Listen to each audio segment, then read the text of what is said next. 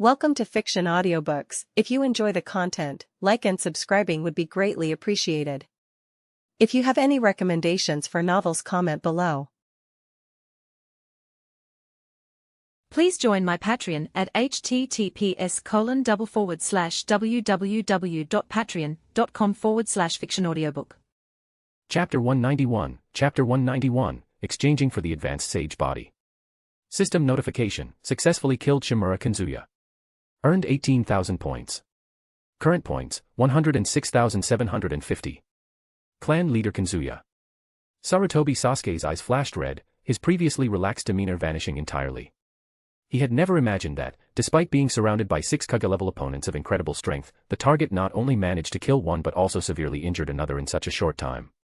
What baffled him even more was the latter. He still couldn't understand how the powerful leader of the Shimura clan had fallen so suddenly. That black sphere, which appeared and vanished so abruptly, what exactly was it? Everyone, be careful. Do not touch that strange black substance. Sarutobi Sasuke loudly warned the others.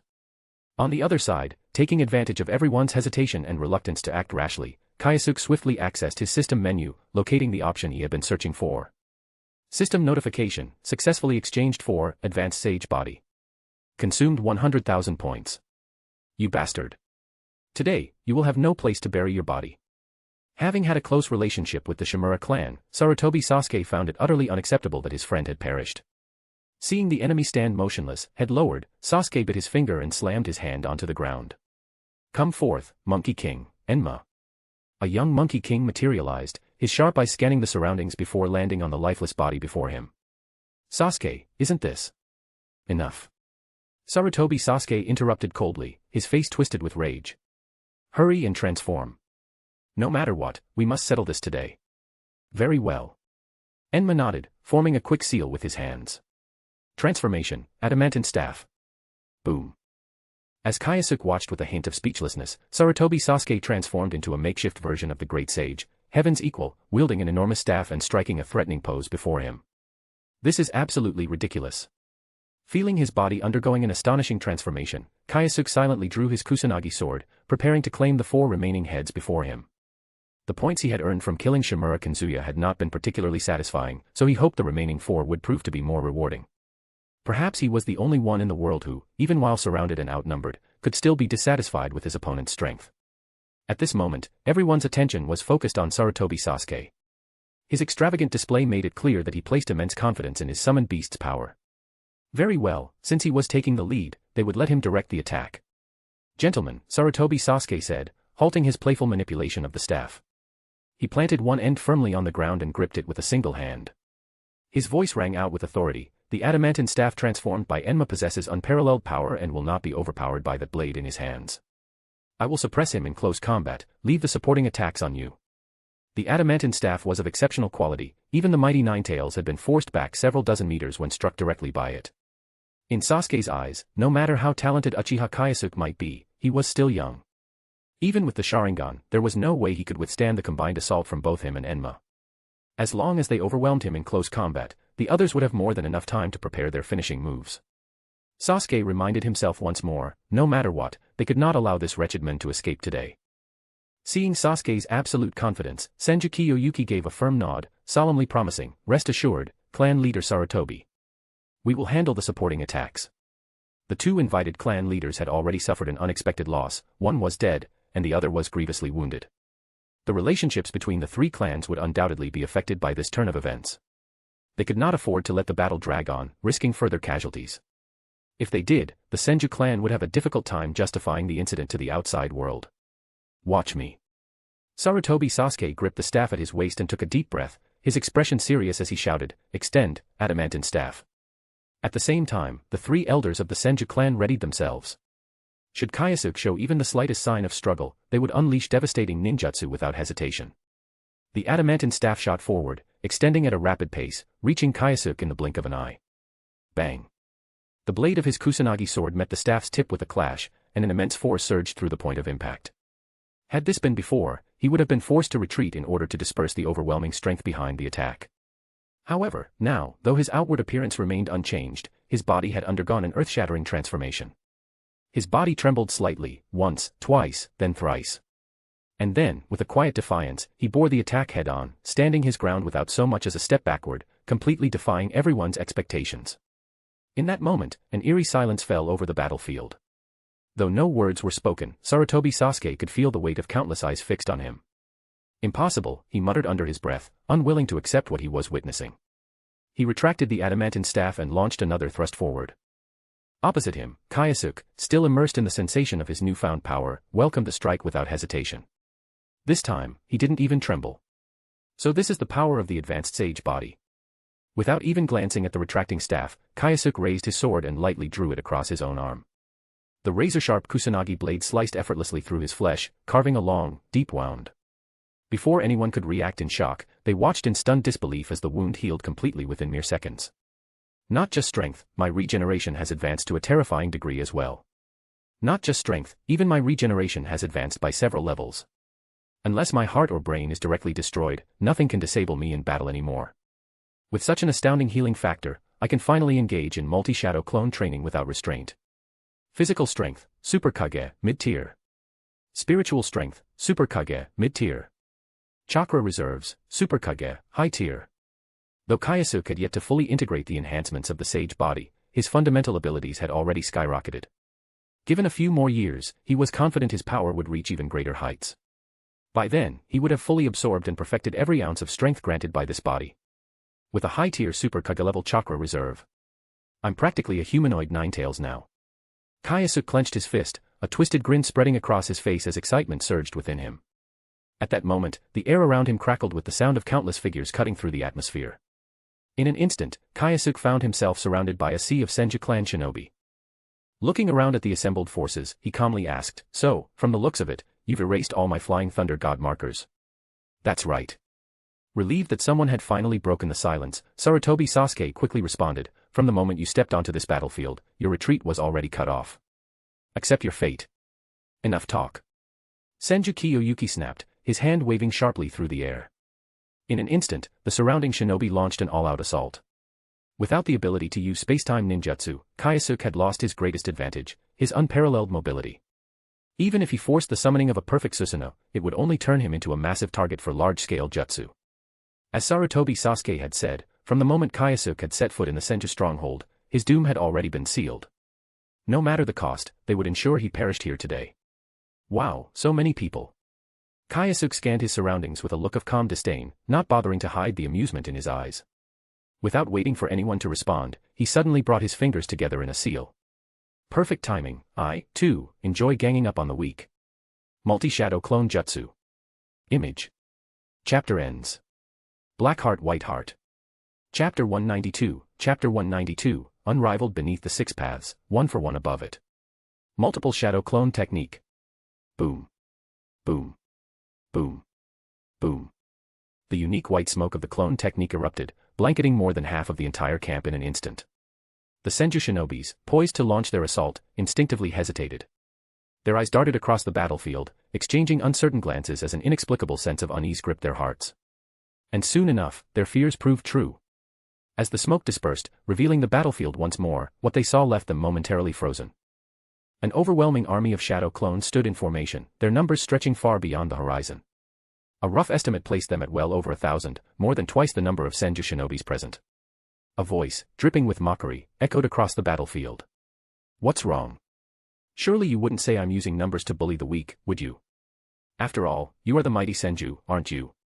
The Senju shinobi scanned their surroundings, yet none could pinpoint Kyōsuke's true location amidst the vast sea of identical figures. No one knew who made the first move, but in the next instant, the battlefield exploded into chaos. A frenzied melee erupted between the two forces. Blades clashed, fists met flesh, and jutsu illuminated the darkening sky. Amidst the madness, Kyōsuke's points panel continuously flashed with notifications, but he paid them no heed. Instead, a faint smile curved his lips. "It's getting late. It's time for me to get serious." With that, he pressed his palms together in a hand seal. Instantly, the flow of natural energy in the surroundings became chaotic, drawn toward him in a violent, all-consuming surge. A single curved horn emerged from his forehead, a shadow of a serpent coiled behind him, and a blazing green aura ignited his form. Kyōsuke had entered sage mode, effortlessly, instantaneously. His newly enhanced physique made the transition seamless, no longer requiring the cumbersome process of gathering nature energy. Unlike before, he didn't even need to release his curse mark. Instead, he directly absorbed the natural energy from his surroundings, executing a feat that only Senju Hashirama had ever accomplished. No matter how many techniques he had mastered before, no matter how many times he had fought Hashirama in direct combat, he had never been able to surpass him. But now, the truth was clear. The combination of the advanced Sage Body and Senjutsu Chakra was simply too overwhelming. In terms of raw combat power, Kyōsuke at this moment had already ascended to the absolute pinnacle of the Superkage level. And if he revealed his trump card, he was even confident in achieving a 1-for-1 exchange against a 6 paths level opponent. Thus, the phrase, unrivaled beneath the 6 paths, 1-for-1 above it, became a perfect descriptor of his current strength. Kyōsuke's gaze swept across the battlefield. He let out a deep chuckle, muttering to himself. With my shadow clones intervening, you lot won't be able to use your large-scale cooperative jutsu anymore, will you?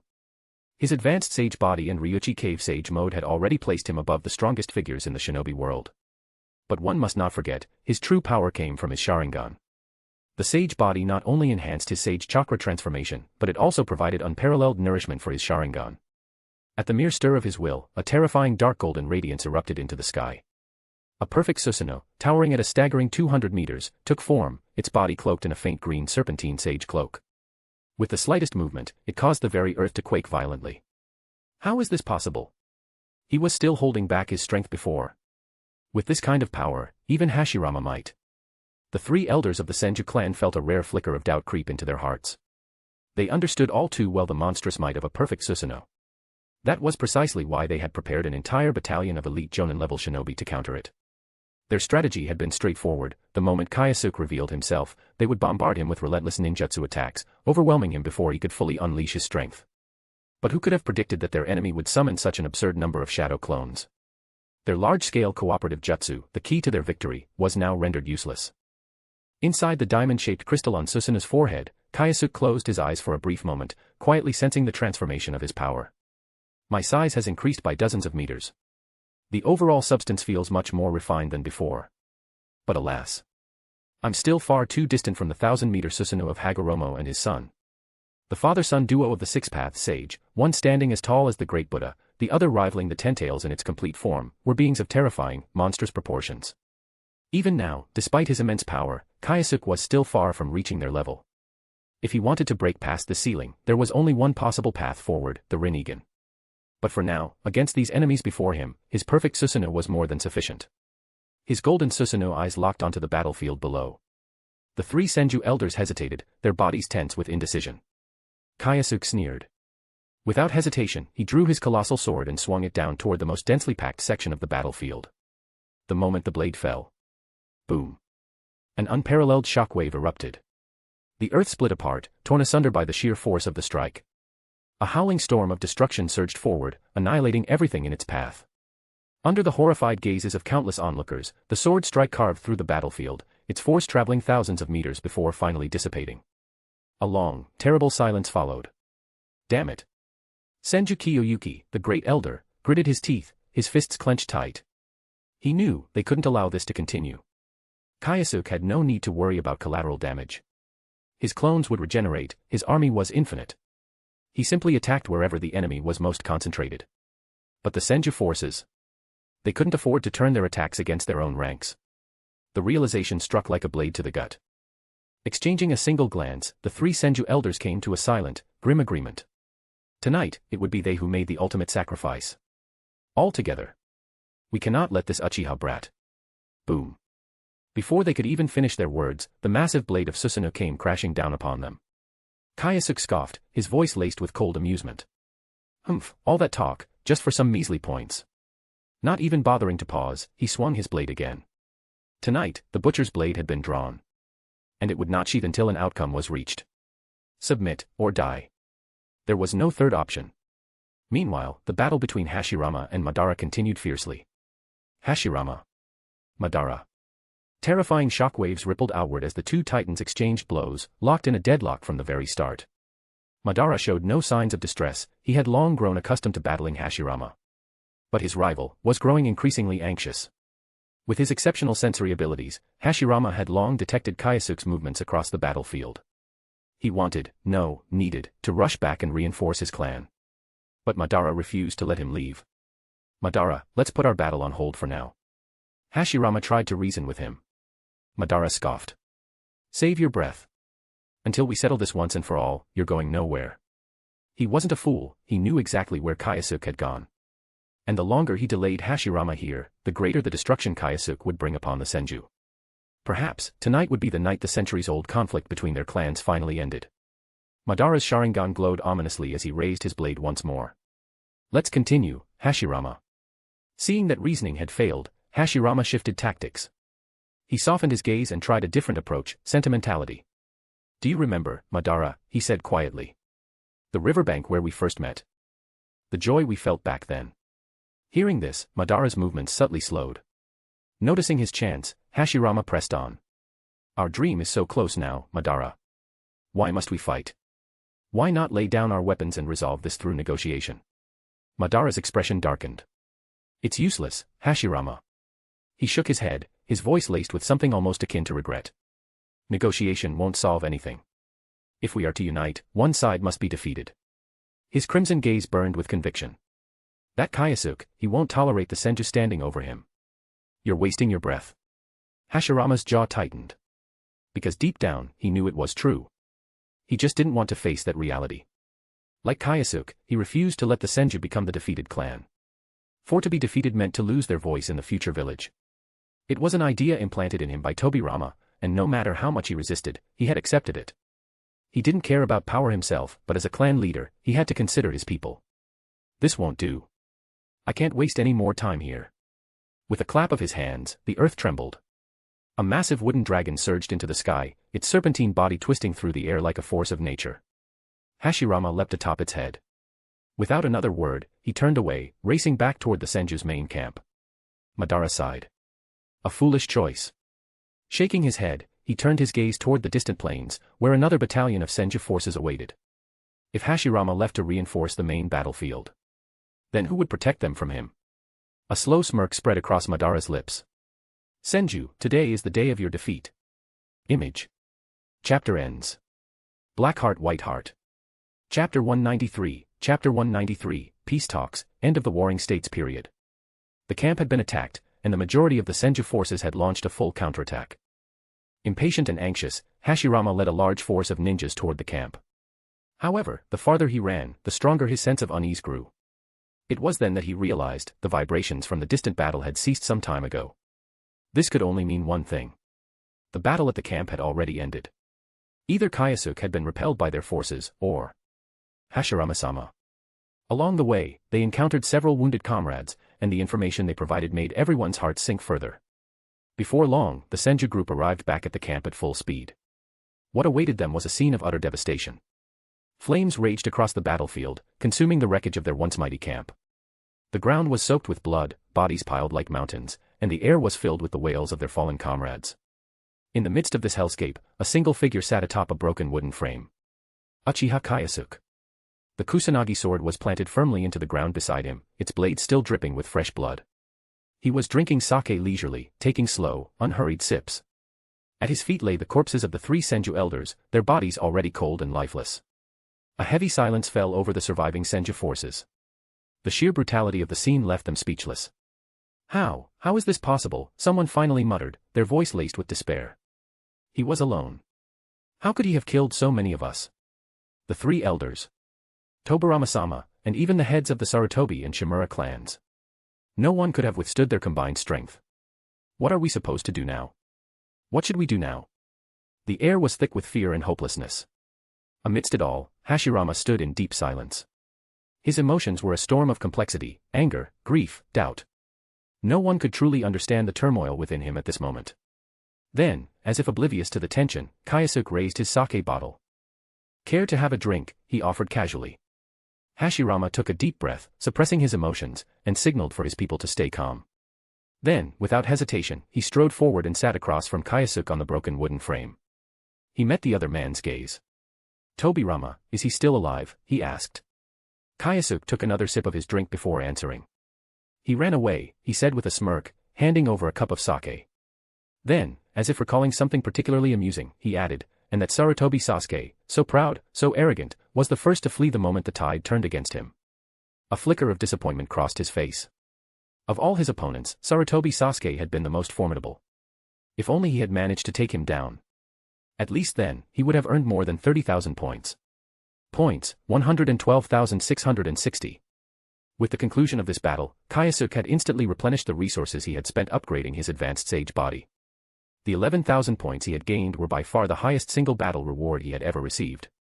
If the outcome hadn't been so different from his expectations, Kyōsuke might have considered wiping out the entire Senju clan. But of course, that would have forced Hashirama to unleash his true several thousand hands jutsu. At that point, the situation would have gotten much more difficult to handle and he'd likely have lost his own life in the process. The true several thousand hands was a terrifying force, its offensive power reaching the level of the six paths. Even with all his strength, Kyōsuke would have to tread carefully against it. A 1,000-meter-tall giant Buddha, capable of leveling an entire battlefield in mere moments, its attacks covering a range of over 10 kilometers. Once it was unleashed, there would be almost no escape, unless one was willing to face it head-on. But given the current situation, a life-or-death struggle with Hashirama was unnecessary. After all, a far greater threat loomed on the horizon, Otsutsuki Ishiki. With power at the half-step divine fire level, Ishiki far surpassed the six paths. Even with all his trump cards, Kyōsuke's chances in a one-on-one battle against him were slim at best. For that reason, he needed Hashirama. And he needed Madara. Which meant. Kyōsuke smiled. Just surrender, he said, voice calm and assured. If the Senju clan announces their surrender, then your wish can be fulfilled. I guarantee that the Senju will not retaliate and will not target you specifically in the future. Upon hearing these words, Hashirama fell silent once more. He had expected his clan members to protest, to lash out in anger, to curse him, to reject the idea outright. But instead, it felt as though they had all lost their voices. Their mouths opened, yet no sound came out. A suffocating silence hung over the battlefield. If you disagree, then. Kyōsuke gestured toward the fallen shinobi, his gaze sweeping over the wounded. All of these people will die. Today, the Senju clan will be completely erased from the shinobi world. The blatant threat left no room for Hashirama to retreat. The only reason Kyōsuke had spared these people lives was to use them as leverage. If Hashirama refused, he would be actively choosing to sacrifice countless injured comrades. And with his personality, he could never make that choice. You. Hashirama was about to speak when the sound of rapid footsteps suddenly echoed from the distance. Both men turned at the same time. From the far end of the battlefield, Uchiha Madara appeared, leading a large force toward them. His sharp eyes immediately took in the scene, the bodies, the flames, the scattered Senju forces, before landing on Hashirama and Kyōsuke, seated together with drinks. He instantly understood. Madara lifted a hand, stopping his clan members before they could make a sound. Then, he walked forward alone, his step steady and unhurried, before taking a seat beside them on the broken wooden frame. For a brief moment, as his gaze swept across the battlefield, a flicker of surprise crossed his face. He hadn't expected Kyōsuke's achievements to be this overwhelming. He had almost wiped out the entire Senju clan by himself. Madara had rushed over thinking he might need to save him, but now, it seemed the Senju were the ones in need of saving. Surrender, Hashirama. You know Kyōsuke's personality well. Madara's voice was calm, steady, resolute. With Izuna still alive, the bloodlust that once consumed him had dimmed. In the end, the Uchiha were the stronger side. Now that they controlled the situation, there was no need to be as cautious as before, fearing every little thing. Whether the Senju survived or were wiped out was now entirely up to them. Fairness. That only mattered when both sides were equal in strength. And right now, they weren't. Sigh. After a long, heavy pause, Hashirama let out a deep breath, as if a crushing weight had just been lifted from his shoulders. Without hesitation, he made a gesture behind him, sending a signal in code that conveyed his stance clearly. Surrender. A tense silence fell over the battlefield as the Senju clan members exchanged glances. Some bore expressions of fear, others of anger, but for most, a wave of relief washed over them. Then, as if in silent agreement, the weapons began to drop. The dull clang of swords and kunai hitting the ground filled the war-torn camp. Kyōsuke's gaze swept over the scene, lingering on Hashirama's face, where relief softened his features, and on Madara, whose lips curled into a rare, almost imperceptible smile. Slowly, Kyōsuke extended his right hand. The dream has been realized, right here, right now. Hashirama exhaled, the weight of years of conflict lifting from his shoulders. Indeed. With that, he placed his hand over Kyōsuke's, then flashed a wide, almost childlike grin at the two of them. Finally, we don't have to keep fighting. Madara rolled his eyes. Don't smile like that. It's creepy. Yet, despite his words, he placed his hand atop theirs. And in unison, the three leaders stood together, their voices ringing out with unwavering finality. The war is over. Oh! A deafening cheer erupted from both sides. Warriors who had once been locked in a cycle of vengeance now raised their arms in triumph. Some wept openly, others stood in solemn reflection, but in every heart, a shared sentiment took root. Hope. Hope for a future unshackled by endless bloodshed. Hope for families who would no longer lose their loved ones. Hope for a world where children would grow up without the echoes of war looming over them. And so, as the leaders had declared, the war was over. P.S. Thanks for your continuous support. The next volume, The Hidden Leaf Village, will begin soon. Image. Chapter ends. Black Heart White Heart. Chapter 194, Chapter 194, The God of Shinobi. The war between the Uchiha and Senju had finally come to an end, and together, the two clans had accomplished the unthinkable. They had jointly established the first unified hidden village in the Land of Fire. The moment this news spread, it sent shockwaves rippling across the entire Shinobi world. Various factions scrambled to verify its authenticity, dispatching scouts and spies to uncover the truth. Yet, to their astonishment, the reports were not exaggerated. The impossible had become reality. Have they lost their minds? Many found it utterly incomprehensible. The Uchiha and Senju had been locked in a bitter blood feud for nearly 1,000 years, their enmity so deep that it seemed beyond reconciliation. What force, what unimaginable power, could have bridged such an insurmountable divide? Before long, the full details of the war's final battle began to emerge. At the heart of it stood one man, Uchiha Kyōsuke. During the decisive clash between the two clans, he had single-handedly rewritten the fate of the battlefield, displaying power so overwhelming that left all who witnessed it in utter disbelief. 6 Kage-level powerhouses, each a pillar of strength in their own right, had joined forces to bring him down, supported by an elite force of nearly 500 battle-hardened shinobi. With such an overwhelming force converging upon a single man, was there any conceivable way for him to survive, let alone triumph? And yet, by the time the battle reached its conclusion, the once formidable force lay in ruins.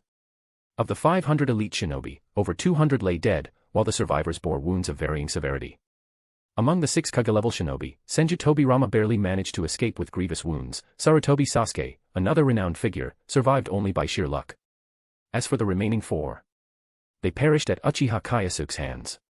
For those who had not personally witnessed the battle, the accounts sounded like the ramblings of a madman. How could one man stand against nearly half of the Land of Fire's strongest warriors and emerge victorious? Yet the survivors swore by what they had seen. That day, Uchiha Kyōsuke was no mere shinobi, he was like a god, a force of nature given form. Every movement he made carried an unstoppable momentum, his strikes infused with devastating power. His sheer presence on the battlefield struck terror into the hearts of those who dared oppose him. His dominance was not solely due to his Mangekyo Sharingan, his sheer resilience, blistering speed, and monstrous strength made him an unbreakable force. His ninjutsu mastery was unparalleled, his defenses impenetrable, his recovery rate astonishing, and his destructive potential utterly unmatched. What truly defied belief, however, was his command over all 5 chakra natures, an ability unheard of even among the most gifted shinobi, especially at his age. With seamless mastery, he wove together advanced elemental combinations, a feat so rare and so deadly that it played a decisive role in the Senju's crushing defeat. His abilities were overwhelming in every regard. In the face of such absolute power, who could possibly stand against him? As whispers spread throughout the shinobi world, certain individuals began to bestow upon him a new title: the God of Shinobi. At the same time, the strength of Uchiha Madara and Senju Hashirama was also acknowledged throughout the shinobi world.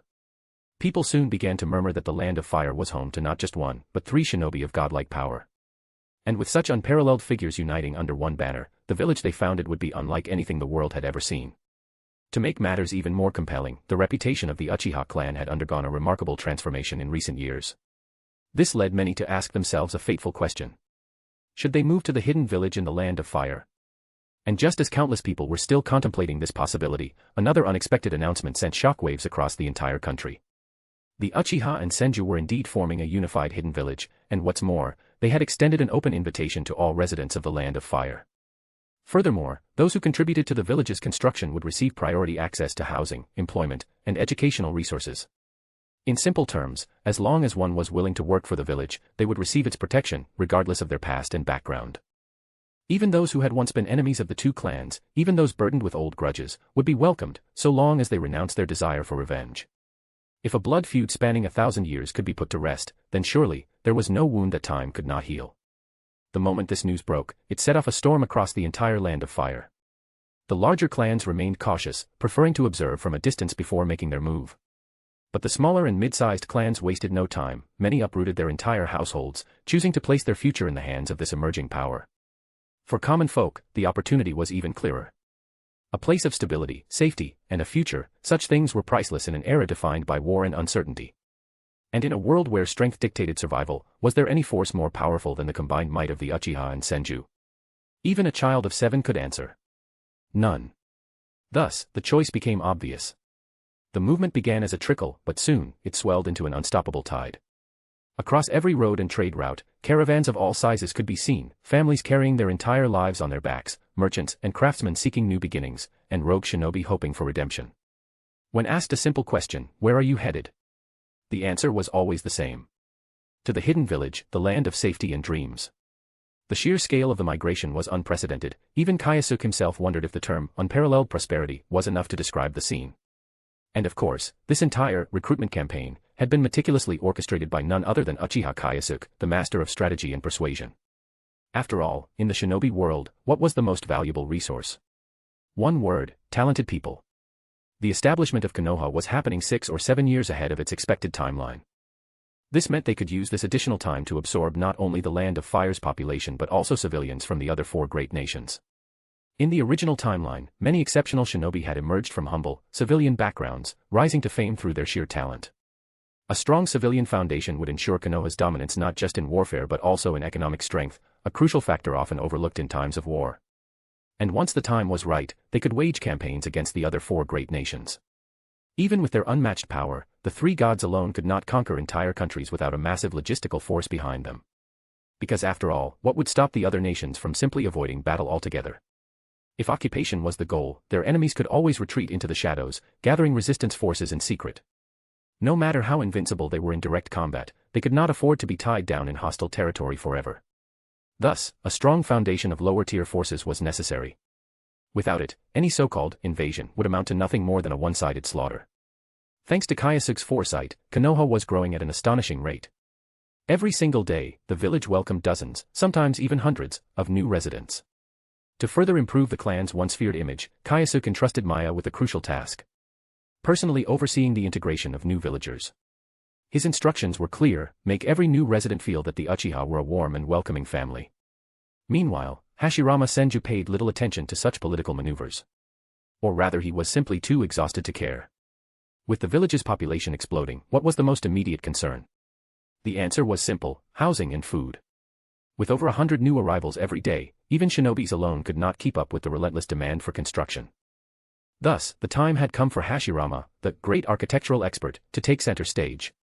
Working alongside Kochu, he constructed houses at an astonishing speed. One created the buildings, while the other used their dojutsu to modify them according to each family's needs. Together, they could achieve the work of 10,000 builders. A single lap around the village, and entire districts rose from the ground in an instant. With just 2 hours of effort each morning, they could provide enough homes for the newcomers, without issue. The next challenge was food. And once again, this responsibility fell upon Hashirama. By channeling his immense life force, he could rapidly grow fruits and vegetables, similar to how he summoned entire forests with his wood release, advent of a world of flowering trees. Thus, the once mighty Senju clan leader found himself building houses in the morning and tending crops in the afternoon. Occasionally, residents who had received farmland even sought him out, hoping he would use wood release to enhance their fields and increase their harvests. With all this work, how could Hashirama possibly have the time to worry about politics? But while he remained distracted, there was one person who most certainly was paying attention. Senju Tobirama. The younger Senju brother, a master of strategy and politics, how could he fail to see the cunning scheme Kyōsuke was weaving? Kyōsuke was working tirelessly to elevate the Uchiha's reputation, and if left unchecked, they would become the dominant force within the village. So Tobirama made up his mind. He would not let Kyōsuke have his way. If Kyōsuke put up banners to welcome new villagers, Tobirama put up his own. If Kyōsuke provided food and water, the Senju clan matched their efforts without hesitation. Whatever Kyōsuke built, Tobirama made sure the Senju did it too. And if possible, did it better. Because as long as it frustrated Kyōsuke, Tobirama was more than happy to do it. Image. Chapter ends. Black Heart White Heart. Chapter 195, Chapter 195, The Stubborn Senju Hashirama. On the future Hokage rock, 3 figures stood side by side, their clothing billowing in the bleak, cold wind. I say, haven't we posed long enough? Hashirama sighed helplessly. He still had a great deal of work to do. In truth, Kyōsuke remarked, his words carrying an air of deeper meaning, our greatest role is simply to stand here and be seen. Madara nodded in agreement. Their presence alone, standing as a symbol for the entire land of fire to witness, was a declaration of the village's strength. Without such a grand display, would Konoha have reached its current state of prosperity? Glancing at Kyōsuke, who seemed momentarily lost in thought, Madara unexpectedly offered a word of praise. I have to admit, your proposal was excellent. Hearing this, Hashirama quickly nodded, inwardly acknowledging his friend's capabilities. When they first built the village, he had never imagined it would flourish as it had. Looking down from their vantage point, they could see the bustling activity within the village walls, smoke curling from chimneys, streets filled with people moving about their daily lives. The sheer liveliness of it all brought tears to Hashirama's eyes. The dream he had chased for so many years, the vision he had longed for, was finally within reach. Receiving the praise of his two friends, Kyōsuke merely shook his head with a faint smile. This alone is far from enough, he said. If we want the village to achieve lasting peace and stability, military strength alone won't suffice. Economic development must keep pace. He extended his hands, tracing a few circles in the air as he spoke. I plan to implement a land reform system, dividing the village into 3 major zones. First is the core district. The land here must remain under our control. Villagers can purchase temporary rights to their homes, but not the land itself. Next is the inner district, where housing prices will be more affordable, allowing people from different social classes to settle and integrate. Finally, the outer district, this should be expanded as much as possible. In simple terms, we build as much as we can, stretching the village to its full potential. Ah. Hashirama scratched his head in confusion. Why do we need to do all this? Having spent his whole life in a clan-based society, he couldn't quite grasp the purpose of such measures. Kyōsuke took a deep breath before suddenly posing a question neither of them expected. Do you know the meaning of life? Seeing their silent expressions, he continued, actually, it's not just you, I believe most people struggle to find the answer. In that case, let me give them one. For example, moving into a better home, relocating to a more comfortable district, finding a more respectable job, and so on. When people have clear goals, they will feel that their efforts are worthwhile, even if, in the end, all they achieve is. Kyōsuke trailed off, leaving his sentence unfinished. But the other two understood his implication. Patting Hashirama on the shoulder, he smiled. I've already drawn up the plans. I'll leave the implementation to you. Though he still didn't fully grasp the reasoning, Hashirama clenched his fist, his bright smile reflecting his determination. Meanwhile, Madara asked with curiosity, so, do you intend to increase tax revenue through housing and land? Of course not. Kyōsuke shook his head before elaborating on his vision. In the beginning, many people simply won't have the means to afford land or housing rights. So, I've decided to introduce mortgage loans under the village's name. The concept was simple, allowing villagers to borrow against their future earnings to purchase property they otherwise couldn't afford. With no upfront costs or immediate financial risks, the village would generate a steady stream of revenue over time. Even if the plan didn't lead to full-scale expansion, it would still serve as a crucial financial foundation for Konoha. Beyond that, Kyōsuke also planned to support merchants and establish a trade route connecting the entire land of fire. After all, a hidden village, despite its power, was relatively small compared to the vast world of commoners. In the grand scheme of things, the shinobi realm was merely a fraction of the land of fire's true scale. Take the land of fire, for example, its vast territory was dotted with numerous towns and cities, many of which rivaled Konoha in size. To establish relations with these settlements, the first step was diplomacy. And that meant dealing with the secular ruler, the daimyo. With the daimyo's support, Konoha's economy could truly flourish. Many of these ideas were somewhat difficult for Madara and Hashirama to fully grasp. In fact, much of Kyōsuke's reasoning remained hazy to them. To Madara especially, the concept of negotiating with the daimyo felt absurd. His first instinct was simple, eliminate him and take direct control of the land of fire's military and government. Unfortunately, Kyōsuke had vetoed that idea outright. What a joke. Even if they had twice the manpower of their two clans combined, it still wouldn't be enough. Even in later years, when Konoha reached its peak, it barely had enough capable administrators. Governing an entire nation wasn't just about strength, it was a complex endeavor with countless challenges. A single misstep could lead to catastrophe. Then there was the issue of security. With so many people guarding just Konoha, the village still repeatedly faced threats of destruction. If they stretched their forces thin by attempting to govern an entire land of fire, by the time they realized what was happening, they might already be wiped out. Rather than wasting resources on direct rule, it was far wiser to let the daimyo handle mundane affairs while Konoha focused on securing its own interests. Of course, Kyōsuke had no intention of letting a daimyo rule over him indefinitely. It wasn't about not wanting to govern, he simply understood the importance of timing. When the right opportunity arose, they would naturally replace the daimyo. For now, the village's development remained the top priority. With economic plans in place, the next focus was education and military affairs. Though they seemed separate, the two were closely intertwined. Only by establishing a comprehensive education system could the village continuously produce talented individuals. The original Konoha Ninja Academy had the right idea, but in Kyōsuke's eyes, its scale was far too limited. Each generation only had a handful of students, far too few to sustain a large-scale war effort. Thus, Kyōsuke proposed a bold reform. Completely remove all entry restrictions for students, making enrollment numbers the primary concern. No discrimination by birth. No concern for talent. No tuition fees. As long as someone wished to become a ninja, they would have the chance. Furthermore, he planned to reshape public perception.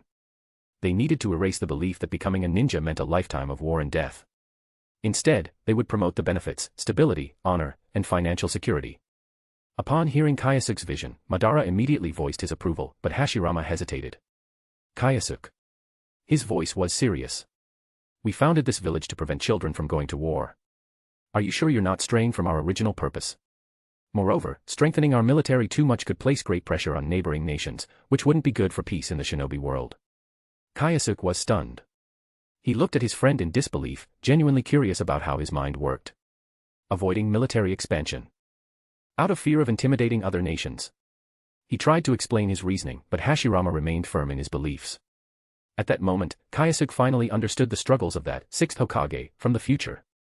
Hashirama was brilliant in many ways, but he was also painfully idealistic. The man had even distributed the tailed beasts to other villages. What kind of idiot would do something like that? Sure, Hashirama had the power to subdue them. But did he really think everyone else could do the same? Those very tailed beasts, once given away, inevitably turned against Konoha in the end. Even Tobirama himself, his own brother, met his death at the hands of the Kinkaku and Ginkaku brothers, who wielded the power of the Nine Tails. It wouldn't be an exaggeration to say that many of Konoha's future calamities stemmed from the foolish ideals of the Senju brothers. Image. Chapter ends. Black Heart White Heart. Chapter 196, Chapter 196, Tobirama, watch me call for reinforcements. In the end, the three of them failed to reach a unified agreement regarding military development. This conversation served as an undeniable wake-up call for Kyōsuke, a stark reminder that he still lacked the highest authority within the village. If he wished to implement reforms, he had only one path forward, to seize the seat of ultimate power. Only by becoming Hokage could he guide the village onto the most righteous path. Otherwise, the same tragedies of his past life would inevitably unfold once more. What was truly intriguing, however, was that Senju Hashirama harbored a similar sentiment. Tobirama. That night, Hashirama spoke with his younger brother about the discussion from earlier. I feel that Kyōsuke's ideas are too radical, Hashirama said, his voice tinged with helplessness. Why can't he understand that if we grow too powerful, the other nations will inevitably grow wary of us? And when that happens, it won't just be a village conflict, it will escalate into a war between entire nations. It was evident that Hashirama was the kind of person who was utterly devoted to his own ideals. He firmly believed that as long as people could achieve mutual understanding, war would not be necessary, that all disputes could be resolved peacefully. Yet, the irony was that, from beginning to end, he had never once considered the situation from the opposing side's perspective. Kyōsuke had repeatedly and explicitly laid out the consequences of lacking deterrence, but no matter how many times he explained it, this blockhead simply refused to listen. A man so utterly fixated on his own ideals, preaching endlessly about the importance of mutual understanding. But perhaps, deep in his subconscious, only those who accepted his version of peace were deemed to be in the right. And was that not, in its own way, a form of selfishness? Tobirama observed his elder brother's troubled expression, hesitating for a brief moment before swallowing the words that had nearly left his lips, words that would have revealed that he, too, agreed with that man's philosophy. But such words would never escape his mouth. No matter what, he would never allow the Uchiha to seize control of the village. Previously, he had worried that his elder brother would be unwilling to compete for authority against his friend. But now, those worries had completely dissipated. What kind of conflicts are the most terrifying in this world? Not those driven by mere survival. Not those fueled by hatred. Not even those fought over food and resources. None of these compared to the true horror, ideological conflicts. A battle of ideals left no room for retreat. Everyone believed they were right, and it was precisely because of this conviction that they would stop at nothing to fight for their cause. To prevent Kyōsuke from bringing ruin upon the village, Hashirama would inevitably take part in the struggle in earnest. And that, in turn, would give Tobirama the opportunity to maneuver from the shadows, gradually forcing the Uchiha to the edge of the precipice. After all, killing a person did not always require the use of a blade. At present, Kyōsuke, Hashirama, and Madara each held a share of authority over the village. And without a doubt, the Senju were at a distinct disadvantage. To break this deadlock, they needed to restructure the power distribution among the village's leadership. Tobirama's thoughts were simple: since they were forming a unified hidden village, then surely it could not be run by just their two clans. If other clans were to join, should they not be granted their rightful positions as well? And when that happened, the entire power structure would naturally shift. Tobirama had entertained such notions ever since the village's founding. And now, it was time to set those plans into motion. Just you wait, you wretched Uchiha, he thought with absolute confidence. He had once been a ruler in his own right, until he crossed paths with Uchiha Kyōsuke. And yet, he seemed to have forgotten one crucial truth. In every encounter between them thus far, he had never once gained the upper hand. Uchiha Clan District, Kyōsuke's residence. This is so boring. Little Naruto lay sprawled out on the floor in a starfish-like shape, visibly displeased with how his father was constantly busy. When he first arrived in the village, he had been brimming with excitement. But after spending days surrounded by nothing but ongoing construction, his enthusiasm had all but disappeared. Glancing at his little sister, Nagisa, who was sound asleep in her cradle, Naruto's eyes flickered with mischief. Quietly, he slipped over to the window, nimbly climbed out, and slipped past the walls of the compound. Heh, time for an adventure. Like a little shadow, he darted into the bustling streets and disappeared from sight. He had already explored every corner of the village to the point of boredom. Now that he had finally managed to sneak out of the house, there was no way he would settle for merely wandering the village again. From what he had heard, his father had gone to war when he was 7 years old. So surely, it was perfectly reasonable for Uchiha Naruto to leave the village at 5, wasn't it? Before long, the little troublemaker had reached the main entrance of the hidden village. Just as he was about to blend into the crowd and slip outside, he suddenly felt someone grab him by the collar. Startled, he twisted around, only to see Aunt Maya looking at him with an amused yet knowing smile. Hello, Aunt Maya. Puffing up his chubby cheeks, he flashed his signature innocent look, hoping to win her over. Alas, Maya was not so easily fooled. One glance at his sneaky behavior was enough to tell her exactly what had happened. He had obviously snuck out of the house. If the adults found out, he would undoubtedly be in for a spanking. Gazing at the little rascal's sheepish grin, Maya couldn't help but chuckle and shake her head. She decided to let him off this time. Otherwise, he might stop letting her hold him in the future. Pulling the mischievous child into her arms, her expression suddenly grew somber.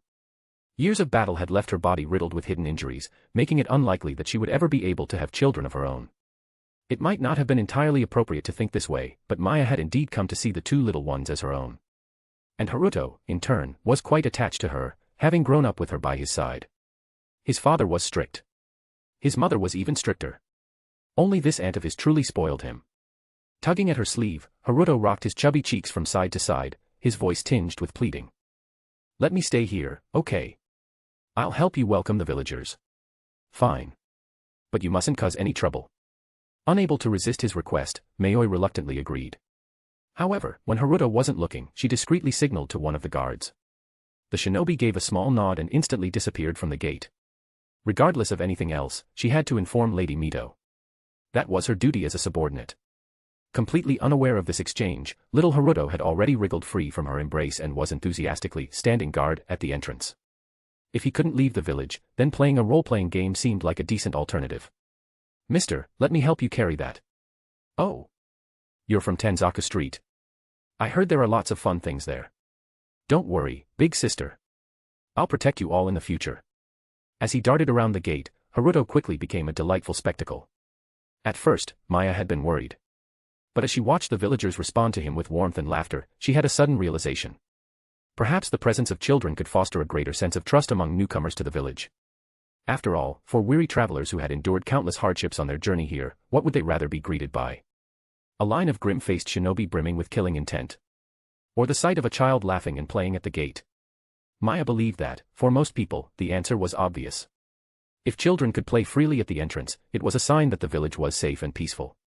And that, in turn, would naturally put the newcomers at ease. La la la. Humming cheerfully to himself, Naruto scampered about, until he suddenly collided with the carriage of a large incoming group. Where did this brat come from? A shinobi clad in unfamiliar attire shot Naruto an irritated glare. And the moment his gaze fell upon the Uchiha fan symbol on the boy's back, his expression darkened. Without hesitation, he lashed out with a kick. Out of my way, you little pest. Image. Chapter ends. Black heart, white heart. Chapter 197, Chapter 197, if you don't court death, you won't die. The man's kick did not carry much force. It seemed that he understood well, he couldn't cause a fatality. Otherwise, the Uchiha would have the perfect excuse to retaliate against them. But whenever he thought of their clan leader's tragic death, the fury in his heart refused to be suppressed. Killing was out of the question, but giving this little brat a kick should be fine, right? At worst, he could later brush it off as a defensive reaction against a sneak attack. After all, someone stationed at the village gate to receive guests was, at best, just some guard's child. A noble clan like the Shimura was not something a mere nobody could afford to provoke. Yet, unexpectedly, this young boy, who appeared no older than a child, moved with surprising agility.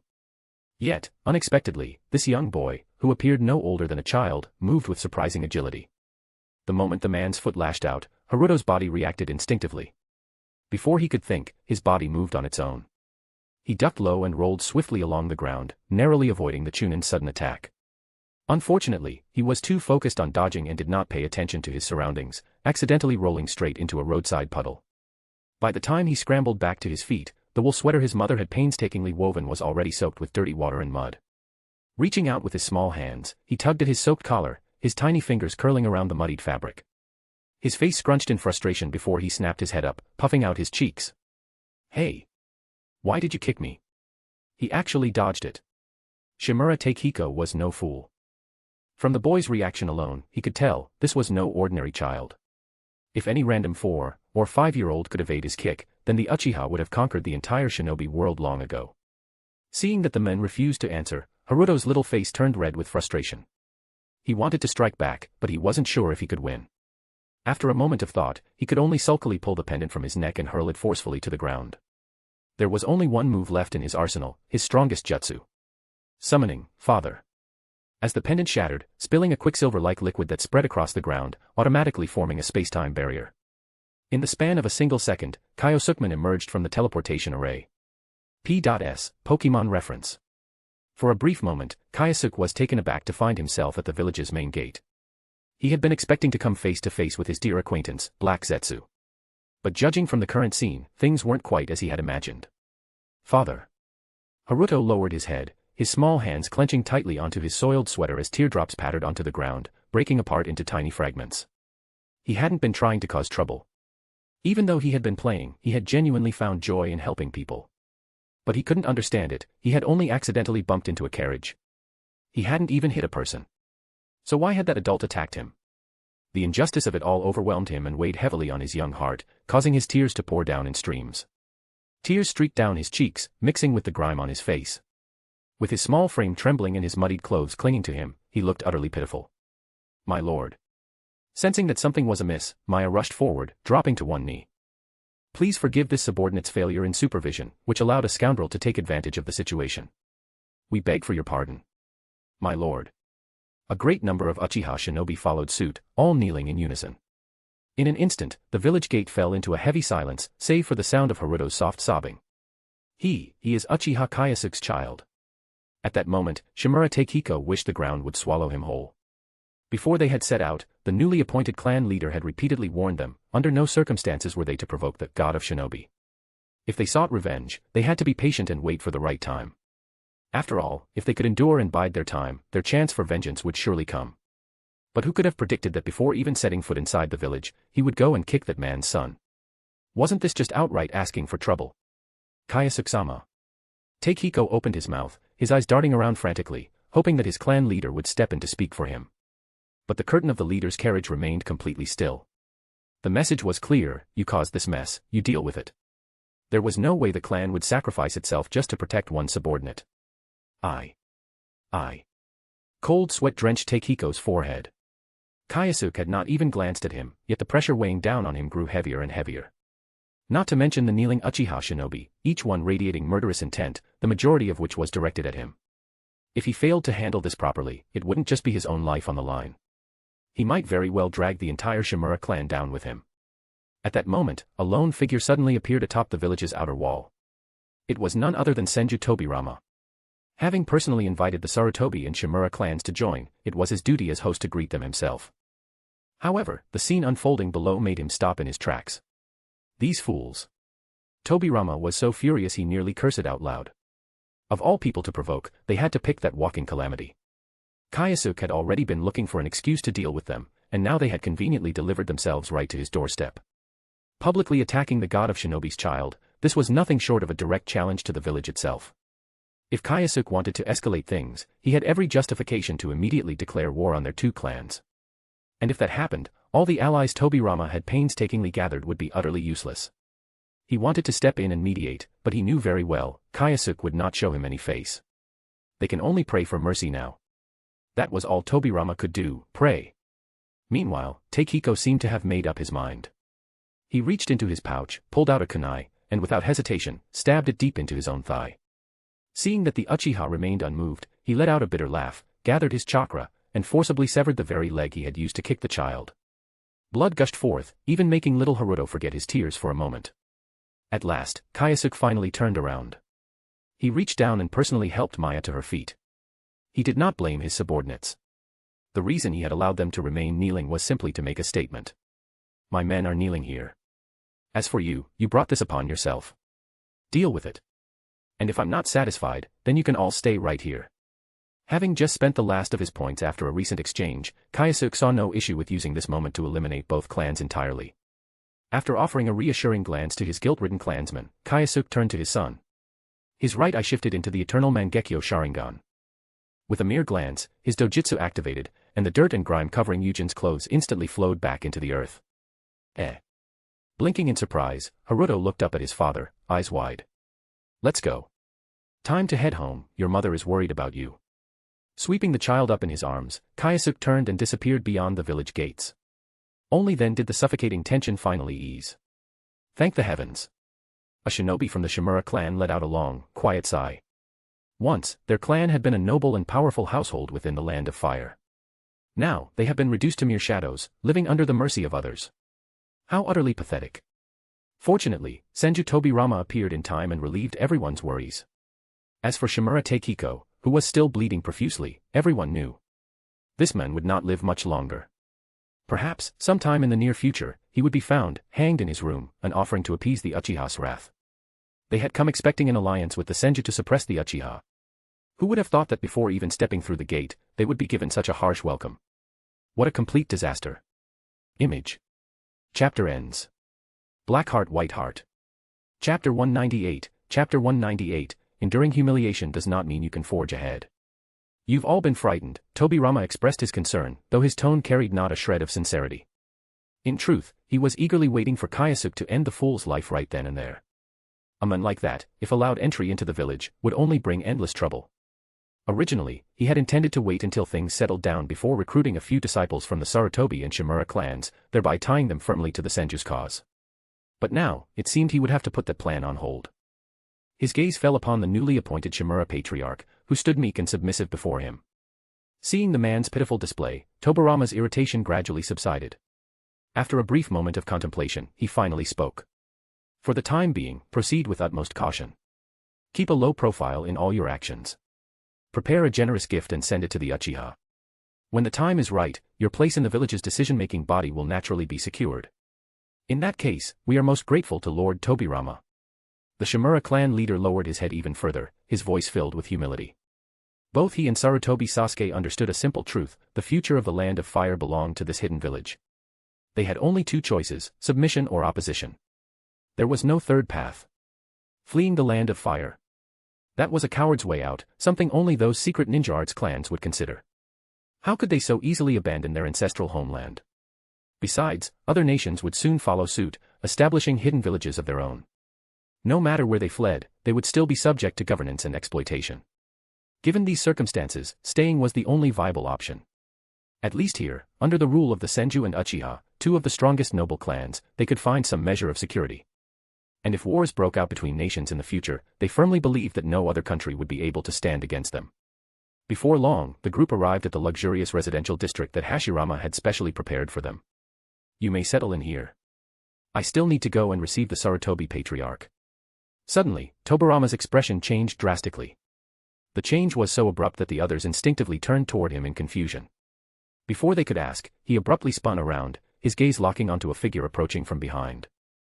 A woman, dressed in casual attire, was walking toward them at a steady, deliberate pace. Lady Mito, Tobirama hesitated, as if wanting to speak but ultimately holding back.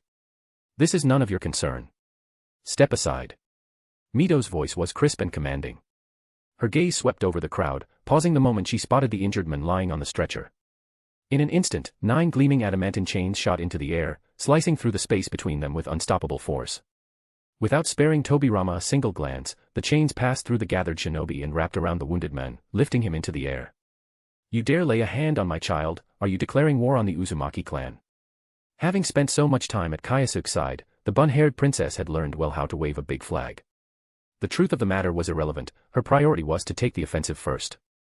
By pinning a heavy accusation on the other party from the start, she turned what might have been an unreasonable action into something entirely justified. This tactic was incredibly effective in escalating conflicts. Before the accused could even process the situation, the argument had already shifted, and the weight of the charge forced them into a defensive position. By the time anyone realized what had happened, everything would already be settled. And now, with a single phrase, "You are making an enemy of the Uzumaki," Mito has escalated the situation to an entirely different level. In truth, the siblings Haruto and Nagisa were technically royalty, a prince and princess of the land of whirlpools. So her words weren't even an exaggeration. Tobirama clenched his jaw. He knew that Uzumaki Ashina had once spoken to his elder brother, making one thing explicitly clear: no matter what happened between the clans, they must never harm Mito's good children. Because of that, he could not say much at this moment. Damn it, Uchiha Kyōsuke, you really are a menace, he thought bitterly. Frustrated and helpless, Tobirama could only shift his anger toward Kyōsuke. The matter had already been settled, so why had his wife suddenly stepped in to make things worse? Who was next? Uchiha Kochu. If they pushed any further, the entire Shimura clan might as well slit their own throats and be done with it. Just as Tobirama was thinking this, a blood-curdling scream tore through the air. A crimson mist sprayed outward, the man's other leg had vanished without a trace. The overwhelming agony was too much. His body convulsed once before collapsing into unconsciousness. Tobirama exhaled slowly, thinking that perhaps, finally, this ordeal was over. But he had underestimated a mother's protective instincts. Before anyone could react, the 9 adamantine chains cut through the air, spreading out like a vast, glistening web over the Shimura clan. The ominous chains loomed menacingly over their heads. Fear rippled through the group. Seeing their companion's mutilated state, the remaining Shimura shinobi instinctively stepped back, terrified of becoming the next victim. Lady Mito, what is the meaning of this? The Shimura clan leader's expression finally darkened. They had already been pushed this far, if they backed down any further, they would lose all standing in this village. Mito tilted her head slightly. The meaning. Her voice was light, almost casual. And yet, the chains slithered closer. The slight tightening was enough to send a suffocating pressure through the air. The Shimura leader clenched his fists. An invisible weight pressed down on his shoulders. Mito's gaze was sharp and unyielding. I will give you one warning, stay away from my child. From this day forward, wherever my family is present, no member of the Shimura clan is to appear within 100 meters. Otherwise. Her lips curled into a small smile. I will kill every last one I find. Swish. Swish. Swish. As soon as she finished speaking, countless figures materialized in the surrounding area. Some leaned against walls, others crouched on rooftops, their presence eerily silent yet suffocatingly oppressive. Their sharp, otherworldly eyes gleamed ominously in the dim light, leaving no doubt about their identity. Uchiha.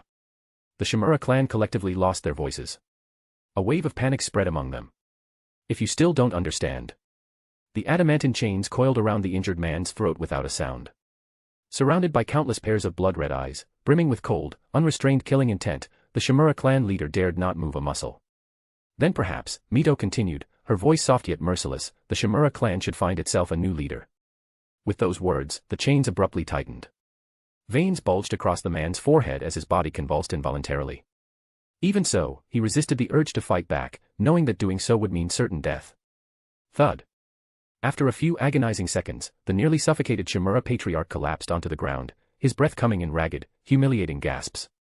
Mito didn't spare him a second glance. With a slight nod toward Tobirama, she turned and walked away, ignoring the others as if they didn't exist. She was the princess of the land of whirlpools. The wife of Uchiha Kyōsuke, the god of Shinobi. And today, she had made sure everyone knew it. In the past, few had given her true status much thought. But after today, none would dare to ignore it. That was exactly the outcome she had wanted. Her family was her final bottom line. Any force that dared cross it would face her full wrath. In truth, she had considered killing the men outright. If she didn't spill blood, she feared others might mistake her mercy for weakness. But before she left home, Kyōsuke had given her specific instructions. If the Shimura resisted, they were to be slaughtered without hesitation. But if they chose humiliation over death, then let them live. Because Senju Tobirama was a suspicious man by nature. And a man who harbored deep resentment yet chose to endure, was a dangerous pawn Tobirama would never allow to remain. There was no need for Mito or Kyōsuke to do anything. The Shimura patriarch's days were already numbered. This will do. Suppressing the last traces of lingering bloodlust, Mito shifted her thoughts to something far more important. I heard a new food street opened in the south. Let's eat out tonight. And with that, the ever-lazy princess conveniently avoided her cooking duties for the day. Back in the courtyard, Tobirama exhaled lightly. Rest well. We'll speak again tomorrow, Tobirama said with a calm tone, even going so far as to console the shaken members of the Shimura clan. The Shimura clan leader felt touched by his kindness. He failed to notice the cold, dangerous glint in Tobirama's half-lowered gaze. A truly patient man you are, Lord Shimura. A fleeting trace of killing intent flickered in his eyes. Image. Chapter ends. Black Heart White Heart. Chapter 199, Chapter 199, Young Hiruzen, Tobirama takes a disciple. A few weeks later, a piece of news arrived. The head of the Shimura clan had suddenly fallen ill, and it was clear that his condition was grave. It seemed he did not have long to live. For the sake of the clan's development, a previously unknown young man ascended to the position of clan leader, vowing to restore the Shimura clan's prestige and contribute his exceptional abilities to the construction of the village. In response, the Senju brothers greatly praised him, and the two clans, seemingly unified in purpose, even posed for a commemorative photo together during the inauguration ceremony of the new clan leader. As for the sudden illness of the former clan leader, which ultimately led to his death, who would pay it any attention?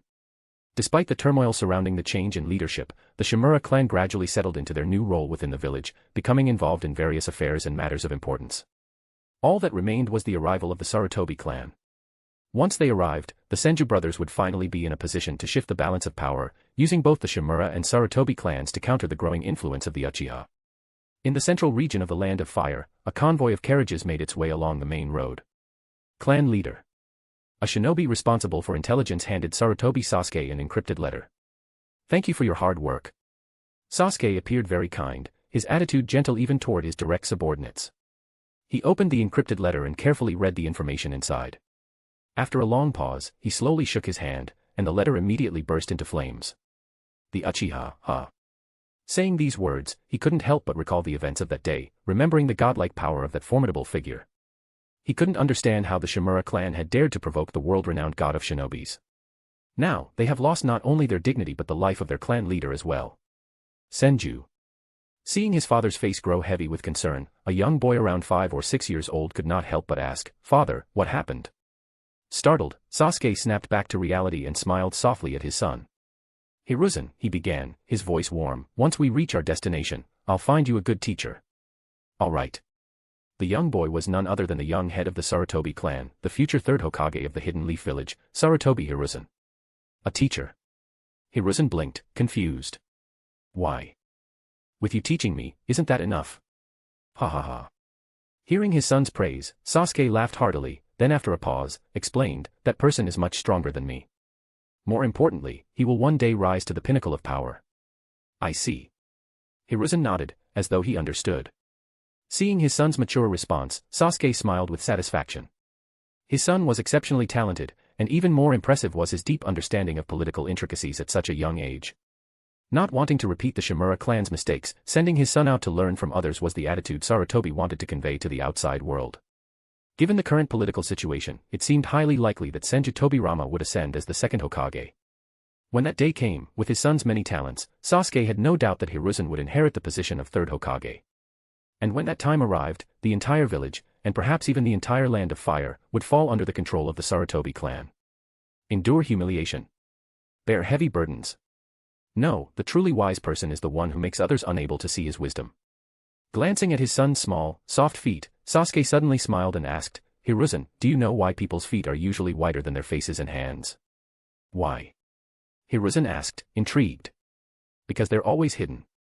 A few days later, the Sarutobi clan arrived at the unnamed United Hidden Village. From a great distance, Sasuke, along with his son, dismounted from the carriage and adopted a very humble stance. Welcome, welcome. Hashirama, who had finally found time in his schedule, personally came to greet them at the village entrance. This was also something his younger brother had specifically requested, who believed that in order to win hearts, even if it was just a show, Hashirama needed to demonstrate his down-to-earth, approachable nature. Of course, Hashirama's personality was naturally this way, so he didn't need to feign anything, sparing Tobirama the trouble of forcing a pretense. Because of this, Tobirama believed the leadership of the village should be entrusted to his elder brother. This, he thought, was the right thing to do, with no selfish motives. Whether others believed it or not, Tobirama himself was convinced. Come, Hiruzen, greet the two gentlemen, Sasuke said with a smile, guiding his son forward. At his father's prompt, Hiruzen obediently stepped forward, bowed, and cheerfully greeted, Greetings, Lord Hashirama, Lord Tobirama. So this is your son? Hashirama asked curiously. I heard he's already proficient in 2 types of nature transformation techniques at just 5 years old. Is that true? Yes, Sasuke nodded, exchanging a knowing glance with his son. Understanding the cue, Hiruzen walked over to an open patch of ground and skillfully demonstrated basic fire style and earth style techniques. Impressive, Tobirama remarked lightly, though his expression remained as impassive as ever, making it impossible to gauge what he truly thought. At that moment, Hashirama seemed to remember something and turned to his younger brother, asking, by the way, I heard that you've recently taken on a disciple. Yes, Tobirama responded with a nod. He's the child of the former Shimura clan leader. His talent is truly impressive. In that case, Hashirama suggested with a smile, why don't you take this boy in as a disciple as well? He hadn't thought much about it, simply going with his instincts, but after seeing Hiruzen's remarkable talent, he couldn't help but be impressed. Upon hearing his elder brother's suggestion, Tobirama's eyes flickered slightly, a rare shift in his expression. Would you be willing to become my disciple? He asked the young boy, his gaze sharp as he studied him closely, trying to gauge his character. In return, Hiruzen only looked back with the usual childlike confusion, unsure of the question. I would, Hiruzen replied hesitantly. Seeing this, Hashirama immediately burst out laughing, clearly delighted to see his younger brother gain such an excellent disciple. It was only then that Tobirama belatedly realized what had just transpired. With a half-smile, he glanced at Sarutobi Sasuke, nodded, and implicitly acknowledged the teacher-disciple bond. It seems this Sarutobi clan leader knows how to recognize the right moment. The plans I had prepared can now be set aside. As his thoughts shifted, Tobirama adjusted his mindset and began to exhibit the warmth characteristic of the Senju. The two sides engaged in friendly conversation, discussing the glorious histories of their respective clans. The atmosphere grew harmonious, filled with mutual respect. On behalf of the village, I officially welcome the Sarutobi clan's joining, Hashirama announced, marking the Sarutobi clan's integration into the ranks of the Hidden Village. First the Shimura, and now the Sarutobi, there was no denying that the recent moves of the Senju had caused quite a stir. Unaware of the full extent of the situation, the villagers began to sense that perhaps the Senju weren't as harsh as the rumors suggested. Our village is growing stronger, one of the informers, previously planted, began to spread the word among the villagers. Yes, so many great clans have joined. Now no one dares to threaten our safety, another villager chimed in, eager to add his voice to the discussion. Before long, a wave of excitement spread through the crowd, filled with praise for the Senju and Hashirama. Seeing the growing enthusiasm among the villagers, Tobirama couldn't help but smile. But before his smile could fully spread, he noticed a large group of Uchiha clan members swiftly arrived at the village entrance. At their head stood none other than the long-absent God of Shinobi. This is quite the commotion, Kyōsuke remarked, his eyes scanning the scene with a knowing smile. Image. Chapter ends. Black Heart White Heart. Chapter 200, Kyōsuke's version of the Will of Fire. Clan leader Sarutobi, it has been a long time. Apart from Hashirama, everyone present wore grim expressions. There was no doubt that today's events were a blatant show of strength by the Senju. In such matters, it was usually a case of each party doing what they could, competing with their own means to see who would have the last laugh. But what was the purpose of bringing so many people here? If not a deliberate provocation, then what? Especially for Sarutobi Sasuke, who was currently feeling a deep sense of unease. After all, he had been one of the key participants in the grand slaughter back then. Now, with the Senju having forged alliances and bound their fates to their newfound comrades, he, Sarutobi Sasuke, had suddenly been cast as the villain in the eyes of many. Was this not simply taking advantage of honest men? He, Sarutobi Sasuke, could not accept such injustice. It has been a long time, Lord Kyōsuke. Sasuke said, bowing deeply, his attitude proper and respectful. At the very least, this ensured that the other party had no obvious faults to pick on. Whether or not Senju Tobirama would look down on him for this, he did not care in the slightest. As long as his son was treated well, that was all that mattered. Kyōsuke gazed at the man who was so adept at maintaining appearances, then suddenly let out a faint smile. His next words were sharp and direct, cutting through all pretense like a blade. Since you have already withdrawn, why trouble yourself by stepping into these murky waters today? It was almost an outright accusation, calling the Sarutobi leader a deserter who had abandoned his allies in battle, pointing out his cowardice for all to see. Though I may not be the most capable, I am still willing to contribute to the land of fire, our shared homeland, Sarutobi replied smoothly, his expression calm, as if he had not heard the underlying mockery at all, twisting the words into something favorable in his own mind.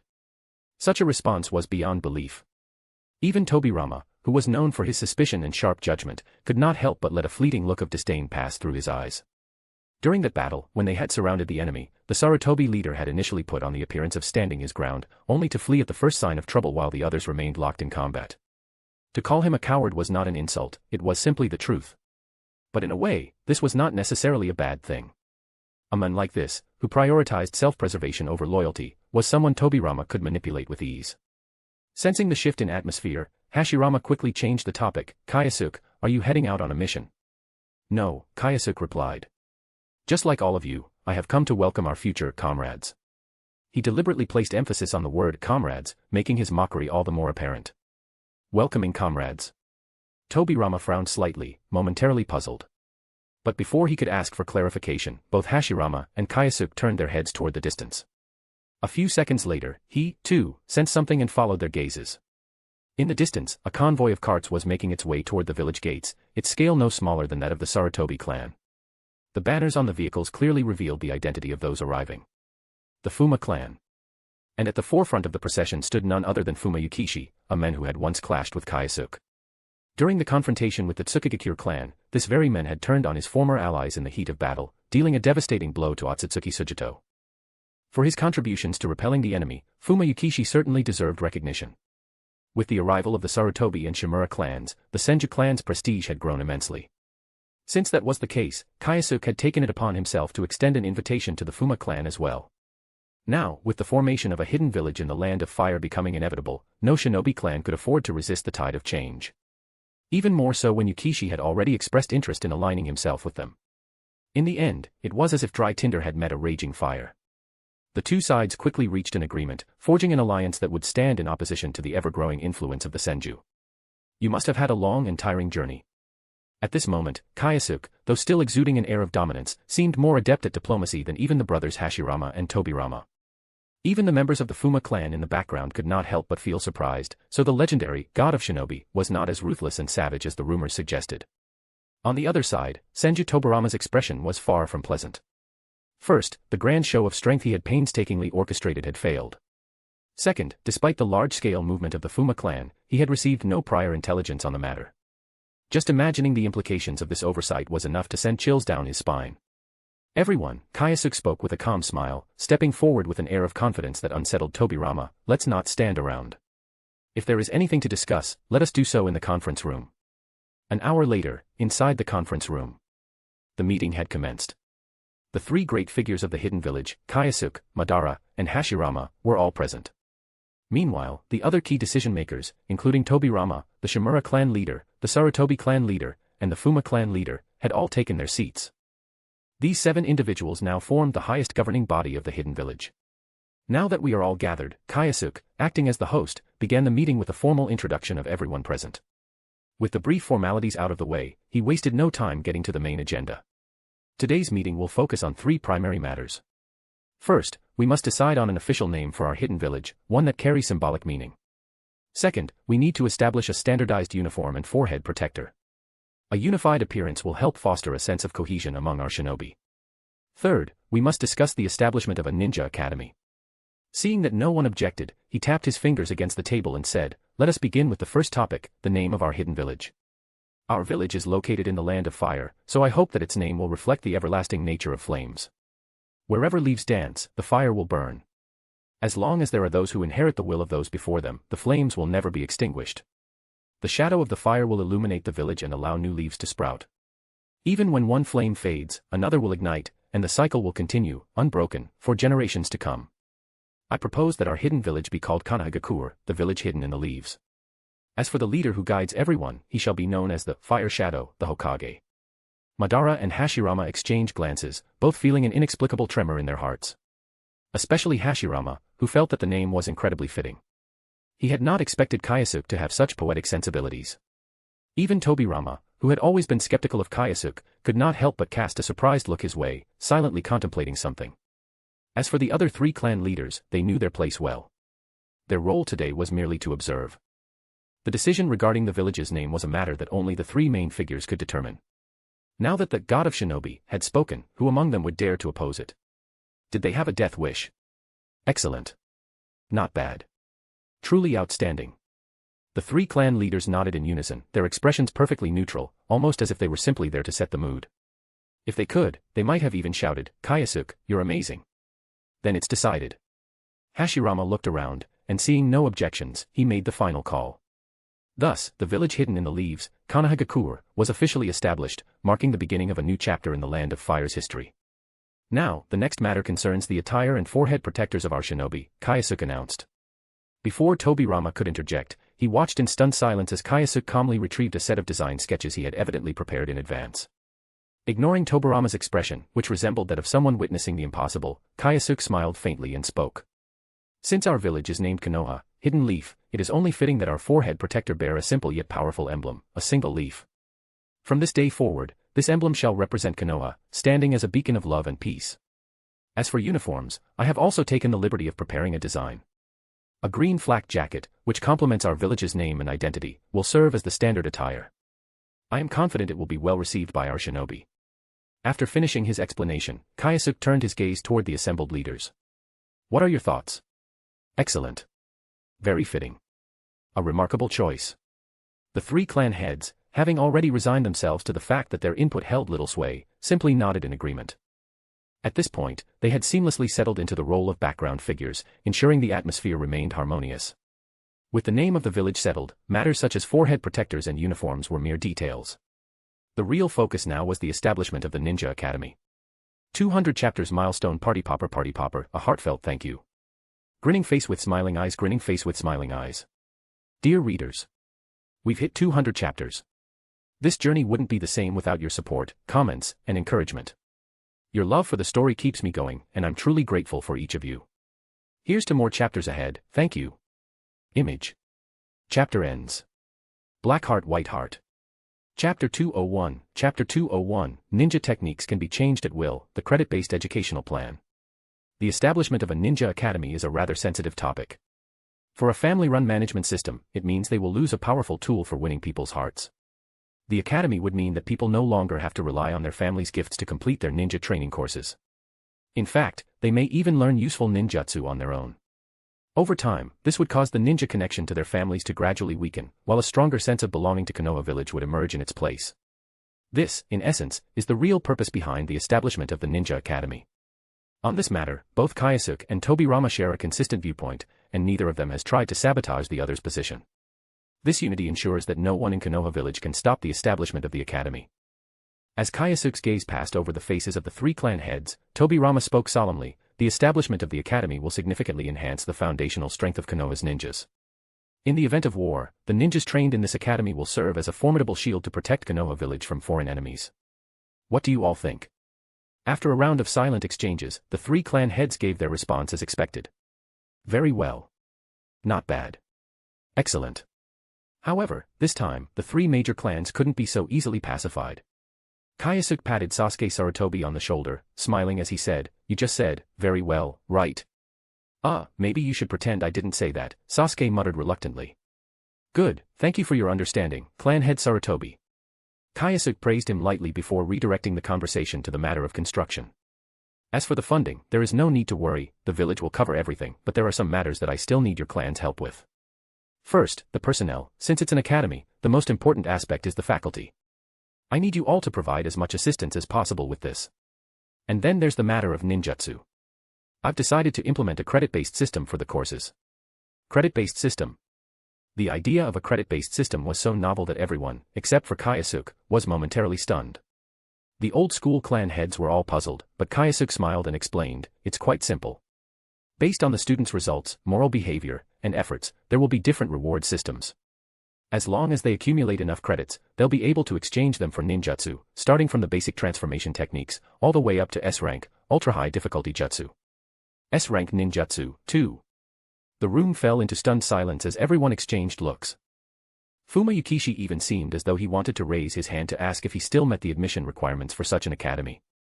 Kyōsuke Dano, Shimura clan head said, frowning as he carefully voiced his concern, while this system can indeed boost strength, it could also lead to internal security issues.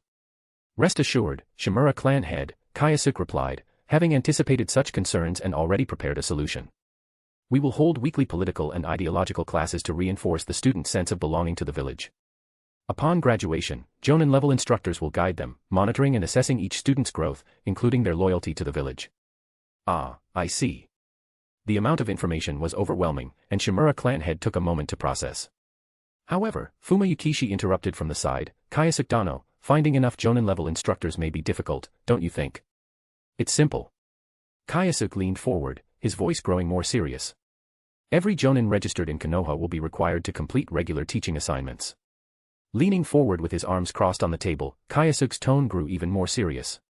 Let me remind you all, this is of utmost importance. The success or failure of the Ninja Academy will determine the prosperity of the village for the next century. Nothing less than full cooperation will suffice about this matter. He did not need to speak of the consequences, the gravity of the matter was clear to all present. No one was foolish enough to miss the village's stance on this. At this point, there was no room for negotiation. The decision had been made. We, the Shimura clan, have 8 Jonin available, and we will fully dedicate them to the construction of the Ninja Academy. We, the Fuma clan, have 9 Jonin, and we will provide every possible support to the Academy's establishment. We, the Sarutobi clan, have 18 Jonin, including myself. We will obey the village's orders in every regard. As soon as the words were spoken, everyone turned to look at the calm-faced Sarutobi Sasuke. Goodness, your clan has more Jonin than the Shimura and Fuma clans combined. It was no surprise that the Sarutobi clan, which had long been absent from the front lines of war, had such a strong reserve of power. Kyōsuke, too, could not help but marvel. The quality of the ninjas from the Warring States period was truly remarkable. Under the immense pressure of constant survival, ninjas either died young or grew to become formidable combat masters. While their overall skills might not be on par with the later generations of Jonin, in terms of raw combat prowess, they were certainly above and beyond. Thank you all for your understanding, Kyōsuke smiled and reassured them. During the teaching period, Jonin instructors will receive compensation based on their performance. We won't ask you to work without proper reward. At this moment, Uchiha Madara, who had remained silent thus far, suddenly spoke up. The Uchiha clan's Jonin will also participate in the construction of the Ninja Academy. Those with teaching abilities will serve as instructors, and the others will act as guiding Jonin, teaching students how to survive and eliminate enemies. Our clan will also contribute a total of 458 different ninjutsu techniques, covering all levels, which students can use for exchanges in the future. 458 different types of ninjutsu. Even Hashirama was stunned. The Uchiha clan actually has so many ninjutsu stored up. But after a moment of reflection, he understood. Since the Sharingan could copy ninjutsu, it all made sense. Seeing the excitement on everyone's faces, Kyōsuke felt the time was right to speak up. However, the truly significant numbers are not within the clans, but among the common people. Considering the financial conditions of many, I've decided that the village will offer student loans to every ninja attending the academy. The term student loans was entirely unfamiliar to them. By now, the clan heads had become accustomed to such novel concepts and no longer interrupted. They simply waited for Kyōsuke to elaborate. Just as the name suggests, the village will cover all the expenses during the student studies. Once they graduate and start taking on missions under the guidance of their Jonin instructors, they will begin repaying their loans gradually. Gentlemen, I cannot bear to see commoner ninjas miss the path of ninjutsu due to financial burdens. It will be difficult at first, but I believe that the sacrifices we make today will bear rich fruit in the future. With that, Kyōsuke pulled out a thick stack of savings banknotes. This is about 2 billion ryo in total, my personal donation to the student loan fund. Madara, Hashirama, and Tobirama each produced their own banknotes, contributing a total of approximately 400 million ryo combined. This still barely reached Kyōsuke's personal contribution, which made up 1/5 of the total. After all, this God of Shinobi had long since established lending institutions across the Land of Fire. With money making money, under the operations of his second secret ninja, his monthly profits were substantial. Of course, free education at the outset would leave a massive funding gap, and handing over 2 billion nearly emptied his own wallet. It would likely take 10 to 20 years to recoup his investment. With him alone, there was no way to shoulder all the costs. After all, the village's expenses weren't limited to the ninja academy. There were also scientific research teams, ninjutsu development teams, barrier squads, intelligence departments, and the construction of various facilities and entertainment spaces. It wasn't until Kyōsuke took on this responsibility that he fully realized how expensive running a village could be. Looking at his current funds, he realized they were but a drop in the ocean. After much deliberation, the three clan heads finally agreed to contribute about 200 million ryo. Kyōsuke stroked his chin thoughtfully, murmuring to himself, "I'll have to come up with a way to raise more money." Image. Chapter ends. Black Heart White Heart. Chapter 202, Chapter 202, Time to start making money. Amidst laughter and joyous chatter, representatives from various clans stood together, each holding a golden shovel, tossing soil and laying the foundation for what would become the cornerstone of the Ninja Academy's construction. Those who had money contributed funds, those without money contributed labor, and those without either, well, they could only contribute their lives. In any case, the first high-level meeting of Konoha village had come to a successful conclusion. However, many unresolved issues remained, the most pressing of which was the village's current financial shortfall. This era was vastly different from the peaceful and prosperous future. In the years to come, many parents living in security and comfort would be reluctant to let their children become shinobi. But for now, the people's mindset was far more pragmatic, nothing was more reliable than power held in one's own hands. It was easy to predict that once the Ninja Academy was built, countless eager students would flock to it. When that time came, the village's financial reserves would face an unprecedented strain. Thus, not long after the meeting ended, Tobirama stopped Kyōsuke just as he was about to leave. "I need to ask you, how exactly do you plan to solve the financial issue?" During the meeting, it was inconvenient to argue in front of the other clans. But now that the outsiders had left, these concerns had to be addressed. "Funding." Kyōsuke responded with a smile. "For the initial phase, the money we've gathered should be enough to last us a while." And how long is a while? A year. 2 years. Don't be so hasty. We can use this time to think of other ways. What ways? I'm not telling you. With an infuriatingly composed expression, Kyōsuke turned and walked away, as if he had everything under control. Seeing this, Hashirama, who knew Kyōsuke well, patted his younger brother's shoulder with a laugh. "Trust him. There's never been anything he wanted to do that he hasn't succeeded in." "I understand," Tobirama admitted with a frown. "But we can't let him steal all the spotlight. Sigh, let's talk about it later." Not wanting to be dragged into the discussion, Hashirama swiftly made his escape before Tobirama could change the topic again. Left standing there alone, Tobirama sighed in frustration. His elder brother was truly hopeless in these matters. The recent meeting had settled many key issues, the village's official name had been confirmed, 4 head protectors had been designated, and even the uniforms had a standardized design. Yet, the most critical matter remained untouched from beginning to end. Who would take on the title of Hokage? At present, the Uchiha clan held the greatest power. With both Madara and Kyōsuke standing at the pinnacle of strength, they could easily crush the Senju. To counterbalance them, the Sarutobi and Shimura clans had been brought in. As more clans merged into the village, they would gradually gain greater influence over Konoha's decision-making body. At that point, who would be chosen as Hokage was still up in the air. This was Tobirama's plan, to use collective power to force the Uchiha into compromise. If they refused, then there was a simple solution: leave Konoha if they dared. Otherwise, they would have to accept the order established by everyone. The only problem was that, at present, no one had truly stepped into the highest echelons of power. Sarutobi Sasuke was still lacking, and the puppet-like leader of the Shimura clan was utterly useless. Only by securing a seat in the highest decision-making circle could they truly stand as equals against Madara and Kyōsuke. As for the establishment of the Ninja Academy, Tobirama was content to let the Uchiha handle it. He had no desire to personally oversee such matters. Instead, he planned to leave the village for a time, to seek out someone with the power to counterbalance the Uchiha. Surveying the entirety of the Land of Fire, only one force had the potential to intervene in the struggle between the two great clans, the Hyuga clan, which had been silently growing in strength in the east. 5 years ago, Hyuga Tenjin and Kyōsuke had vanished at the same time. If Tobirama believed that was pure coincidence, he'd be lying to himself. With his eloquence and persuasion, Tobirama was confident that he could convince Hyuga Yayoi to join their cause. When that time came, by any means necessary, he would ensure she entered the highest decision-making circle. Once that happened, Konoha would no longer be dictated by the Uchiha alone.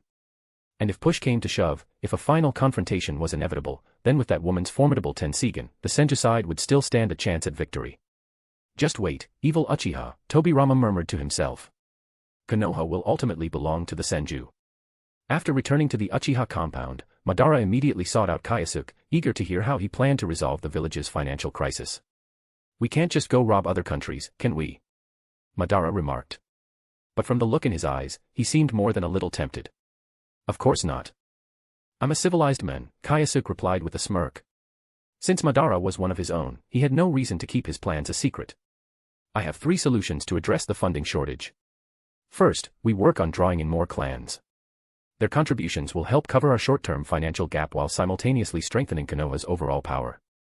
Second, we establish direct communication with the daimyo of the Land of Fire. We make it clear to him, Konoha can serve as the blade in his hand, protecting both the country's territory and his personal safety. But in return, he must provide substantial support in both economic and public affairs. If he agrees, we can assign elite shinobi to act as his personal guards around the clock.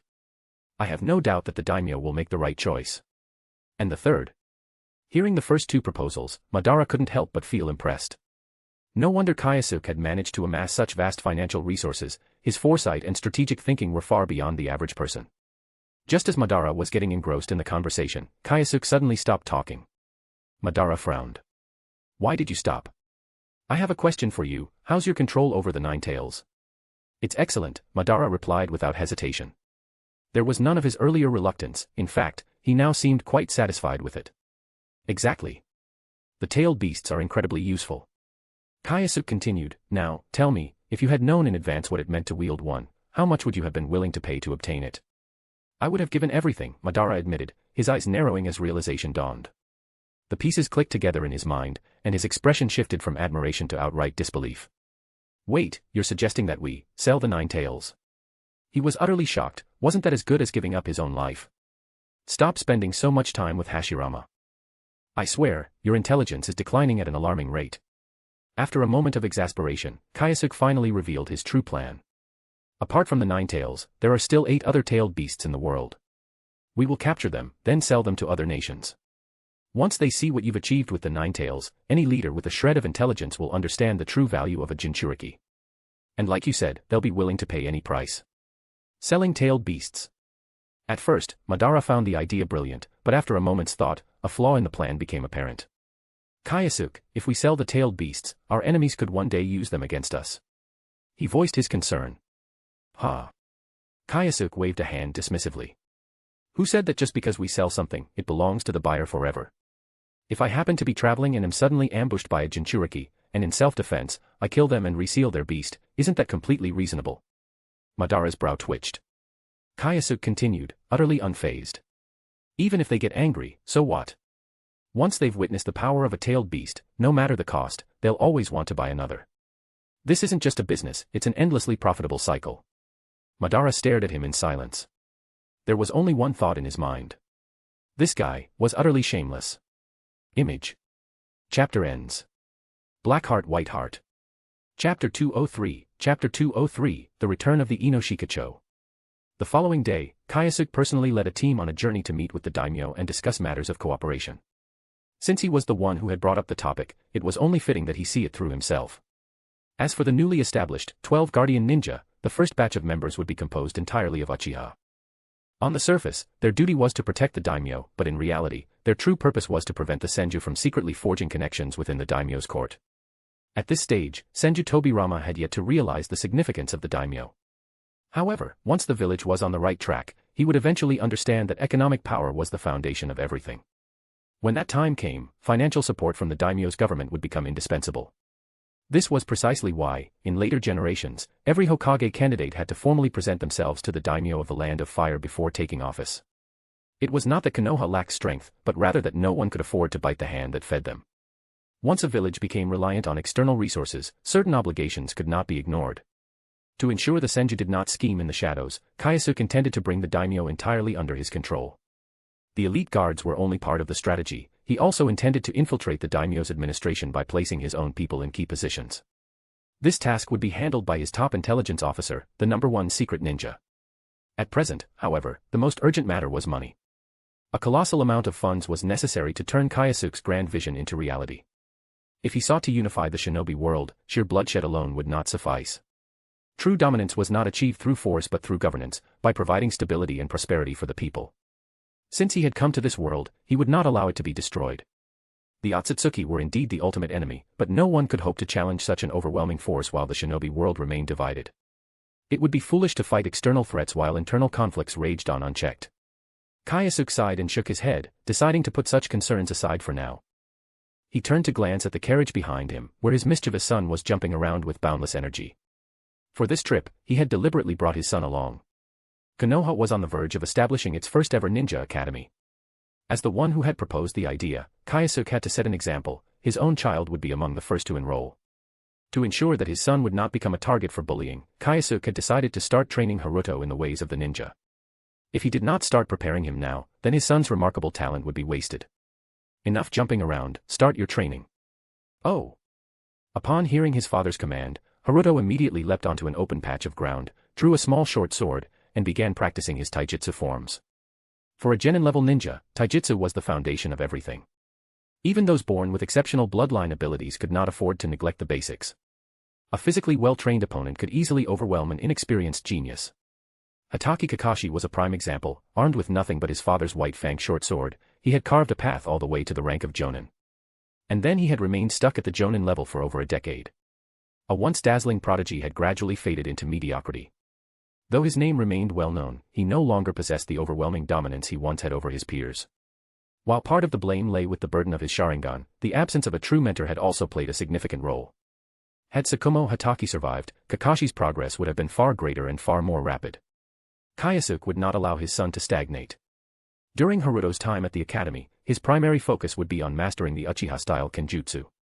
Once his chakra reserves had grown and his Sharingan had awakened, he would shift his attention to ninjutsu mastery.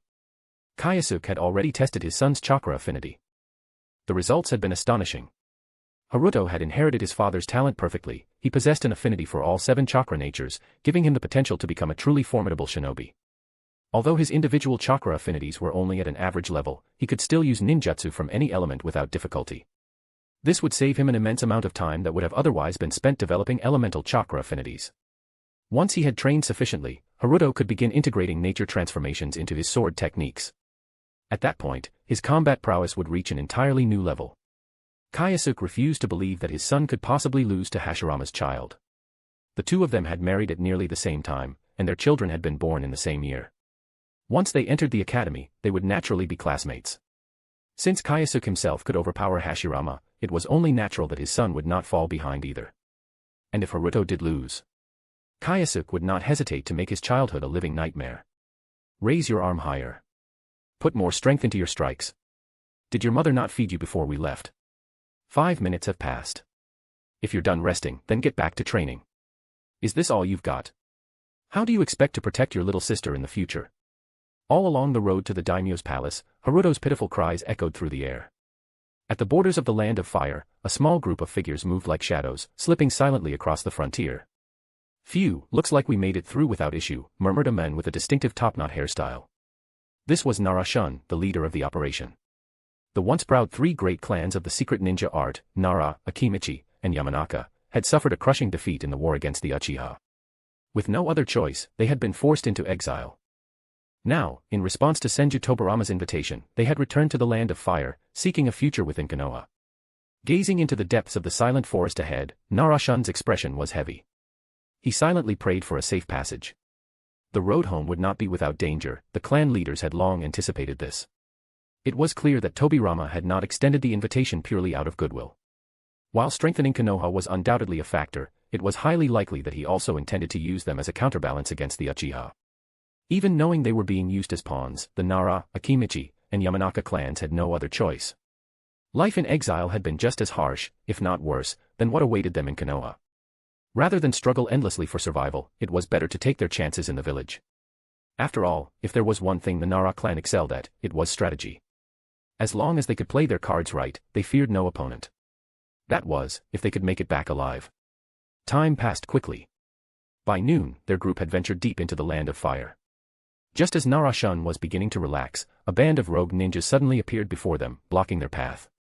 "Hand over your money and women, and we'll let you go," sneered one of the bandits. A robbery. Nara-shun frowned. Something felt off. Their group was clearly dressed in clan uniforms. It was obvious at a glance that they belonged to a noble shinobi lineage. Even rogue ninjas would hesitate to target such a group. It was simply not worth the risk. Let's not be hasty.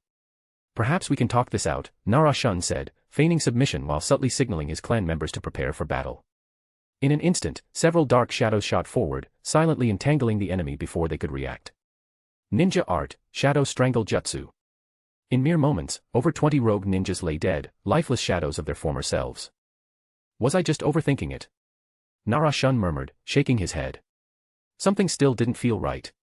Just as he turned to leave, the ground beneath them suddenly collapsed. A massive pit, several meters deep, had been waiting for them all along.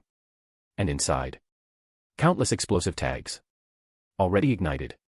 It's a trap. Boom. Boom. Boom. Flames and debris engulfed the air. As the explosion consumed him, Nara-shun's final thought echoed in his mind. I was cautious every step of the way. I even checked for traps before stopping. Where did that hole come from? Image. Chapter ends. Black Heart White Heart. Chapter 204, Chapter 204, Once I make my move, you shall be captured. The deafening roar of explosions continued to echo, persisting for a full 2 minutes before gradually dying down. Apart from a small handful of individuals, the rest of the 3 clans shinobi had been utterly annihilated, leaving not even ashes behind within the deep pit lined with countless explosive tags. Help! Help me! A man, his leg blown off in the blast, struggled desperately to crawl out of the raging inferno. He knew all too well that the enemy would never grant him mercy, yet the searing agony of the flames devouring his flesh left him no choice. Whatever fate awaited him next had to be better than the slow, excruciating death of being burned alive. Splash! Amidst his pained cries, a stream of water suddenly shot out from the side, not particularly forceful, but just enough to extinguish the flames consuming his body. A faint mist rose from his charred flesh as he gasped in pain, struggling to lift his head. His vision blurred from the smoke and unbearable agony, but as he forced his eyes open, he found himself staring into a pair of chilling, scarlet-red pupils. As expected of the Nara clan. A truly masterful diversion. The voice was melodious, yet dripping with cruel mockery, the last thing he would ever hear. A single blade pierced through his heart. With practiced precision, Uchiha Kochu twisted her blade, then casually kicked the corpse aside, sending it tumbling back into the distant flames. Just a short while ago, the secret ninja number 1 had relayed crucial news. Senju had secretly reached out to the 3 great secret ninja art clans, the Nara, Yamanaka, and Akimichi. It was highly likely that this was an invitation for them to join Kanagakur. As for their true intentions behind this move, there was no need for speculation. Even a fool could see it. It was an open bid to prepare for an eventual confrontation with the Uchiha clan. The Sarutobi and Shimura clans could be ignored for now. Neither Kyōsuke nor Kochu had taken them seriously to begin with. However, there was no way they would stand idly by and watch as the Senju strengthened their own forces. Thus, Uchiha Kochu was dispatched.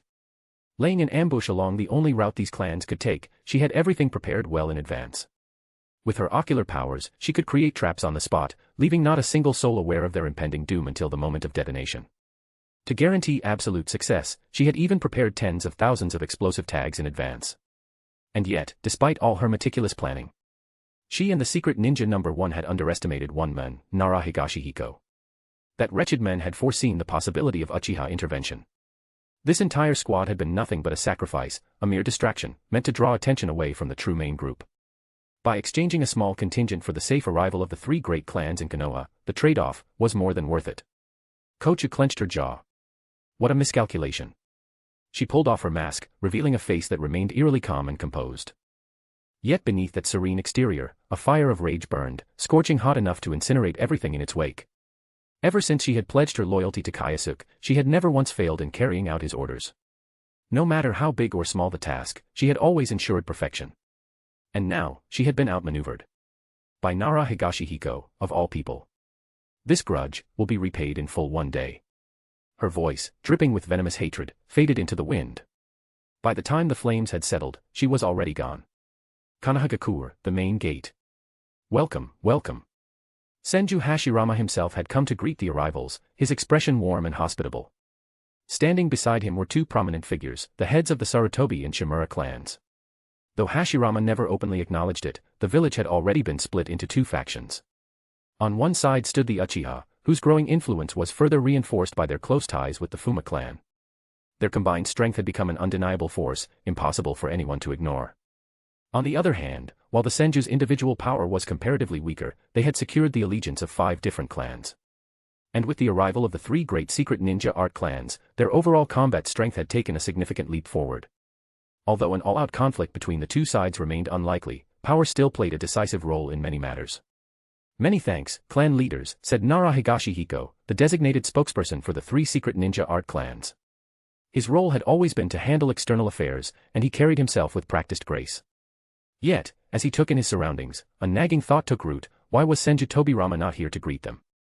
Perhaps noticing his confusion, Hashirama smiled and gestured toward a certain direction. Tobirama went east. Konoha cannot be complete without a certain clan's presence. The east. Nara Higashihiko's pupils contracted sharply. A realization struck him like a bolt of lightning. There was only one clan in the entire land of fire that warranted such personal attention from the Senju leader himself. The very same clan that had once pushed the Senju to the brink of destruction. The Hyuga. Rumors had long swirled that the Hyuga's new head still possessed the legendary Tenseigan, surpassing even Tenjin in power. Many speculated that, aside from the three universally acknowledged strongest figures in the land of fire, the next most formidable warrior was none other than this woman. If I recall correctly, her name is Hyuga Yayoi. Hyuga clan, martial arts arena. In the sparring arena, two figures stood facing each other. Senju Tobirama and Hyuga Yayoi. The man sighed wearily, rubbing his temples. "Lady Hyuga, can we not resolve this through peaceful discussion?" Discussion. Yayoi let out a sharp laugh, her voice laced with derision. "Senju Tobirama, don't take me for a fool. Do you think I don't know exactly what you and your brother are planning? You want the Hyuga to act as your shield? Fine. Defeat me first, then we can talk. You misunderstand." Tobirama exhaled heavily, already feeling a headache forming. Why did this woman have to be so stubborn? Perhaps his decision to avoid marriage had been the right one after all. Konoha's unmarried faction +1. Truth be told, he had come to the Hyuga with genuine sincerity. He had no intention of using them as pawns. In fact, he wished to elevate the Hyuga to stand on equal footing with his brother, to create a counterbalance against the overwhelming power of the Uchiha duo. But no matter how he explained it, she simply refused to believe him. Tobirama felt truly wronged. Since when had his credibility sunk so low? Sure, he had stabbed a few backs, schemed in the shadows, meticulously crafted suppression plans for every major clan, and spent a great deal of time researching forbidden techniques. But apart from all that, what else had he done to deserve such distrust? Had he really done anything that terrible? Had he? Frustration flared in his eyes. "Lady Hyuga, are you certain you wish to settle this through force? Unless you're planning to kneel and bow to me, yes. Very well. Then forgive me for my offense. The fourth strongest in the land of fire. A joke." Senju Tobirama refused to believe in such nonsense. To him, the Tenseigan was nothing special. With his vast arsenal of secret techniques, he was confident he could claim victory. After all, not everyone was Uchiha Kyōsuke, someone who could simply crush him through sheer overwhelming force. "Once I make my move, you shall be captured." Tobirama's hands came together in rapid succession. Chakra surged through his body as he took a deep breath. His cheeks bulged, then he unleashed a torrential wave of water. Water release, great exploding water colliding wave. Towering columns of water rose over 10 meters high, and within moments, a flood surged outward, submerging the surrounding 2 kilometers. The sheer magnitude of the jutsu left the observing Hyuga clansmen stunned. They had always believed Tobirama to be nothing more than a schemer, relying on Edo Tensei and borrowed techniques. But now, faced with the raw, overwhelming force of his chakra, they could only swallow in silent dread. "You still wish to continue?" Standing atop a massive water column, Tobirama nearly folded his arms in imitation of Madara, only stopping himself at the last second. Unlike Madara, he had no Susanoo to protect him. Leaving himself open like that would be foolish. He could only grumble internally. "The wicked Uchiha always likes to posture," he muttered. "Does this fool truly think this is enough to intimidate me?" Yayoi shook her head. If not for Kyōsuke's instructions, she would have taken this opportunity to end Tobirama's life right here and now. Just as she was about to make her move, a shadow suddenly flashed into the arena. Without hesitation, the newcomer lunged forward and delivered a flying kick straight at Tobirama. "If you want to fight Yayoi, you'll have to get through me first." The voice rang out with unwavering resolve. The figure who had just arrived was none other than Sanfeng. Image. Chapter ends. Black Heart White Heart. Chapter 205, Madly in Love, Sanfeng. Back then, after suffering defeat in the arena, Sanfeng took on the duty of protecting Hyuga Yayoi. And just like that, 10 years passed in the blink of an eye.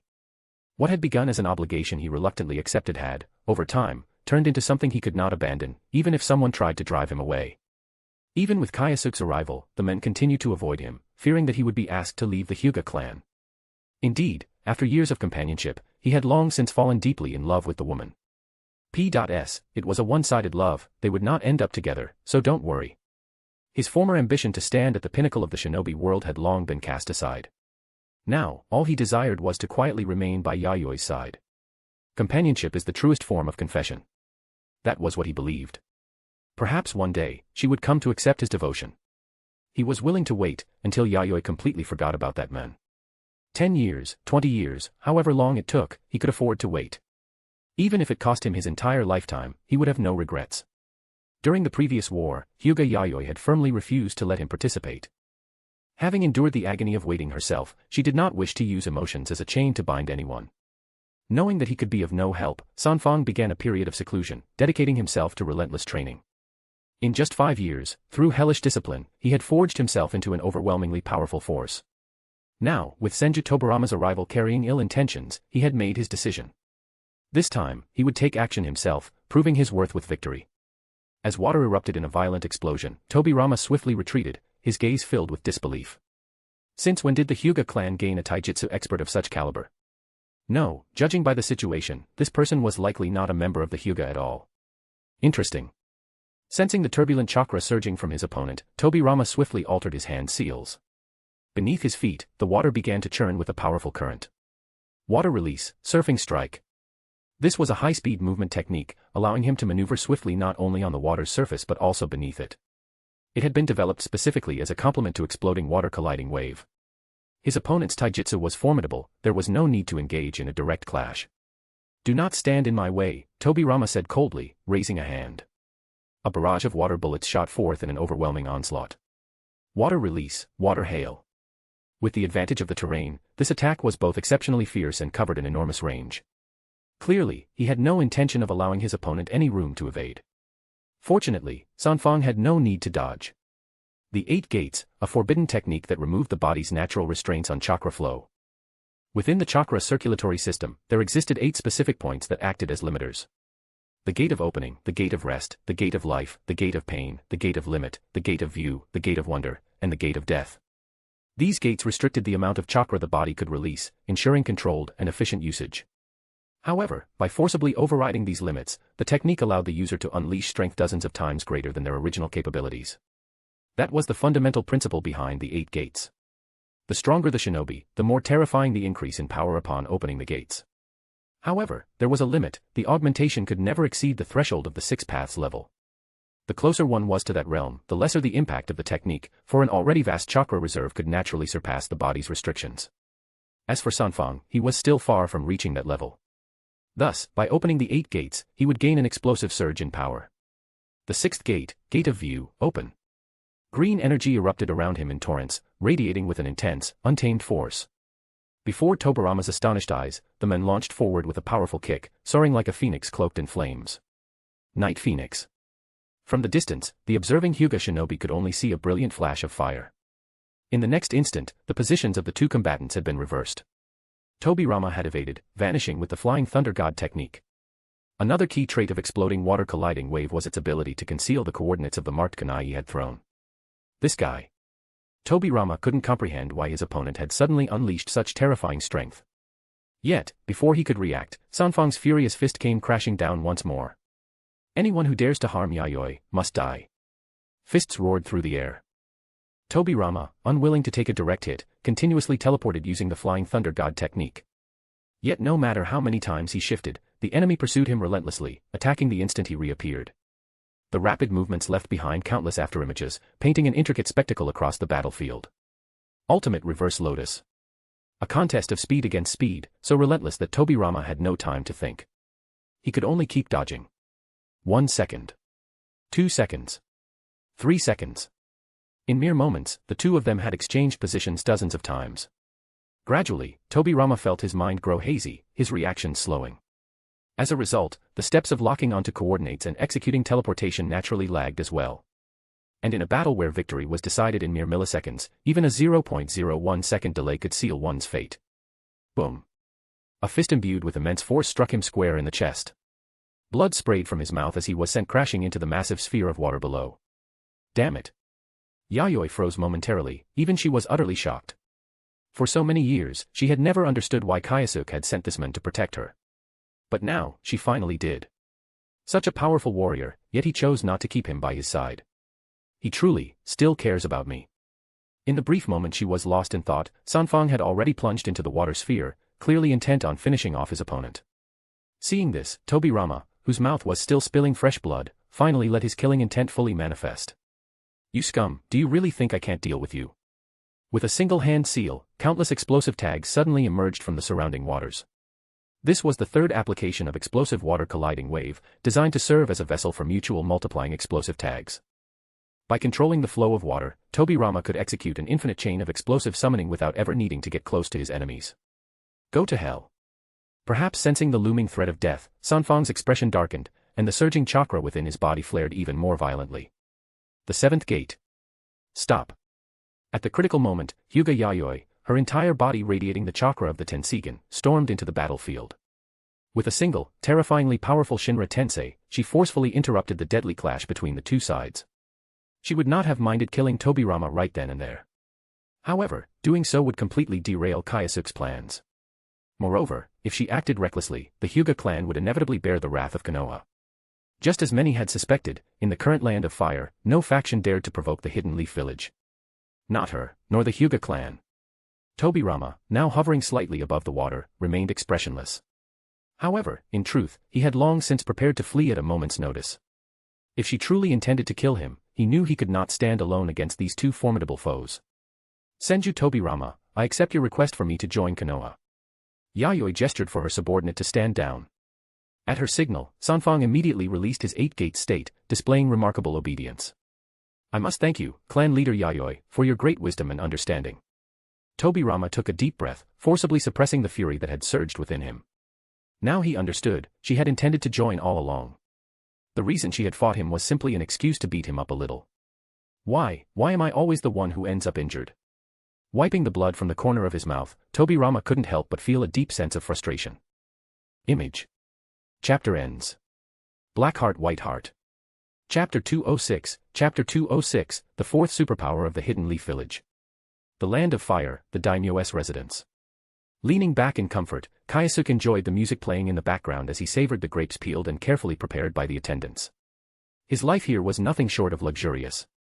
To properly host him, the daimyo had gone to great lengths. Surrounding Kyōsuke were beautiful women, each one a rare beauty. The woman performing the lead dance in the hall had only recently been taken into the daimyo's household as a concubine. There was no helping it, war was raging in the mundane world as well. The Land of Fire was facing enemies on multiple fronts, struggling to hold its ground. Though the nation would not fall, if they lost on the main battlefield, they would be placed in a severely disadvantageous position.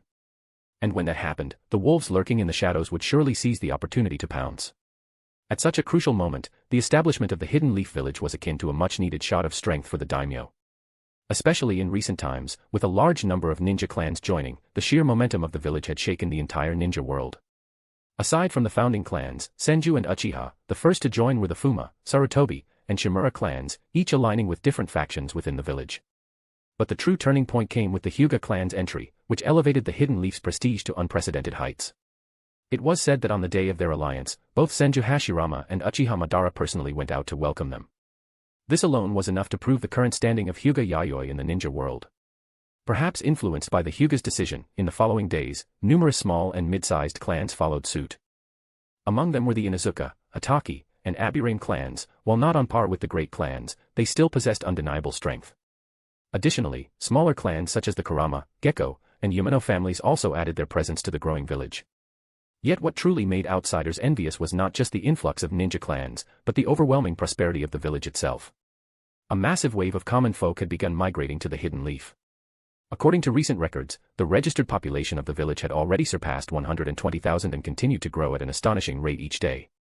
Nearly all villages within a 100-mile radius had been absorbed into its expansion, some with just a few hundred inhabitants, while others numbered in the thousands or even tens of thousands. Many sought to relocate to the Hidden Leaf, drawn by its prosperity, security, and promise of a better future. The village's next phase of development would focus on further expansion, integrating more people, increasing agricultural production, and working towards self-sufficiency. Though Kyōsuke was thousands of miles away, he was well aware of every event unfolding in the village. One matter in particular had his attention: Senju Tobarama's proposal to elevate Hyuga Yayoi to the highest tier of leadership as the fourth pillar of power in the village. With the strength of the Hyuga clan, Yayoi certainly had the prestige necessary for such a position. The only remaining issue was proving her strength. According to Tobarama's plan, his elder brother, Hashirama, would soon engage Yayoi in a friendly match, in which they would coincidentally fight to a draw.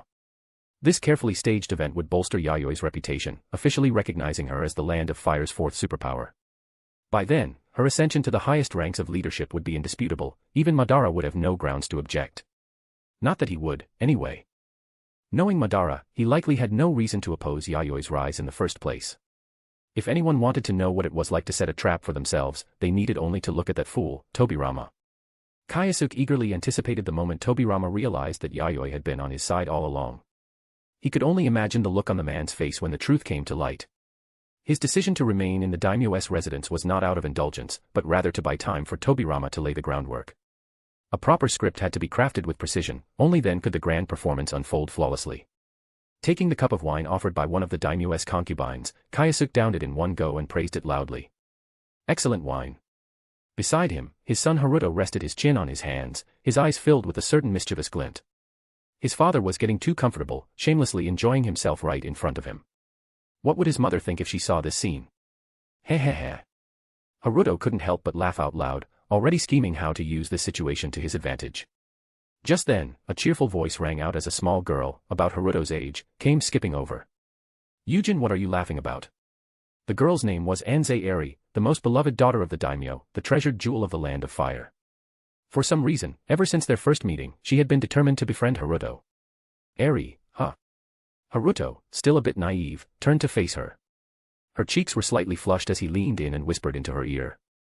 I'm about to squeeze some money out of my old man. Do you want anything? If I get enough, I'll buy it for you. Really? Eri's small face turned even redder, her eyes lighting up with excitement. Of course. We're friends, aren't we?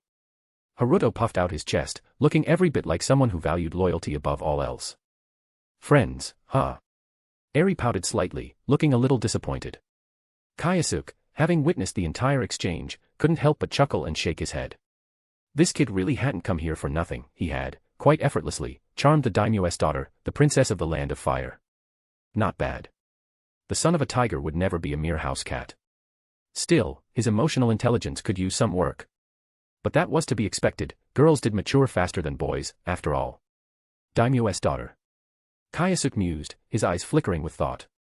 At that moment, Haruto suddenly came running over, hands on his hips, speaking with righteous indignation. Hey, Dad. What are you doing? If Mom finds out, she's going to be heartbroken. Saying this, he rubbed his fingers together in a suggestive motion, a sly grin spreading across his face. But, if you know what's good for you, maybe I won't tell her. Oh. Kyōsuke remained completely unmoved, acting as though he hadn't heard his son's attempted blackmail. Seeing this, Haruto was dumbfounded. This wasn't how things were supposed to go. Aren't you afraid of Mom getting mad? He exclaimed, shocked. Could it be that this old man wanted to abandon his wife and children? Kyōsuke rolled his eyes and chuckled. Don't be ridiculous. Your mother is the princess of the Land of Whirlpools. She's witnessed scenes like this dozens of times before. She understands that these formalities are just part of diplomatic visits. He paused, then smirked. On the other hand, if she finds out that you, at such a young age, are trying to woo the daimyo's daughter, well, let's just say you won't be able to sit comfortably for a while. Rest assured, I'll personally make sure you don't get a chance to resist. This. Haruto was utterly stunned. How had things escalated so quickly? Fearing his mother's wrath, he spent the next several days diligently training, not daring to slack off. Fire release, Phoenix Sage fire technique. Large fireballs, each the size of a wash basin, streaked through the air. Having nothing better to do, Haruto had started challenging the ninja recruited by the daimyo's estate. Initially, the daimyo harbored some concerns, reluctant to let his retainers risk harming the son of the God of Shinobi. However, as the duel unfolded, the young boy surprisingly dominated the exchange of ninjutsu, suppressing the daimyo's hired ninja with ease. Their technique was solid, but it was no match for Haruto's overwhelming chakra reserves. To Kyōsuke, the boy's chakra might not yet be refined to a high standard, but compared to many rogue ninja who had trained bitterly for a decade, his raw power was already formidable. Truly remarkable, Kyōsuke Dano's son possesses such extraordinary talent at such a young age. Watching his daughter hopping excitedly on the sidelines, cheering for Naruto with boundless enthusiasm, the daimyo's eyes glimmered with a sudden thought. Kyōsuke Dano, he began smoothly, my daughter Eri and your son are of similar age. Why not let them study together? Image. Chapter ends. Black Heart White Heart. Chapter 207, Kyōsuke takes a disciple. Inside the Grand Hall, Kyōsuke sat side by side with the daimyo, their seats placed on equal footing. The young princess, Anze Eri, respectfully offered him a cup of tea with both hands. Sensei Kyōsuke, please have some tea. Kyōsuke smiled as he accepted the cup, then tilted his head back and drank it all in one go. With this simple gesture, he formally accepted the young princess as his disciple. To solidify their relationship, the daimyo himself had suggested that his daughter take Kyōsuke as her teacher. Seeing no reason to refuse, Kyōsuke agreed. Such an alliance brought benefits to both sides, and beyond that, Kyōsuke had long considered training and leading a new generation of shinobi. It was not just him, Tobirama, Hashirama, and even Madara were all going to serve as instructors for the next generation of genin. By setting this example, they made it clear to the entire village. If even the most powerful among them were willing to take on the responsibility of guiding young shinobi, then no one else had the right to shirk their duty. Anyone who dared refuse would be seen as disrespecting all three of them. His son was already his disciple, and now, adding Anze Eri to his tutelage was no trouble at all. As a princess, she would never have to set foot on the battlefield. His only duty was to grant her the ability to protect herself. However, Kyōsuke would never allow his disciples to be too weak. At the very least, they could not lose to that little bastard Tobirama. The original timeline's third Hokage, as well as Danzo, were both undeniably gifted. If they did not put in the effort now, there was a real possibility that those two brats could surpass them in the early years. Looking at his son and the princess, both grinning excitedly, Kyōsuke's expression grew stern. Prepare yourselves. From this moment forward, your lives will no longer be as carefree as before. If you have chosen to be my disciples, then you must be ready to meet my expectations. My students will never be allowed to fall behind others. Yes, sensei. The two children responded in unison, then exchanged another bright, eager smile. Kyōsuke smacked his lips. For some reason, he couldn't shake the feeling that he was an unnecessary third wheel in their little world. Meanwhile, the daimyo sat to the side, his face full of satisfaction, clearly pleased with the scene unfolding before him. That night, two of the most influential figures in the Land of Fire sat down for an extended discussion. They spoke of the people's welfare. They discussed military affairs. And they deliberated over the best candidate for the position of the first Hokage. The title of Hokage can belong to no one else but you, Lord Kyōsuke, the daimyo declared with unwavering certainty, making his stance abundantly clear. At those words, Kyōsuke no longer hid his ambitions. With calm confidence, he laid out his vision for the future. In the coming days, the village of Konoha would rely more and more on the daimyo's financial support. And as that dependence deepened, the daimyo's political influence would inevitably grow as well, even reaching the point where he could influence the selection of the Hokage. When that time came, Kyōsuke would need the daimyo's full support. It's a deal, the daimyo agreed without hesitation. He understood his position well. Before the men known as the God of Shinobi, he had no room for bargaining. Kyōsuke was a man of terrifying means, someone known for his ruthless and cunning ways. On the surface, they appeared to be enjoying a pleasant evening, almost as if they were family. But if the daimyo were foolish enough to shift his support to the senju, he had no doubt that he would soon meet with an unexpected accident. And when that happened, his daughter would inherit his title, and she, in turn, would remain utterly loyal to her teacher, Kyōsuke. The daimyo was not yet ready to die. Supporting Kyōsuke in his bid for Hokage was the only logical choice. There were some things best left unspoken, but both men understood them clearly. Satisfied with the outcome of their discussion, Kyōsuke returned to his quarters with a smile, only to find a messenger already waiting with new intelligence. In Konoha, an event had been planned to ignite enthusiasm among the village's shinobi. The Senju clan leader had proposed a friendly spar against the Hyuga clan leader. News of the match spread like wildfire, setting the entire village abuzz with excitement. Nearly everyone wanted to witness it firsthand, and Tobirama himself oversaw the construction of a massive arena. The very same one that would later become the venue for the Chunin exams. When the day arrived, the spectators gathered in overwhelming numbers. Under the watchful eyes of countless onlookers, Hashirama and Yayoi engaged in a performance battle. In the end, Yayoi lost by only half a step, but from an outside perspective, she showed no signs of weakness. No one had expected that Hyuga Yayoi's strength had already risen to a level comparable to the famed wood release. A few sharp-eyed observers understood that Hashirama had deliberately held back, sacrificing a bit of his own reputation to elevate the standing of the Hyuga clan leader. Of course, Yayoi's strength was undeniable. Once she activated the Tenseigan chakra mode, she instantly reached a level of power comparable to that of a super Kage-tier shinobi. Many began speculating that her current strength might even surpass that of the legendary Hyuga Tenjin. Only she knew whether that speculation held any truth. With the exhibition match proving successful, a second high-level meeting was convened that very afternoon. At that gathering, Hyuga Yayoi was officially granted the title of Konoha Elder, making her the fourth elder alongside Kyōsuke, Madara, and Hashirama. Her authority and prestige skyrocketed overnight, elevating her to a level where even clan leaders had to look up to her. Given her immense strength and the power of the Hyuga clan, her appointment was not surprising. What puzzled many, however, was that despite her clear alliance with the Senju, the Uchiha had made no moves to counter it. Madara was not one to tolerate others stepping on his head. It was unthinkable that he would simply let this happen without resistance. Clearly, some form of exchange had taken place behind the scenes. And indeed, for Yayoi to ascend to her new position, the Senju had been forced to pay a significant price. They had made several concessions, even going so far as to promise never to interfere in matters related to the Ninja Academy. With this agreement, the academy would effectively become the Uchiha clan's domain. Most graduates from future generations would inevitably develop a natural affinity for the Uchiha. The Senju knew the dangers of this arrangement. But to secure a loyal ally in the highest ranks, they had no choice but to accept the risks. When the time was right, they would find a way to extend their influence over the academy. Promises. Only children put their faith in such things. Adults dealt in power and advantage. Things are becoming more and more interesting, Kyōsuke murmured as he tossed the letter into the flames, watching it turn to ash. Pass down the order, we depart for the village tomorrow. Yes, sir. The next morning, the Uchiha left behind their newly established 12 guardian ninja in the capital, then set off in full force.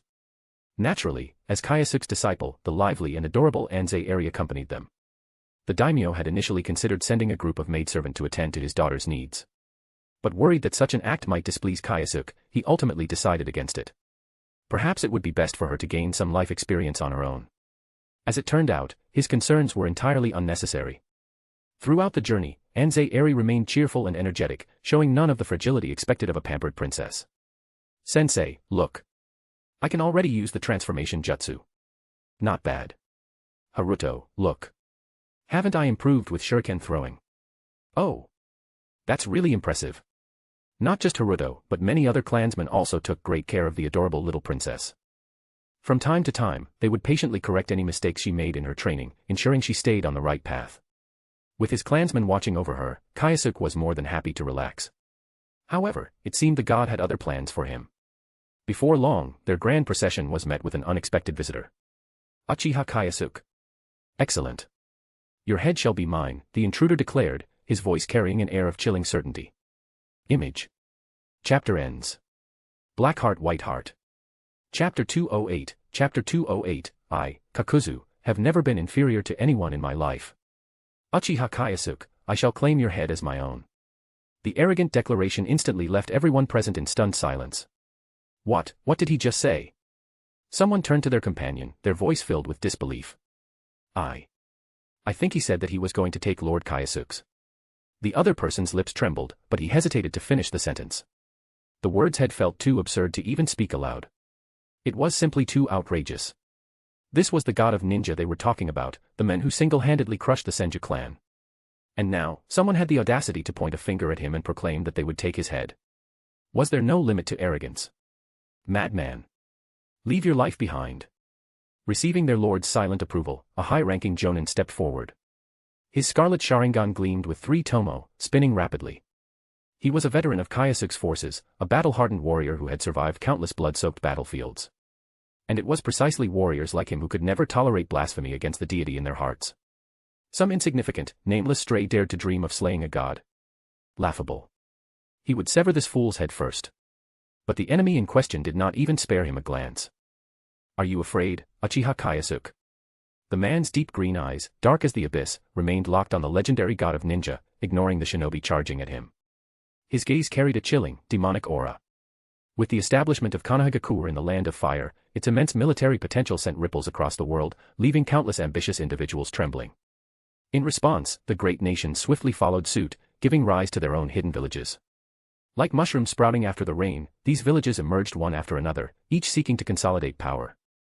Among them was the village from which this man hailed, Takigakure, the village hidden in the waterfall. Not long after its founding, he had received a mission. A suicide mission, to be precise. He was ordered to assassinate the leader of the Senju clan, alone. In reality, Takigakure had already descended into internal power struggles. His so-called mission was nothing more than a thinly veiled death sentence. But he was no fool. He barely exchanged a few symbolic blows with Senju Hashirama, hurling a handful of shuriken before making a swift retreat. He thought he would be reprimanded at worst. Instead, the moment he set foot back in Takigakure, he was seized and thrown into prison. The charge? Treason against the village. The punishment? Public execution. It was only then that he realized the cruel truth. Consumed by fury, he staged a daring escape, seizing Takigakure's most prized secret treasure in the process. And with that treasure, he slaughtered every last one of Takigakure's high-ranking officials, tearing out their hearts. That treasure was an exceedingly rare and terrifying ability, a forbidden technique known as Earth Grudge Fear, Jiangu. Yes. This man was none other than Takigakure's rogue ninja, the infamous North Star of the Akatsuki, Kakuzu. With Earth Grudge Fear, he could manipulate black tendrils extending from his body, allowing him to rip out the hearts of others and integrate them into himself. By continuously replacing his own heart, he had effectively gained the ability to prolong his life indefinitely. He was feared as a man who could live as long as the sky and the land themselves. The moment Kyōsuke saw those black threads, that dark green gaze, and the masked face, he immediately recognized who he was dealing with. He simply hadn't expected that Kakuzu would target him. As the battle between Kakuzu and the Jonin erupted, Kyōsuke observed briefly, gauging the disparity in their strengths. Satisfied, he relaxed slightly and then, out of curiosity, asked. I'm allowed to ask, right? Why exactly do you want my head? Kakuzu's sharp green eyes flickered slightly. Damn it. This bastard was strong. Far too strong. Even against a mere subordinate, he had to be extremely cautious. Yet despite the pressure he felt, Kakuzu maintained his outward composure, his voice steady and cold. I seek to reclaim my name, he declared. I, Kakuzu, have never been inferior to anyone in my life. That one time. I was forced to accept a half-defeat to Senju Hashirama. His expression darkened, his voice thick with resentment. But I cannot find him. So instead, I shall use you as my stepping stone. If I defeat you, my name will resound through the generations. No one will ever again dare claim that I am weaker than Senju Hashirama. As he spoke, a fierce, chilling flash of steel suddenly appeared before him. Before he could react, his left arm was severed, sliced cleanly from his body. Seeing this, the veteran soldier let out a disdainful chuckle. So this was all he had. And he had dared to proclaim he would challenge their lord. Ridiculous. Just as he was about to swing his blade down for the finishing blow, something completely unexpected happened. The severed arm, an inert, lifeless thing just moments ago, suddenly sprang to life. Like a serpent striking from the shadows, it lunged from behind, fingers locking tightly around the veteran's throat in a vice grip. Gah! A strangled shriek of horror rang out. From the sidelines, a young girl let out a panicked cry. It was the princess. Her small hands clutched nervously at the hem of her garment. Sensei! Save him! She was terrified, her wide eyes brimming with tears. That uncle had once guided her in training. She had always been grateful for his teachings. Seeing him in mortal danger, struggling for breath, filled her with dread, she couldn't bear to watch him suffer. But Kyōsuke remained utterly unmoved. Not the slightest sign of intervention crossed his face. Seeing this, the princess grew even more anxious. She stomped her little feet in frustration, her lips trembling as if she were about to burst into tears. Relax. A voice sounded beside her. It was Haruto, who waved a hand casually, his expression one of complete confidence. That uncle is really strong. That monster doesn't stand a chance. Really. Hearing her friend's reassurance, Eri finally let out a long breath, her panic subsiding somewhat. Noticing that everyone's attention was focused on the battle, her bright eyes flickered with thought. Then, as if nothing had happened, she put on an innocent, frightened look again and quickly squeezed her way beside Haruto, clutching onto his sleeve. Meanwhile, on the battlefield, Kakuzu instinctively assumed the stance of a victor. But to his surprise, his opponent still wore that same familiar, mocking grin. Is that all? Before he could even respond, a violent surge of electricity exploded from the veteran shinobi's body. The crackling current didn't just obliterate his severed arm, it condensed into a razor-sharp blade of lightning, piercing straight through his heart in a single, merciless strike. Chidori Current and Chidori Sharp Spear. By now, nearly all the seasoned warriors in Kyōsuke's legion had mastered these two devastating lightning techniques. According to Maya, some among them had even reached the point where they could unleash Kirin. Lately, Kyōsuke had been considering selecting the most suitable candidates, those who had reached the level of Jonin and were over 20 years old, to undergo the initial implantation of sage body cells. The enhancement of chakra and physical endurance was only the most basic benefit. More importantly, according to Yayui's tireless research, the cells of the sage body were found to significantly lower the difficulty of awakening the Mangekyo Sharingan. If, under normal circumstances, the emotional stimulus required to awaken the Mangekyo was at a value of 10, then after the implantation, that difficulty would plummet to around 6. And as the body gradually adapted over time, this threshold would continue to decline further. It was impossible to guarantee a perfect success rate, but one thing was certain: the Uchiha would soon witness a new wave of Mangekyo users emerging within their ranks. This was precisely why Kyōsuke had been investing so much effort into advancing scientific research. No matter the world, technology was the foundation of true power. While it might not create invincible shinobis overnight, it could greatly enhance the overall strength of the shinobi world. One day, when their technological advancements reached even greater heights, perhaps the entire Uchiha clan could undergo full-scale sage body cell augmentation. At that time, the awakening of the Sharingan would become an ordinary occurrence. The Mangekyo Sharingan would no longer be some distant, unattainable power. And for the truly exceptional few, they might even surpass all expectations. The eternal Mangekyo, perhaps even the Rinnegan. If such a day ever came, there would no longer be any need to passively await the arrival of the Otsutsuki. The shinobi world would have the power to launch a counterattack, to lead an army straight to the enemy's doorstep and erase their very existence. Boom. As these thoughts raced through his mind, the battle on the field suddenly shifted once more. The veteran shinobi, having driven his lightning blade straight through his enemy's heart, momentarily let his guard down. It was just a fleeting moment of carelessness. But for someone like Kakuzu, that was all the opportunity he needed. With a swift, brutal motion, he delivered a thunderous kick, sending the warrior flying backward. Lightning release, false darkness. The lightning mask of the Earth Grudge Fear technique appeared, its mouth opening wide. A deadly, sharpened spear of lightning shot forth, cutting through the air at terrifying speed, aiming straight for the airborne ninja. There was no room for evasion. No time to react. At that moment, a sigh echoed across the battlefield. Then, in the blink of an eye, Kyōsuke appeared. Effortlessly, he placed himself directly in the path of the incoming lightning spear. He gazed at Kakuzu, his expression unreadable, before speaking in an almost indifferent tone. "Since you're so persistent, I suppose I'll entertain you for a while." Image. Chapter ends. Black Heart White Heart.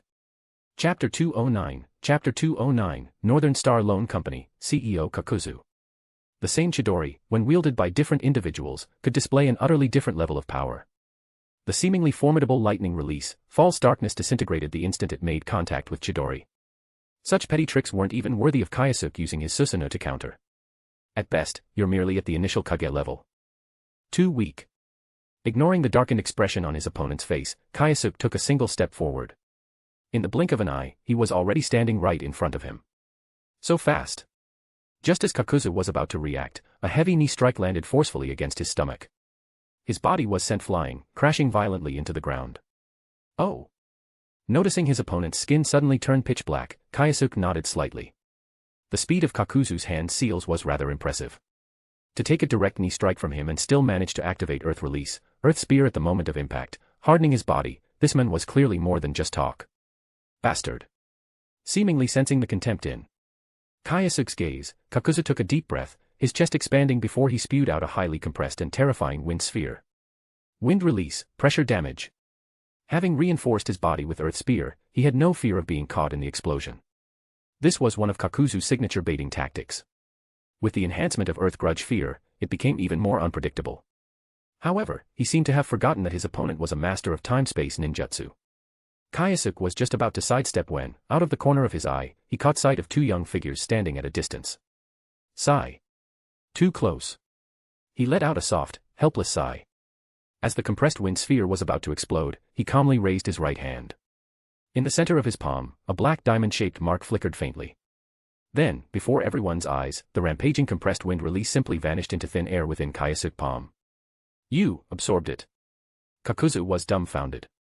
If the man had blocked or dodged the attack, he could have accepted it. After all, this was the God of Shinobi, there was no way one mere wind release would be enough to take him down. But absorbing ninjutsu.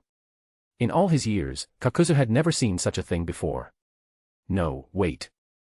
There were rumors of a certain Kekkei Genkai that could absorb ninjutsu. But an Uchiha performing such a feat. That was unheard of. Shall we continue? Kyōsuke asked casually, though his fist had already struck Kakuzu's chest before he could even answer.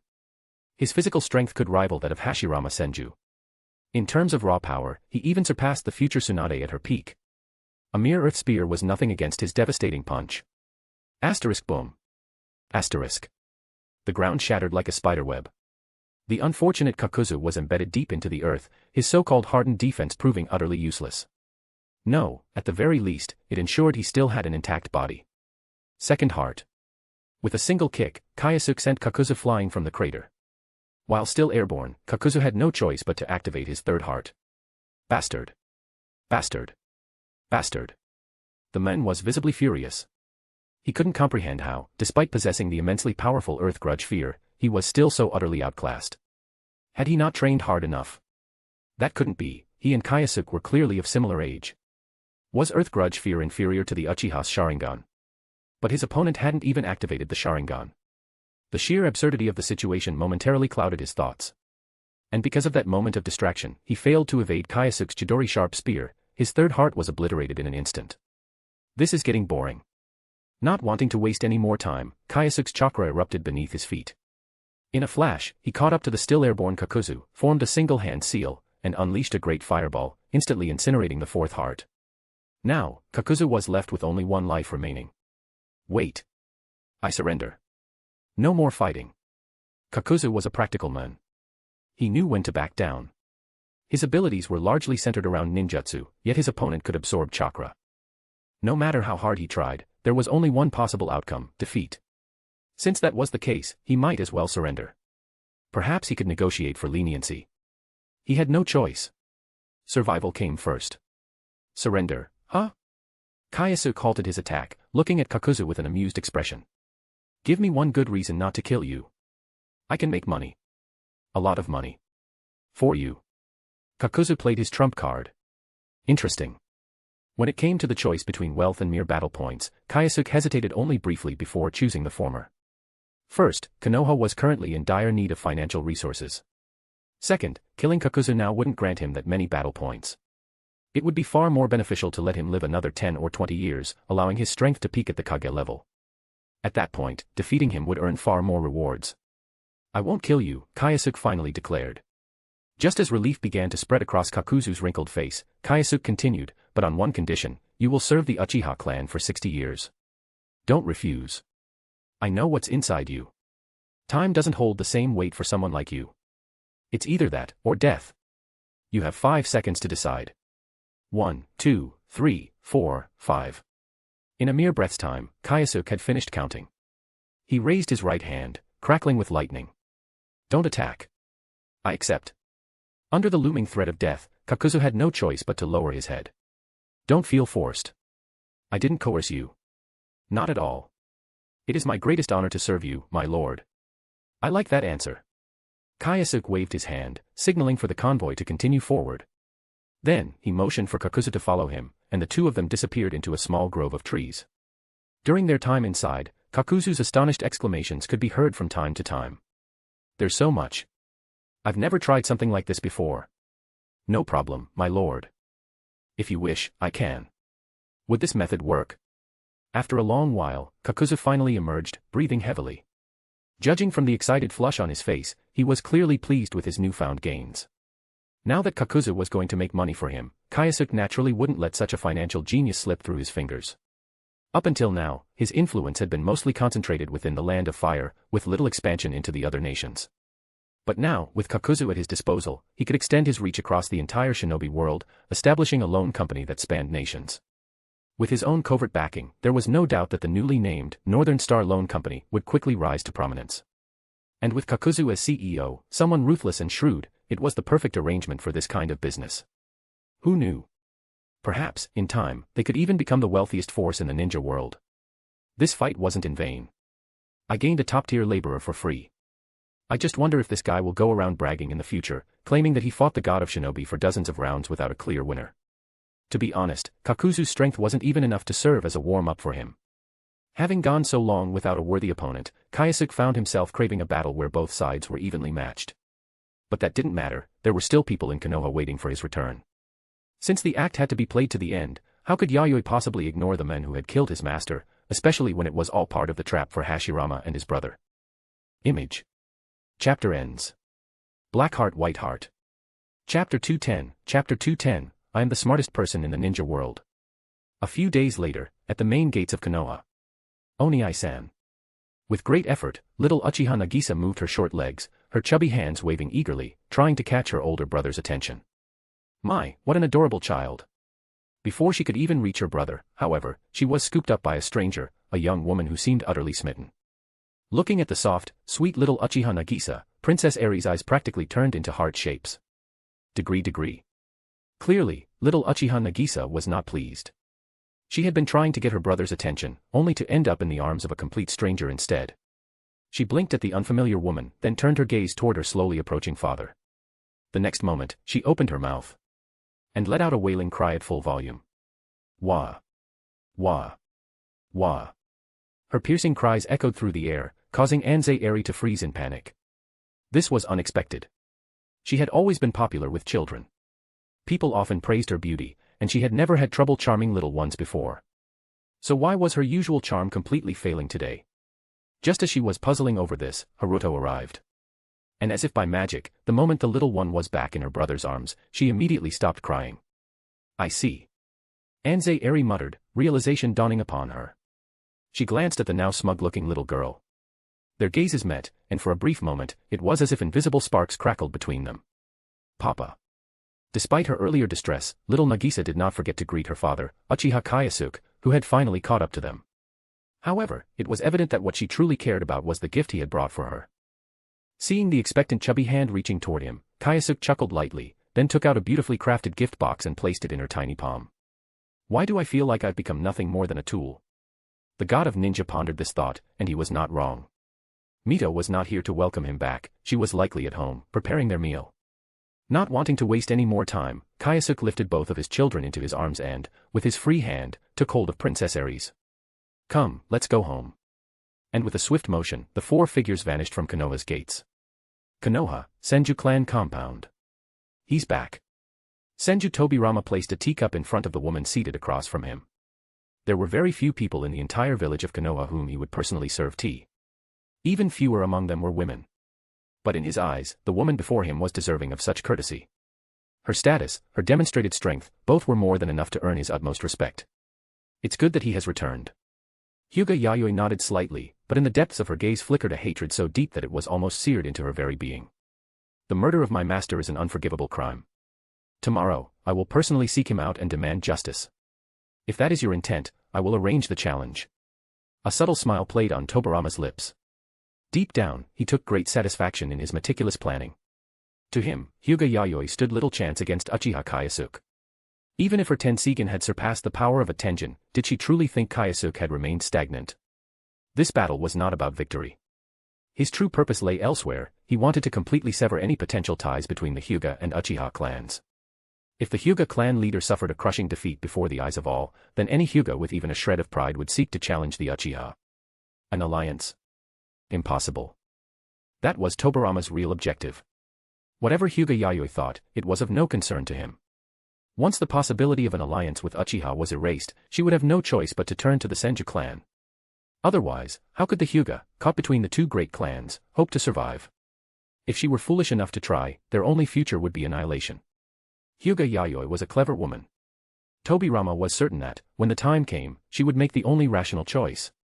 This is what one calls an open conspiracy, one without a solution. Senju Tobirama took a deep breath, feeling an immense satisfaction from the brilliance of his own strategy. So what if Uchiha Kyōsuke was powerful? In the end, he would still have to drink from the cup Tobirama offered. I, Senju Tobirama, am the greatest strategist in the ninja world. After finalizing the arrangements for the public challenge, Hyuga Yayoi took her leave. Once she was gone, a shadow appeared in the room. You've come. I shouldn't have come. And yet, you're here. It was you who called for me. No, it was your heart that led you to me. Placing his teacup down, Tobirama turned to face the men whose very presence exuded an ominous and oppressive aura, Sanfang. In tomorrow's battle, the Hyuga clan leader has only a 30% chance of victory. If she loses, the reputation she has built up over the years will be utterly shattered. At these words, Sanfang's lips twitched slightly, as if he were about to express some emotion. But his reaction was fleeting, and Tobirama failed to notice anything amiss. Is that all you have to say? Sanfang asked. Help me crush the Uchiha. Tobirama's voice was steady and solemn as he made a promise. In return, the Senju clan will do everything in its power to raise your status, ensuring that you become someone truly worthy of Hyuga Yayoi. I only wish to watch over her. Nothing more. Ha. The most foolish thing in the world is lying to oneself. Twirling the teacup in his fingers, Tobirama spoke with quiet amusement. Hyuga Yayoi is beautiful, powerful, and commands great respect. Countless men must covet her. Speaking of which, Uchiha Madara is not young anymore, is he? I wonder what kind of woman would be worthy of him. At those words, Sanfang's expression finally shifted. Of course, no one knew better than he did, Hyuga Yayoi was already on Uchiha Kyōsuke's side. Seeing Tobirama act as though he had everything under control, Sanfang almost couldn't stop himself from laughing. He was eager to see the look on Tobirama's face when he finally learned the truth. Still, there was some truth in the Senju's words. With his current status, he was unworthy of Hyuga Yayoi. If he wished to achieve his greatest desire, perhaps borrowing the power of the Senju clan was not a bad idea. Besides, when the time came for Yayoi to reveal her true allegiance, he could simply discard the Senju.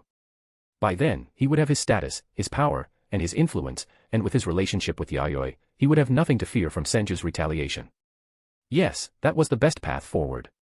Sanfang's eyes sharpened, and his presence grew even more menacing. It's decided, then. His voice was firm. What do you need me to do?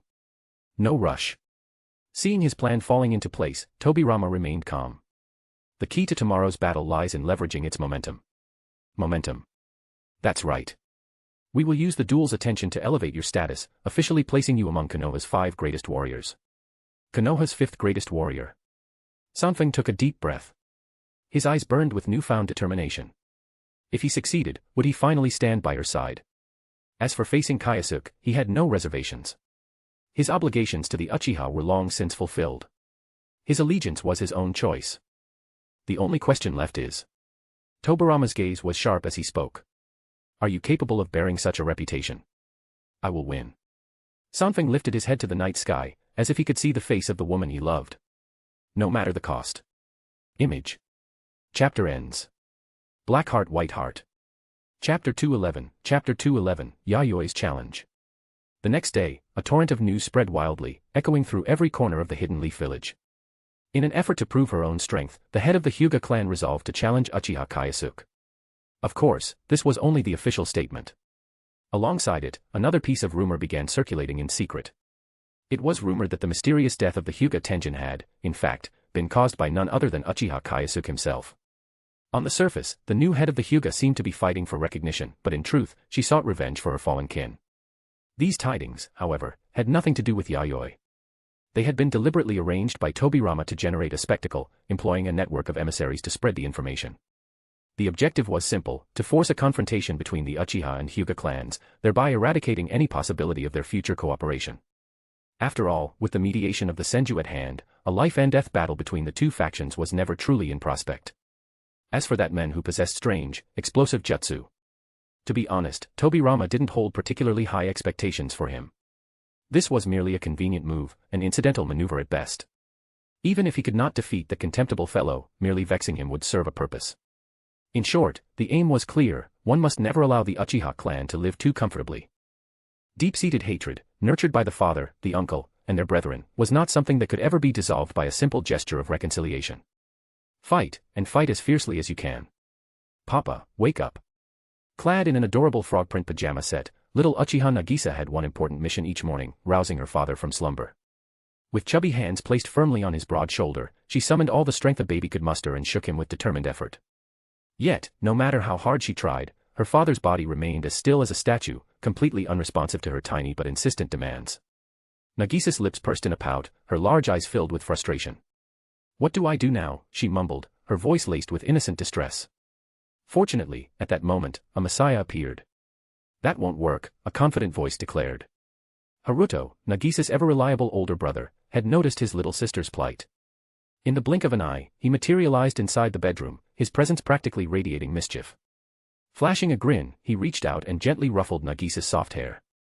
Then, without hesitation, he crouched slightly, tensed his legs, and launched himself into the air, descending straight toward their unsuspecting father like a meteor poised for impact. This is how you wake him up. Bam. Crash.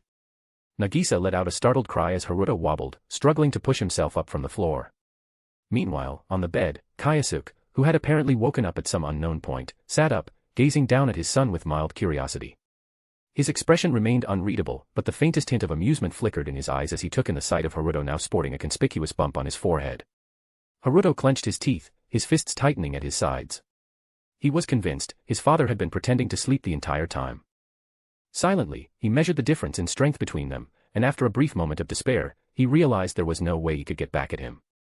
Should I report this to mother? He wondered grimly. No. Considering the rather aggressive wake-up method he'd just attempted, if mom found out, things could turn really bad for him. With an indignant huff, he turned to Nagisa. Nagisa, let's go. His voice was firm as he grasped his sister's small hand, already preparing to leave and wash up. One day, he vowed, he would surpass that infuriating father of his. Behind him, Kyōsuke rose from the bed, a smirk playing on his lips as he savored the sight of his son's stubborn defiance. From the very moment little Cotton Pajama, as they affectionately called her, had entered the room, Kyōsuke had already woken up. Initially, he had planned to tease her for a bit, but then his troublemaker son had barged in and completely ruined the moment. Wasn't this outright defiance against his old man? Thus, an in-dream self-defense counterattack had naturally taken place. It seems I have mastered the fine art of fighting in my sleep, Kyōsuke mused, feeling as though he had glimpsed a sliver of the essence behind Mr. Takeda's legendary style.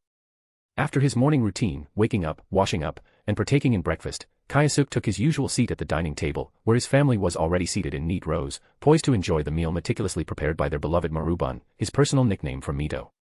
Truth be told, Mito rarely cooked. As the princess of an entire nation, she had no qualms about enlisting the services of two nationally renowned chefs. However, ever since yesterday, a new guest had joined their household. Seizing the opportunity to showcase her culinary skills, Mito had personally taken charge of breakfast preparation. This guest, of course, was none other than Princess Anze Eri, who had recently taken up residence in the Kyōsuke household. Since she was now officially his disciple, he couldn't very well leave the little princess to live alone. In the grand scheme of things, the situation posed no real risk. But for a 5-year-old child, being left on her own would have been far too cruel. Naruto and Sasuke had no choice when they were younger, that was a different matter altogether. The family's dwelling was nothing short of vast, boasting 2 dedicated training fields, expansive mountains, flowing streams, and cherry blossoms that filled the sky in spring. The residence was so spacious that not only could their immediate family of 5 live comfortably, but many more could be accommodated without the slightest strain. "Good morning, Sensei," Eri greeted with a bright, sincere smile. Her voice, gentle yet earnest, carried the grace of a well-mannered child. She was more than pleased with her father's arrangements.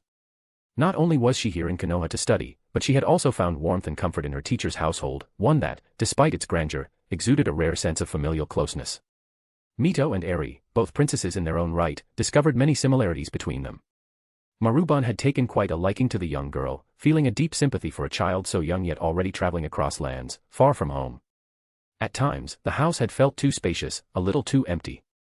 Mito welcomed the presence of an extra little member, glad for the lively energy Eri brought. "If you'd like, I could personally guide you in your sealing techniques," Mito offered as a promise. With time to spare, Marubun decided this was the perfect opportunity to personally instruct the newest addition to their household. After all, as members of the same family, there was no need for rigid distinctions, a disciple was to be cherished as one of their own. "Let us dine," Kyōsuke announced as he took his seat, signaling the start of a spirited contest with the delicious fare before them. During the meal, Mito, who was feeding her daughter, casually asked, "So, what do you think? Will you accept the challenge?" While Kyōsuke had been getting ready earlier, one of his subordinates had reported the rumor spreading through the village. From the very first time she had heard about Yayoi during their journey to the moon, Mito had known that her husband was setting a trap. That was why, from the very beginning, she had never been the least bit concerned about this so-called challenge. It was nothing more than a play, an unspoken performance between both sides. To elevate the Hyuga's status, the Senju had continuously made compromises, yielding benefits not only to them but to the other clans as well. All of it was for one purpose, to push Yayoi into a position of absolute power, so she could serve as a counterbalance to the 2 monstrous Uchiha gods. Never had they considered the possibility of failure. And because of that, they had failed to realize a simple truth: despite their nominal influence, their actual political power within Konoha had already waned far more than they cared to admit. Wars were not fought solely with swords and jutsu. Sometimes, battles waged in silence, without a single drop of blood, were far more terrifying, far more ruthless. "Ah, you mean the Hyuga's challenge?" Kyōsuke smiled faintly, his tone casual. "Perfect. I've been wanting to see just how far her Tenseigan has evolved. There was no excitement in his voice. No anticipation. Just an overwhelming, almost dismissive confidence. As though, in his eyes, the fourth greatest powerhouse of Konoha was no different from his good-for-nothing son. This guy. Haruto clenched his spoon, a flicker of burning ambition flashing in his eyes. This was his father, the strongest shinobi of the era. The men he must surpass. Eri, do you want to go watch? He asked suddenly. Of course. The little princess's eyes sparkled with anticipation. The last time she had seen her teacher fight, he had been toying with his opponents. But this time, she would witness the true power of the strongest ninja in the world. I want to go too. Nagisa raised her spoon high, expressing her strong desire to go with her brother. Hearing this, Mito chuckled softly, reaching out to wipe a stray grain of rice from her daughter's cheek. All right, she said warmly. Then let's all go together and cheer for him. Dad, don't you dare lose. Ha ha ha. If she wants to beat me, she'll need at least another 30 years of training. Image. Chapter ends. Black Heart White Heart. Chapter 212, a full play, are you all satisfied? Konoha Forest. For the sake of future considerations, Kyōsuke had deliberately reserved a vast expanse of natural land when dividing the village's territory.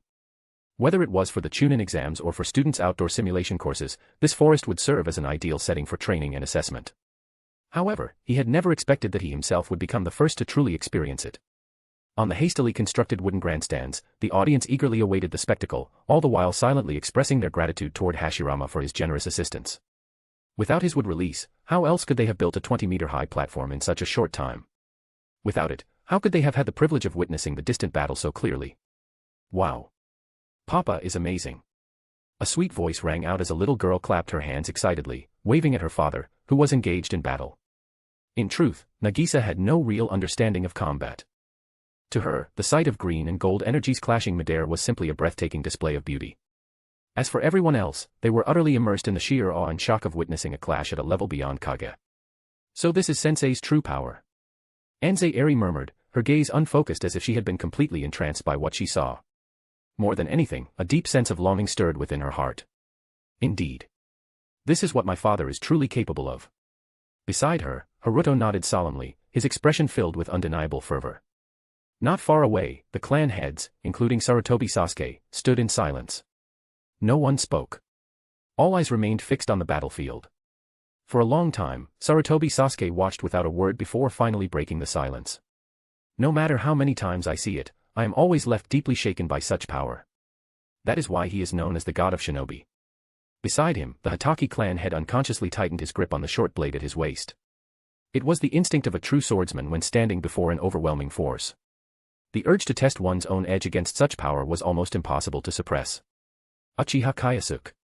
In another part of the grandstands, Nara Higashihiko's gaze darkened, his mind replaying old memories of the past. Never in his wildest dreams would he have thought that the once young boy, who had merely shown some promise in the creation of ninjutsu, would one day grow into a man so powerful that he had to look up to him. Had he known this would happen, he would have done whatever it took to eliminate him back then. Now, however, Kyōsuke had already taken shape, his strength standing at the very peak of the shinobi world. They should be grateful that he had not yet turned his attention to them, let alone seek revenge. As for the thought of vengeance, Nara Higashihiko was far too shrewd to entertain such foolishness. It was clear as day that the Senju merely wished to use their three clans as tools, a spear to strike with, while they stood safely behind the scenes. There was no harm in raising flags and shouting slogans. But if it came to a real confrontation, he had no interest in throwing himself into the fire for their sake. His gaze subtly shifted, meeting the eyes of several other clan heads nearby. There was an unspoken understanding between them. Some things did not need to be said aloud. Meanwhile, on the battlefield, Kyōsuke and Yayoi were locked in a ferocious battle. One had activated the Tenseigan chakra mode, while the other had summoned a dark gold Susanoo. At first glance, the confrontation appeared to be nothing short of earth-shattering. Even Hashirama, despite his keen insight, couldn't discern the intricacies of their exchange. All he could see were terrifyingly powerful jutsu erupting one after another, shaking the very foundation of the land. Your strength has improved considerably. Kyōsuke nodded approvingly, but a trace of disappointment flickered in his eyes. At this moment, Hyuga Yayoi had not yet reached the level of Hyuga Tenjin from the moon. Perhaps when she spoke of surpassing Tenjin, she had only referred to the Tenjin who once fought Hashirama. What she did not realize was that, with the aid of unknown forces, Tenjin had long since neared the power of Otsutsuki Tonari. The proof? she was still incapable of manifesting the truth-seeking orbs created by Tenseigan chakra. What a shame. Kyōsuke sighed deeply, as if mourning some profound regret. The golden radiance of Susanoo flared even brighter, its third-stage form manifesting in full, exuding an overwhelming aura of might. In one hand, it wielded the Yata mirror, an impenetrable defense that could neutralize any attack. In the other, the Kusanagi blade, a weapon of absolute sharpness, poised to cut through anything in its path. At this moment, Kyōsuke had elevated his combat strength to the realm of a mid-tier superkage. This was the terrifying enhancement bestowed upon him by his newly acquired advanced sage body. Even without unleashing his full power, just this third-stage Susanoo alone already held 70% of his previous peak strength, before he had acquired this new transformation. Every swing of the Kusanagi blade tore through the air with devastating force, each strike carrying the power of mountains crumbling and the earth splitting apart. Rocks flew. Trees collapsed. Even with her chakra mode activated, Yayoi could do nothing but frantically evade in midair, struggling to find an opening for a proper counterattack. Retaliate. Against the Yata mirror, her physical strikes were utterly meaningless. With his Sharingan, any attempt to sneak behind him was doomed to fail.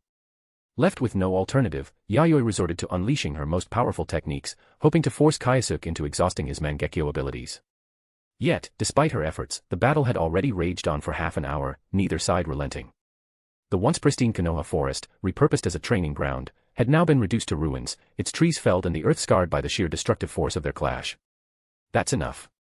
Tobirama shook his head, a trace of resignation in his gaze. He had already known from the start, Yayoi was never going to be Kyōsuke's match. Sharing a glance with his brother, Hashirama immediately leapt into the battlefield, laughing heartily as he intervened. With a convenient excuse to stop, neither Kyōsuke nor Yayoi had any intention of prolonging the battle. Had they gone all out, who knew what unforeseen consequences might have occurred? Thank you for the lesson. Yayoi's tone was indifferent, yet the underlying resentment in her heart was perfectly conveyed. One had to admit, women were born actors. And the more beautiful a woman was, the better she was at deception. Just look at Tobirama, who had followed behind her. Even he was struggling to suppress the amusement on his face. You truly deserve the title of God of Shinobi. No ordinary ninja could ever hope to match you. Then, as if recalling something, Tobirama suddenly added. A while ago, someone came to me, insisting on challenging you no matter what. As it happens, he is here today, why not give him a little guidance? As soon as those words fell, a mysterious figure appeared in the arena. The gathered spectators instinctively fixed their gazes on the newcomer, only to realize they had never seen him before. Who was he? What gave him the audacity to challenge the God of Shinobi? Had it not been for Tobirama's presence, the crowd's expressions would have been far less pleasant. The newcomer was none other than the long-absent Sanfang. Him. To be honest, Kyōsuke had almost forgotten this man existed. In all his past visits to Yayoi, he had never once seen him present. He had assumed the men had simply slipped away in secret. Yet who would have thought that today, he would stand before him, openly issuing a challenge. Glancing at Yayoi, Kyōsuke noted her genuine surprise. It seemed she had no prior knowledge of this challenge. Which meant this was entirely Sanfang's own decision. Or perhaps, he had been pushed into it. At this moment, what truly concerned Kyōsuke was whether Sanfang had revealed anything he shouldn't have. Of course, the cards in Kyōsuke's hands were already enough to claim the position of Hokage whenever he desired.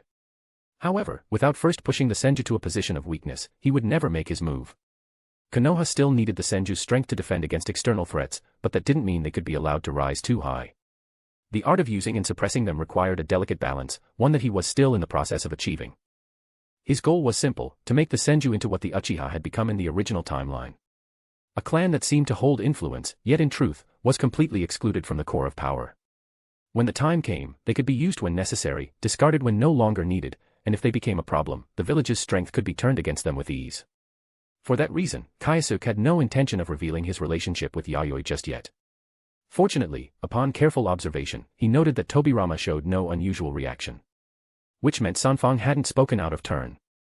That, however, led to another question: why was this man so willing to let himself be used as a pawn? I will defeat you. For Yayoi. Sanfang declared his intentions before everyone, without the slightest hesitation. Image. Chapter ends. Black Heart White Heart. Chapter 213, Chapter 213, Sanfang, burning with jealousy. Faced with the man's sudden confession, Yayoi's expression remained unchanged, her silence neither an acceptance nor a rejection. Seeing this, Sanfang did not press further. Today, his goal was not to make her accept him. Rather, it was to make her understand, he had the power to protect her. Lord Kyōsuke, would you be willing to grant me a match? Sanfeng asked, his tone sharp and aggressive, as if he did not recognize the men before him. Insolence. An Uchiha clansman could no longer hold back. Do you know who you are speaking to? Lord Kyōsuke's status is far beyond your reach. What right do you have to challenge him? As the words fell, the Uchiha clansman turned, his sharp gaze locking onto the other side. His voice carried an unmistakable weight as he demanded, Senju Tobirama, what exactly are you planning by bringing this man here? Swish. In an instant, the Uchiha warriors took a collective step forward, their killing intent surging like a tidal wave, pressing toward the Senju brothers at the front without the slightest restraint.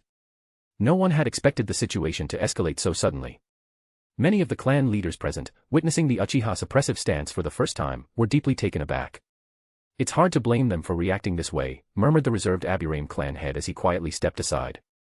Yet, deep inside, he found himself leaning toward the Uchiha. From start to finish, today's incident had been orchestrated by the Senju. As if one Hyuga Yayoi wasn't enough, now they had introduced an unknown man into the fray. Was this not a blatant attempt to intensify the conflict? It wasn't just the Aburame clan head who harbored such thoughts, even Sarutobi Sasuke found himself unsettled, a faint regret stirring within him. Had he been too hasty in entrusting the child to Senju Tobirama's care? Looking at the situation now, it seemed the man's judgment was proving to be more than a little reckless. This is bad. Tobirama's pupils contracted. He had not expected his mere test to trigger such a chain reaction. But there was no helping it. Sanfeng's arrogance was simply too blatant. Every word he spoke, every gesture he made, carried the undeniable implication that he did not place the God of Shinobi in his eyes at all. Regardless of how people viewed Kyōsuke, one fact remained indisputable, his talent was unparalleled in history. Madara and Hashirama were already once-in-a-century prodigies, yet Kyōsuke's presence had continuously overshadowed them both. His strength in this era carried a weight that perhaps even exceeded the exaggerated rumors surrounding him. With his strength acknowledged by all, for some unknown nobody to suddenly emerge, acting as if he could defeat Kyōsuke with ease, was it any wonder that such arrogance sparked immense resentment? Enough. Yayoi, who had remained silent all this time, finally spoke. Her voice was calm, yet the weight behind it left no room for dispute. Enough. Sanfeng's eyes widened in disbelief, his expression burning with fury. He had risked his life to prove his feelings through action, and yet, all she had to say was, enough. His fists clenched unconsciously, and the fire of anger threatened to consume him entirely. Why? Was he truly that unworthy? That man was already married, so why did she still refuse to let go? At this moment, Sanfeng perhaps had already forgotten the words he once spoke, as long as I can stay by Yayoi's side, that will be enough. But humans are creatures of endless desire. What we call contentment is merely a lie we tell ourselves when circumstances do not allow us to reach for more. Get out of my way. The fury he had long suppressed erupted completely in that instant. A violent surge of green energy erupted from his body. Driven by the fury in his heart, he forcibly opened the sixth gate of the 8 gates release formation, the Gate of View. Asterisk boom. Asterisk. The earth beneath his feet cracked apart, deep fissures spreading outward like jagged veins. The chakra coursing through his body became visible, surging wildly, coating his entire frame in an aura of pure power. The sheer force of it sent a chill down the spines of those watching, making many involuntarily gasp. So this man truly possessed such strength. You wretch, I will fight you. The Uchiha clansman who had spoken earlier did not hesitate. In a single swift motion, his katana flashed free from its sheath as he stepped forward, his battle spirit blazing. Perhaps others would falter in the face of this overwhelming power. But he was a warrior who had fought alongside Lord Kyōsuke, cutting down enemies through mountains of corpses and seas of blood. Would he fear some nameless upstart? What a joke. Asterisk boom. Asterisk. The sound of something heavy landing on the ground echoed. Tobirama turned stiffly, his gaze falling upon the figure standing nearby, the Uzumaki princess, Mito, whose expression was dark as a storm. Am I to understand? Clang. The adamantine chains howled through the air, radiating a terrifying pressure that made the very atmosphere tremble.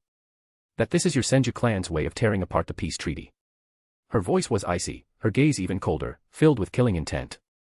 You misunderstand. Tobirama took a slow, steady breath, preparing to explain himself. But then he saw them. A familiar pair of pupils. His breath hitched. His body tensed, an involuntary shudder running down his spine. His eldest brother was staring at him. Not with warmth, not with understanding, but with a look that carried nothing but murderous intent. For the first time in his life, Tobirama saw that expression directed at him. And in that instant, a creeping, suffocating dread clawed up his back. Since childhood, He had never seen his brother look at him like this. Simply put, he was terrified. And even worse, he was starting to regret everything. That idiot, couldn't he just keep a low profile? We agreed to build momentum, so how the hell did things spiral out of control like this? Honestly, it's no wonder she doesn't like him. What woman would fall for a reckless fool like that? Tobirama cursed furiously in his heart. Before Sanfang could escalate things further, Hashirama flickered forward in an instant, appearing beside the enraged men. A chakra far more ferocious than the 8 gates erupted from his body, crashing over the battlefield like a storm. Stand down. Placing a firm hand on Sanfang's shoulder, Hashirama spoke in a cold, even voice. With your strength, you are nowhere near the level needed to challenge Kyōsuke. Mind your own business. Sanfang struggled violently, only to realize he could not even shake off Hashirama's grip. No, this is impossible. I am not weaker than anyone. Veins bulged at his temples, writhing beneath his skin like living worms. 8th gate. Gate of Wonder, open. Asterisk boom. Asterisk. A blazing surge of blue steam exploded from his body. The sheer force of it sent Hashirama flying backward, despite the fact that he had been caught off guard for only an instant. What the hell? Tobirama, momentarily forgetting his own grievances, gaped in utter disbelief at the men standing before him. Wait, no. This wasn't just some reckless fool. This was a man whose words matched his actions, an unwavering, dignified warrior of remarkable composure. Tobirama's mind raced. Such power. If we could harness it, Uchiha's advantage would be wiped away completely. Perhaps Hyuga Yayoi alone was not enough, but if the two of them joined forces, they could pose a genuine, lethal threat to either Madara or Kyōsuke. And if that happened? With his elder brother handling one of them, Tobirama could step in, turning the battle into 3 against 1. Perhaps, just perhaps, they could actually bring one of the Uchiha down. Tobirama had never expected this man to be this strong. Honestly, at this point, any woman would fall for someone like him. Hyuga Yayoi. She really was the perfect match for him. Uchiha Kyōsuke. Sanfang roared. Today, this fight concerns no one else. Just you and me, let's settle the battle left unfinished 10 years ago. Oh. So they knew each other. Mito cast an indifferent glance in his direction, though a flicker of something unreadable passed through her eyes. Without a word, she withdrew her adamantine chains, ignoring Hashirama's continued explanations. Instead, she turned away, walking back toward the stands, where 3 children waited beneath her protection. Kyōsuke. Hashirama hesitated, lifting a hand slightly, as if he had something to say. Kyōsuke, however, merely smiled. Don't worry. This is a personal matter between us. It has nothing to do with the Senju or Uchiha. Hearing this, Hashirama exhaled in quiet relief. The other Uchiha warriors, too, retracted their killing intent. As for whether they were worried. What a joke. There was no one in this world who could defeat Lord Kyōsuke. Not the Senju. Not the Hyuga. And most certainly not this reckless fool standing before him. Image. Chapter ends. Black Heart White Heart. Chapter 214, Chapter 214, Admiration. The emotion furthest from understanding. Opening the 8 gates to the 7th, the Gate of Wonder, caused an explosive surge of chakra, granting power that surpassed even Kage-level combatants. Any kind of Kage-level opponent. Regardless of whether they possessed extraordinary taijutsu or wielded some fearsome secret technique, would be defeated in the face of overwhelming speed and strength that defied common sense. This was the true terror of the 8 gates released formation, a technique that granted its wielder the power to surpass their natural limits, to challenge, and even triumph over those who would otherwise remain untouchable. A decade at the shortest, 2 or 3 at the longest, countless days and nights of relentless training, each drop of sweat accumulating over time, all for the sake of a single moment of dazzling brilliance. Kyōsuke deeply respected those who walked this arduous path. He, too, had trained in the 8 gates and knew firsthand the trials one had to endure. Of course, he had taken a different approach, one that relied on shadow clones to complete his training. By continuously pushing the 8 gates to their limits, forcing his clones to the brink of death over and over, he accumulated an immense wealth of experience, refining his mastery of the technique through an uncountable number of failures. Any other person would have long since succumbed, either their spirit crushed or their body left in ruins. But for Kyōsuke, no matter how grave the injury, a single night's rest was all it took to recover. That was the sheer dominance of the advanced sage body. Sanfang is indeed strong. With the power of the Gate of Wonder unleashed, there were very few in the shinobi world who could defeat him. Based on Kyōsuke's estimation, even if Yayoi were to go all out, the best she could achieve would be a 50-50 chance against him. If she could endure until the 8 gates effects wore off, then victory would be hers. If not, she would be utterly crushed. But unfortunately for Sanfang, even the strength granted by the Gate of Wonder was still far from enough to match Kyōsuke. Come, show me the power of the 8 gates. Kyōsuke beckoned, his Mangekyo Sharingan locking onto his opponent's every movement. Even when Might Guy had opened the 7th gate, he had barely been able to graze even Madara in his 6-path state. The difference in their speed and reaction time was simply too vast.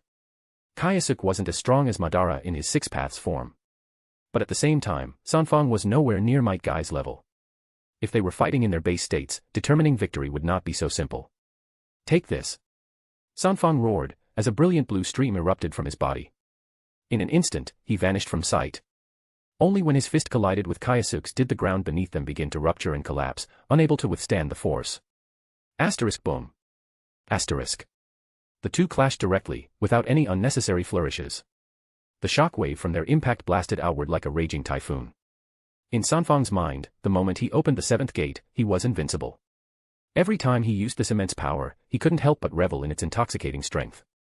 But today, for the first time, he realized, perhaps he had been a frog at the bottom of a well, blind to the vastness of the world above.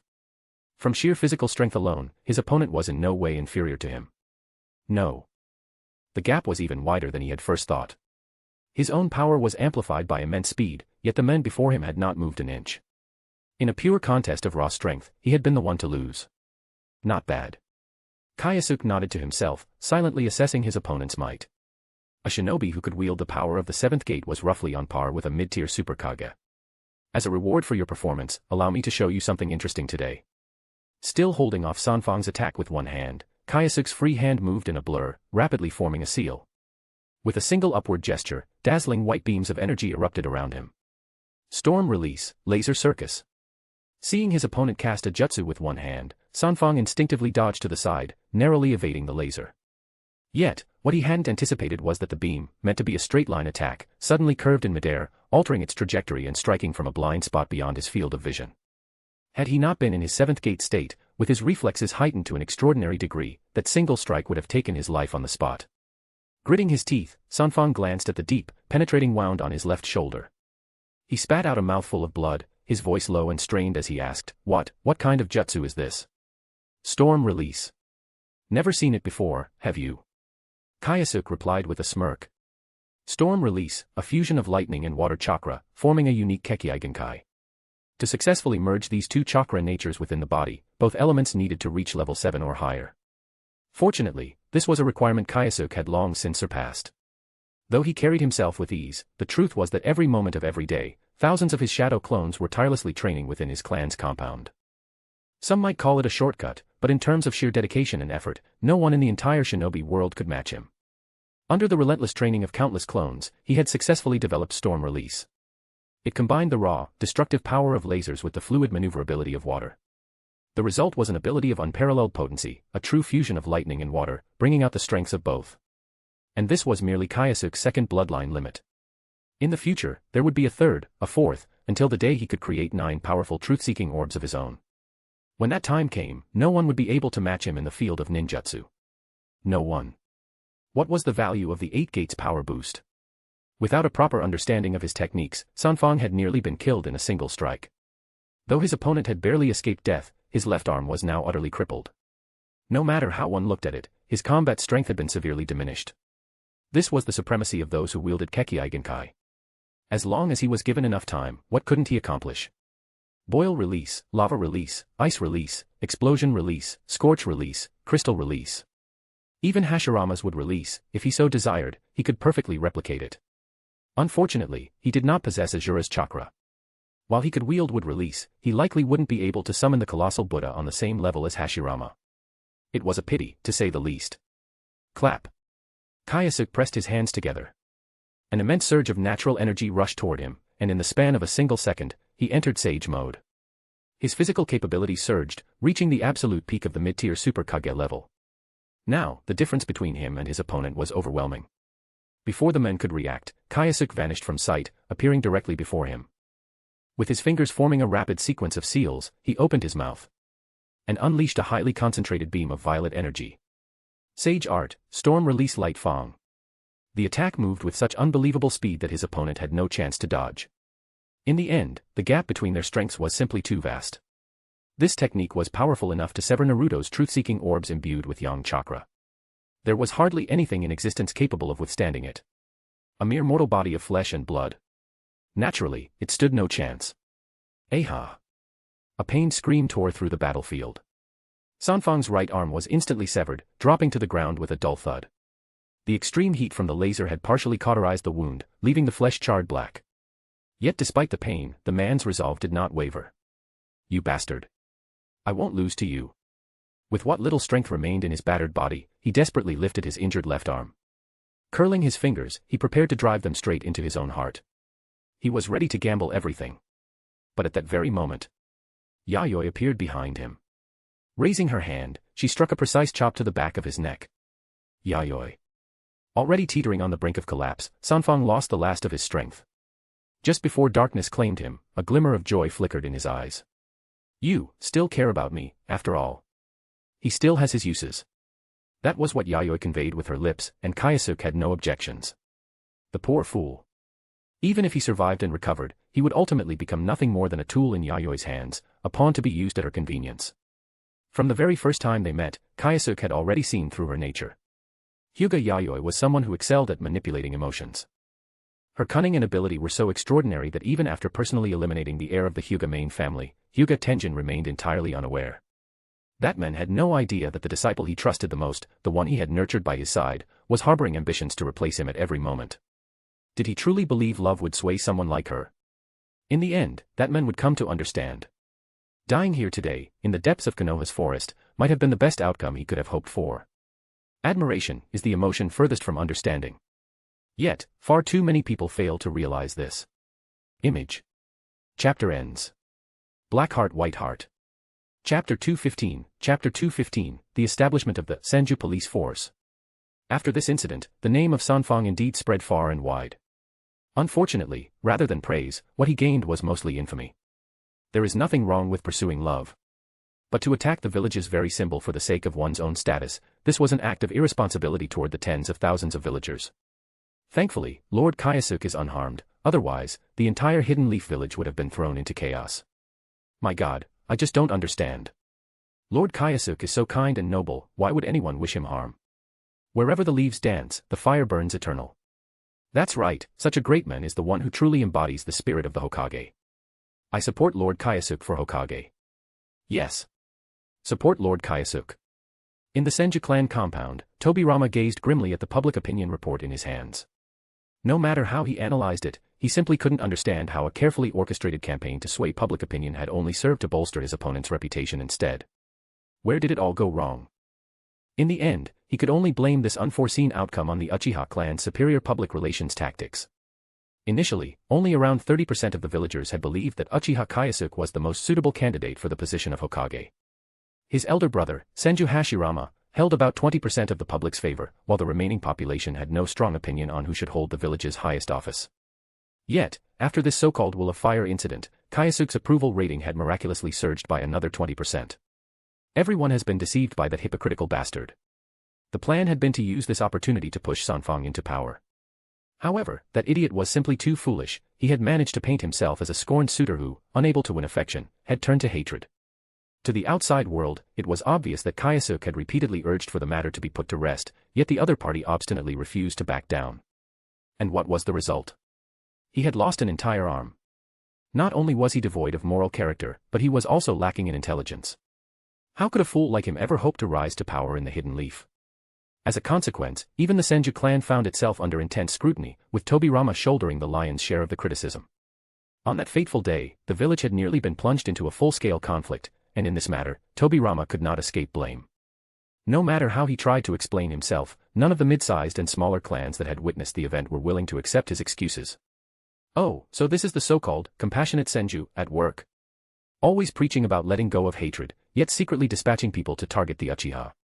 This was the reality behind their so-called benevolence. To prevent the clan from being further disgraced, Tobirama had no choice but to shoulder the burden of countless accusations, allowing all the scorn and resentment to fall upon himself. After this event, Tobirama's reputation was utterly ruined. From this point forward, he would never again have the qualification to compete for the position of the second Hokage. A simple manipulation of public opinion had entirely severed the Senju's future prospects. But even this was not enough for Kyōsuke to be satisfied. Only when the Senju were completely powerless to retaliate would he finally let them go.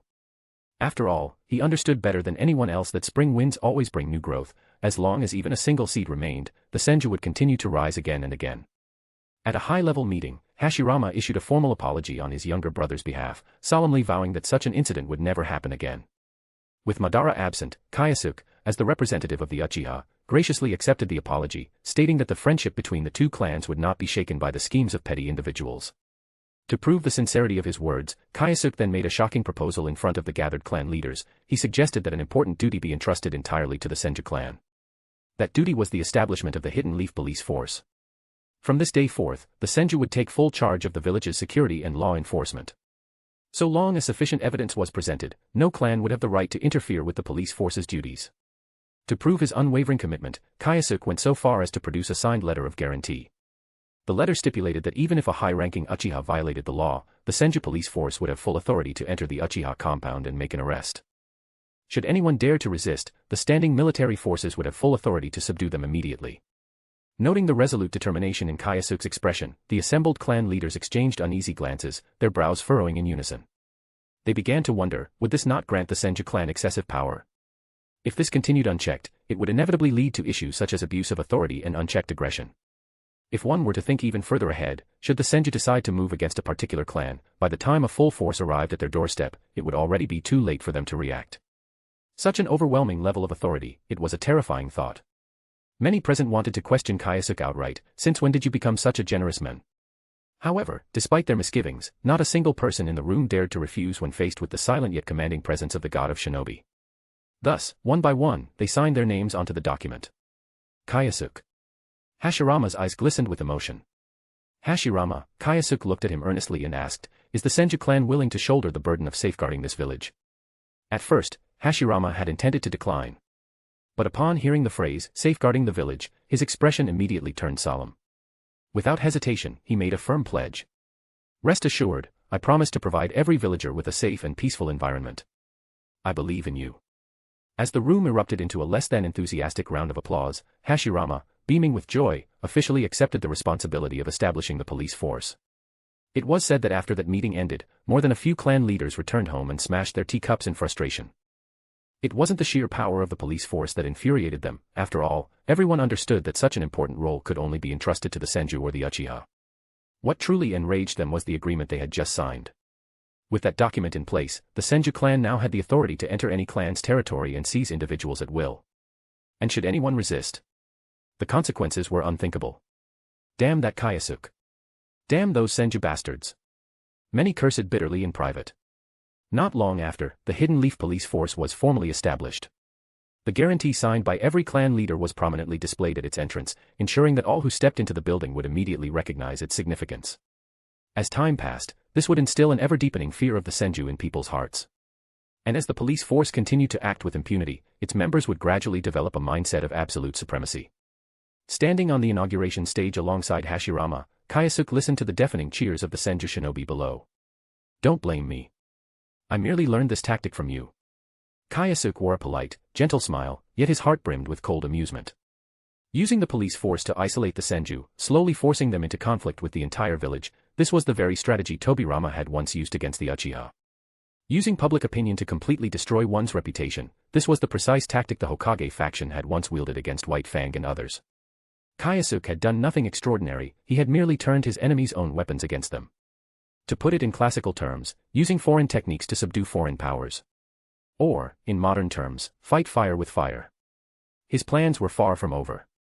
Next, he intended to conduct an in-depth study of the Senju clan, compiling a detailed proof of the Senju's inherent evil, a collection of evidence documenting their misdeeds throughout history. One day in the future, if a Hokage ever sought to destroy the Senju, this document would serve as irrefutable justification. And if, in that distant future, someone like Tsunade or Nawaki were to question him, Kyōsuke could simply cross his arms and respond with an indifferent expression. The Senju have always been an inherently evil clan. Just look at their history, the countless atrocities they committed during the Warring States period. Even after Konoha's founding, they continued their pursuit of power, openly opposing other clans. Me. I did absolutely nothing. All I ever did was safeguard the village's peace and prosperity. As winter's chill faded and the warmth of spring returned, Konoha stepped into the second year of its founding. One day, the Fuma clan leader approached him with news of an unexpected visitor. Who? Kyōsuke asked. The clan leader's face darkened with solemnity. Man who calls himself Black Zetsu. Image. Chapter ends. Black Heart White Heart. Chapter 216, Chapter 216, please, save my mother. Was it you who led Black Zetsu here? Actually. After a brief explanation, Kyōsuke understood the situation. As it turned out, that wily old bastard just wouldn't stay away and had come looking for him again. Left with no choice, Fuma Yukishi had been forced to act as the messenger. The purpose was simple, an invitation. The old bastard wanted to meet Kyōsuke, whether at the Fuma estate or even within the Uchiha clan's territory. He wasn't picky about the location. Just what was this bastard scheming again? But Kyōsuke, fearless as ever, didn't dwell on it for too long and agreed to the meeting without hesitation. As for any potential ambush, please. Even an assassination attempt on the moon hadn't been able to take him down. What did he have to fear now, standing in the heart of Konohagakure? If anything, the one who should truly be worried was Black Zetsu. Against the Kyōsuke of today, it didn't even have the luxury of resistance. Whether it could even escape was the real question. Before long, the two arrived at the Fuma clan's territory, where they were greeted by the Edo Tensei body under Black Zetsu's control. As expected, that old coin isn't careless. Kyōsuke wasn't particularly disappointed. If it had been that easy to succeed, he wouldn't have been the one dealing with it in the first place. Kihihi. Black Zetsu, out of habit, attempted to let out a sinister chuckle the moment they met. But before it could even make a sound, it remembered Kyōsuke's previous threats and forcibly swallowed the laughter back down. It had come today seeking cooperation. Offending him right from the start would not be wise. Though, of course, it knew all too well that Kyōsuke already despised it to the core. I'll take my leave now. Fuma Yukishi was smart enough to understand that this was beyond his reach. With insufficient strength, knowing too much was often a death sentence. Once he had withdrawn, Black Zetsu immediately spoke. I won't waste time on pleasantries. You must have met my mother on the moon, correct? No. Kyōsuke denied it without hesitation. Don't lie to me. Black Zetsu's voice turned dark. I examined the space-time barrier you set up. It bears traces of my mother's abilities. Kaguya may not have mastered ninjutsu, but her proficiency in space-time techniques is unparalleled. Without her guidance, you couldn't have made such a drastic breakthrough. Kyōsuke scoffed. If you already knew, why bother asking? Are you dumb? Rolling his eyes, he countered with a question of his own. I've always been curious, why didn't you go to the moon yourself and unseal Kaguya? Heh. Do you really think Otsutsuki Himura was an idiot? Black Zetsu's expression turned grave. Let me remind you, the Six Paths brothers didn't just vanish so easily. If you dare tamper with the seal, you'll provoke an unimaginable catastrophe. Don't let your current dominance in the shinobi world fool you into arrogance. I'm telling you now, your strength is still worlds apart from those two. I believe that. Yet Kyōsuke remained utterly composed, as if the warning had no effect on him whatsoever. Seeing this, Black Zetsu gritted its teeth and revealed a highly confidential piece of information. I'll tell you this, ninchu still exists. It was never truly dissolved, and its practitioners number far more than you think. Many of them possess extraordinary strength. Ninchu. For Kyōsuke, this was an unfamiliar term. All he knew was that the Sage of Six Paths had established ninchu, later passing it to his younger son, Azura, to manage. Hadn't it already been disbanded? To think remnants of it still remained. After a moment of thought, he asked, and what are they preserving it for? To resurrect the Sage of Six Paths. Black Zetsu was momentarily taken aback. Why did it feel like Kyōsuke was a little too calm? Those in power never welcomed forces beyond their control. No matter what ninchu intended to do, it would inevitably affect Konohagakure. Yet Kyōsuke wasn't concerned in the slightest. Could it be that his mind was so deep and unreadable that even it, Black Zetsu, couldn't see through him? All I know is that the Sage of Six Paths will return one day. He has always been aware of his power's limits in comparison to mothers. For the past 1,000 years, he has been searching for a way to surpass the shackles of life itself. I suspect that Otsutsuki Hagoromo has already found a solution. And that so-called solution was to attain a level of strength comparable to the divine flame, without consuming a chakra fruit. Only then would the Sage of Six Paths have the means to slay an Otsutsuki. Kyōsuke understood this much.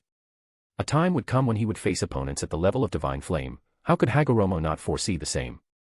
As for the exact method he had found, it seemed Black Zetsu was unaware. Kyōsuke had no interest in pressing further.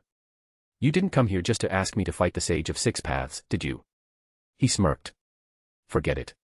Your mother may still be charming, but I'm not ready to be your stepfather. P.S. Face with tears of joy, face with tears of joy. His words dripped with unfiltered mockery. To be honest, if it weren't for the Edo Tensei body, he would have already attacked this old bastard instead of indulging in conversation. There was no need for unnecessary talk, whatever needed to be said could wait until he had subdued the other party. As for talk of stepfathers and the like, such words were far from enough to provoke Black Zetsu. If it couldn't even endure such minor jabs, it would hardly be worthy of its reputation as the mastermind who had manipulated the shinobi world for 1,000 years. After a long silence, Black Zetsu suddenly let out a sigh. Then, at last, it revealed the true reason for its visit. Since you've met my mother, you must also know about Otsutsuki Ishiki. That bastard has found a suitable vessel.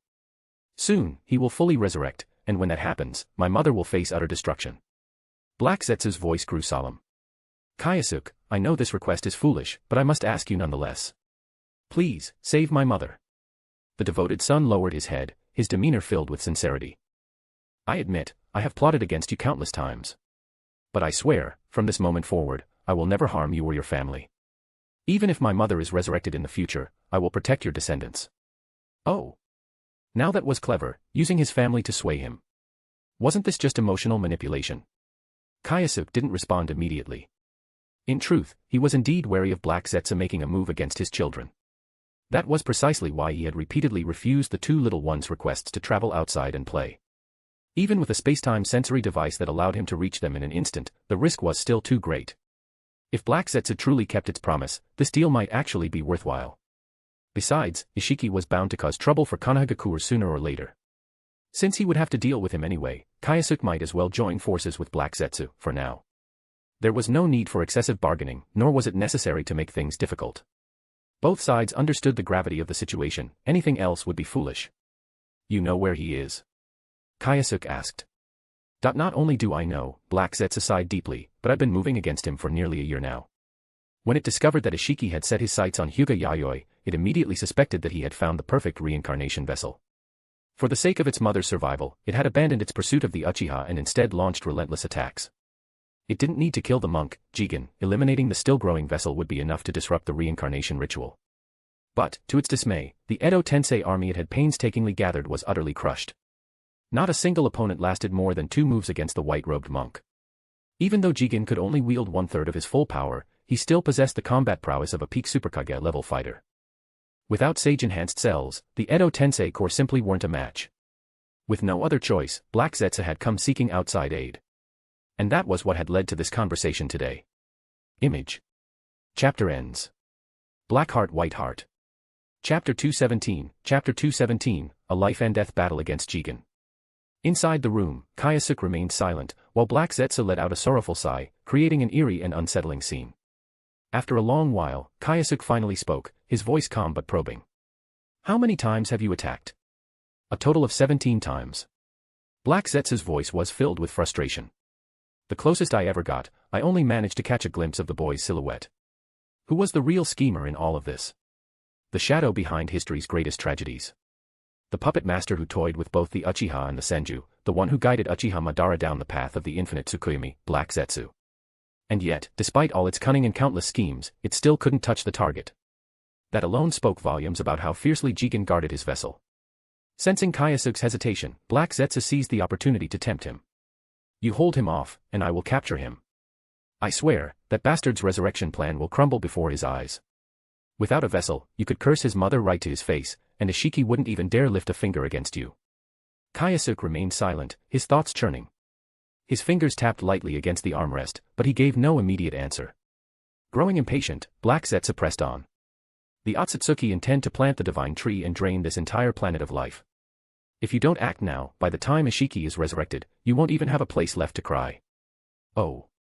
Kyōsuke nodded slightly, showing no particular urgency. Seeing no other choice, Black Zetsu could only suppress its irritation and ask in a resigned tone, Fine, tell me, what do you want in exchange for your help? Of course, he wanted benefits.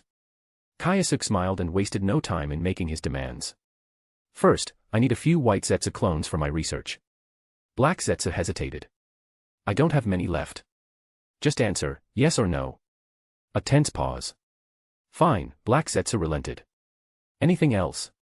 Second, I want 10 years' worth of profits from your underground gold exchange. You greedy little brat. Why don't you just rob me outright? Third, I know you have plenty of powerful Edo Tensei bodies. Just casually transcribe a few dozen bloodline limit techniques for me. Compared to the first two demands, the third was hardly a challenge for Black Zetsu. What it couldn't understand, however, was why Kyōsuke even wanted them. Bloodline limits had strict conditions for use, having them didn't necessarily mean he could wield them. After feigning hesitation for a moment, Black Zetsu finally nodded with difficulty. Fine, I agree to all of it. When do we set out? A few days at most. I'll soon be able to pinpoint his location again. For Jigen's vessel to develop properly, he had to remain in the shinobi world for extended periods. He still needed food and resources, after all.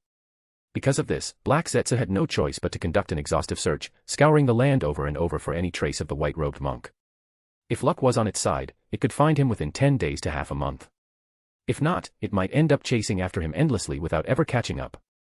Prepare yourself, Uchiha Kyōsuke. As the Edo Tensei body gradually crumbles into dust, Black Zetsu, now having sealed their deal, vanished to continue its hunt for its enemy. The battle will be far more difficult than you imagine. I don't need you to tell me that. Kyōsuke watched the last specks of ash drift away before taking a final sip of his tea. Then, without hesitation, he pushed open the door and stepped into the courtyard. Pressing a hand against his slightly restless heart, he raised his gaze to the moonlit sky, as if staring into the abyss where she was sealed. Was this retribution for deceiving her? He had only intended to extract some benefits, but now he had truly become Black Zetsu's accomplice. So, the time has finally come for a decisive battle with Jigen. Kyōsuke let out a long breath, feeling a tension not unlike when he first crossed into this world and had to carry out his first mission deep behind enemy lines. He was not afraid of death. In the world of Naruto, death was not necessarily the end. Besides, Kyōsuke had already prepared countermeasures in advance. But before he even realized it, he had formed deep bonds in this world. If he could live, that would naturally be preferable. Speaking of which, that guy should be returning soon. Boom. Boom. Boom. Fireworks erupted in the sky, marking the grand establishment of the Konoha Ninja Academy. Compared to its original scope, Kyōsuke had expanded it several times over. Now, each grade could easily accommodate over a dozen classes at the same time. There were also a variety of specialized training grounds, ensuring that students received the best possible education. After delivering the long-winded ceremonial speech and officially announcing student enrollment, Kyōsuke watched as parents swarmed the registration booths, nearly overwhelming the staff. Their passionate enthusiasm put both him and Hashirama in good spirits. These children are the future of Konoha, Hashirama murmured, eyes glistening with emotion, his heart brimming with joy. Yes, Kyōsuke nodded, his gaze distant. And if we ever want to unify the ninja world, we will need their strength. Kyōsuke. Hashirama's expression darkened as he protested. He firmly rejected the idea of leading Konoha into another war. This was precisely why he had agreed to let his brother compete for the Hokage position. Kyōsuke exhaled quietly, then shook his head. Forget it. You wouldn't understand right now. Until the stone fell on his own foot, he would never know the pain. One day, when he saw firsthand the miserable fate awaiting Konoha, when the so-called peace crumbled before his eyes, perhaps then, and only then, would he finally understand. For now, no amount of reasoning would make Hashirama accept it. Hashirama frowned deeply, clearly unwilling to give up on convincing him. And that was the true danger of ideological differences. When beliefs clashed, they created an impassable rift. Kyōsuke, I believe. Before Hashirama could finish his sentence, a familiar chakra fluctuation suddenly rippled in the distance. Both of them turned their heads at the same time. Uchiha Madara had appeared beside them, his face as indifferent as ever. You're back. Humph. Madara nodded but didn't bother hiding his irritation. You two bastards. I've been working my ass off out there, and when I finally return, you don't even come to greet me. We were busy. Kyōsuke brushed him off before asking curiously, so? Did you succeed? Madara scoffed, crossing his arms. Ha! Do you even need to ask? I am Uchiha Madara, failure is not in my vocabulary. Then, with a smug tilt of his head, he added, the three tails was nothing. That's right, Madara's mission had been to capture the tailed beasts. At this stage, they were still roaming the land freely, unsealed and unbound to any Jinchuriki.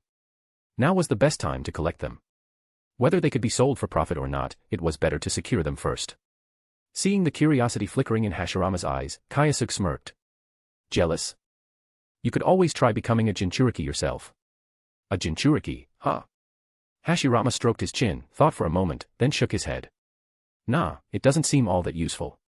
After a brief chat, Hashirama excused himself. He still had a mountain of infrastructure work to oversee. Out of the three of them, he had it the worst by far. As Hashirama disappeared into the distance, Kyōsuke turned to Madara with a knowing smile. Come on. Let's take a trip to the moon and see Izuna. Madara halted mid-step, eyes narrowing slightly. There was something off about Kyōsuke today. It's been long enough, Kyōsuke continued. It's time for him to return to the clan. He can't just keep freeloading at my base forever. Madara frowned. But you said. Relax. The threat is nearly gone. I'll explain on the way. All right. Image. Chapter ends. Black Heart White Heart. Chapter 218, Chapter 218, Kyōsuke and Madara vs. Jigen. Recently, major events had been unfolding one after another in Kanagakuren.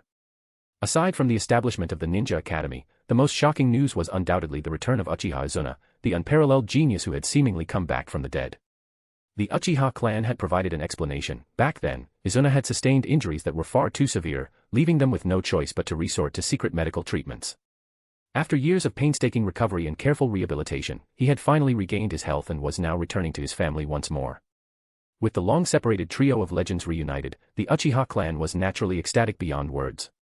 If anyone in the village was feeling bitter about this turn of events, it was most certainly Senju Tobirama. But alas, who still cared about his feelings now?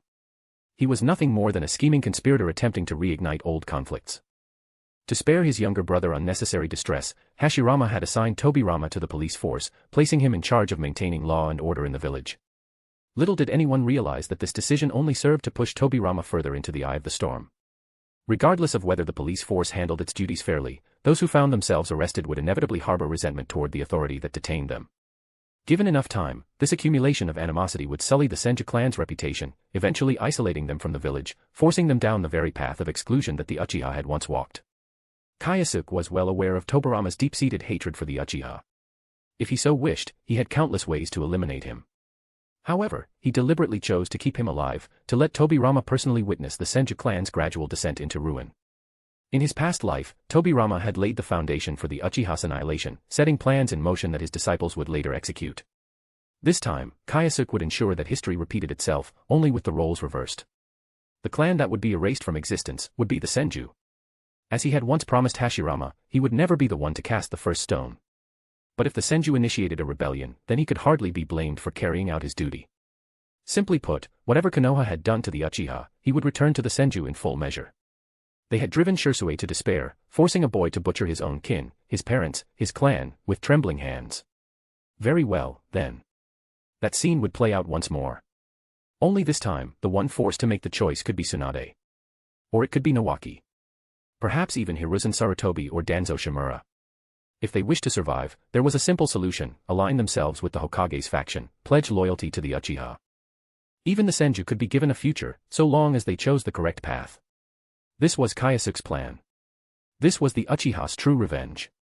At the height of the Uchiha's celebration, no one noticed that the masterminds behind it all, Madara and Kyōsuke, had quietly disappeared from sight. Land of Bears, somewhere near the coastline. Did you bid your family farewell? Madara asked. And what about you? Kyōsuke countered.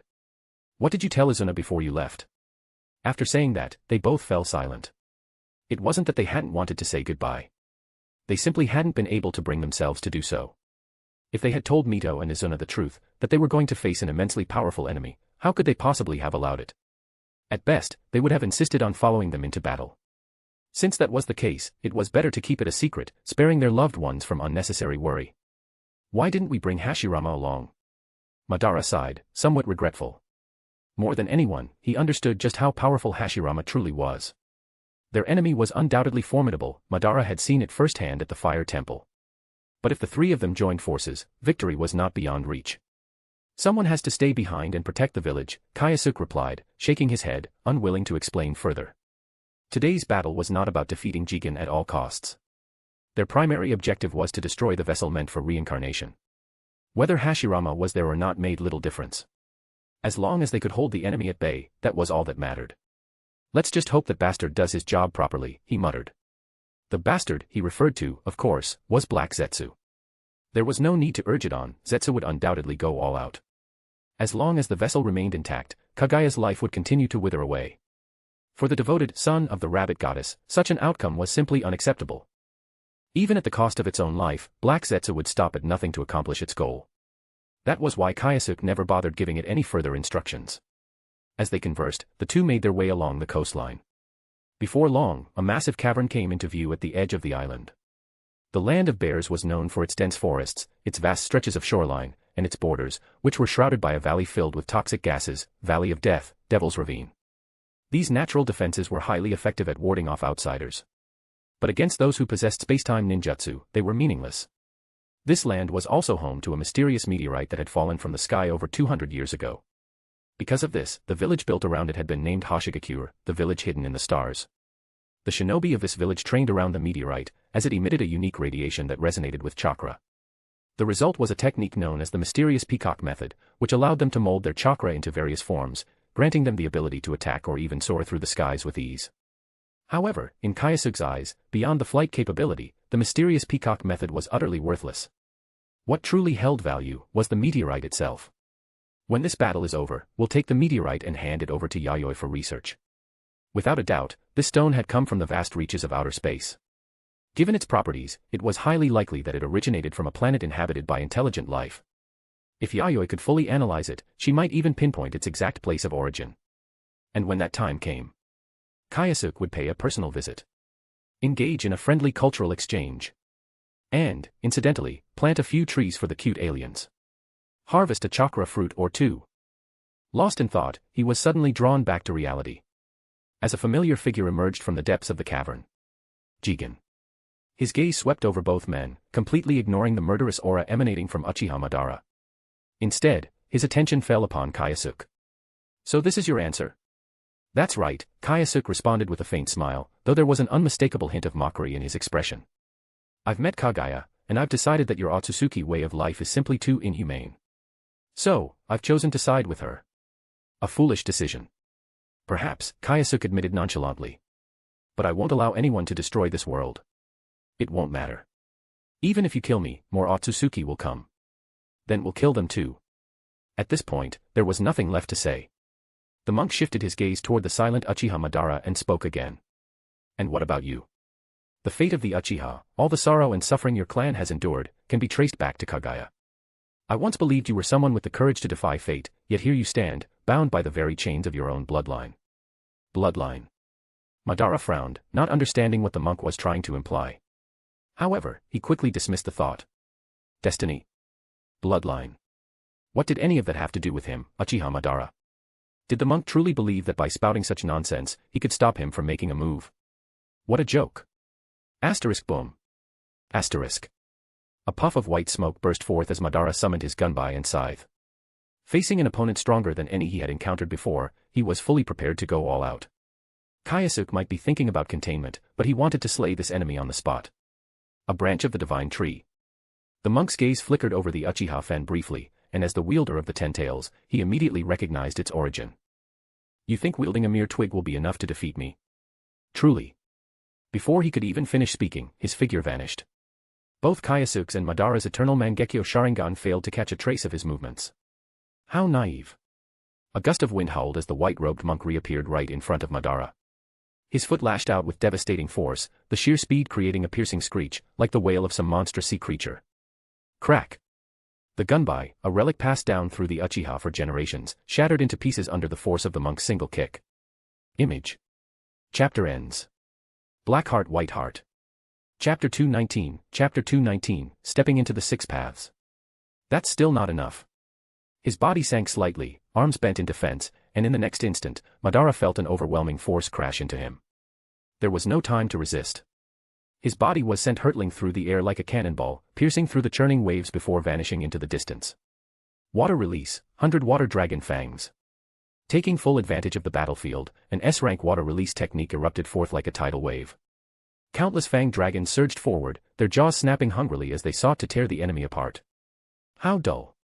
Jigen raised a hand, and a diamond-shaped mark flickered with an eerie, ghostly glow. The 100 water dragon fangs, an attack capable of drowning entire battlefields, disintegrated the moment they touched the mark, vanishing into pure chakra that was effortlessly absorbed. Kama's fundamental ability, ninjutsu absorption. Knowing my abilities and still using ninjutsu against me. That can only mean. Before the last vestiges of water had even faded, Kyōsuke was already upon him. A pitch-black sage staff in hand, he swung it in a powerful arc, aiming to bring it crashing down onto Jigen's head. There must be a trick behind this. Jigen's golden pupils flashed as Sukuna Hikona activated. In an instant, his body shrank to a size so minuscule that even the eternal Mangekyo Sharingan could not perceive him. Naturally, Kyōsuke's staff slashed through empty air. Yet, just as he prepared his next move, the truth-seeking orb in Kyōsuke's grasp suddenly morphed, shifting into the shape of a flat-bottomed frying pan. Asterisk bomb. Asterisk. A thunderous impact rang out, a full-powered home run swing. Bastard. Blood sprayed from Jigen's lips, his expression twisting in fury. The indifferent demeanor he had maintained until now finally shattered. In truth, the truth-seeking orbs could not inflict significant damage on his body. Had he been at full strength, such an attack would have been nothing more than a drizzle in a storm.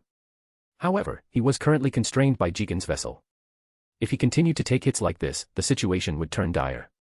Controlling his body as he hurtled backward, his golden eyes gleamed with a cold, calculating light. Suddenly, an enormous, dark red cube materialized out of thin air above Kyōsuke's head. Dojutsu, Daikokutten. A power originating from Otsutsuki Ishiki, Daikokutten allowed him to store shrunken objects in a separate dimension where time stood still, then summon them at will. At first glance, it seemed like a simple ability. But when combined with his other technique, the power to shrink objects at will, it became devastating. A massive cube, over 10 meters in diameter and carrying the weight of a mountain, descended like an executioner's blade. No one in the world could survive its crushing force from beneath. Asterisk boom. Asterisk. The cube slammed down, shaking the very air. A smirk tugged at the corners of Jigen's lips. Just then. Fire release, majestic destroyer flame. A raging inferno erupted across the sky, engulfing everything in its path. The sheer scale of the flames left no room for escape. Of course, Jigen had no need to evade. Yet the moment he attempted to absorb the flames, a sharp pang throbbed at his temple. An ominous premonition surged through his heart. Found you. Sensing a sudden void within the flames, Madara let out a wild, unrestrained laugh. A colossal blue Susanoo stood tall upon the sea, parting the waters with a single, devastating slash aimed directly at Jigen's location. Realizing the danger, Jigen had no choice but to return to his normal size. Gripping two black rods, he met Madara's ferocious strike head-on. At the same time, a kunai landed silently behind him. In the next instant, a figure cloaked in blue steam, burning with an aura of raw power, appeared. 8 gates released formation, 7th gate, Gate of Wonder. Open. In practical combat, the 8 gates were not necessarily superior to Sage Mode in terms of overall power. However, against an opponent capable of absorbing chakra, the 8 gates, which focused purely on augmenting physical prowess, became the superior choice. At this moment, Kyōsuke's physical abilities had been pushed to the peak of the Super Kage level. Even if Jigen didn't suffer grave injuries from a direct hit, the strain on his borrowed body would only accelerate its deterioration. Not bad. You live up to your flashy reputation. Faced with imminent crisis, Jigen did not panic. Instead, he regained his initial calm, as if everything remained firmly within his control. Just before Kyōsuke's fist could connect, the diamond-shaped Kama marking spread wildly across his body. Kama, Stage 1. A surge of raw power coursed through him, elevating his strength to the level of one who had just stepped into the Six Paths realm. With his left hand, he halted Susanoo's devastating blade. With his right hand, he stopped Kyōsuke's full-force punch. Jigen's body did not so much as tremble. Only a glint of cold indifference flickered in his golden eyes. I believe I told you before. Your time is running out. Before Kyōsuke could react, several black rods shot forward, piercing through his body. The most fatal one embedded itself mere inches from his heart. Gah! A mouthful of blood gushed forth, painting the air with crimson droplets. Even with his advanced sage body, Kyōsuke found himself momentarily unable to break free from the chakra-sealing properties of the yin-yang release black rods. How unfortunate. You once had the chance to grasp eternity. Jigen's voice was calm, almost indifferent. With a mere flick of his hand, another swift and imperceptible attack was launched. So fast, so unfathomable, that even the Sharingan could not discern its trajectory. Deprived of his ability to mold chakra, Kyōsuke could no longer maintain his Mangekyo Sharingan, let alone activate the Flying Thunder God technique. A few seconds. That was all Jigen needed. A mere handful of seconds, yet it was more than enough to kill him. Over and over again. Eternity. Despite the pain, Kyōsuke's lips curled into a mocking smirk. A glint of defiance flickered in his bloodshot eyes, even as more crimson liquid dripped from his mouth. You call parasitizing for 1,000 years, eternal life, like some insignificant speck of earwax clinging to existence. His voice, though hoarse from the taste of blood, carried a sneer so sharp it could cut through steel. How disappointing. I'm afraid I have no interest in such a thing. At that moment, a surge of power erupted. From his shoulder, the seal was undone. Pure, refined sage chakra flooded his body, wrapping around him like an unbreakable armor. No longer able to mold chakra. It did not matter. The sage chakra he had long stored within his curse mark surged forth, breaking past the enemy suppression. All it took was a single thought, an instant of will, to unlock it. A sharp, crystalline sound rang out. Ding! Ding! Ding! The black rods impaling his body trembled, then, as if repelled by an invisible force, they were forcibly expelled. More importantly, his ability to gather chakra had been restored. His eternal Mangekyo Sharingan opened once more.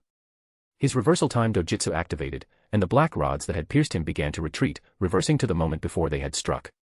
With the activation of his left eye's dojutsu, Kyōsuke enveloped himself in a powerful temporal barrier. At this moment, nothing could come into contact with his body. Had the enemy used a different technique, might not have been so effective. But Jigen's shrinking rods, due to their limited mass, were perfectly susceptible to Kyōsuke's time-based power. At the very least, for a short period of time, he no longer had to worry about any attacks from Sukune Kona. Amidst the battlefield's rumbling tremors, Kyōsuke ignored his opponent's assault and recklessly charged forward, throwing caution to the wind. What? Jigen was stunned. Why is my attack ineffective? His voice carried a hint of disbelief. Is this your dojutsu? For a mere Sharingan to awaken such a law-defying ability? Impossible. Even if only for a fleeting moment, Jigen had keenly perceived the abnormal flow of time. It was an astonishing ability, one that immediately reminded him of a terrifying existence within his own clan. TCH, making a fuss over nothing. Kyōsuke closed the distance in an instant. The countless minuscule black rods appearing along his path barely hindered him, sapping his ocular power at most but failing to inflict any real harm. He paid no heed to his opponent's sudden shrinking. Taking a deep breath, he unleashed a ferocious straight punch, one so overwhelming that the very air compressed under its force, forming a white tiger-shaped shockwave. Daytime tiger. There was no need to aim, no need to track his enemy's movements. The attack's sheer range was immense, so vast that Jigen had no time to escape the ensuing explosion. Almost instinctively, he activated the power of his Kama seal. But in the next moment, his eyes widened in utter shock. He couldn't absorb it. This attack, it's not made of chakra. A violent shockwave erupted, engulfing his entire figure and swallowing him whole within the impact. Image. Chapter ends. Black Heart White Heart. Chapter 220, even a high-level 6 paths must flee. The devastating white projectile struck once again, inflicting severe injuries on Jigen's body for the second time. The monk simply couldn't understand. The power gap between him and his opponent was vast, like heaven and earth, and yet, from the very start of the battle, he had been the one on the defensive. Is it because I'm too distracted? He knew full well what his enemy's goal was. In truth, the vessel had long been placed under heavy guard by his subordinates. Security-wise, there should have been no major issues. Yet despite this, Jigen couldn't afford to ignore that matter, his very reincarnation depended on it. With his attention divided and the need to avoid excessive injury, it was no surprise that he was struggling to maintain control of the fight. I've been far too careless. Dark, intricate markings spread wildly across his body, and soon, Jigen's appearance began to change. The most striking feature was the horn that emerged from his forehead. Kama Seal, Stage 2. Now then, let me reward your efforts with my full strength. Stage 2, an advanced transformation brought on by the Kama Seal, allowed Jigen to tap deeper into the power of Otsutsuki Ishiki.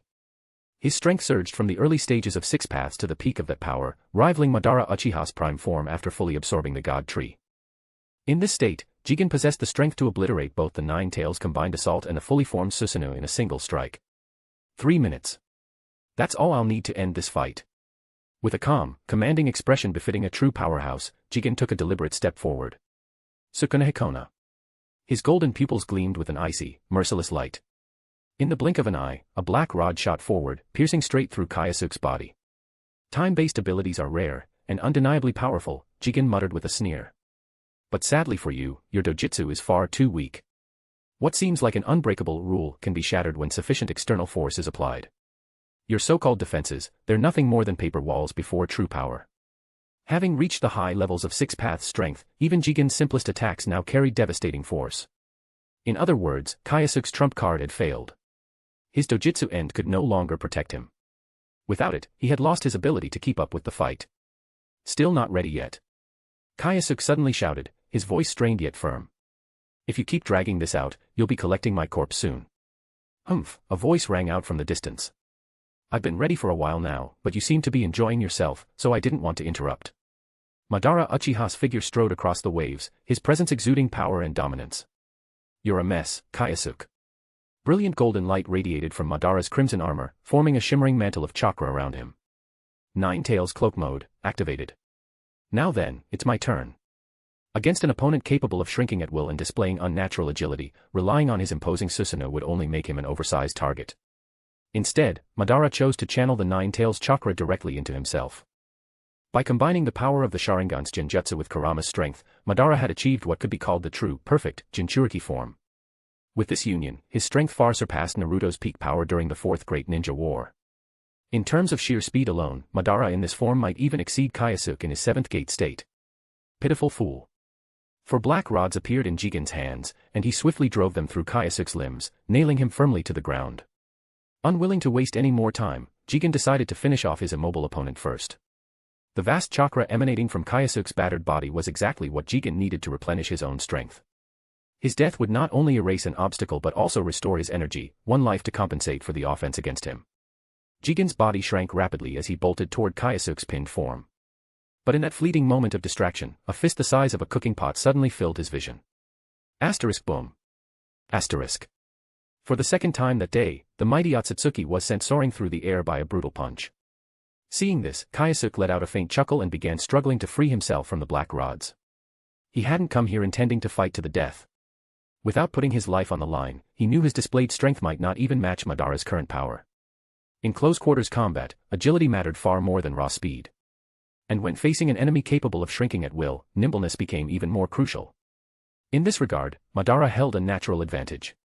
Moreover, Madara's dojutsu possessed a unique trait: it could perceive souls. In the past, Madara had primarily used this ability to gauge people's conditions and potential. During his long years of seclusion, he had relied on this technique to discover Uchiha Obito, a child deemed talentless by his clan, who had yet to awaken his Sharingan even after graduating from the academy. But thanks to Kyōsuke's advice, Madara had now realized a new application for this ability. When the Sharingan couldn't detect an enemy's physical form, he could instead use his soul perception ability to track their movements. The earlier delay in his intervention was deliberate. Madara had been closely observing Jigen's techniques to develop the most effective counter.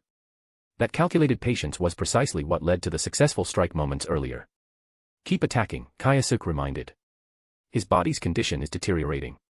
Each injury he sustains will accelerate his breakdown. Once the damage piles up enough, he'll collapse on his own. We won't even need to finish him. Understood, Madara responded with a firm nod. In the blink of an eye, he closed the distance, delivering a powerful punch that ignited the air with a thunderous crack. Boom. But this time, Jigen was prepared. Since shrinking himself had proven ineffective, Jigen chose instead to face Madara head-on. Effortlessly blocking the incoming punch, Jigen retaliated with a swift kick, the same devastating strike that had once shattered Madara's famed gunbai. However, Madara's vast battle experience prevented him from committing too much force to his punch. He knew that in a pure contest of power, he couldn't overpower Jigen. Instead, he utilized the momentum to pivot, dodging the counterattack while twisting his body mid-air. With expert precision, his right leg lashed out from an unexpected angle, striking Jigen square in the chest. Consider that payback, Madara muttered. Boom. Jigen staggered back a few steps, his eyes burning with rage. Deikokuton. A massive black cube materialized above them, looming like a mountain poised to crush everything beneath it. Meanwhile, Jigen shrank his body once more and engaged Madara in close combat. It appeared to be a suicidal maneuver, but in truth, the massive cube was positioned to strike Madara first. No matter how powerful Madara was, there was no chance he could physically stop the immense structure from crashing down on him. With no escape route, death seemed inevitable. Fortunately, Kyōsuke had anticipated this. Before their departure, he had equipped Madara with a special kunai marked with the Flying Thunder God technique. Just as the cube plummeted toward him, Madara teleported away in the nick of time. Boom. The ground shook violently as debris erupted from the impact. Both men had to channel chakra into their feet just to remain upright. Where is he? Kyōsuke asked, frowning. Logically, Jigen should have recalled the black cube to his pocket dimension. Yet since the attack had landed, it could only mean.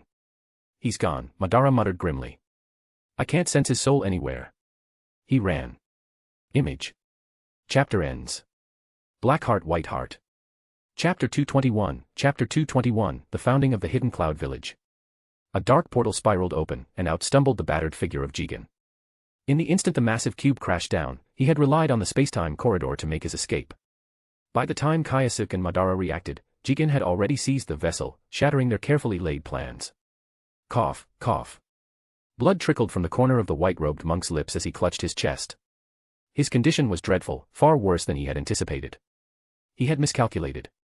Who would have thought that two slightly stronger ants could actually wound him to this extent? Continuing the fight was still an option. He was confident he could kill them both, but the price would likely be his own life. With his long-awaited reincarnation looming so near, Jigen could not allow failure at this final, critical moment. Just a few more years. Just endure for a few more years, and everything will fall into place.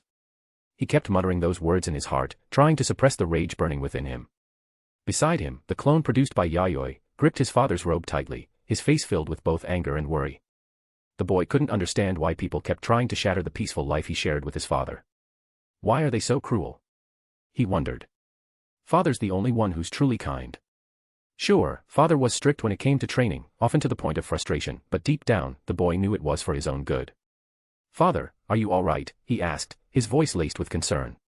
I'm fine. Jigen's hand rested gently on the boy's head, ruffling his hair with a rare, tender smile, one that barely masked the blood trickling down his face. With a calm yet meaningful tone, he said, you must grow up quickly. Once you're strong enough, father won't have to fear those bad people anymore. I will.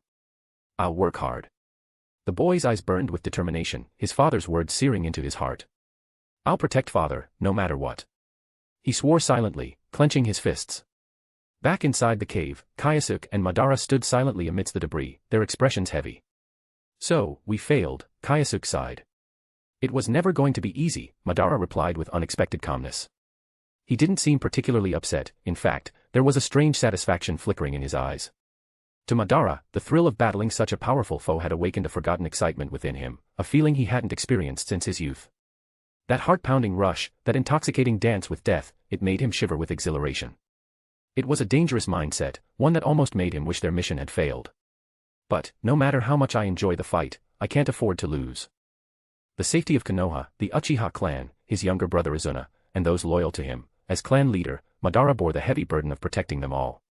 Let's go, Madara finally said, brushing the dust off his armor. If we couldn't kill him this time, we'll just keep tracking him. That bastard's supposed to be good at gathering intel, isn't he? The bastard he referred to was none other than Black Zetsu, the manipulator lurking in the shadows. Through Kyōsuke, Madara had learned of Zetsu's schemes, how it had spent centuries twisting events in the shinobi world to fulfill its twisted ambitions.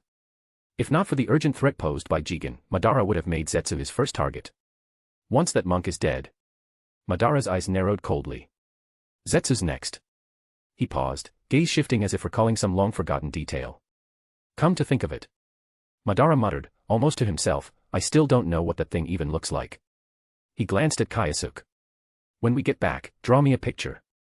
I don't want to waste time figuring out who's who when the time comes. Kyōsuke chuckled. No rush. Zetsu won't dare act until Jigen's out of the picture.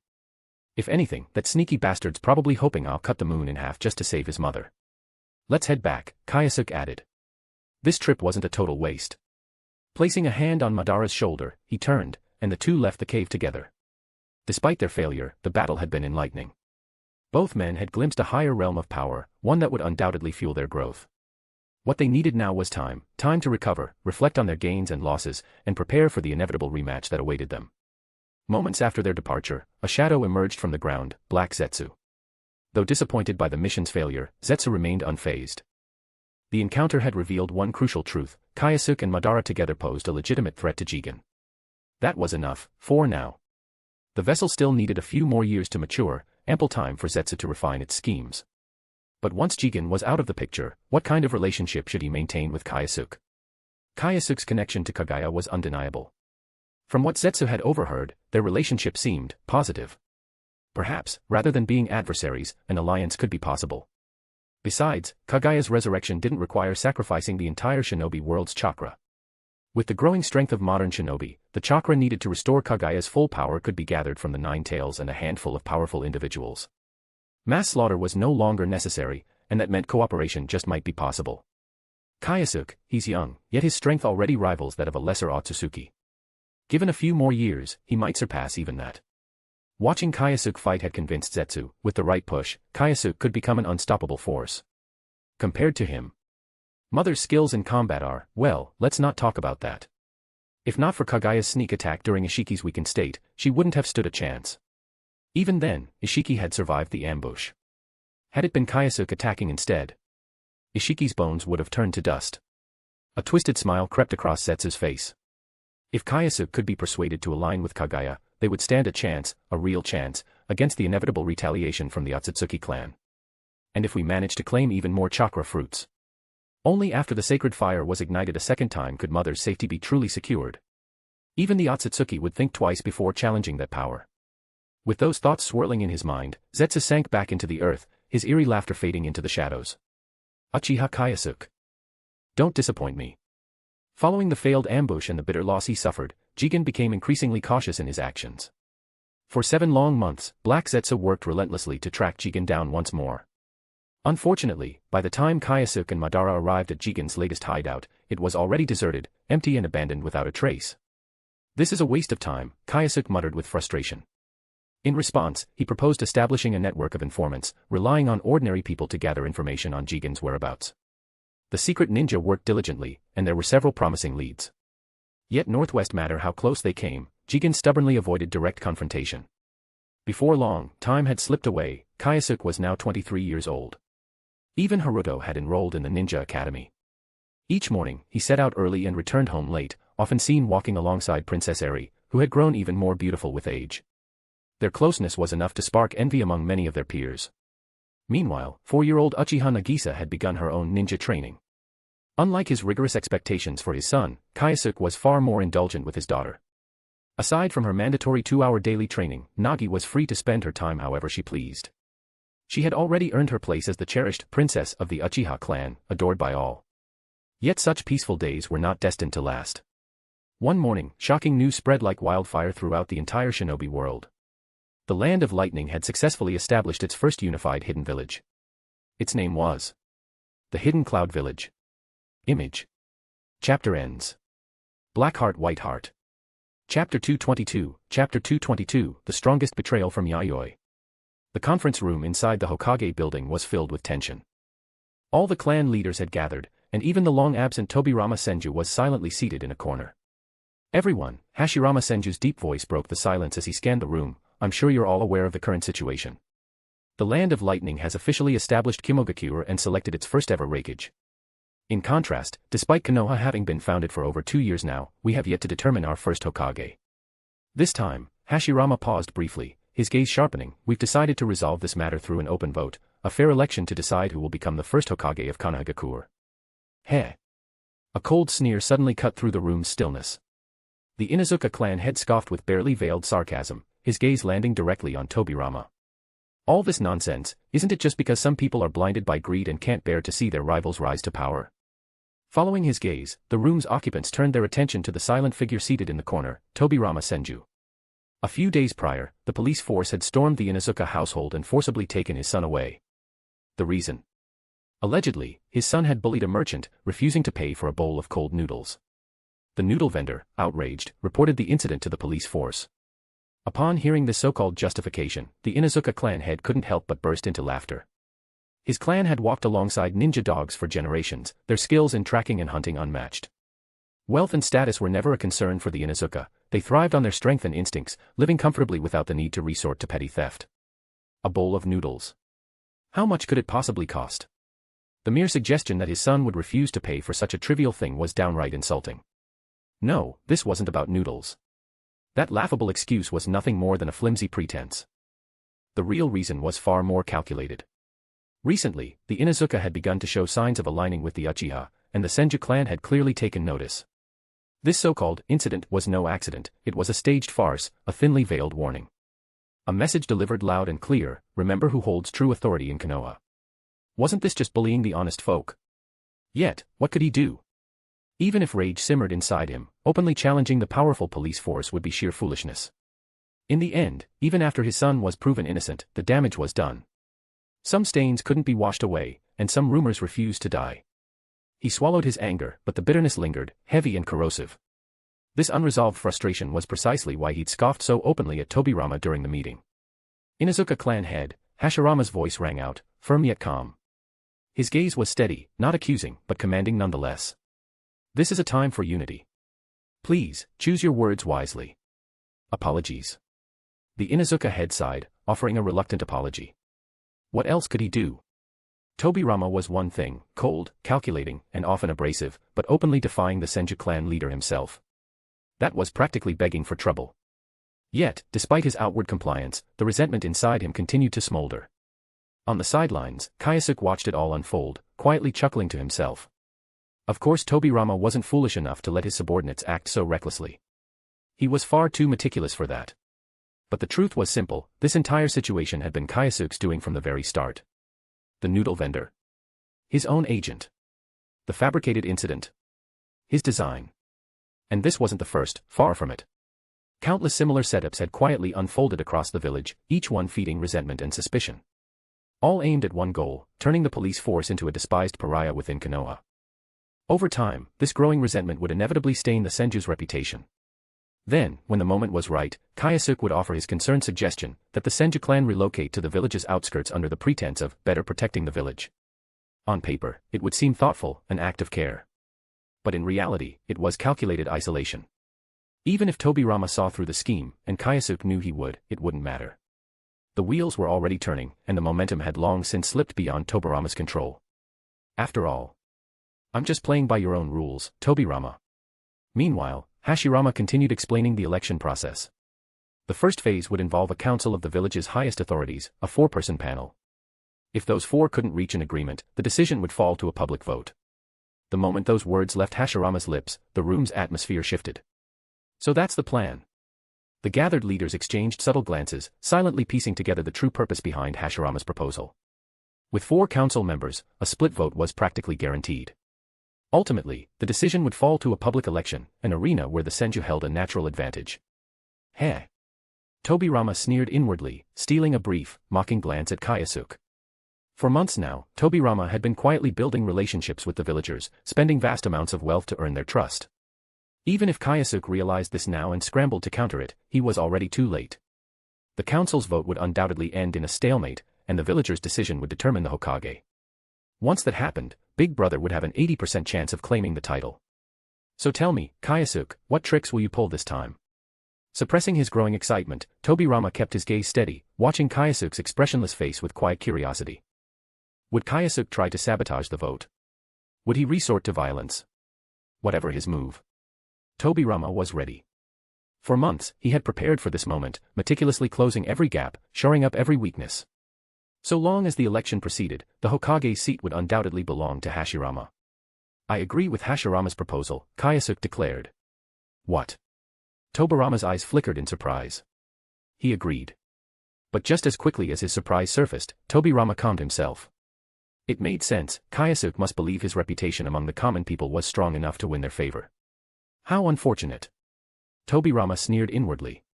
He doesn't realize that those ignorant masses are the easiest to manipulate.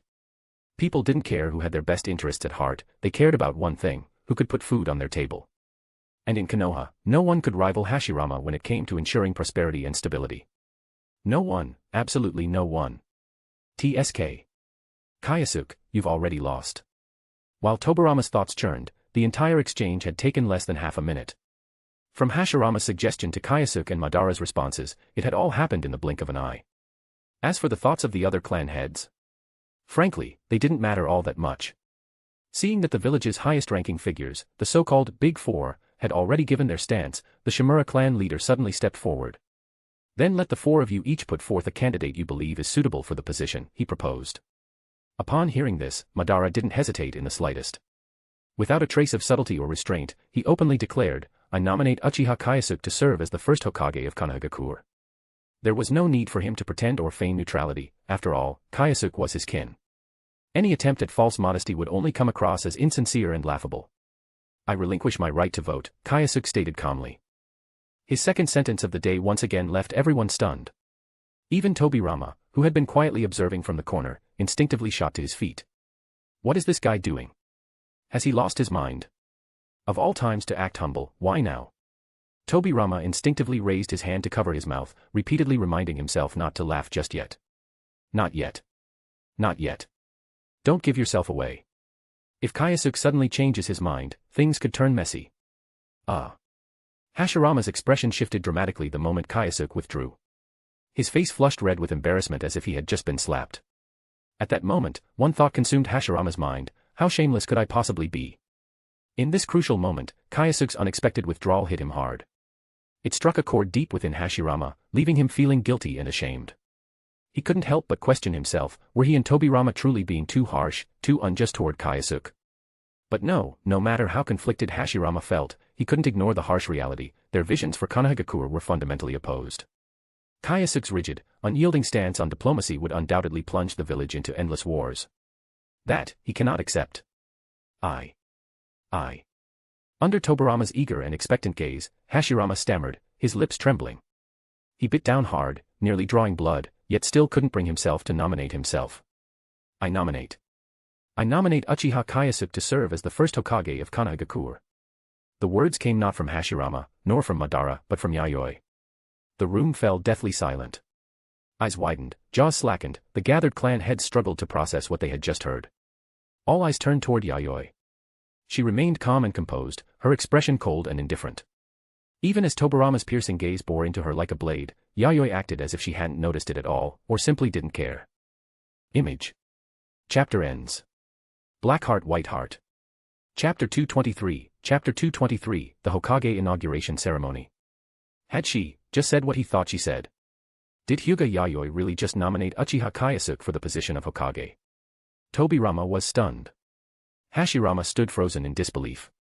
Meanwhile, Sarutobi Sasuke's temple throbbed violently, veins pulsing beneath his skin. His instincts screamed at him, he had backed the wrong side. The Senju clan had invested heavily in winning over Hyuga Yayoi. The cost had been immense, at least a third of their rightful gains had been surrendered to secure her support. That wasn't even counting the financial aid provided to stabilize the Hyuga clan. All those sacrifices, all those careful negotiations, everything had been for this moment, for her to cast her vote in Hashirama's favor during the Hokage election. And yet now, Yayoi had betrayed them. And she hadn't just betrayed them, she had humiliated them, stabbing them in the back with surgical precision. With an icy, detached expression, Yayoi's gaze swept over the two brothers. There was no gloating, no satisfaction, just cold indifference.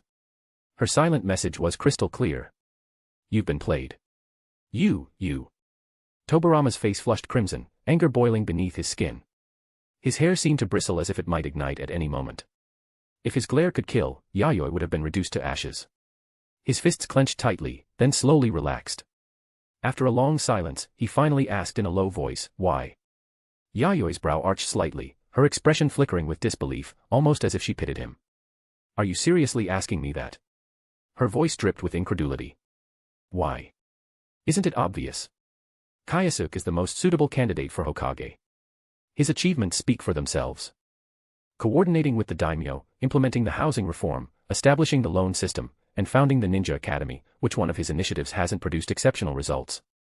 That's not what I was asking. Tobirama fumed inwardly. His mind churned with frustration, yet he forced himself to maintain a calm facade. He couldn't lose his composure here, not in front of all these people. Even in defeat, he couldn't let anyone see the Senju brothers as a laughingstock. But deep down, Tobirama knew the truth, one he despised admitting. Kyōsuke's achievements were undeniable. If stripped of personal grudges and politics, Kyōsuke was, without question, the best choice for Hokage. His leadership was practical, his reforms effective, and his influence undeniable. But that bitter truth only fueled Tobirama's anger further. The feud between him and Kyōsuke had long since surpassed simple rivalry, it was a grudge etched in blood, a conflict too deeply rooted to be ignored.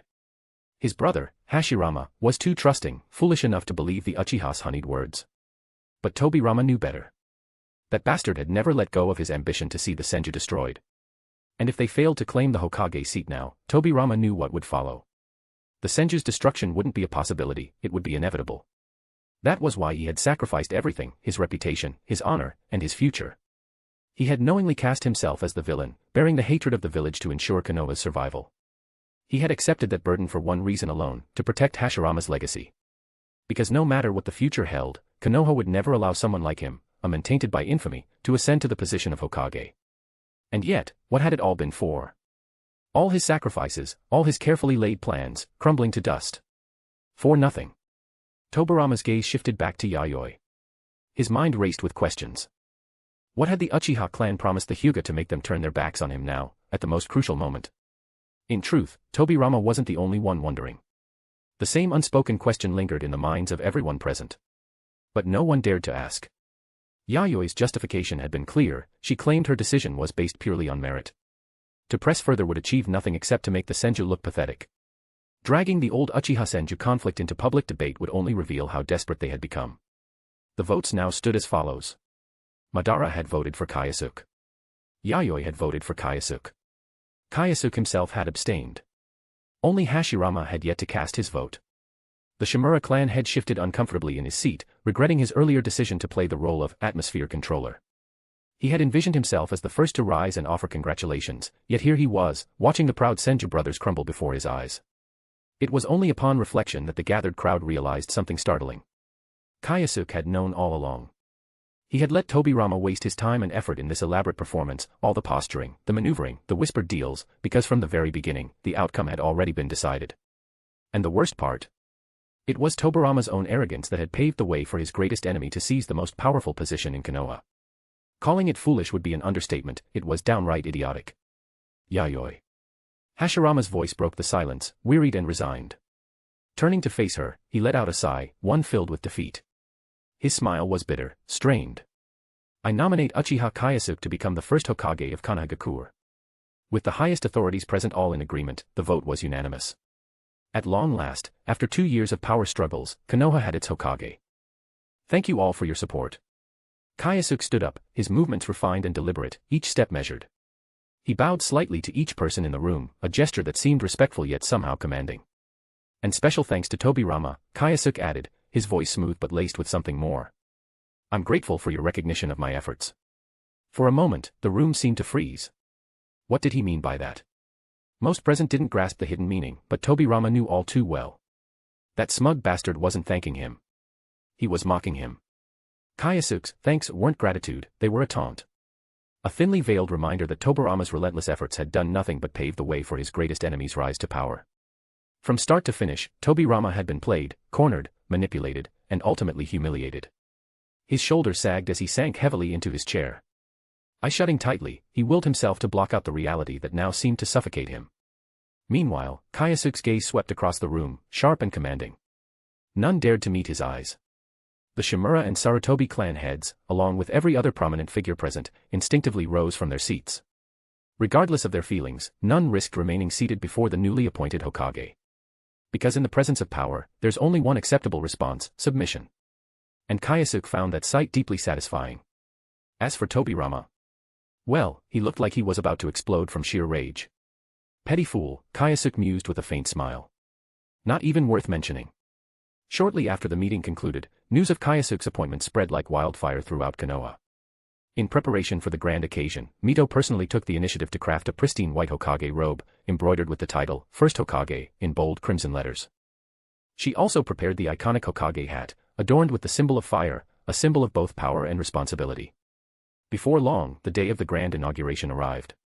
Thousands of villagers flooded the village square, their excited chatter filling the air. Colorful streamers danced in the breeze, and bursts of celebratory cannon fire echoed across the rooftops. The festive atmosphere crackled with energy, and the air seemed alive with hope and excitement. Amid the bustling crowd, a young boy elbowed his way to the front, determined to claim the best viewing spot. Ugh, my dad never worries about anything, the 7-year-old Haruto grumbled, puffing out his chest as he bragged to his friends. I've had to help out so much at home. His features bore a striking resemblance to his father's younger self, the same sharp eyes and mischievous grin. Honestly, I'm not even sure if it's a good idea for Dad to become Hokage, Haruto muttered with a sigh. But hey, no worries, he added with a confident smile. With me around, nothing will go wrong. His friends stared at him in awe, their admiration making Haruto feel like he was walking on clouds. Beside him, Princess Eri chuckled quietly, amused by how hard he was trying to act cool. Come to think of it, she mused with a teasing smile, it's been a while since Kyōsuke-sensei last gave him a beating. Elsewhere in the village, citizens of all ages wore smiles, eagerly awaiting Kyōsuke's arrival. On top of the Hokage tower, Kyōsuke cradled his giggling 4-year-old daughter in his arms. You're really in a good mood today, he mused, his smile softening. His daughter's bright laughter rang out, and for a moment, Kyōsuke simply held her closer. It was hard to believe how fast time had flown. In the blink of an eye, his little girl had grown so much. Next year, she'd be old enough to start at the Ninja Academy. A year younger than most students, but with Haruto as her older brother, Kyōsuke wasn't worried. If anyone tried to cause her trouble, Haruto would make sure they regretted it. Handing his daughter gently to his wife, Kyōsuke turned away and strode toward the balcony's edge. He paused. 18 years, he muttered to himself. He reached for the Hokage hat and pulled it over his head. As the fabric settled into place, Kyōsuke let his newly donned white cloak unfurl behind him, the embroidered kanji for first Hokage bold and proud against the pristine cloth. Taking a single step forward, Kyōsuke emerged onto the balcony and stood before the gathered crowd. For a brief moment, there was silence, a quiet gasp as thousands of villagers took in the sight of their new leader. Then the village erupted. Hokage-sama. The cheers shook the air like rolling thunder, voices rising in waves that seemed to carry across the entire village. Kyōsuke raised his hand in greeting, and the deafening roar only grew louder. He didn't need to deliver a speech, simply standing there was enough to give the people of Konoha an overwhelming sense of security. Look at him. Our Hokage. The strongest shinobi in the world, the one true god of shinobi. As long as Kyōsuke stood at the helm, no one would dare threaten Konoha's might. A soft smile tugged at Kyōsuke's lips. He closed his eyes, drawing in a long, steady breath. This feels pretty good. Image. Chapter ends. Black Heart White Heart. Chapter 224, Chapter 224, The 13 Young Guardians of the Ninja Academy. In the family's training ground, the morning air was crisp, carrying the faint scent of dew-soaked earth. Snake ram monkey boar horse tiger. Fire release, great fireball technique. A blazing fireball erupted from Haruto's mouth, its intensity already comparable to the typical standard of a genin within the clan. On the other side, Kyōsuke, who had been accompanying his son for morning training, couldn't help but feel a little surprised. This kid. Kyōsuke thought. He's usually so quiet, yet his progress is impressive. To reward you, Kyōsuke said, a faint grin tugging at his lips, I'll show you something interesting today. His fingers blurred through a rapid sequence of hand seals. Bird, snake, monkey, horse, dog. The dog seal is the final sign. The dog seal, that's the final sign. Haruto's eyes widened in shock. His father's hand seals were so fast that most shinobi without a dojutsu would struggle to follow, yet Haruto's gaze remained steady. In his pupils, a faint crimson gleam flickered, the unmistakable glow of the Sharingan. During a sparring session at the academy, that eerie red glow had appeared not long ago. During a heated sparring session at the academy, Haruto had been cornered. Faced with desperation, his Sharingan had awakened instinctively, an event that left Kyōsuke speechless for quite some time. Back then. Kyōsuke recalled. I had to merge two souls to awaken my Sharingan at 7. Yet this brat stumbled into it like it was nothing. Awakening the Sharingan wasn't easy, not like the Byakugan, which often emerged naturally in Hyuga children. Many Uchiha spent their lives without ever unlocking their clan's famed dojutsu. To address this, Yayoi had been diligently working on modifying the sage body DNA, weakening its more dominant traits to make it viable for ordinary people to receive transplants. If successful, this breakthrough would greatly enhance the Uchiha clan's strength, making the Sharingan's awakening far less elusive. Back on the training field, Haruto suddenly noticed delicate snowflakes swirling around his father. Snow, in spring. He thought in confusion. Before he could react, the swirling frost condensed into a monstrous form, a towering ice crystal tiger cloaked in jagged shards of ice, its glistening fangs bared. Ice release, tearing dragon fierce tiger. The powerful fireball, once fierce and blazing, crashed against the ice-laden beast, yet it barely left a mark. The frost-cloaked tiger emerged unscathed, its jagged form radiating an icy chill that seemed to gnaw at the air itself. In an instant, the beast lunged forward. Its massive tail, thick with layers of frozen spikes, swept across the field like a battering ram. Wah! Haruto barely had time to react. The blow struck him hard in the side, sending him sprawling through the dirt. He tumbled end over end before finally skidding to a stop nearly 10 meters away.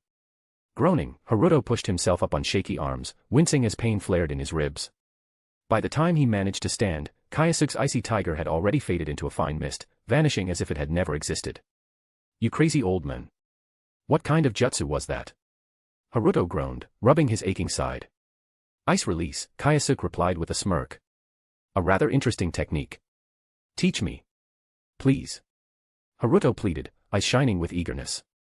You're not ready yet, Kyōsuke said, his tone firm but not unkind. After sending Haruto off to freshen up for school, Kyōsuke stretched lazily and let out a yawn. For a moment, he stood still, reflecting on Haruto's progress, then he turned and headed toward his specially constructed underground base. In the dimly lit chamber below, over 1,000 shadow clones toiled away, tirelessly developing chakra techniques day and night. Every so often, Kyōsuke would dispel the clones, absorbing their accumulated experience and knowledge. After a brief rest, he would summon the clones again to continue their relentless training. Against powerful 6 paths level opponents, truth-seeking orbs remained an invaluable asset. Their versatility made them invaluable, capable of devastating offense, impervious defense, and even granting aerial mobility. More importantly, they were one of the rare counters to certain forbidden techniques, the reanimation jutsu being one prime example. Even a formidable foe like Jigen had coughed up blood after being struck by one. Just for that, the effort to master them was more than worthwhile. In addition to Kyōsuke's clones, the underground chamber also housed another unexpected presence, the 1,000 shadow clones of Uchiha Madara. Intrigued by Kyōsuke's method, the Dancing King himself had eagerly adopted this training routine. After a few brief experiments, Madara was entirely hooked. Why waste time and energy when clones could multiply progress tenfold? Honestly, who could resist the temptation of free progress? I've already completed the development of Storm Release and Ice Release. Next. An unsettling grin crept across Kyōsuke's face as an idea took root in his mind. Big brother, do your best today. Nagisa called out cheerfully, waving her hand. Her smile quickly faded, however, when her eyes shifted to the girl standing beside Haruto. Well, Eri, you should try hard too, she muttered half-heartedly before dashing back inside the house. Watching her retreating figure, Anze Eri sighed, feeling a little disheartened that she couldn't bond with the adorable little girl. Don't worry about it, Haruto said with a warm smile, his voice gentle yet firm. Nagisa may act like that, but trust me, she actually likes you a lot. Eri's eyes brightened with renewed hope, but a lingering doubt still flickered within her gaze. Really? Of course, Haruto replied confidently. I'd never lie to you. Bathed in the warm morning sunlight, his smile carried a calm strength that made Eri's heart skip a beat. Perhaps it was the brightness of the sun, but she lowered her head shyly and softly murmured, I believe you. Lost in thought, Haruto didn't notice the subtle change in her demeanor. Stupid old man, he didn't have to hit me that hard, Haruto muttered to himself, rubbing his still sore stomach. I need to figure out how to beat him. I'm still at the 1 tomo stage. At the very least, I'll need to evolve to 3 tomo before I stand a chance. No. Uncle Izuna once said that without the Mangekyo Sharingan, I wouldn't even qualify to challenge my old man. But how do I unlock the Mangekyo? Haruto clenched his fists in frustration. Why won't anyone tell me? Lost in thought, Haruto and Eri unknowingly reached the academy gate. The moment they arrived, a ripple of excitement swept through the crowd. Whispers turned into eager calls as students swarmed toward Haruto. Being the Hokage's son naturally made him the center of attention, especially with his striking features, a flawless blend of his parents' refined looks. For the boys, his strength and skill were the main focus. For the girls, well, Haruto's combination of genius and charm was simply impossible to ignore. Haruto. Over here. Did you train with the Hokage again today? Hey, Haruto. How's my new skirt? Looks good, right? Haruto, are you free tonight? My family's hosting a... The chatter swelled, students crowding around him like bees drawn to honey. Fortunately, Haruto had long since mastered the art of handling this sort of attention. With a practiced smile and a few polite words, he declined their invitations and continued toward the school entrance. Just then, a sudden wave of gasps swept through the crowd. Haruto turned instinctively, his eyes widening slightly, his gaze sharpening as he recognized the figure. The boy was tall and composed, his cold, angular features framed by jet black hair. His dark, unwavering eyes carried a quiet authority that seemed to part the crowd without a word.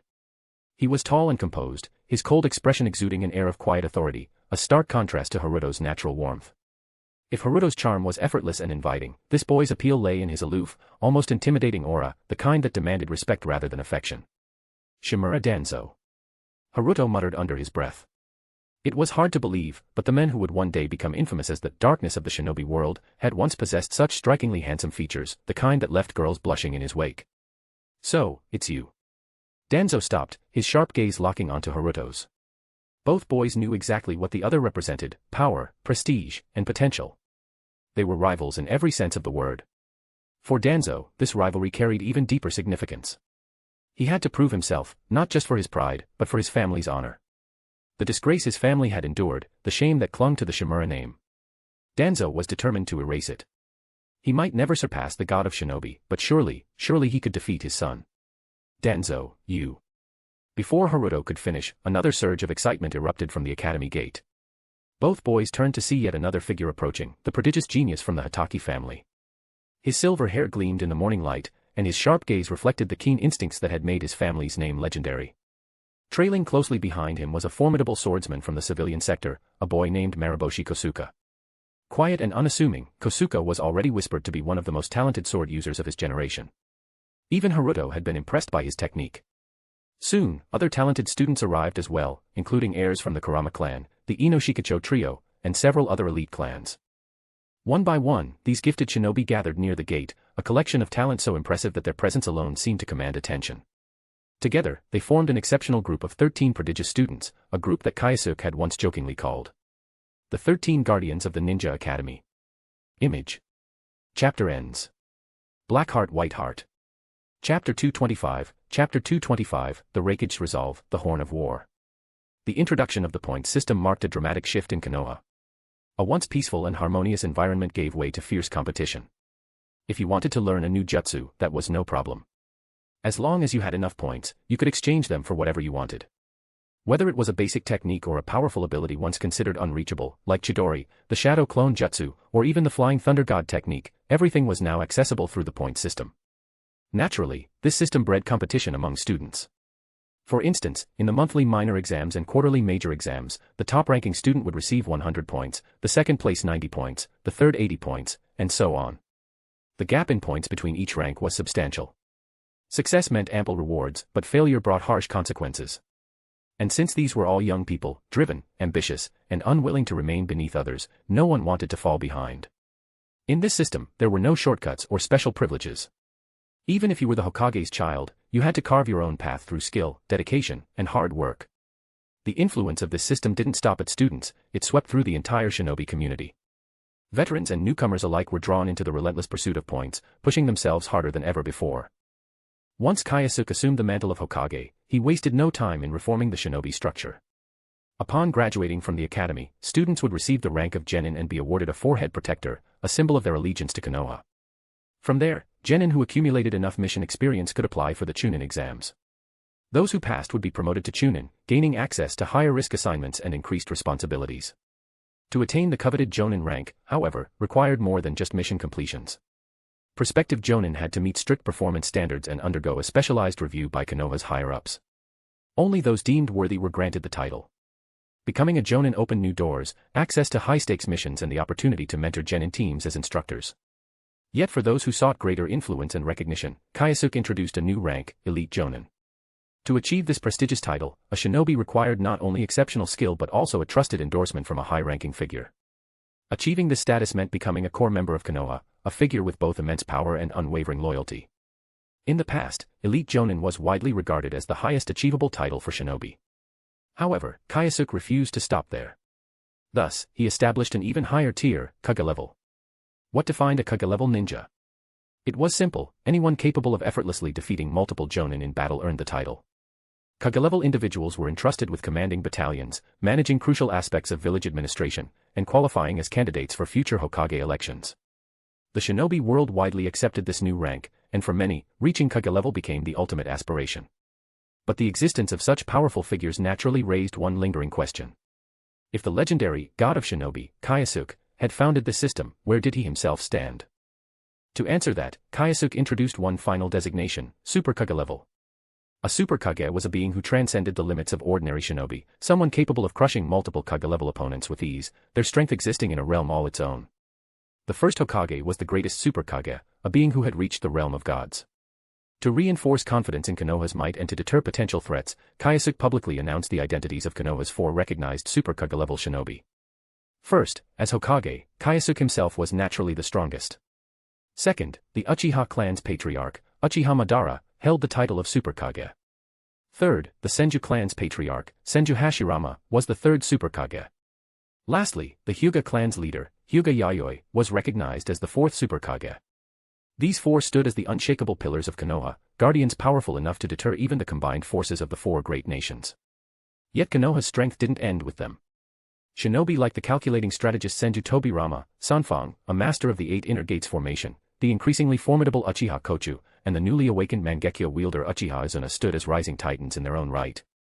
Each of them, if pressed, could rival a Super Kage in brief yet devastating bursts of power. With such might at their disposal, Konoha stood firm, more than capable of resisting, and defeating, the combined armies of the four great nations. For now, the priority lay in nurturing Konoha's rising generation, preparing for the inevitable unification of the shinobi world. Kyōsuke had even approached the Fire Daimyo, urging him to cultivate as many capable administrators as possible. When we crush the hidden villages of the other great nations, Kyōsuke had advised, we'll need competent people to govern their citizens. The daimyo had been thrilled by the idea, eagerly supporting Kyōsuke's vision and hoping that day would come sooner rather than later. Before long, news of Konoha's reforms spread across the shinobi world. Many villages rushed to adopt similar systems in a desperate bid to match Konoha's rising influence. Yet what truly sent ripples of unease through the world was the revelation of Konoha's 4 Super Kage, figures whispered to be invincible. Despite the widespread awe, there were still those who refused to believe in these so-called invincible figures. Among the skeptics stood one man, the formidable Raikage of the Hidden Cloud, a Hidden Cloud Village. Super Kage. What utter nonsense. The man speaking was a young shinobi with a face thickly covered in stubble, none other than A's trusted right-hand man and the future second Raikage. Super Kage. The Raikage muttered quietly, his thoughts clouded with uncertainty. Raikage-sama. The younger man slammed his hand on the table, his eyes gleaming with ambition. The land of fire is rich and abundant with resources, why don't we seize it while we can? From top to bottom, none in the Hidden Cloud believed in the so-called Super Kage. All of them had endured the Warring States period, they knew well that survival belonged to the strong. Titles meant nothing without strength to back them up. Even if Konoha's claims were true, they reasoned, Kyōsuke, the so-called God of Shinobi, was likely the only one worthy of the Super Kage title. And when it came to power, there were those in the cloud who believed that their own first Raikage was no less formidable. With his fearsome lightning release armor, the first Raikage had once brought the Two Tails to its knees, a display of strength that few could rival. Such power, was that not enough to qualify as Super Kage level? Besides, Hidden Stone's leader, Ishikawa, had nearly completed his unification of the land of Earth. If they waited any longer, the cloud would be forced to divert resources just to guard against future threats from Hidden Stone. Furthermore, tensions were rising within the Hidden Cloud itself, tensions that could only be eased through the fires of war. Slowly removing the lightning hat from his head, the first Raikage leaned back in his chair. His voice was calm, yet there was an undeniable chill beneath his words. I recall hearing that brat from the Senju clan, Tobirama, wasn't it? Has been sending people to raid our lands and capture our shinobi. Yes, his trusted aide confirmed firmly. We've already captured several Senju clan members. Word has it that he's researching some kind of new secret technique. Then send a letter of condemnation, the Raikage ordered, his tone carrying a quiet menace. Demand that Konoha hand over Senju Tobirama within a week, if they refuse. His gaze turned sharp. The Hidden Cloud's army will march on the land of fire. Understood.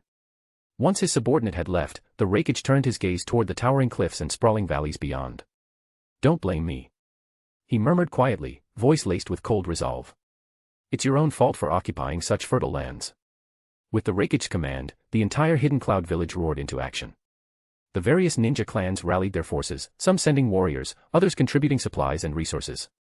In no time at all, their army swelled to an overwhelming 7,000 men.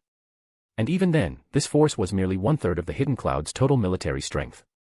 Such a terrifying number was enough to obliterate any force in the ninja world, even the mighty Senju and Uchiha clans would struggle to withstand such an overwhelming assault. This was the true war potential of a great nation's hidden village. Konoha, the Senju clan compound. Smack. The sharp sound of a palm striking flesh echoed through the room. Hashirama's hand lingered in the air, trembling slightly. For the first time in his life, he had struck his younger brother. You, look at what you've done. Hashirama bellowed, his voice shaking with rage. Image. Chapter ends. Black Heart White Heart. Chapter 226, Chapter 226, a single powerful blow to prevent 100 punches later. With no hesitation and not a hint of mercy, Hashirama's hand struck Tobirama's face. The impact was so fierce that Tobirama's cheek began to swell visibly, the angry redness spreading across his skin like a rising flame. Yet no sooner had his palm left his brother's face than Hashirama felt a wave of regret wash over him. He's a grown man now. How could I have? But then he reminded himself, this wasn't some trivial mistake Tobirama had made. No, this time his brother had stirred up a disaster that could ignite a war.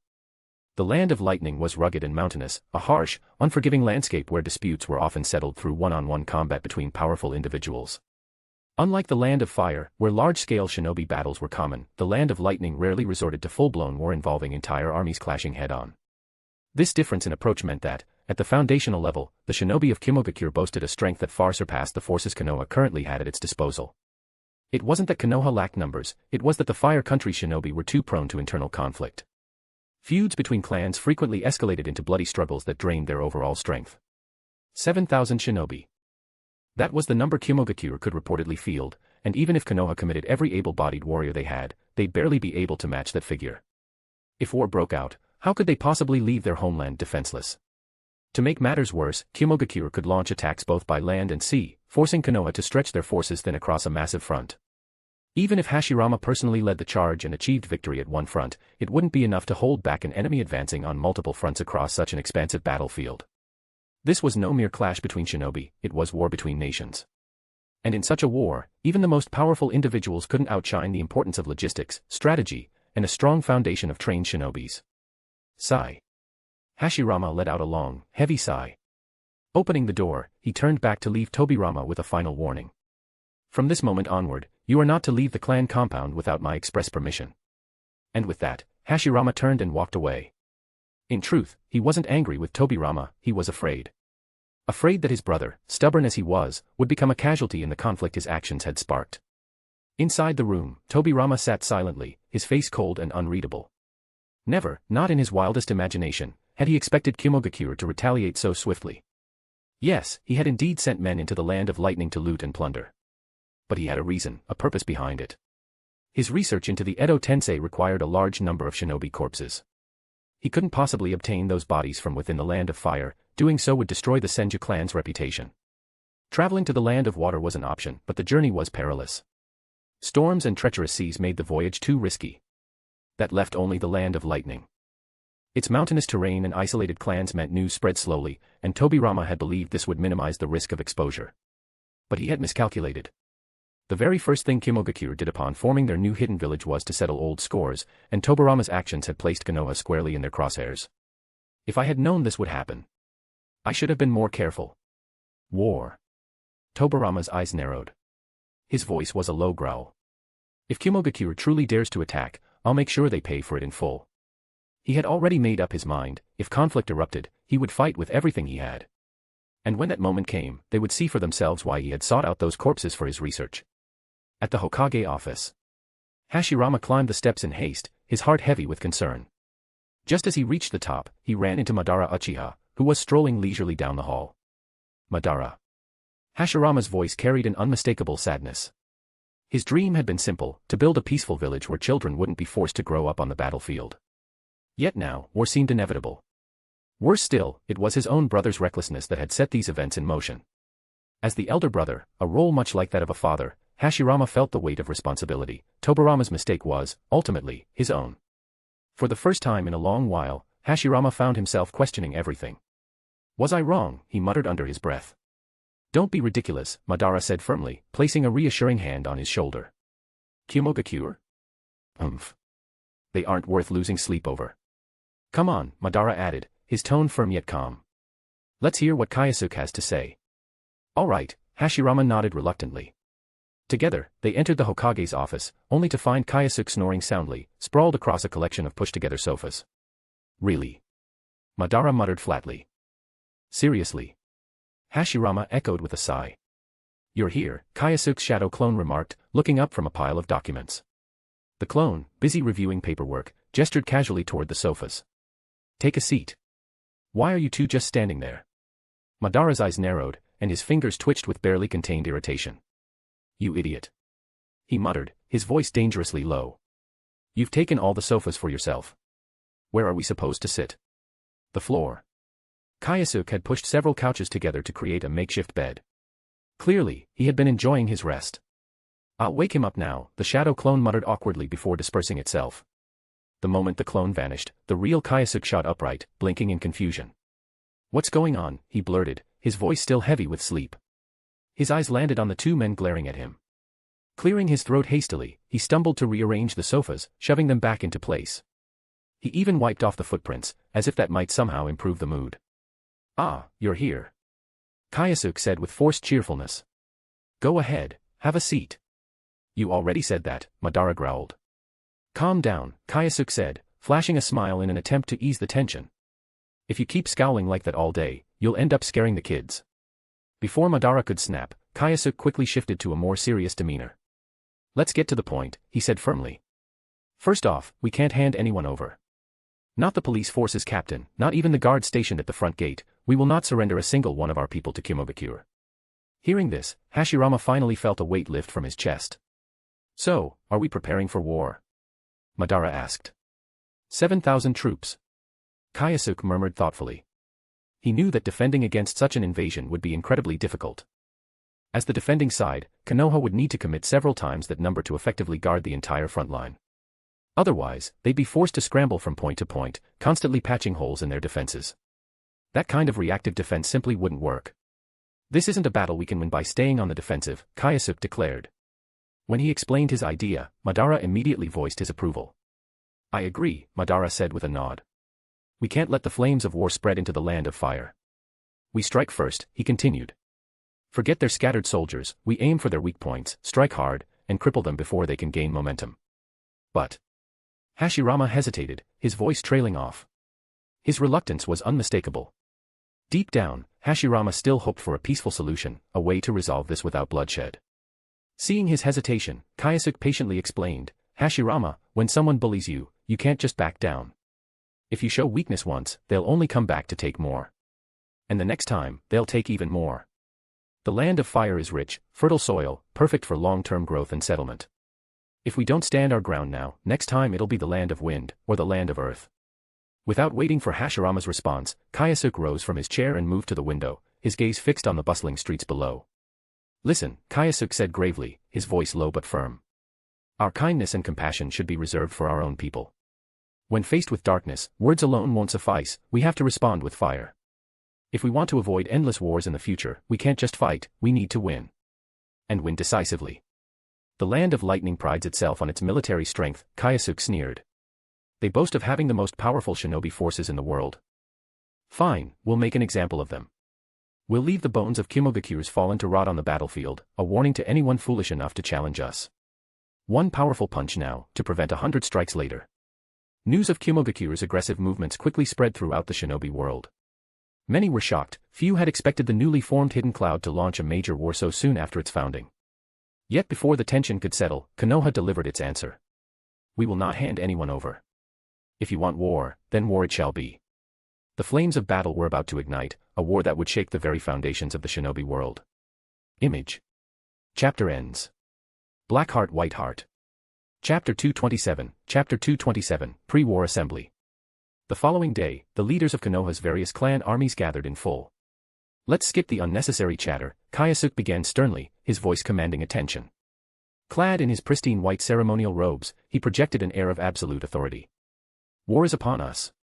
No matter what thoughts you may harbor privately, I will not tolerate anyone dragging their feet at a time like this. He didn't elaborate on what the consequences would be, yet no one present was foolish enough to miss the veiled threat in his words.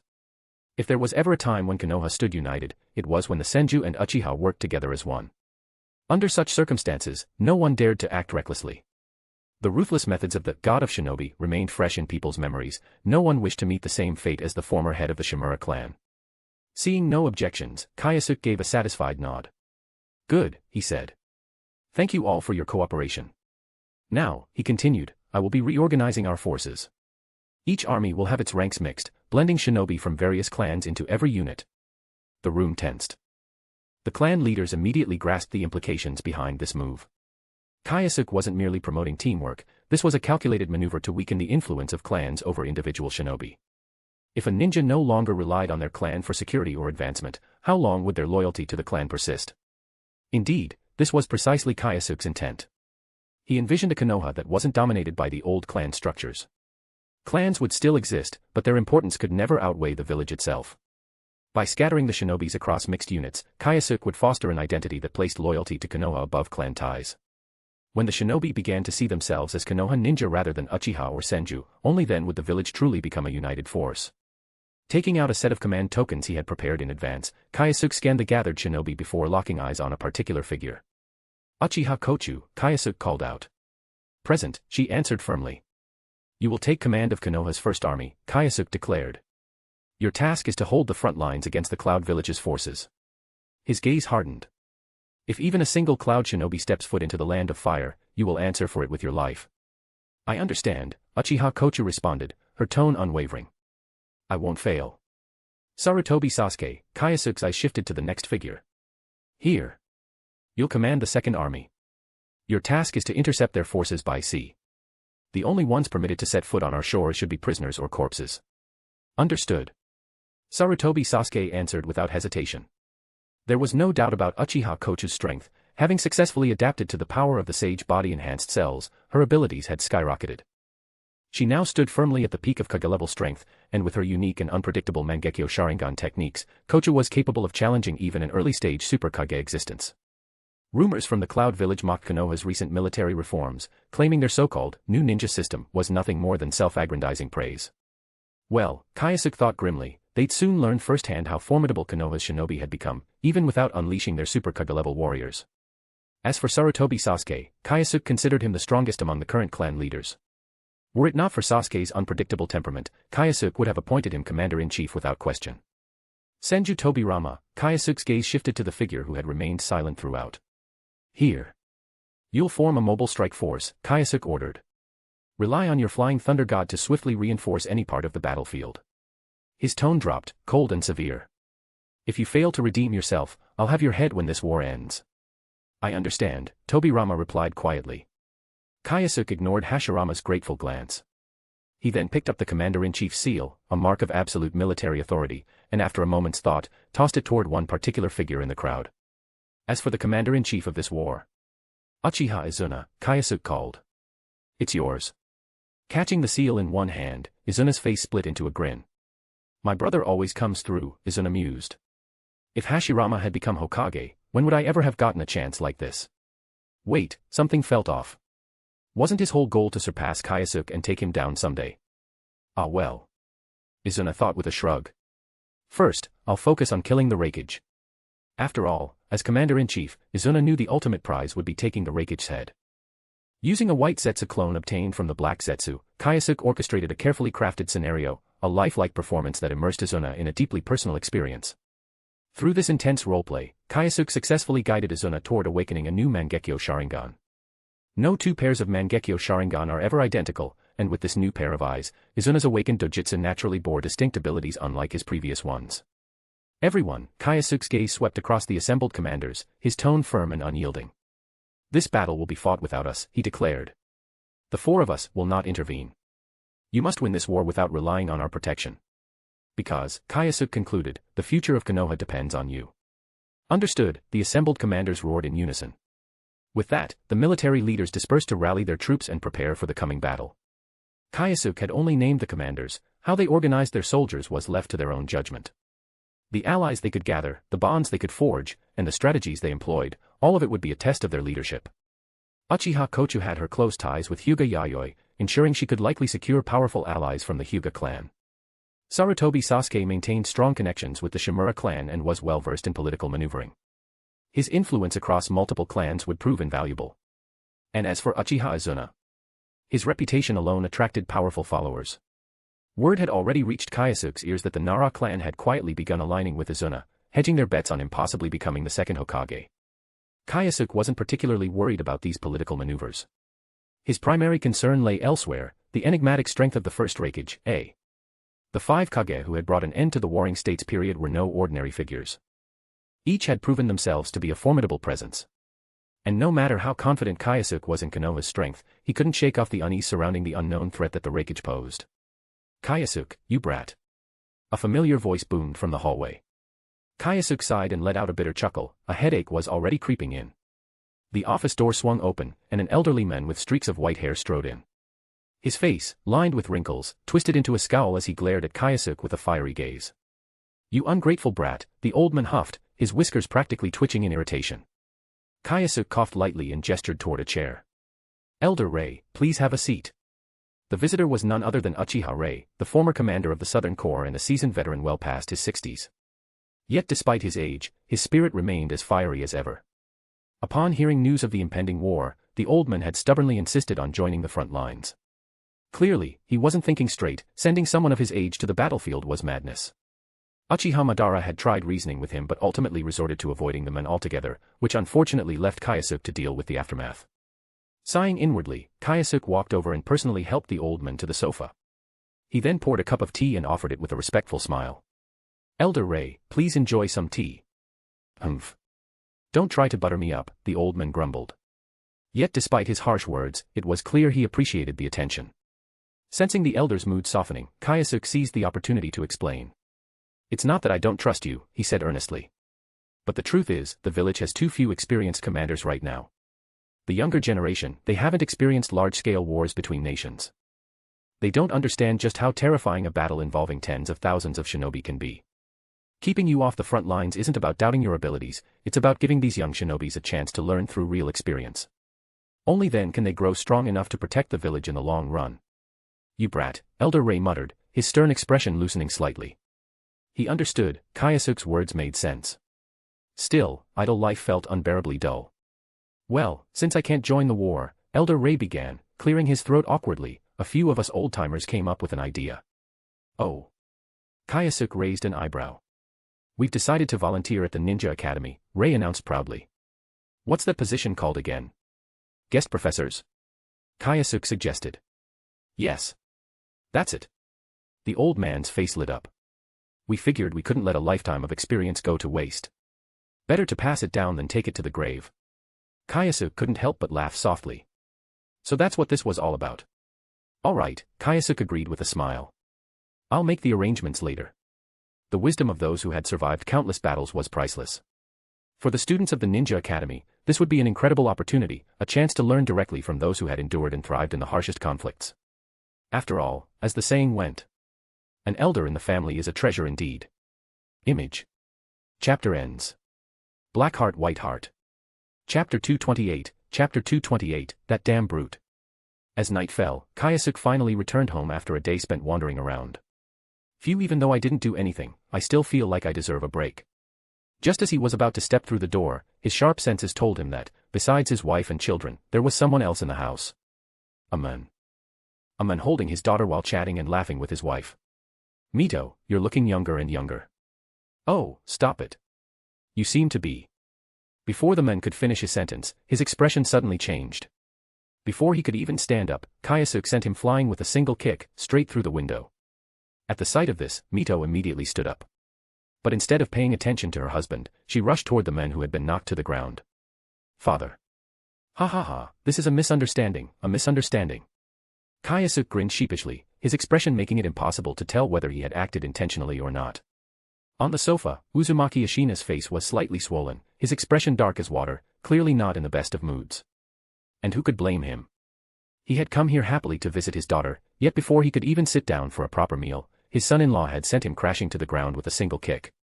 Anyone in his position would be livid. Misunderstanding. Ashina's beard practically bristled with rage. What nonsense. This bastard had clearly done it on purpose. As the leader of the land of whirlpools, it was impossible for the Hokage of Konoha not to have known about his arrival. "Father," Mito finally spoke up to explain on behalf of her husband. "He spends all his time wandering about these days, leaving his shadow clones to handle the office work. Since it's not the end of the workday yet, he probably hasn't dispelled his clones." "Yes, exactly." Kyōsuke quickly nodded, putting on an indignant face. "They make me work overtime every day. This village is so inhumane. Even if it's just a clone, I still feel bad for it, you know." "Is that really the case?" Ashina still looked doubtful, feeling that something wasn't quite right. But since his daughter had already said so, what else could he do? From the looks of it, he had taken that kick for nothing. "Grandpa." At the crucial moment, his adorable granddaughter diverted Ashina's attention. He, come here, let Grandpa take you to play on the swing." A bright grin spread across his old face, like a chrysanthemum in full bloom. He lifted little Nagisa with his arms, swinging her up and down in the air. For the sake of his precious granddaughter, he decided to let that bastard off the hook. "How are things progressing now?" Ashina suddenly asked. Kyōsuke knew he was referring to the war with the Hidden Cloud village. Catching his daughter as she swung toward him, he playfully tossed her into the air before answering, "Everything's going fine. The major legions have already reached their designated positions, and Izuna's pre-war command post has been set up. As long as the damn Raikage doesn't lose his mind and go charging into battle alone, there shouldn't be any major problems in the short term." "Not necessarily." It was clear that Uzumaki Ashina had some understanding of that reckless, dark-skinned brute. No matter. Kyōsuke chuckled and shook his head. It'll be a good opportunity for the younger generation to gain some experience. Ha, you're quite carefree about this. They have to learn how to face threats on their own sooner or later. If. At this point, Kyōsuke paused slightly and did not continue speaking. Ashina frowned, sensing something unusual. Though he didn't think much of Kyōsuke in the past, he had to admit that the young man before him was no longer the brat he once was. That kick alone was enough proof. If they were to truly fight, he probably wouldn't last more than 10 minutes before being forced to his knees. A man of such strength. What could he possibly be afraid of? Don't worry, Ashina said, though he had misunderstood the concern. If other nations try to interfere, the land of whirlpools will not stand idly by. Kyōsuke suddenly sighed. I never thought. What? I never thought you'd grow old enough to be halfway into your coffin and still manage to show such an adorable side. I knew you wouldn't say anything decent. As they continued playing with Uchiha Nagisa, the two men threw insults at each other from time to time. The scene, strangely enough, carried a sense of harmony. Before long, dinner was ready, and the family finally sat down to enjoy a long overdue meal together. During the meal, Ashina casually mentioned, recently, the land of water has been making more and more unusual moves. Hearing this, Kyōsuke paused briefly before realizing, so the hidden mist village was about to be established. The land of water was unique. Unlike other nations, it was extremely closed off and hostile to outside influence. Among all the nations in the shinobi world, it was the most difficult to infiltrate. If not for this old man bringing it up, Kyōsuke might not have received any concrete information until the village was already fully formed. No, I need to speed up our infiltration of the land of water. With that, the three of them began analyzing the overall situation of the shinobi world.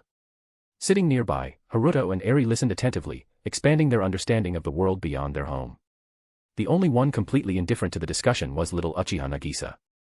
Head lowered, focused entirely on her meal, she was the very picture of a dedicated eater. While Kyōsuke's family enjoyed their peaceful dinner, the fires of war had already ignited at the borders. Main camp of the 1st Army Corps. Report. Within just half an hour, Uchiha Kochu had received nothing but bad news. Never in her wildest dreams had she expected that Reikage, the supreme leader of the Hidden Cloud, would personally charge straight into enemy territory. This went against all logic in warfare. Did he not consider what would happen to his village if he were to die in battle? That damn brute. Uchiha Kochu gave him a fitting label. Beside her, Hyuga Kenji, acting as her second-in-command, proposed a plan. Why don't I take a team to intercept him? To win 100 battles, one must first understand the enemy. Before engaging the opposing commander directly, he was willing to take the risk of gathering intelligence. Having transplanted the sage body cells gifted to him by Yayoi, Hyuga Kenji had finally broken through the bottleneck that had held him back for over a decade. He was now a legitimate Kage-level combatant. In his view, as long as he exercised caution, there shouldn't be any major issues. Kenji makes a good point, a Nara strategist added. The Reikage is, after all, someone of equal standing to Lord Kyōsuke. We must proceed as cautiously as possible. Fine. Kochu couldn't refuse, especially when everyone was making such a reasonable argument. Even though she knew full well that Kenji was no match for the Reikage, a probing attack wouldn't be a bad idea. Once they had a clear grasp of the enemy's capabilities, she could set up the perfect killing move. Did that arrogant fool really think he could just charge into their camp unchallenged? As if her dojutsu was just for show. With the mission assigned, Hyuga Kenji immediately led a squad of elite shinobi to intercept the enemy. But before 20 minutes had passed, grim reports began flooding in. Report.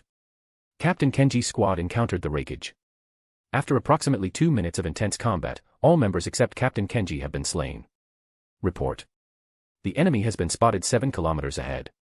Report. The enemy is now within 5 kilometers and charging directly toward our main camp. Report.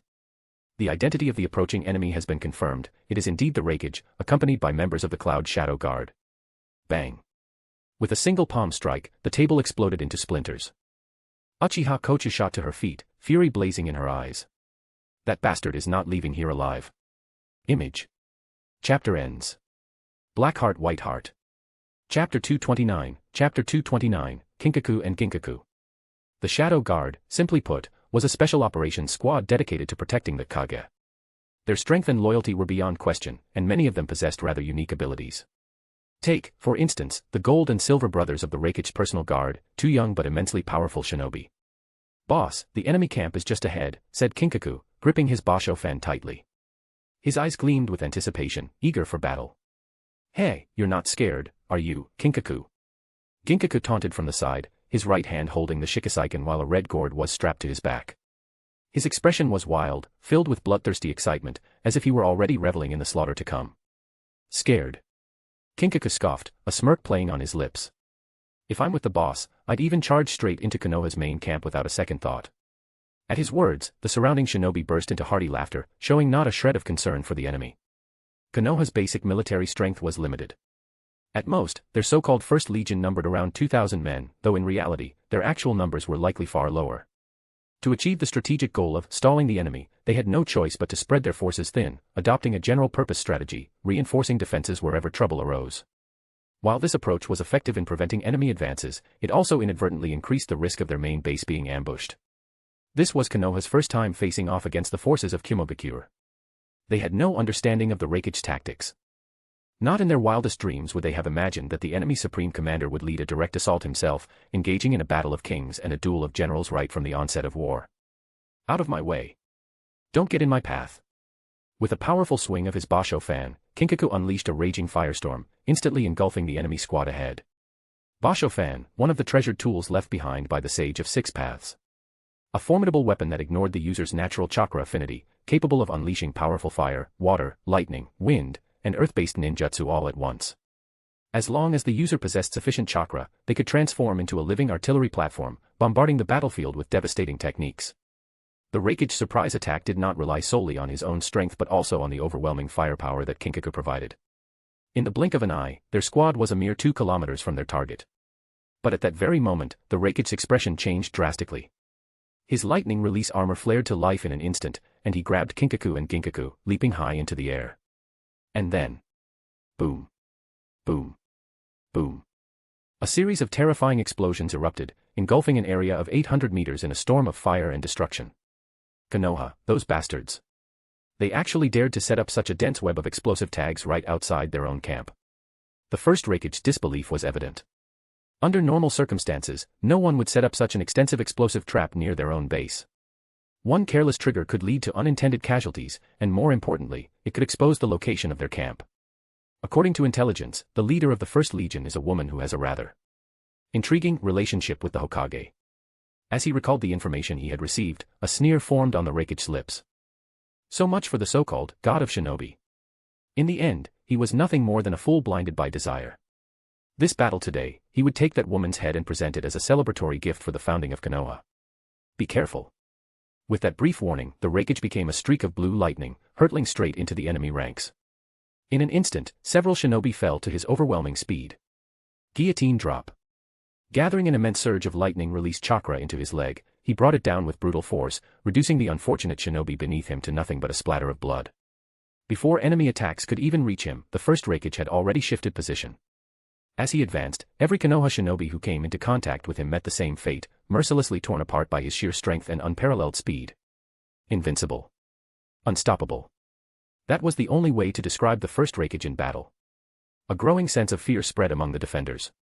Only now did they finally understand why a leader of a hidden village would dare to charge into enemy territory alone. Small fry should stay out of my way. Blinding arcs of lightning danced through the battlefield, and the casualties within the First Legion skyrocketed. Until a crescent moon shimmered in the air beside the Reikage. Phantom moon slash. A blade traced a gentle arc, almost ethereal in its movement. It was soundless, emotionless, so serene that the target often wouldn't even realize they had been cut. Only when their throat was already split would they be left mesmerized by that cold, beautiful moonlight. However, the Reikage was no ordinary man. As a warrior who believed that a man with no distractions, no women in his heart, could channel his full strength into lightning release, he would never fall prey to the illusions of the enemy. Hell stab. With a precise motion, his fingers formed a deadly spear, shattering the blade before him in a single strike. Without losing momentum, he lunged toward the woman whose form had just appeared in the distance. As his attack was about to land, a soft pink glow suddenly enveloped the target. Susanoo. Boom. The sheer force of his strike sent her body reeling backward. On the rib-like structure of the pink Susanoo, spiderweb-like cracks spread across its surface. So he's just a brute after all, Uchiha Kocha muttered darkly, her expression grim. She had no desire to face such an opponent. But there was no choice. The command post hadn't yet dispatched reinforcements. Either she had to defeat the enemy, or she had to hold out until backup arrived. Those were her only two options. You all deal with those men. Leave him to me. Dismissing the guards at her side, Uchiha Kochu took a deep breath. In an instant, the pink glow around her intensified several times over. Chakra veins spread, flesh and blood surged, and her hollow pupils flickered with a strange radiance, resembling flames. As the Tengu armor manifested, the figure that appeared before the Reikage was none other than a towering giant, standing over 10 meters tall. Susanoo, third stage. Wielding a massive 12-meter-long great naginata, Kochu launched a powerful horizontal sweep with all her might. Before the blade even reached its target, the very air let out a shrill, wailing howl, like the cry of a sea demon. This damn woman. The Reikage's eyes widened slightly in astonishment. A true expert's skill was evident from the first move alone.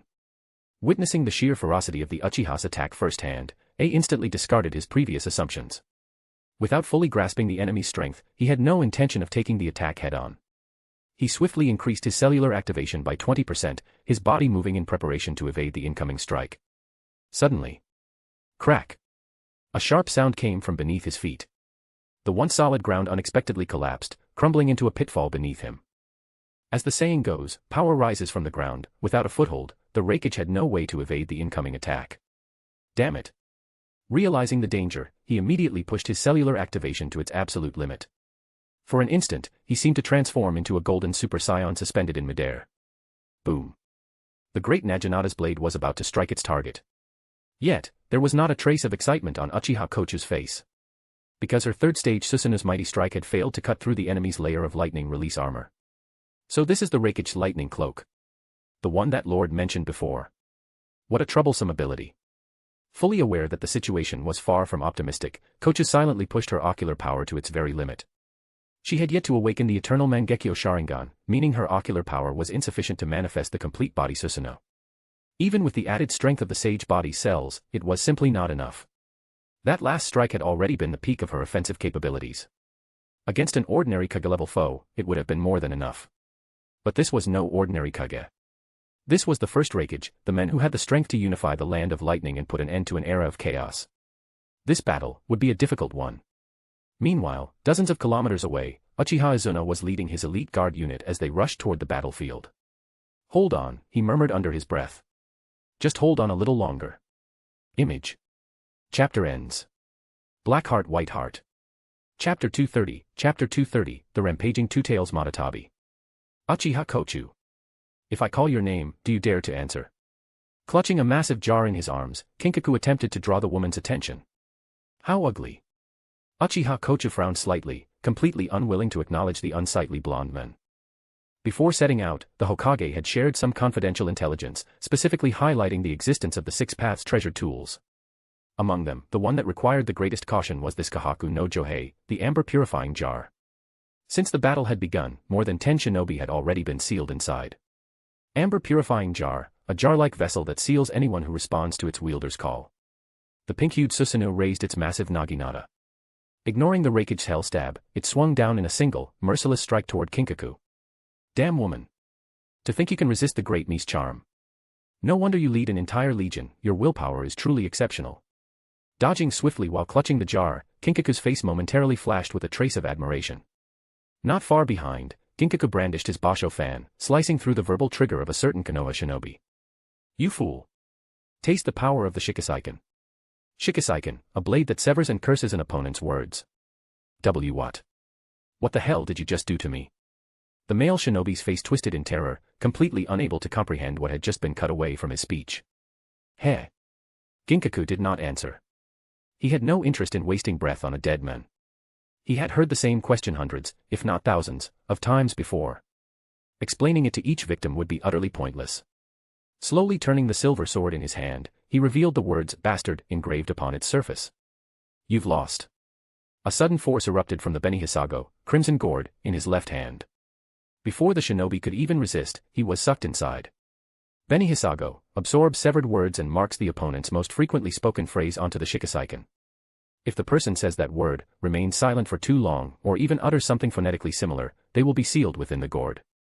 Everyone, be careful. Don't let the bastard's rope touch you. Someone had finally grasped the true nature of the Six Paths treasured tools. Kokinjo, golden canopy rope. When touched, it forces a person to unconsciously reveal their most frequently used word or phrase. Once someone was touched by it, there was no escaping the Benihisego's seal. But what exactly was one's most frequently used phrase? It was that instinctive response, those words that slipped from the tongue at a moment's emotion or urgency. Staying completely silent sounded simple, but the moment one let their guard down, it was easy to forget. Armed with the Six Paths' treasured tools, Kinkaku, Ginkaku, and the remaining members of the Raikage Shadow Guard had managed to hold their ground against Konoha's army. Time slipped by, and the battle raged for hours. Utilizing the third stage of her Susanoo, Uchiha Kochu had successfully stalled until reinforcements arrived. Meanwhile, the first Raikage, though still fighting fiercely, had already begun contemplating retreat. No matter how powerful he was, eliminating every enemy alone was impossible. His strength was not the issue, his chakra simply wouldn't last. Moreover, his Shadow Guard was struggling as well. Aside from Kinkaku and Ginkaku, only one other rather unremarkable male shinobi remained. Swoosh! A flaming arrow streaked through the air, cutting off the enemy's escape route. Uchiha Izuna, clad in a deep emerald Susanoo, relentlessly pursued the scattered and retreating Kyōmo forces. "Boss, we need to retreat." Kinkaku and Ginkaku, too, were beginning to falter. At this moment, neither of them had obtained the Ninetales chakra, making their reserves relatively limited. Sustaining a prolonged, high-intensity battle was becoming increasingly difficult. "You think you can escape?" Izuna's Mangekyo Sharingan gleamed with an eerie brilliance, the unique radiance of an Uchiha pushing his ocular powers to the absolute limit. The enemy commander had recklessly charged deep into hostile territory. If he could be eliminated here, the war, barely underway, would end immediately. Such an opportunity could not be missed. Just as Izuna prepared to unveil his new dojutsu, a sudden surge of foreign chakra disrupted his concentration. From the distance, an ominous energy began to rise. It was a strange, blue chakra, rippling with feline patterns, enveloping the figure of that seemingly unremarkable shinobi. This is. While others may not recognize it, Izuna certainly did. That ominous chakra was eerily similar to the one radiating from his elder brother's Ninetales. Of course, it was noticeably weaker, but there was no mistaking its nature, it belonged to a tailed beast. Or rather, a tailed beast sealed within a human body. What had Kyōsuke called such individuals again? Jinchuriki. In hindsight, both he and Uchiha Kochu had severely underestimated the Raikage. Beneath his brutish exterior lay a cunning and calculating mind.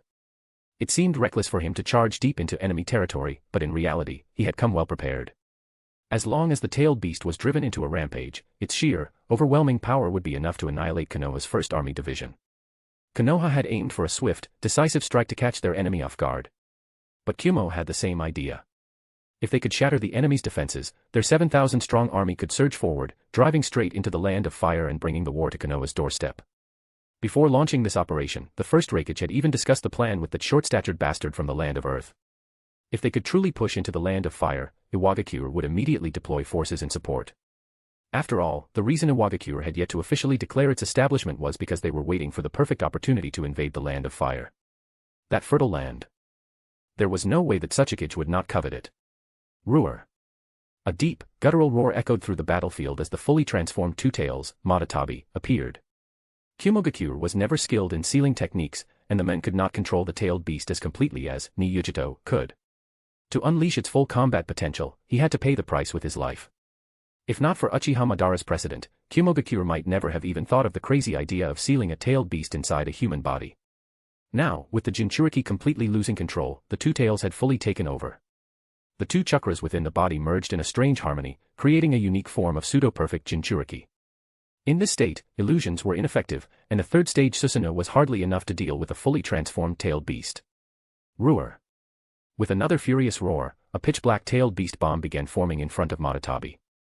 The sheer destructive force of such an attack could easily level mountains and split the earth apart. Only a complete body Susanoo could stand against it head-on. Evacuate. Uchiha Kochu's voice rang out, filled with urgency. At the same time, she threw herself in front of the tailed beast bomb. At that moment, she deeply regretted not having learned Kyōsuke-sama's Flying Thunder God technique. Unfortunately, space-time ninjutsu was heavily dependent on innate talent.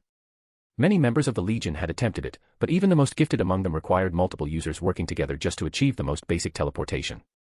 It was useful for transporting supplies, but utterly impractical for combat. Boom. The immense impact of the tailed beast bomb shattered the layers of Tengu armor, exposing Uchiha Kochu underneath. The residual force of the explosion inevitably struck her. Fortunately, her good luck had kicked in, the tailed beast's chakra passed through her body without hitting any vital points. Otherwise, Kyōsuke would have no choice but to call upon a follower of the afterlife member to retrieve her soul. With the Reikage forces retreating and Uchiha Kocha losing her ability to fight, this surprise attack had officially come to an end. However, the rampaging Two Tails was far from finished, the second-tailed beast bomb was already forming. No choice, then. Kocha let out a bitter chuckle as she reached for the protective charm she had been keeping close to her heart. Image. Chapter ends. Black Heart White Heart. Chapter 231, Chapter 231, Matatabi, I'm just a poor little kitty. Uchiha Kocha finally let out a sigh of relief as she crushed the teleportation talisman in her hand. She knew she had failed in her duties this time.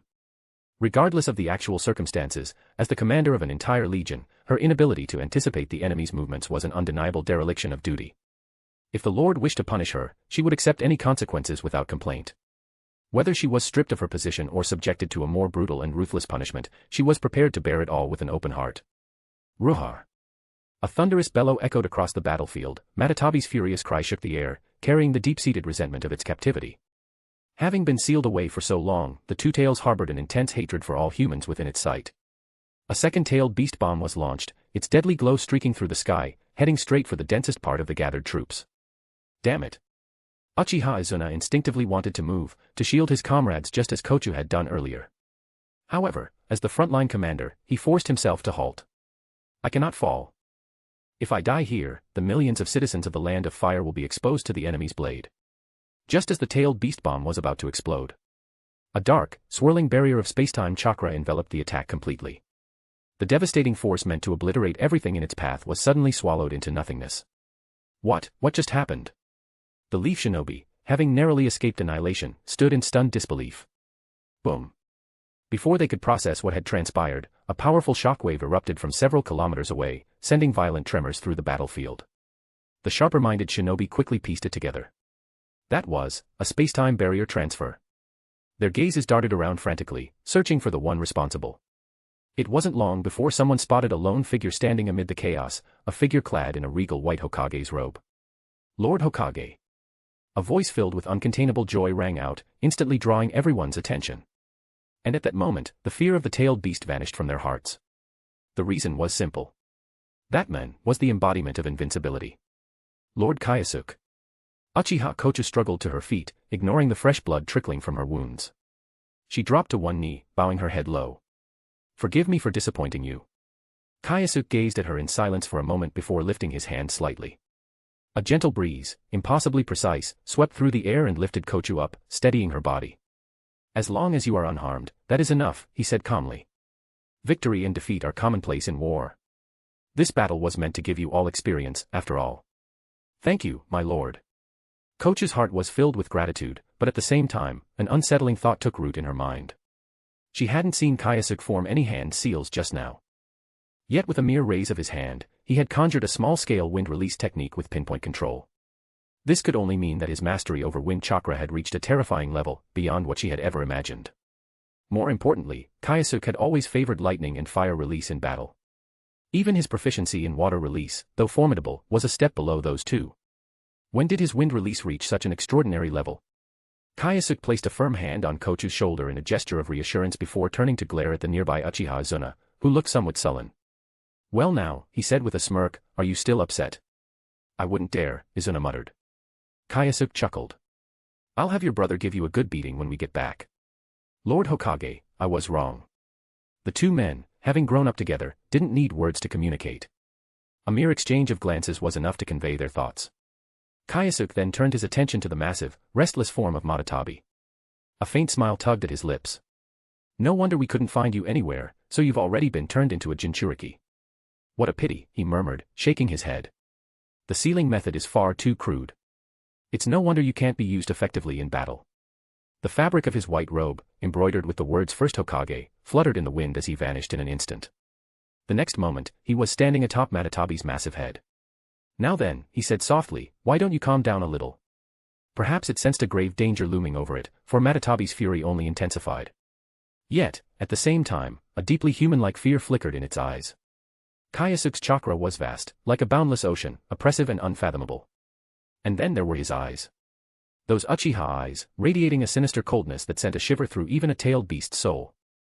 Matatabi instinctively tried to twist away.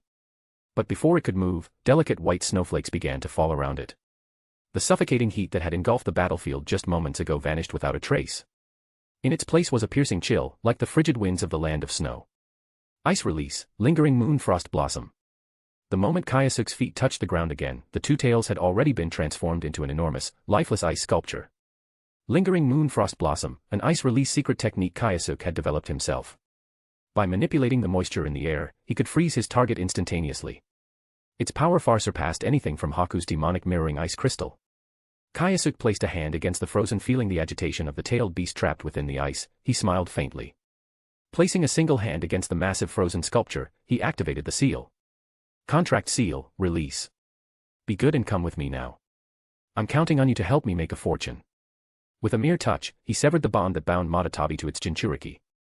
The two tails was now free. Without the interference of a foreign chakra source, a simple genjutsu would be enough to subdue it completely. Sure enough, as the ethereal glow of illusionary energy washed over it, the great blue cat obediently crouched low to the ground, docile as a house cat. Kyōsuke finally turned back to his subordinates. So, what about the Reikage? He asked. Wasn't he supposed to be leading an attack on our headquarters? Our reporting to Hokage-sama, a Konoha ninja hesitated before answering. The Reikage fled before the tailed beast even appeared. Oh. Kyōsuke shook his head with slight disappointment. If I had run into him today, I would have just taken him out and earned some points in passing. If the opportunity had presented itself, he would have acted. But chasing the Reikage down just for that? He had no such interest. A mere Reikage, did he even deserve to be personally pursued by him? Looking down at the two figures gazing up at him, Kochu and Izuna, Kyōsuke smiled. You two handle the casualties. I'll be heading back first. There's still, a lot of official work to deal with. Just as he was about to leave, he suddenly added, oh, and make sure to inform Kimogakure, they can buy their little kitten back if they want. The price? A flat 4 billion ryo. And as a bonus, I'll throw in a full collection of sealing techniques worth 1 billion. Uchiha Izuna, how can you be this shameless? Uchiha Kochu, my lord is truly shrewd and capable. Konoha Shinobi, Hokage-sama has worked hard. With that, Kyōsuke left with the two tails in tow, but the strange atmosphere he left behind lingered for quite some time. Before long, news of the failed raid and Konoha's capture of Madatabi spread across the shinobi world. The Land of Earth, which had been preparing to send reinforcements, immediately abandoned the idea. The fact that Konoha had captured a tailed beast so effortlessly proved that its strength had not been exaggerated. Whether to deploy their forces would depend on how the war unfolded from here. In mid-July of Konoha Year 2, Senju Tobirama launched a surprise assault on Kimogakure's main camp, catching their forces off guard and inflicting devastating casualties. However, despite the significant blow, Kimogakure's forces remained resilient. By late July, Uchiha Kochu, having recovered from her injuries, led the 1st Legion in a decisive counterattack, pushing back against the enemy with renewed vigor. As August arrived, fierce clashes erupted along the border, with Konoha struggling to gain the upper hand. Kimogakure, maintaining overall dominance in the conflict, continued to apply relentless pressure. At the end of the month, Sarutobi Sasuke seized an opportunity to launch a flanking assault via the waterways, hoping to turn the tide of battle. However, his forces were intercepted by the Kinkaku and Ginkaku brothers. The ensuing confrontation was brutal, but neither side could claim victory, resulting in a bloody stalemate. In September, Konoha's casualties continued to mount, forcing Hokage Kyōsuke to take decisive action. Recognizing the need for reinforcements, he dispatched a unit led by Fuma Yukishi to bolster the front lines. By October, Konoha finally began to regain some momentum. Despite this, the war remained at a standstill, with both sides locked in a tense standoff along the border. The conflict even spilled into the Land of Hot Water, further escalating tensions. In November, the war briefly slowed amid rumors that Kimogakure was preparing to send additional forces. In December, as heavy snow blanketed the land, the two villages temporarily ceased hostilities, planning to reignite the conflict after the new year. Konoha Year 3. Word came from the Land of Earth, Iwagakure had been officially established. It was said that its first Tsuchikage, Ishikawa, possessed fearsome and formidable strength. Image. Chapter ends. Black Heart White Heart. Chapter 232, Chapter 232, apologies, but you are already surrounded. Konohagakure, Hokage's office. Kyōsuke sat in silence, carefully reading the battle reports in his hands. His mind was calculating something, though what exactly remained unknown to those around him. The establishment of Iwagakure seemed to be sending a clear message to the world, one that disrupted the previous balance. Those who have the right to stir trouble in the ninja world are no longer limited to just Konohagakure and Kimogakure. If we choose to intervene, the scales of war will immediately tip in our favor. There had been a time last year when Iwagakure had already shown signs of restlessness. It was only after Kyōsuke personally subdued the Two Tails that the first Tsuchikage was forced to reconsider his actions. However, from the current developments, it appeared that Iwagakure was once again preparing to make a move. The training of our forces is nearly complete. It is time to bring this war to an end. At present, Konohagakure possessed a total of 4-tailed beasts, the 9 tails, 7 tails, 3 tails, and 2 tails. Aside from the 9 tails within Madara, the remaining 3 were all sealed by Mito, awaiting the day when other nations would be willing to pay the price to purchase them. To end the war as quickly as possible, and to showcase the power of Konohagakure's products, Kyōsuke made a decision. He would have Izuna and Kochu each control a tailed beast. With the overwhelming combat power of the Beasts of Calamity, they would be more than enough to crush Kimogakure's forces. Even the first Reikage would be powerless before the combination of a tailed beast and Susanoo. As for Kyōsuke himself, he intended to personally confront the first Reikage. This was Konohagakure's first large-scale war beyond its borders. They had to strike hard, strike fear into their enemies, and make sure that anyone who harbored ill intentions toward Konoha would tremble at the mere thought of making a move. Kimogakure's second wave of reinforcements is about to arrive. A smirk played on Kyōsuke's lips as he let out a soft chuckle. Come to think of it, it has been a while since I last gained a large amount of points. I suppose I should make a trip myself. Konoha Year 3, mid-January. The flames of war between Konohagakure and Kimogakure reignited. In the first offensive, the First Legion, led by Uchiha Kochu, charged forward with unstoppable momentum. Controlling the Two Tails, now clad in a mighty Tengu-like armor, she carved a path straight into the land of lightning. The first Reikage, upon receiving word, personally led Kinkaku and Ginkaku into battle. Only with their intervention was Kochu's advance finally halted. By late January, Uchiha Izuna joined the invasion. The Seven Tails, Komiai, soared through the skies, scattering its toxic scales like a deadly rain, leaving the enemy in utter misery. In early February, Kimogakure's second major force finally completed its assembly, a grand army of 5,000 shinobi, marching forward in full force. Somewhere in the land of lightning, a vast and open canyon.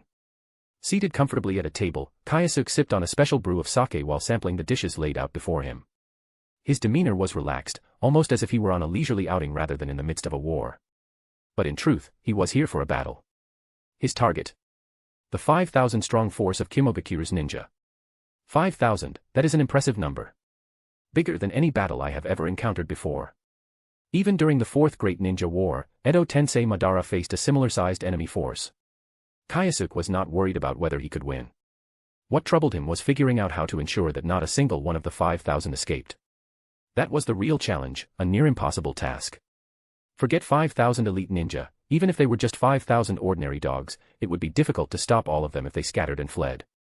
Well, I will capture as many as I can. With a thought, Kyōsuke opened the long-unused system menu and carefully examined his current stats. Name, Uchiha Kyōsuke. Age. Physical strength, Super Kage, mid-tier. Mental strength, Super Kage, mid-tier. Chakra reserves, Super Kage, high-tier. Abilities mastered, various. Kekkei Genkai, Sharingan, Eternal Mangekyo, Sage Body, Advanced. Chakra Nature Transformations, Fire, Level 9, Water, Level 8, Lightning, Max, Wind, Level 9, Earth, Level 8, Yin, Level 8, Yang, Level 9. Summons, Haitai, Manda. Ninja Tools, Kusanagi Blade, Yata Mirror. Accumulated points, 134. Only my lightning release has reached its peak. Developing these abilities is truly exhausting. With a mere thought, a pitch-black truth-seeking orb materialized before him. There was no time limit, nor did it require a large amount of chakra to maintain. As long as Kyōsuke willed it, it would exist indefinitely. Taking a deep breath, he summoned a second, then a third, until finally, 7 truth-seeking orbs floated silently around him. Only then did he nod in satisfaction. Now it finally looked somewhat respectable. Having just one felt rather pitiful. His gaze then shifted to the points displayed in the system menu. 134,000. This was the result of his accumulation over time. If he wished, he could immediately redeem a powerful ocular jutsu. However, his current combat strength was already formidable. What truly limited him was the barrier preventing him from stepping into the realm of the Six Paths. Without reaching the Six Paths level, one remains mortal. Without that power, I would not even qualify to face Otsutsuki Ishiki. For the past half-year, Jigen had completely vanished from Black Zetsu's sight. No matter how they searched, they could not find any trace of that wretched man. Kyōsuke suspected that Jigen had most likely already left the ninja world, traveling to another planet more suited for his survival. When he eventually returned, Otsutsuki Ishiki would emerge in his complete form. A being at the peak of the Six Paths level, or even what some might call, half-step divine flame. A terrifying existence like that was far beyond the capabilities of mere super Kage-level shinobi. For his own sake, for the sake of his family, Kyōsuke had to step into the realm of the Six Paths as soon as possible. 200,000 points, ultimate sage body. With it, I can open the gateway to the Six Paths level.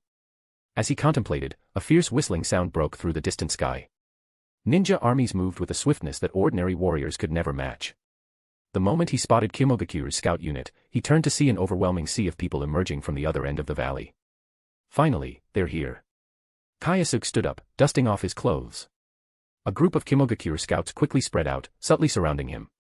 "Who are you?" one of them demanded. Kyōsuke smirked. "That's not important. There's only one thing you need to know." The scout frowned. "And what is that?" Kyōsuke's expression remained calm. "You are already surrounded." Hearing such arrogant words, the squad leader's face darkened. He swiftly waved his hand, giving the order. "Kill him." Several shuriken shot toward him, accompanied by two ninjas executing a close-range strike. Their movements were fluid, their coordination impeccable, proof that Kimogakuru's reputation as the most militarized village was well-earned. Unfortunately, neither the shuriken nor the strikes could break past the truth-seeking orbs guarding Kyōsuke's body. What is this thing?" The squad leader barely had time to react before a sharp pain shot through his neck. In his final moments, for the first time in his life, he saw his own back with his own two eyes. Withdrawing the kusanagi blade from his waist, Kyōsuke hovered in midair, 7 truth-seeking orbs slowly rotating around him. From above, he gazed down upon the approaching ninja army, his presence akin to that of a celestial god. Killing is a sin. No matter how beautifully it is justified, taking a life is the greatest sin in the world. From the moment I first drove a kunai into an enemy's chest, I chose to bear this sin. As he landed softly on the ground, the warmth and liveliness once present in his eyes had long disappeared. What remained was a chilling, bone-deep indifference, one that sent shivers down the spine of anyone who met his gaze. "Why you are." The leader of the approaching force was a tall, dark-skinned man, his strength undoubtedly making him one of the first Reikich's closest confidants. Yet his subordinates noticed something alarming. The moment he saw Kyōsuke, his face turned deathly pale. "Uchiha Kyōsuke. Why are you here?" The moment his name was spoken, the 5,000-strong Kimogakure army fell into complete silence. Image. Chapter ends. Black Heart White Heart. Chapter 233, Chapter 233, Witness my divine might, unrivaled and indestructible. The two sides stood in direct opposition, and everyone understood well enough why this man had appeared here. Yet, despite knowing this, they could not help but feel some surprise. After all, their army numbered 5,000 strong. How could he, relying on nothing but his own strength, dare to come forth alone and attempt to stop them? Did he truly believe himself to be a god? After the brief moment of astonishment passed, the leading man immediately realized this was a golden opportunity. If they could eliminate the Hokage of Konoha here and now, then Kimogakure would instantly seize an overwhelming advantage in this war. And once that happened, the fertile lands of the Fire Country would be theirs for the taking. "This is truly the will of the heavens," the man murmured, raising a hand. At his signal, the entire army stirred restlessly, the tension in the air sharpening like a drawn blade. Killing intent surged. Yet, across from them, the lone man simply smiled. And he smiled with genuine delight. "That's more like it. Against your enemies, you should always bear such ferocious killing intent." He took a single step forward. Such a simple action, and yet, it sent a wave of unease through the ranks of Kimogakure's forces. A name carried its own weight. A legend cast its own shadow. No matter how much their superiors dismissed Konoha's god-making propaganda, there was no way to erase the undeniable reality of this man's achievements. This was the God of Shinobi. A man who, by himself, had defeated 500 enemy shinobi. A feat so terrifying, it defied belief, especially considering that among the defeated were multiple Kage-level powerhouses. And now, their numbers had increased tenfold. Would that make any difference in the outcome? Enough with this god-pretending nonsense. A strong-willed warrior stepped forward, his voice cutting through the air as he sought to steady the morale of his comrades. "I will take you on. And so will I. Count me in as well." After all, this was one of the great nations. Its hidden village was home to countless powerful warriors, far surpassing the strength of any single clan. And in mere minutes, 5 elite shinobi stepped forward, each of them possessing formidable power and ready to face the so-called God of Shinobi. Given the overwhelming difference in numbers, their strategy was simple: stall him. As long as they could keep him engaged in close combat, preventing him from unleashing any large-scale destructive jutsu, they would eventually be able to wear him down. Attack. With a single command, the 5 warriors surged forward. In an instant, they moved to cut off every escape route, ensuring that Kyōsuke had nowhere to evade. At the same time, the 5,000 troops spread out, forming a loose formation to guard against large-scale jutsu. A clever tactic. But unfortunately, their calculations were still not thorough enough. Kyōsuke remained unfazed. With a simple flicker of thought, the truth-seeking orbs shifted, forming a pitch-black barrier that effortlessly blocked the incoming attacks from behind. With his defenses secured, he no longer needed to divide his focus. Now, he could dedicate his full attention to the enemies before him. Purple Lightning. A jutsu that required no Sharingan. A lightning-style technique that needed no hand seals to activate. This was Purple Lightning, a newly developed lightning release jutsu. It was a technique of tremendous power, surpassing both Chidori and Raikiri, embodying the extreme evolution of lightning chakra. The original creator of this technique was Kakashi Hatake. But now, Kyōsuke had refined it into his own unique style. The purple bolts of lightning crackled beautifully, radiating an almost enchanting glow. Yet beneath that mesmerizing brilliance lurked destruction beyond measure. And now, as the power of purple lightning coursed through the Kusanagi blade, its cutting force had grown far beyond that of Chidori blade. With a single stroke, one enemy fell. Kyōsuke did not even pause to witness the spray of blood from his first foe. Before it could even hit the ground, he was already upon the next. Die, you bastard! A second enemy roared, drawing a samurai blade and thrusting it forward, his fierce resolve clear. Even at the cost of his own life, he would not retreat. But it was meaningless. Kyōsuke swung his truth-seeking orb blade in response. And just like that, the enemy's weapon shattered like tofu. Not enough. Kyōsuke's voice was calm, almost disappointed. Come now, show me something stronger. The remaining 5 truth-seeking orbs shot out like meteors. Within a 70-meter radius, every enemy in sight became their prey. Defending with ninjutsu. Useless. Blocking with weapons. Futile. Even if the first person managed to dodge, the unfortunate ones behind him would still be struck down. From the very first clash, Kumogakure's forces began suffering heavy casualties. And the commanding officer, seeing this, immediately shouted out orders. Scatter. Everyone, spread out and bombard the black barrier with ninjutsu. Break it down at all costs. Hearing that, Kyōsuke's gaze shifted. His eyes locked onto the men who had given the command. The truth-seeking orbs were absurdly strong. Against anything below 6 paths level, they were nearly impervious to damage. But unfortunately, they could not exist indefinitely. And now, they were reaching their limit. So you want to decide this battle with ninjutsu? Kyōsuke chuckled, his voice carrying a tinge of amusement. Fine then. I'll play with you all today. Earth Release, Moving Earth Core. The best way to counter an enemy's overwhelming numbers. Disrupt their formation. If they could not form a coordinated front, then their ninjutsu bombardment would lose all of its effectiveness. Damn it. Isn't he a Fire Country shinobi? How is his Earth Release this strong? Everyone, stay calm. Keep up the ninjutsu bombardment. Don't give him a moment to breathe. But then, a pungent, sulfuric stench began to spread through the canyon, thick and suffocating. Before their terrified eyes, massive boulders of molten lava rained from the sky like a torrential storm. Lava Release, Scorching Stream Rock Technique. A Kekki-Genkai formed from the combination of fire and earth chakra, Lava Release often manifested as molten rock, possessing immense destructive power. Boom. Boom. Boom. The violent tremors persisted for a full 3 minutes. When the canyon had completely transformed into a river of magma, Kyōsuke finally halted his technique. His cold gaze swept across the battlefield, yet his expression revealed a trace of dissatisfaction. Despite its seemingly overwhelming force, lava was an attack that was simply too vast in scope. With keen awareness and swift reactions, the truly skilled could always evade its most lethal impact. This won't do. Such inefficiency tarnishes the title of the God of Shinobi, doesn't it? Kyōsuke let out a soft chuckle. With a flicker of light, he activated the Flying Thunder God and reappeared atop the cliffs overlooking the canyon. When it comes to reaping lives at speed, he murmured to himself, it seems your techniques are still the most effective, Hashirama. He pressed his hands together at his chest, channeling his chakra into the earth. As the lifeblood of nature itself, his energy surged forth, awakening an endless expanse of colossal trees. Wood Release, Nativity of a Sea of Trees. Against Kyōsuke's overwhelming chakra, one that rivaled even the tailed beast, any attempts by the enemy to counterattack were nothing more than a farce. Within 10 seconds, a 5-kilometer radius had been completely overtaken by a dense forest. No matter how they struggled, the shinobi of the hidden cloud could only desperately fight for survival within the entangling grasp of his Wood Release. Current points, 168,200. Not a bad haul, Kyōsuke muttered, ceasing his technique. His sensory abilities informed him that the majority of the enemy had already perished, while the remaining survivors had managed to escape from the wood-release's initial onslaught.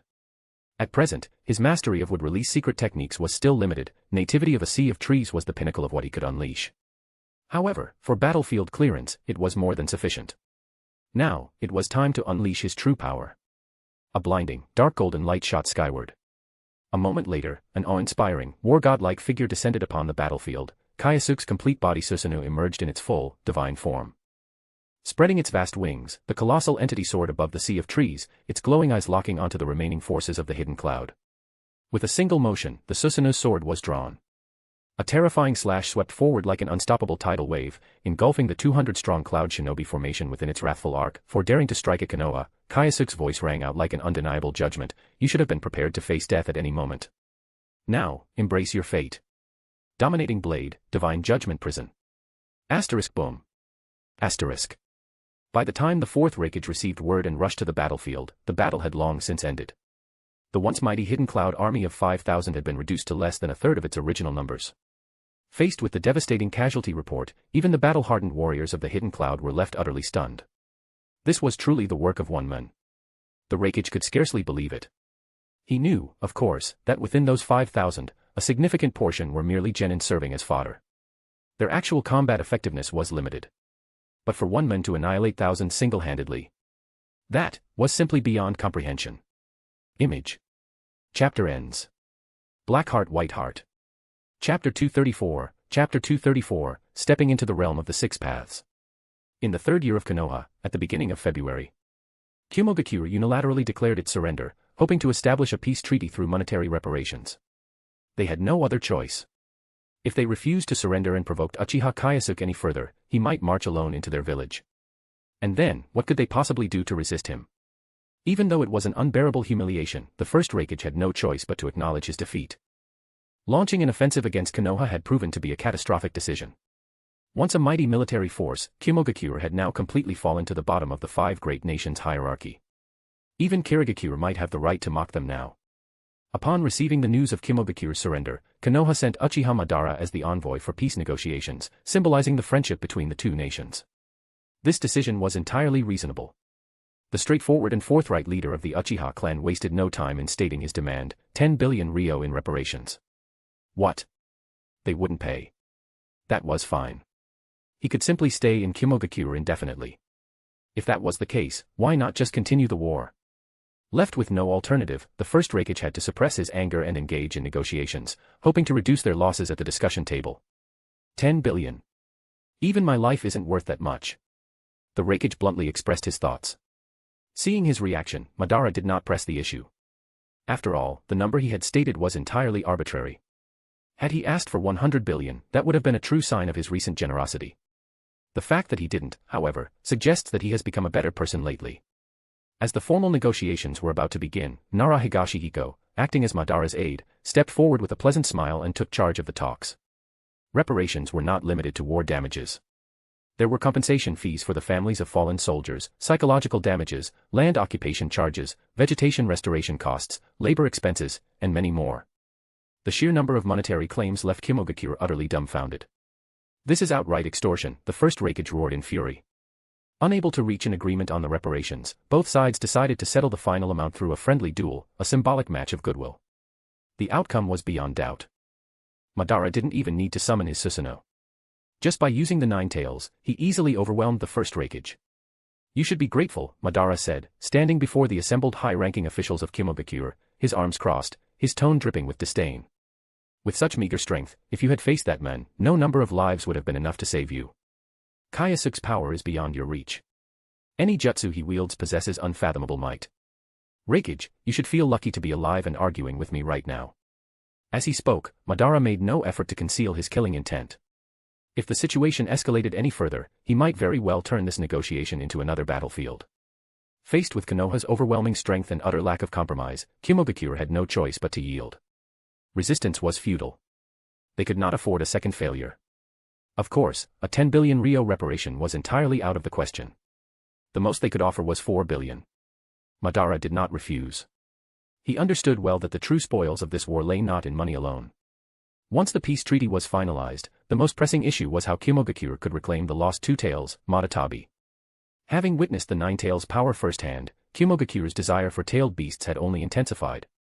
Anyone who had seen such power would inevitably be captivated by it. They did not expect to reach Madara's level, but as long as they could wield a tailed beast effectively, they would possess a true strategic weapon. The losses suffered in war had to be recovered in some way, and perhaps Omegakure and Tsunegakure were suitable targets. As for whether they could eventually challenge Konoha, well, time erodes all things. 100 years from now, when the god of Shinobi himself had turned to dust, who could say which nation would stand supreme in the Shinobi world? The Reikage was not betting on the present, he was betting on the future. With this in mind, Kyōsuke did not hesitate to pay the exorbitant price that Madara demanded. With a single war, Konoha had amassed 7 to 8 billion ryo in wealth. Not to mention robbery, this was faster than printing money. Now, Kyōsuke's greatest curiosity lay with Iwagakure. Did the first Tsuchikage still harbor any thoughts of invading the Land of Fire? Previously, Iwagakure had shown a strong stance, massing troops at the border with a clear attitude of doing whatever they pleased. Fine. If they wanted war, so be it. Kyōsuke wouldn't even have to step in this time.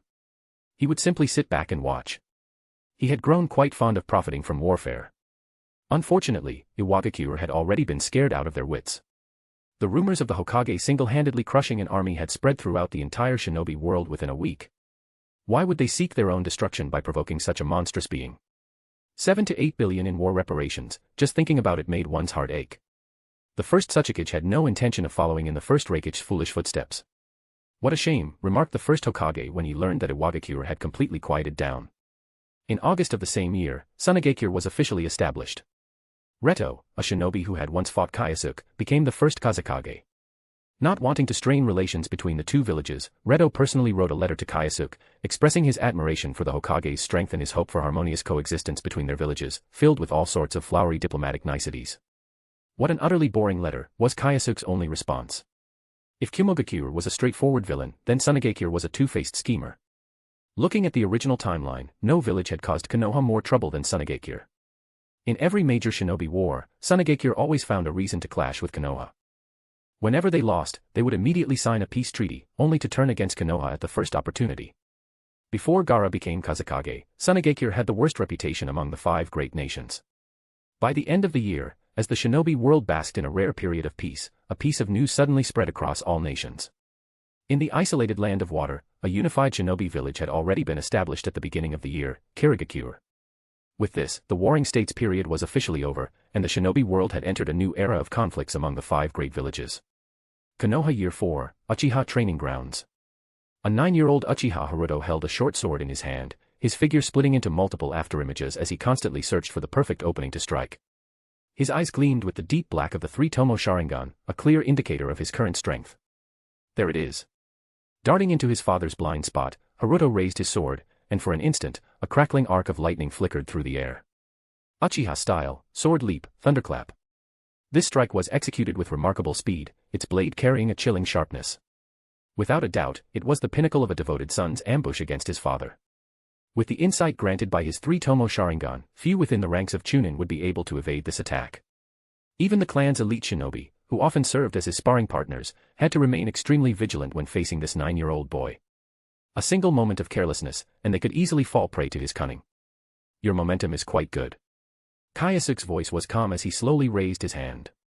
With a single finger, he lightly flicked the tip of Haruto's short sword. Crack! The supposedly well-crafted blade snapped cleanly in two. Ah! My weapon. Haruto landed gracefully, lowering his head in dejection, his expression filled with apparent disappointment toward his father. His act was impeccable. If not for Kyōsuke's keen perception, which had already detected his son's true intentions, he might have been misled by this display and allowed his attention to waver. Asterisk boom. Asterisk. The ground beneath Kyōsuke's feet suddenly exploded. Haruto, who had been lurking beneath the soil for quite some time, had finally found what he deemed to be the perfect moment to strike. However, before he could even emerge from the ground, Kyōsuke merely extended his leg and pressed him right back into the pit. Ah. That's the real body. Someone, save him. The shadow clone standing nearby cried out in alarm, its voice filled with urgency. Kyōsuke, however, merely chuckled and walked away, paying no mind to the clone frantically digging at the ground in an attempt to rescue its original. Instead, he turned his attention to the 2 girls who had yet to make a move. You go first, Erine. The 6-year-old Uchiha Nagisa was as delicate and lovely as a porcelain doll, her features exuding an almost irresistible charm. However, the glimmer of mischief in her eyes made it clear that she was far from being a simple and obedient child.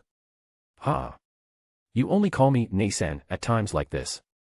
The other girl, naturally, was the princess of the land of fire, Anzei Eri. With a quiet sigh, she rolled her eyes before stepping forward. She raised her hands, a soft green glow illuminating her fingertips. Chakra scalpel. Sensei, please prepare yourself. Eri's voice was polite and composed, even remembering to announce her attack before making her move. Kyōsuke had no reason to criticize such courtesy, so long as she did not make foolish mistakes on the battlefield, it was of no concern.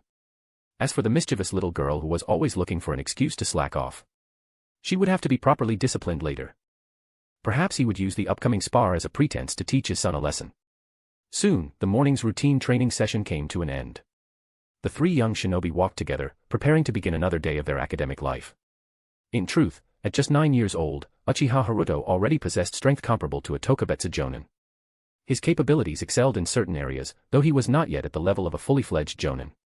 Even so, he had long since met the qualifications to graduate from the academy. The only reason he was still enrolled was because Kyōsuke had personally blocked the path to early graduation.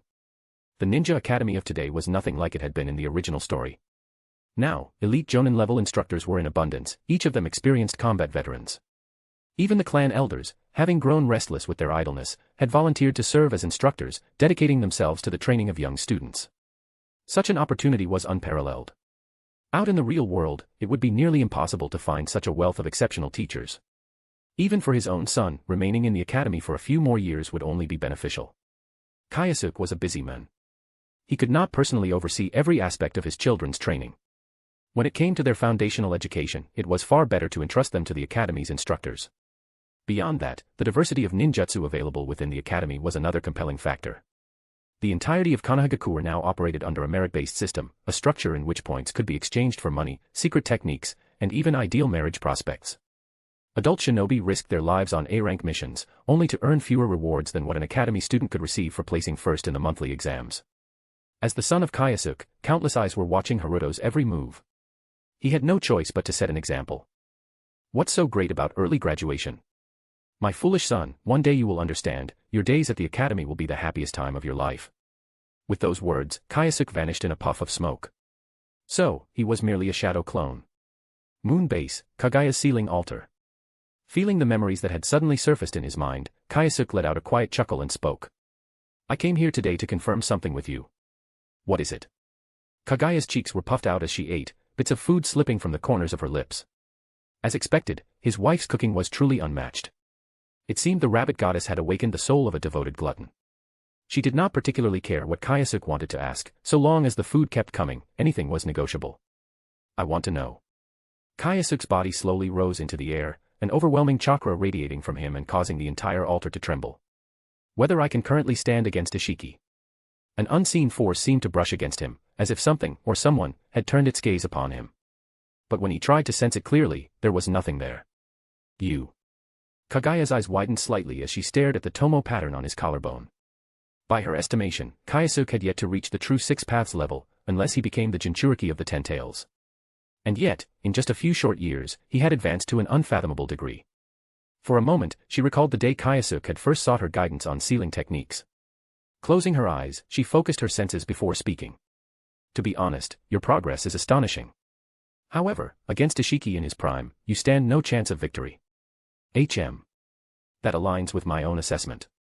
Kyōsuke nodded, unsurprised by her conclusion. It was only after truly stepping into the realm of the 6 paths that he fully understood the sheer power of Ishiki. If he were to face him alone, regardless of how many trump cards he had prepared, there would be only one outcome. Death. Thankfully, Kyōsuke was never alone. Those who follow the path of righteousness gain many allies, while those who stray from it are left with none. This was a truth that Ishiki would never comprehend. Name, Uchiha Kyōsuke. Age. Physical strength, 6 paths, low tier. Mental strength, Super Kage, high tier. Chakra reserves, 6 paths, low tier. Mastered abilities, various. Kekkei Genkai, Sharingan, Eternal Mangekyo, Sage Body, Ultimate. Chakra nature transformations, Fire, Max, Water, Level 9, Lightning, Max, Wind, Max, Earth, Level 9, Yin, Level 8, Yang, Max. Summoning Beasts, Haitai, Manda. Ninja Tools, Kusanagi Sword, Yata Mirror. Points, 143. After the war ended, Kyōsuke had spent a total of 200,000 points to successfully redeem the ultimate sage body. Following a long period of absorption and refinement, he finally broke through the bottleneck, achieving a true Six Paths physique. To the extent that he could now repel truth-seeking orbs with his bare hands. Many times, Kyōsuke had wondered, just how far was he from Otsutsuki Ishiki? Today, Kagaya had given him a clear answer. If he fought alone, he would be utterly defeated. Release me. At this moment, Kagaya was calm and composed, a far cry from her usual naive demeanor. If you and I join forces, Ishiki will die in an instant. And afterward? Kyōsuke chuckled. You plan to consume the chakra of the entire world and forge it into a new chakra fruit. If you are unwilling, I have a more stable method. Gazing into those pristine, untainted white eyes, Kyōsuke suddenly smiled. Let's eat. Kagaya foolishly nodded, continuing to savor the exquisite cooking of the bun-haired princess. As for their previous conversation, both tacitly chose to let it be forgotten. Releasing Kagaya was not impossible, but only under the condition that he held the power to defeat her. He was certain that the goddess understood this as well. Begging blindly would be meaningless. Tearing their relationship apart was even more unwise. Kagaya was Kyōsuke's final trump card. If he was ever truly at his wit's end, he would have no choice but to request the rabbit goddess herself to intervene. Here, try this. Delicious. Image. Chapter ends. Black Heart White Heart. Chapter 235, Chapter 235, The Flow of Life in Konoha. For 3 months, Kyōsuke had remained on the moon, familiarizing himself with his newfound Six Paths level power. Defeating Ishiki would never be a one-man effort. The assistance of Madara and Hashirama was the key to victory. Thus, he no longer concealed the existence of the Otsutsuki, revealing everything, including Kagaya, to Hashirama. Upon learning that the entire shinobi world was at risk, Hashirama immediately sprang into action. After searching in vain for answers, he began rigorously honing his own strength. I need to leave for a while. Upon hearing that the enemy would not arrive for at least another year or two, Hashirama expressed his intent to go on a journey of training. His destination, the Shikatsu forest. The mysterious man he had encountered that day. He wanted to track him down. The secret techniques recorded in the scroll were ones he had never even heard of before. Their training difficulty was incredibly high, and even he had yet to fully master them. One technique in particular, the Forbidden Wood Release, was especially terrifying. With his current strength, attempting to summon it forcefully would be nothing short of suicide. Yet, for the sake of protecting the village and upholding the dreams of the three of them, Hashirama was willing to give his life. Hashirama left, seeking a path to greater power. Having mastered the art of condensing truth-seeking orbs, Uchiha Madara passed the title of clan leader to Izuna before vanishing into the shinobi world alone, his whereabouts unknown. I want to help you, too. Not long after, Yayoi found Kyōsuke and expressed her desire to fight alongside him. You will die. Kyōsuke shook his head with a gentle smile. You cannot die. The future of Konoha is still something I must entrust to you. I don't care. To his surprise, Yayoi immediately refused. I couldn't care less about Konoha. If you die, then this village no longer has a reason to exist. Kyōsuke sighed silently. After a brief pause, he finally spoke of his plan. Take care of him, just wait for me to return. A mere Ishiki Otsutsuki does not have the power to erase me from history. Understood. This time, Yayoi did not insist further. She understood the immense gap between herself and the others. Charging forward recklessly would only cause unnecessary trouble. With ninjutsu rendered ineffective, even the power of the Tenseigan was greatly diminished. Protect Konoha for me. This was Kyōsuke's order, perhaps even a request. Yayoi agreed. No matter what, she would safeguard the village. You're making it sound like some tragic farewell. How unlucky. Kyōsuke chuckled bitterly, stepping to the window and gazing at the bustling scenery outside. As the victorious nation, Konoha's name now echoed across the shinobi world. People had finally come to recognize the terrifying power of the God of Shinobi. One of the consequences of this was a flood of mission requests from all over, nearly overwhelming Konoha's mission administration. With no other choice, Kyōsuke had to temporarily reassign personnel from stationed military forces, sending them back in batches to help clear the backlog. Even then, many missions remained pending for extended periods before they could be assigned to suitable ninjas. Unwilling to tarnish Konoha's reputation, the Hokage himself secretly used shadow clones, disguising himself, to complete missions personally. And truth be told, his efficiency far surpassed that of ordinary ninjas. Such is the power of a true Hokage. After half a year of grueling work, when public skepticism about Konoha began to surface, Kyōsuke finally relented. Issue an order: any students who have completed 4 years of training may receive a temporary ninja license upon passing the assessment. Temporary ninja sounds unappealing. It might leave a bad impression on clients. Then let's call it ninja internship. Any jonin who wishes to take on a team can also select their students based on performance. In the 4th year of Konoha's reign, as the year approached its end, the village finally regained the ability to maintain normal mission operations. The head of the mission administration office no longer had to spend his entire day camped outside Kyōsuke's office. What a mess this all was. Fortunately, I have my shadow clones handling the paperwork. Given my current level of mastery, the mental fatigue they cause is nothing more than a trivial matter. When Naruto became the 7th Hokage, he practically lived in his office, working tirelessly around the clock. Apart from sleeping with Hinata, he left everything else to his shadow clones, including attending his own daughter's birthday. Kyōsuke, however, was the complete opposite. His office was always bustling with activity, but it was never him doing the work, only his clones. That was the difference in their dedication. Konoha, Year 5, New Year's Spring. Now 26 years old, Kyōsuke exuded the charisma of a mature man in every movement. As he walked down the village streets, the villagers greeted him warmly, and women couldn't take their eyes off him. It was as if they wished they could cast a Koto Amatsukami on him, making the young and handsome Hokage fall in love with them. Being too popular was, in a way, its own kind of trouble. Kyōsuke was exchanging greetings with the villagers when a commotion ahead caught his attention. "Please, have mercy. Don't take my things away." Village regulations prohibit street stalls in commercial districts. I remember warning you about this multiple times.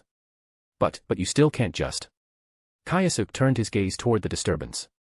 Members of the police force were handling a street vendor who had set up shop in an unauthorized location. To maintain the village's cleanliness and keep the streets clear, Kyōsuke had implemented a rule that vendors could only set up in designated areas. Clearly, this elderly man had violated that rule. Even so, the way the officers were enforcing it was less than ideal.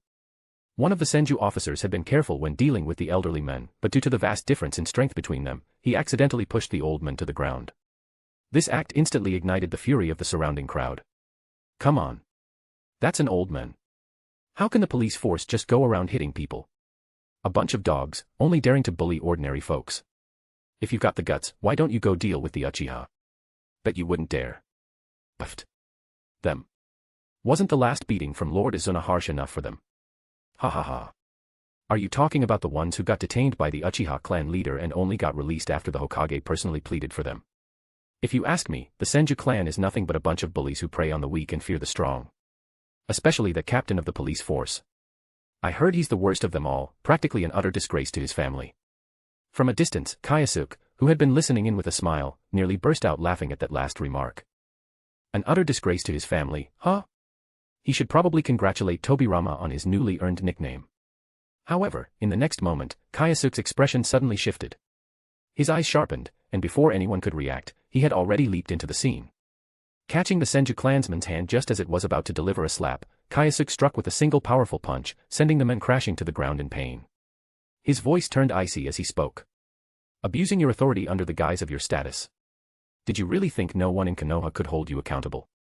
With a swift gesture of his hand, a group of masked Umbu operatives appeared out of nowhere, immediately detaining the entire squad from the police force. Take them into Umbu custody for interrogation. I want to see just how many other misdeeds they've committed, how many innocents they've bullied and oppressed. Yes, sir. After personally helping the elderly man to his feet, Kyōsuke offered a sincere apology. I am sorry. My failure in oversight has caused you distress. No, it's nothing serious, the old man stammered, looking both flattered and nervous.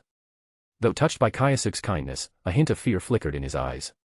Kyōsuke took notice of this. As if realizing something, he turned to his Umbu operatives and commanded, ensure this old man's safety. If any filthy mongrel dares to lay a finger on him, I give you permission to strike first and report later. Understood. Thank you, Lord Hokage. As the atmosphere grew lively once more, Kyōsuke smiled and waved at the crowd before pointing toward several individuals in the gathering. Take them in for questioning as well, he ordered. Inciting unrest in public, recklessly slandering and spreading malicious rumors about the village's leadership, I want to determine whether they acted out of ignorance or with deliberate intent. At his words, a few people in the crowd showed clear signs of indignation. It seemed likely they had merely been speaking thoughtlessly, venting their frustrations. However, among them, the middle-aged man who had called the police force captain a disgrace suddenly looked uneasy. A trace of panic crossed his face, and his body tensed as if preparing to flee. In truth, this man was an undercover agent from Iwagakure, planted within Konoha to monitor activities and sow discord. His mission had been progressing smoothly, and he had successfully incited several riots. Yet, he never expected that a mere minor incident would end up exposing him right under the Umbu's watchful eyes. I'm finished. The man's face turned ashen. Once the scene had settled, Kyōsuke shook his head slightly before turning and walking away. Konoha's villagers were both endearing and infuriating. They placed unwavering faith in every decision made by the Hokage, trusting them unconditionally. Yet, at the same time, they were naive and easily swayed, lacking the ability for independent thought. They had once driven Hatake Tsukumo to his death with their rumors and slander. They had once blamed a 4- or 5-year-old child for the Nine-Tails rampage. When dealing with such people, governance had to be firm yet flexible. One could never afford to give ill-intentioned individuals a chance to manipulate public sentiment. A curriculum on the will of fire must be established. It shouldn't be limited to students, ordinary citizens must also be taught a unified set of values. Regardless of how much criticism had been levied against the Senju-led Hokage administrations, one aspect of their rule was undeniably commendable: their ability to shape the ideological framework of the village as a whole. During Pain's invasion, countless Konoha citizens had perished. Yet, from top to bottom, hardly anyone was willing to reveal crucial information to the enemy. In this regard, the other 4 hidden villages were utterly inferior to Konoha. Learning from the strengths of others is nothing to be ashamed of, Kyōsuke mused, a faint smile on his lips as he made his way toward the ninja academy. Like the other jonin present today, he had also come to select his students. Image. Chapter ends. Black Heart White Heart. Chapter 236, Chapter 236, Kurama, the illusion clan that manipulates the 5 senses. Ah, it's Hokage-sama. Are you here to observe our training? If only I could receive guidance from Hokage-sama. News of the Hokage personally visiting the academy to select students for mentorship spread quickly across the entire campus. After all, he was the god of Shinobi, the supreme authority of Konoha, standing at the pinnacle of power. Becoming his disciple would undoubtedly pave the way for a promising future within the village. Perhaps one day, they might even ascend to the position of the 3rd or 4th Hokage. As for the 2nd Hokage, it was likely that the choice would be made from among the current high-ranking officials. Figures such as Hyuga Yayoi, Uchiha Izuna, and even Senju Tobirama still had a glimmer of hope. Simply put, if the right moves were made, then the prestige that had once been lost could be regained through nearly the same means. The prerequisite, however, was the need to reform the way the police force currently operated. Gazing at the crowd gathered in layers upon layers, Kyōsuke let out a wry smile before employing the Flying Thunder God technique, instantly teleporting to Haruto's side. Inside a senior-year classroom, a group of young shinobi in training eagerly awaited the moment a jonin instructor would recognize their talent and take them under their wing. The Hokage's presence only fueled their enthusiasm even more. Wow! It's the first Hokage himself. I never expected my brilliance would catch the attention of the village's highest authority. What do? I just hope the Hokage doesn't end up fighting with other shinobi over me. What a pity, he's already married and has children. Upon hearing this particular remark from one of the girls, Haruto's eyes widened in sheer disbelief. I see you as a friend, but you want to be my mother. Is this correct? Beside him, Eri let out a soft chuckle, her radiant beauty instantly drawing the attention of the boys in the room, including one particular square-faced youth.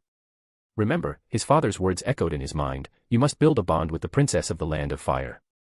Even if you cannot become her lover, you must forge an extraordinary connection with her. The future of the Sarutobi clan rests upon your shoulders. Taking a deep breath, Sarutobi Hiruzen stepped forward, approaching the pair of young shinobi. Haruto, Eri, I hope we will be placed in the same team. Ah, it's Hiruzen. Haruto shot him a sideways glance, resisting the urge to tell him outright, you probably don't stand a chance.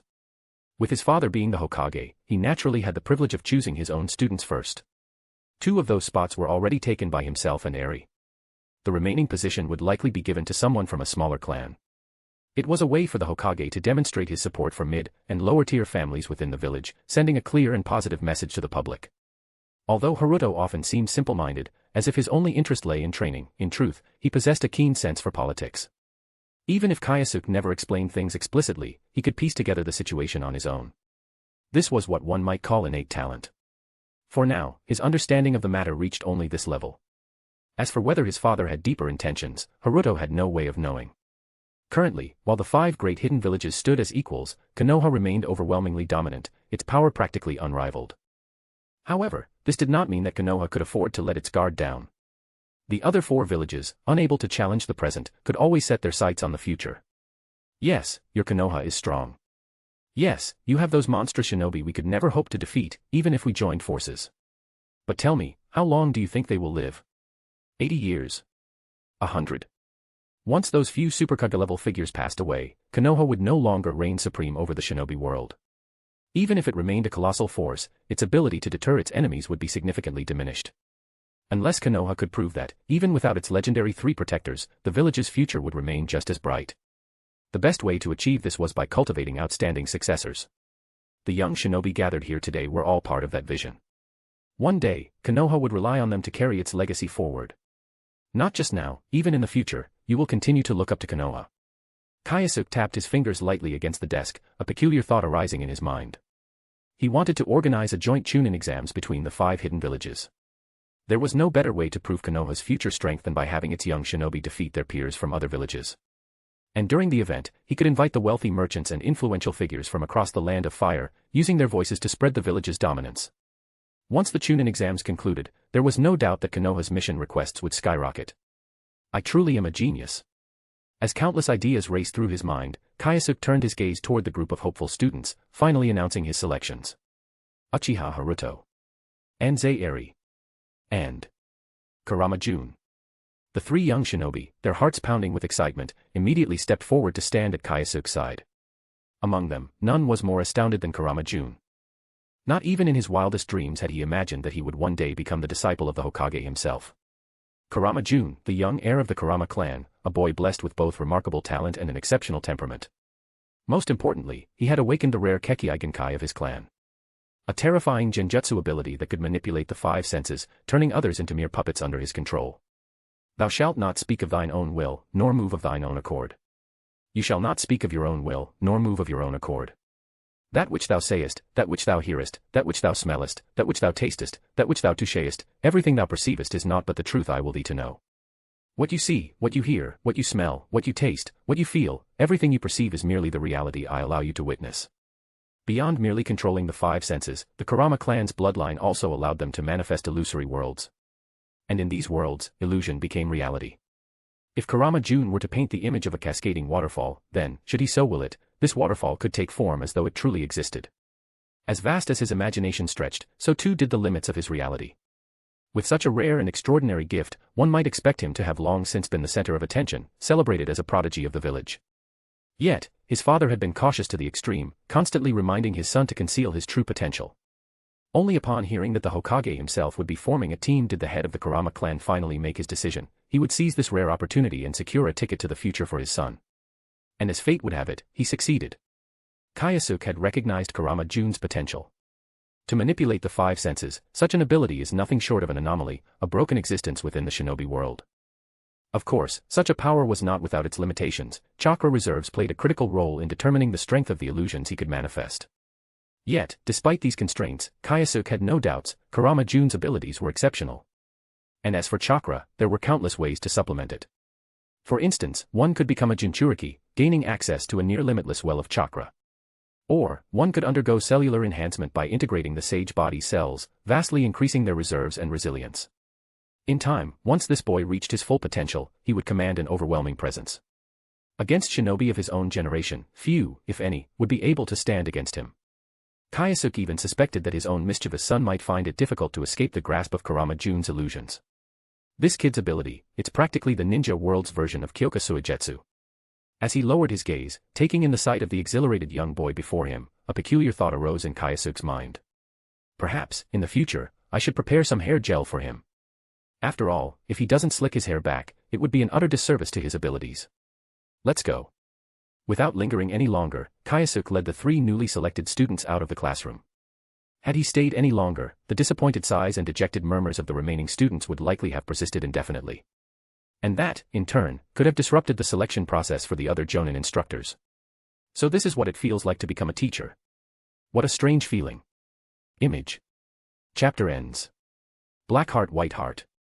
Chapter 237, Chapter 237, of course, it's about snatching the bell. Konohagakure, Training Ground Number 13. From today onward, the Kyōsuke squad is officially formed. From now on, you are companions who will support one another. Before the 3 little ones could even cheer, Kyōsuke's tone suddenly shifted. He grinned mischievously and continued, however, to be honest, I don't have much faith in your abilities. Therefore, I've decided to add an extra test for you. A test. Haruto's forehead creased in confusion. There had been no mention of a test before. You ignorant brat, there are many things you don't know. With a mysterious smile, Kyōsuke reached into his robe and pulled out a small silver bell. Jingle, jingle. He gently shook it twice in his palm, and the crisp, clear sound immediately captured the attention of all three children. The rules are simple. As long as any one of you manages to touch this bell, you will all be considered to have passed. From Kyōsuke's perspective, his hint was already more than obvious. The real purpose of the test should be clear to them. However, he was quickly left disappointed. Haruto and Kurama Jun hadn't even exchanged a single glance the entire time. Touch the bell and we win, this is my best chance to defeat Dad. Haruto tightened his grip around his short sword, looking more like he was preparing for battle than a simple test. Perhaps it was because he had heard too many stories when he was younger. For as long as he could remember, his father had always been the symbol of invincibility in his world. As the son of the God of Shinobi, all he had ever received were praises, and an indescribable, suffocating pressure. I must not bring shame to my father. You are Uchiha Kyōsuke's son. You must utterly crush all your peers. Complaining of exhaustion was laziness. Saying he was struggling was an insult to his own talent. Only through relentless, ceaseless effort could he earn the approval of his parents and clan. To outsiders, being born into the family of the God of Shinobi was an opportunity beyond imagination. But for Uchiha Haruto, the title of Kyōsuke's son was a brand, a curse, etched into his very existence, one he could never escape. Fortunately, he had the strength to live up to expectations. He was far more mature than other children his age. He understood all too well, only absolute power could ensure survival in the shinobi world, only strength could protect his family. Haruto did not resent his parents or his clan.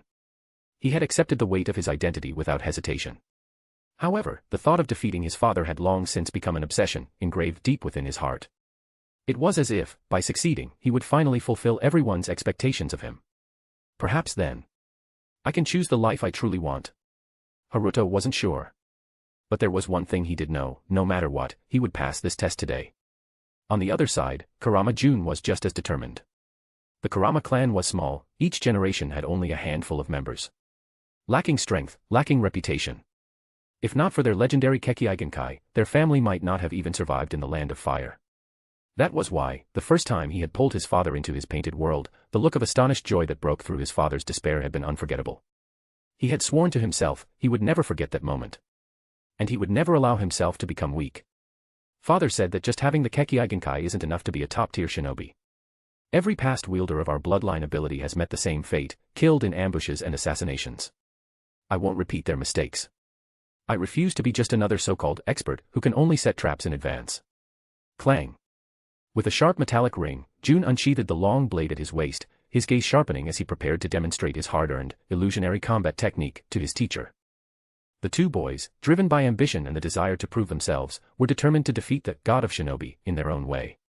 As for the perceptive Eri, she had already grasped Kyōsuke-sensei's true intentions. Sigh, but these two idiots. Seeing Haruto charge forward without hesitation, Anzai Eri let out a soft sigh. As always, she activated her healing palm technique and followed closely behind, ready to provide support. True teamwork wasn't about taking turns attacking, nor about giving way to each other. True teamwork meant understanding each other's strengths, distributing roles wisely, and maximizing everyone's potential. After all, there was no sense in having the strongest fighter hold back while the healer engaged in direct combat. That would be reckless and a disservice to the entire team. Haruto's three-tomo Sharingan locked onto his father's every movement, his mind rapidly simulating the possible defensive actions Kyōsuke might take. Would he catch my short sword between his fingers? Or would he use steel release to take the hit head-on? A sidestep to evade.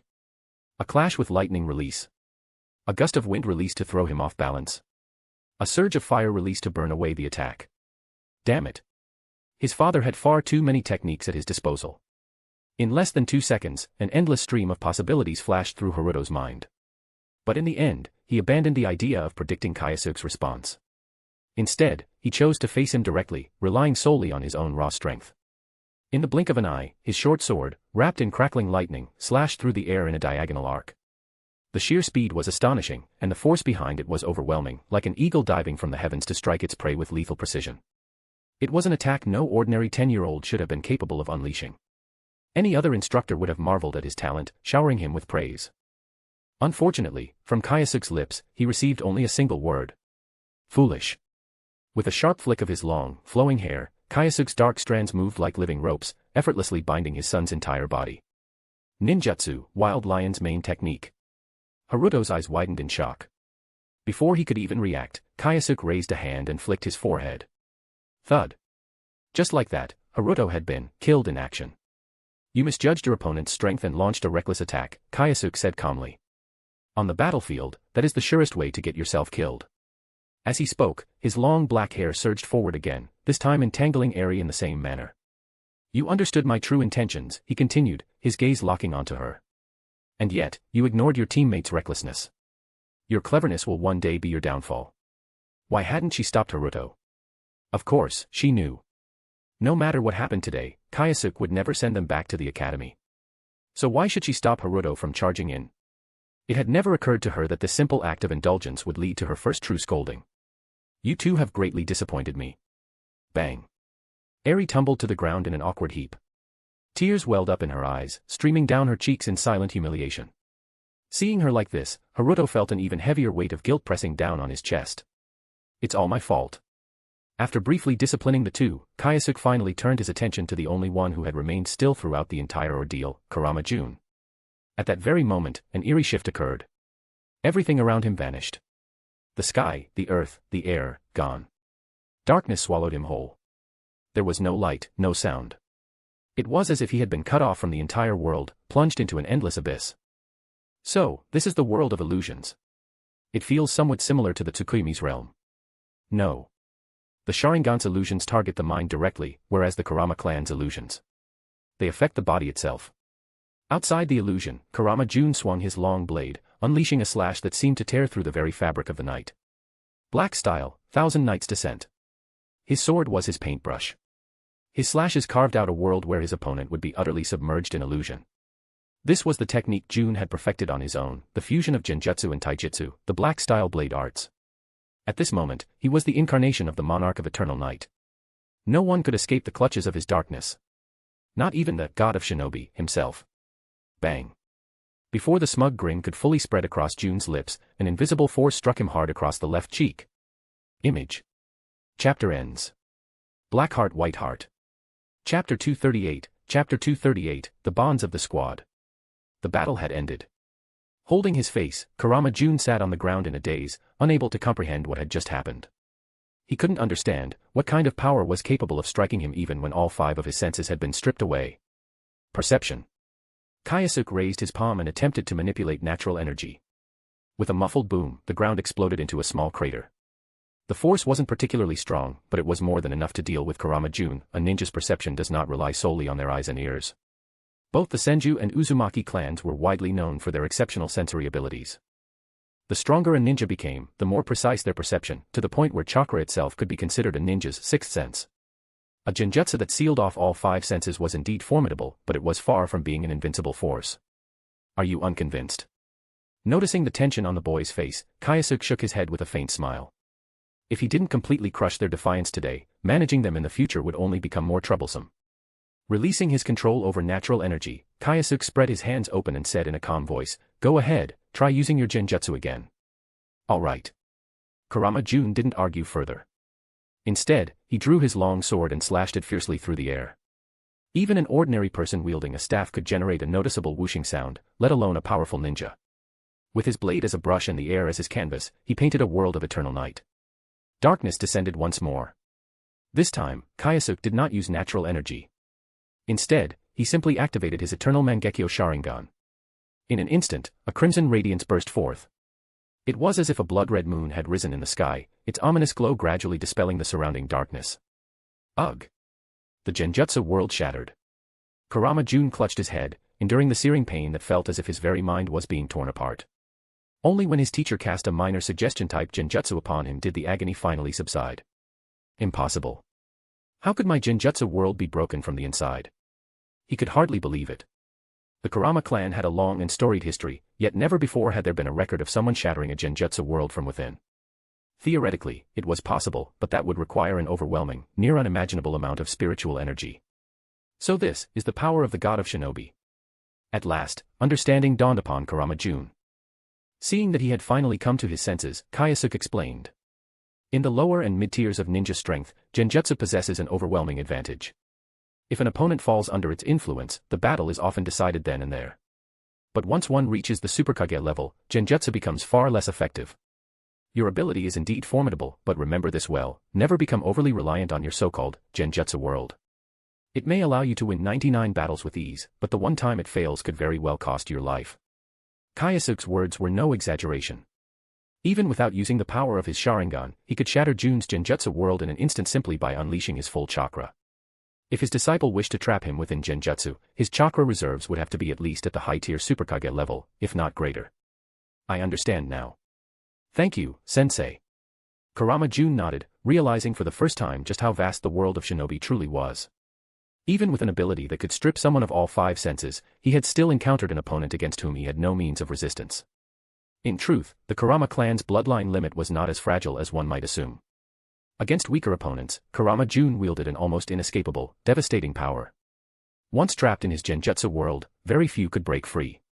And while chakra perception provided some defense, it wasn't always enough to guarantee a counterattack. However, Kyōsuke had deliberately framed his words differently. He did not want his disciple to develop arrogance. As he had warned, if Jun ever encountered someone capable of countering his Genjutsu, the risk of death would skyrocket instantly. Therefore, he had to train diligently every day. He couldn't afford to become like the Yamanaka or Nara clans, shinobi who, once deprived of their secret techniques, were reduced to burdens on the battlefield. The first bell-stealing test had ended in an unquestionable, crushing defeat for the 3 young genin. But rather than wallowing in disappointment, they chose to reflect upon their failure. Determined to improve, they devised a new strategy. Haruto would take the offensive. Jun would support with manifested illusions. And Eri would seize the opportunity to snatch the bell. The second attempt went noticeably better than the first. With Kurama Jun's assistance, there were even a few moments when Haruto and Eri nearly managed to touch the silver bell. Yet despite their progress, not enough effort.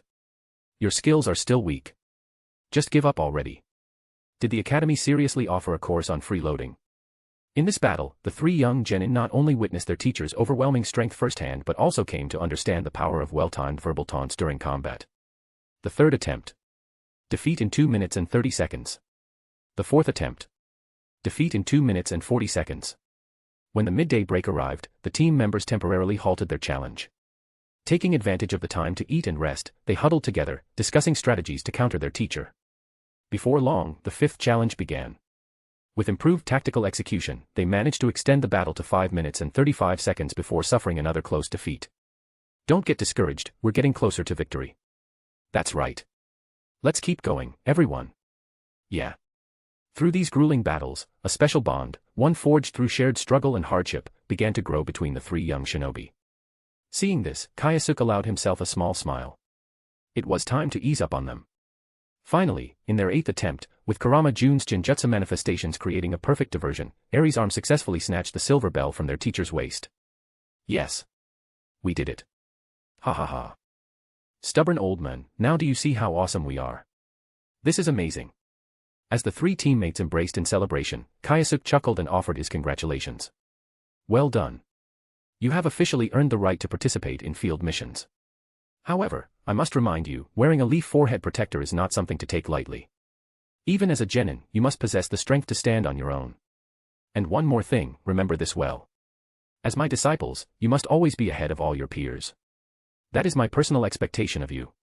Hearing this, the 3 young shinobi, exhausted yet exhilarated, forced themselves up from the ground. They exchanged glances, and in that moment, their eyes shone with unwavering resolve. Good. To celebrate the formation of our team, dinner is on me tonight.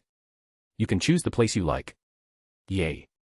In the days that followed, Kyōsuke's shadow clones took charge of leading the young shinobi on missions from morning till night. They helped an elderly woman retrieve her runaway cat. They tracked down wild animals that had wreaked havoc on farmland. They assisted an elderly widower in searching for his long-lost companion. They even provided company to a certain charming widow whose beauty was well known across the village, and so on. Before they knew it, 2 months had passed. And by this point, patience was wearing thin. Damn it, old man. How much longer are we going to keep wasting time with this nonsense? Haruto, unable to hold back any longer, finally snapped. Day after day, it had been nothing but trivial, mundane chores. Not just for him, Eri and Jun were at their limits too. Honestly, the only thing keeping them sane was the fact that they still had time to train every day.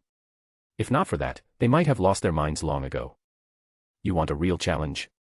Sitting in the Hokage's office, Kyōsuke reached into his drawer, pulled out a mission scroll, and placed it in front of them. How about an S-rank mission? Is that exciting enough for you? Image. Chapter ends. Black Heart White Heart. Chapter 239, Chapter 239, The Sage of Six Paths, a scheme spanning 1,000 years. The western region of the Land of Fire, in a remote and unremarkable village. I'm so exhausted. Eri muttered, feeling a dull ache in her ankles. After 3 days of forced marching, the squad had finally reached the border. For over a year now, multiple regions within the Land of Fire had been plagued by incidents of villagers vanishing without a trace. The intelligence division suspected that foreign ninja were stirring up trouble behind the scenes. After all, even Senju Tobirama had secretly abducted ninjas from the Land of Lightning for the sake of developing his jutsu. But what remained a mystery was, why target ordinary civilians? If it were a case of human trafficking, it still wouldn't explain why even elderly grandmothers in their 80s were among the missing. Who in the world had such peculiar tastes? At first, Konoha hadn't taken the matter too seriously. But when 3 successive teams of shinobi disappeared, including squads led by Jonin, the higher-ups finally began to realize the gravity of the situation. It just so happened that Kyōsuke's disciples had been complaining about the dullness of their assignments, so he made a decision: he would personally take on this S-rank mission. It would serve as a valuable experience for his students as well. Here, let me carry you. Haruto, seeing that Eri was struggling, didn't say much. He simply crouched down, offering her his back.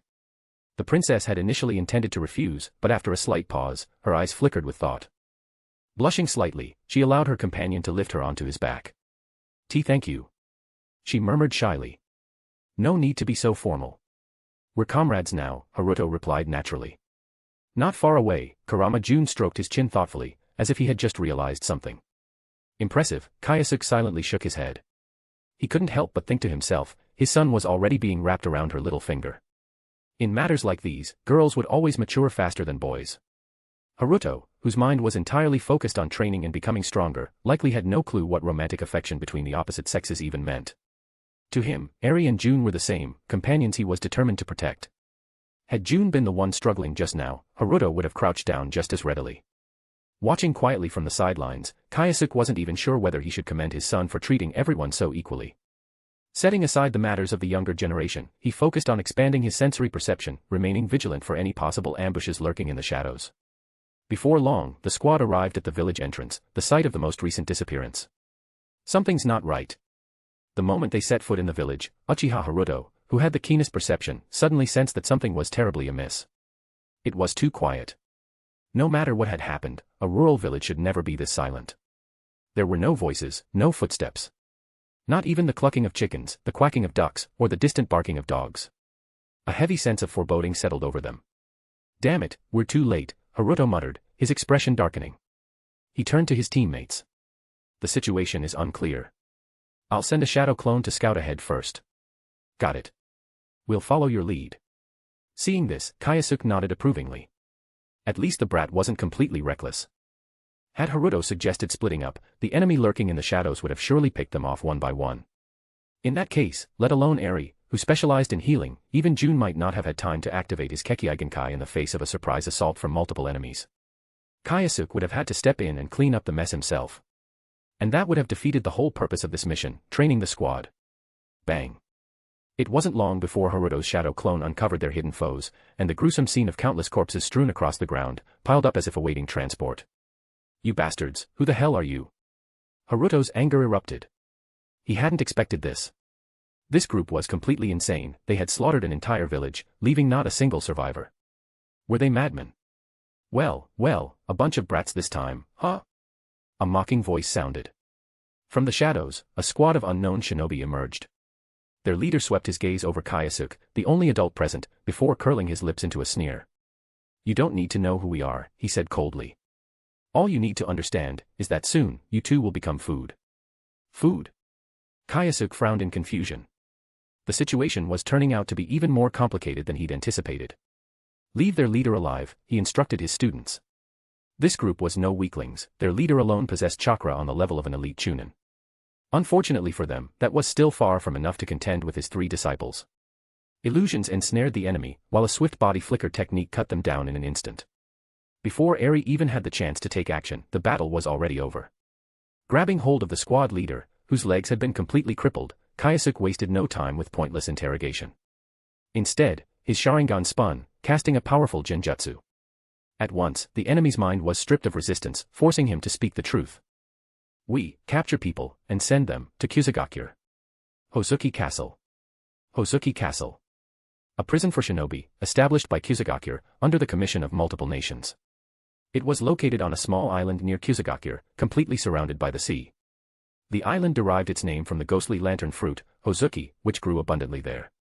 The castle was always governed by a clan that specialized in the fire release, heavenly prison technique. By branding prisoners with the sealing jutsu, they not only suppressed their chakra but also prevented any attempts at escape. Even someone as powerful as Naruto Uzumaki, the Nine-Tails Jinchuriki, had once been unable to break free from this fire-based prison seal. Yet, despite everything Kyōsuke had learned, one question remained unanswered. Why was Hozuki Castle abducting people on such a large scale? Wait. A sudden spark of realization flickered in Kyōsuke's mind. He finally understood. The box of ultimate bliss. These lunatics, they must be after that cursed box. The box of ultimate bliss, a mythical relic said to grant a single wish to whoever opens it. According to legend, it was an ultimate weapon from the era of the Sage of Six Paths himself. Its four sides bore four human faces, each representing an emotion: joy, anger, sorrow, and pleasure. In ancient times, Kyōsuke had nearly conquered the entire world with the power of this box. But what people did not realize was, it never actually granted wishes at all. Instead, within its depths lurked a monstrous entity, born from devastation and fear. The tale passed down through history was not one of conquest, but of near annihilation. The entity sealed within the box had once brought the shinobi world to the brink of destruction. Now that Kyōsuke had connected the dots, he was no longer surprised by Hozuki Castle's actions. However, an even deeper question emerged within him. If the box of ultimate bliss was so malevolent, then why did the Sage of Six Paths create it? With Otsutsuki Hagoromo's power, apart from Kagaya, no being in existence should have posed a threat to him. So why would he forge such a terrifying artifact that consumed human lives? Unless it served some kind of purpose. If not meant for destruction, then perhaps it was intended for an experiment. The sage Kagaya, devouring human life. Human lives, which could also be understood as devouring chakra. A bold and unsettling thought suddenly took root in Kyōsuke's mind. Could the Sage of Six Paths have used the box of ultimate bliss to cultivate a chakra fruit, just like the god tree? Just like Kagaya had in the beginning. But instead of harming innocent people, he slowly collected chakra from the prisoners inside Hozuki Castle over centuries. The process may have been slow, but time was on his side. After thousands of years of accumulation, the chakra sealed within the box might have reached an unfathomable level. Maybe I'm overthinking this, Kyōsuke murmured, though his voice lacked conviction. Yet, despite his words, his gaze burned with an intensity unlike ever before. Because if his theory was right, if there truly was a chakra fruit hidden within the box of ultimate bliss, then could he seize it for himself? Regardless of whether it was possible or not, Kyōsuke had already made up his mind. He needed to visit Hozuki Castle in person. Image. Chapter ends. Black Heart White Heart. Chapter 240, Chapter 240, one must not rush blindly into battle. The hidden village in the grass was situated in the land of grass. The village's shinobi were known for their proficiency in studying and replicating the jutsu of other nations, an ability that had earned them a reputation as a village skilled in learning. Aside from establishing the infamous Hozuki Castle, their most well-known historical involvement was in the Third Shinobi War, the Battle of Kanobi Bridge. The battlefield where Obito fell was also the cherished home of the reclusive Uchiha Madara.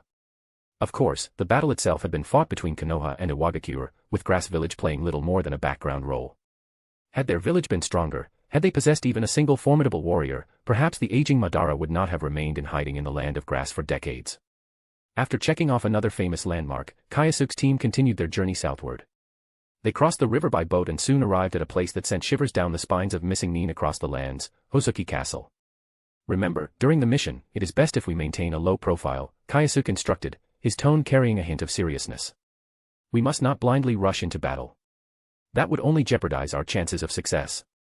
Got it, a cheerful voice responded. Oh, another responded, his voice indifferent. Came the last reply, nothing more than a simple hum of acknowledgement.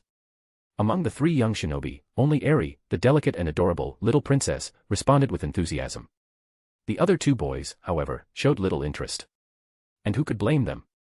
When they first accepted this S-rank mission, they had imagined a perilous journey, one fraught with life-threatening danger lurking at every turn. Instead, their travels had been largely uneventful. The only opponents they had encountered so far were small-time thugs, and most of their time had been spent on endless travel. To make matters worse, their teacher refused to use the Flying Thunder God technique, claiming that reading 10,000 books is not as valuable as traveling 10,000 miles, that they needed to experience the world with their own 2 feet. Naruto, for his part, had his own theory. His foolish old man was just enjoying the scenery. Worse still, he probably wanted them to serve him tea while he did it. Fortunately, their long journey was finally drawing to a close. In the distance, the formidable walls of Hozuki Castle loomed before them. Halt. State your business. The guard at the gate was anything but friendly.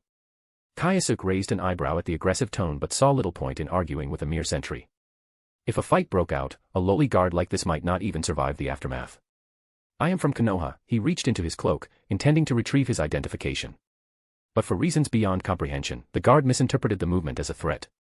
Without hesitation, he raised his blade, pressing it against Kyōsuke's shoulder. Bastard. Do you have any idea where you are? If you dare cause trouble here, you won't have enough lives to pay the price. The guard's voice was laced with pride, his attachment to Hozuki Castle evident. The sight left the 3 young shinobi utterly dumbfounded. He just threatened Sensei with a weapon. Eri's eyes widened in disbelief. Were all shinobi from Hozuki Castle this brave? A foolish mistake, Kurama Jun shook his head. If only this guard knew who he was dealing with. Had this been the previous Uchiha clan head, the castle itself might have been reduced to rubble by now. It's over, Naruto muttered, burying his face in his hands. No one understood his father better than he did. Stay low-key. Avoid unnecessary conflict. Ha. As if. On the other side, Kyōsuke regarded the guard with an impassive expression. His cold, unreadable gaze bore into the men, suffocating him with silent pressure. The guard, though not completely witless, quickly realized something was wrong. A man faced with a blade to his throat should display fear, or at least concern. Yet this stranger remained utterly unfazed. That left only 2 possibilities: either he was an absolute fool, or he was a warrior of terrifying strength. And judging by the 3 young shinobi following behind him, the latter seemed far more likely. This thing, Kyōsuke tapped a single finger against the flat of the blade. His voice was devoid of emotion. It does not have the power to threaten me. And you, his tone dropped to a chilling whisper, do you understand what it means to wield a sword? A man who draws his blade must always be prepared to be cut down in return. Asterisk boom. Asterisk. A thunderous explosion shattered the silence. To the shock of all onlookers, the massive gates of Hozuki Castle crumbled into ruin. Naruto exhaled sharply, pressing a hand against his face. He should have known better than to expect anything different. Of course, his father had gone and started a fight. Kyōsuke wasted no time. Summoning a dozen shadow clones, he issued a single command: search for the box of ultimate bliss.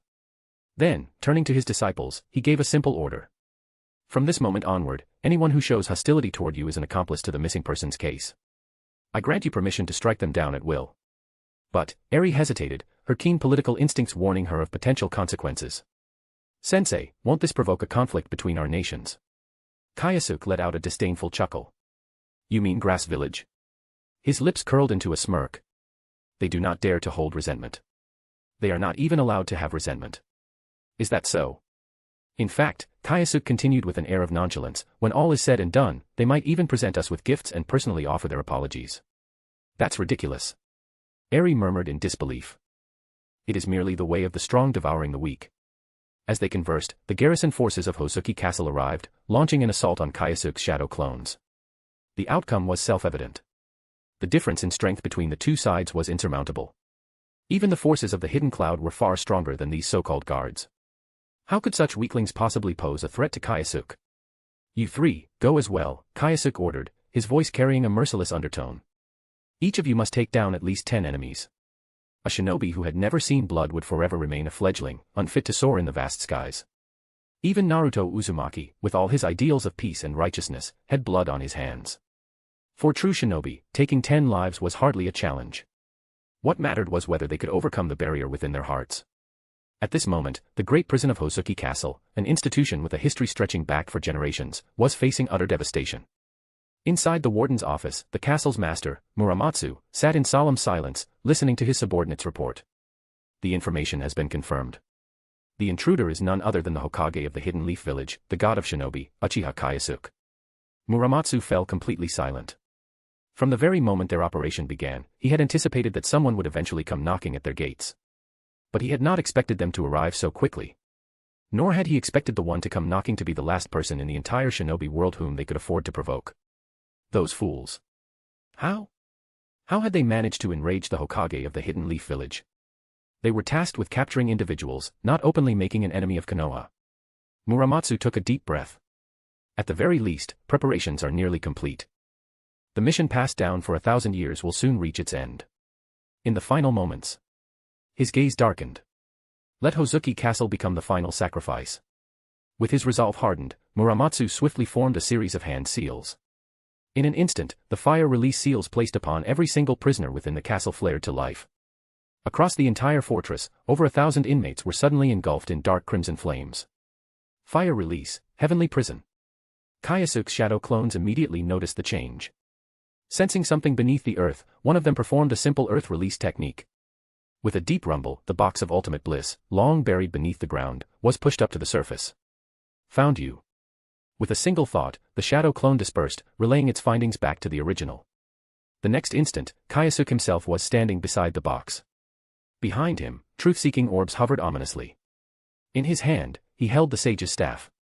The so-called indestructible box of ultimate bliss was nothing more than a fragile container before him.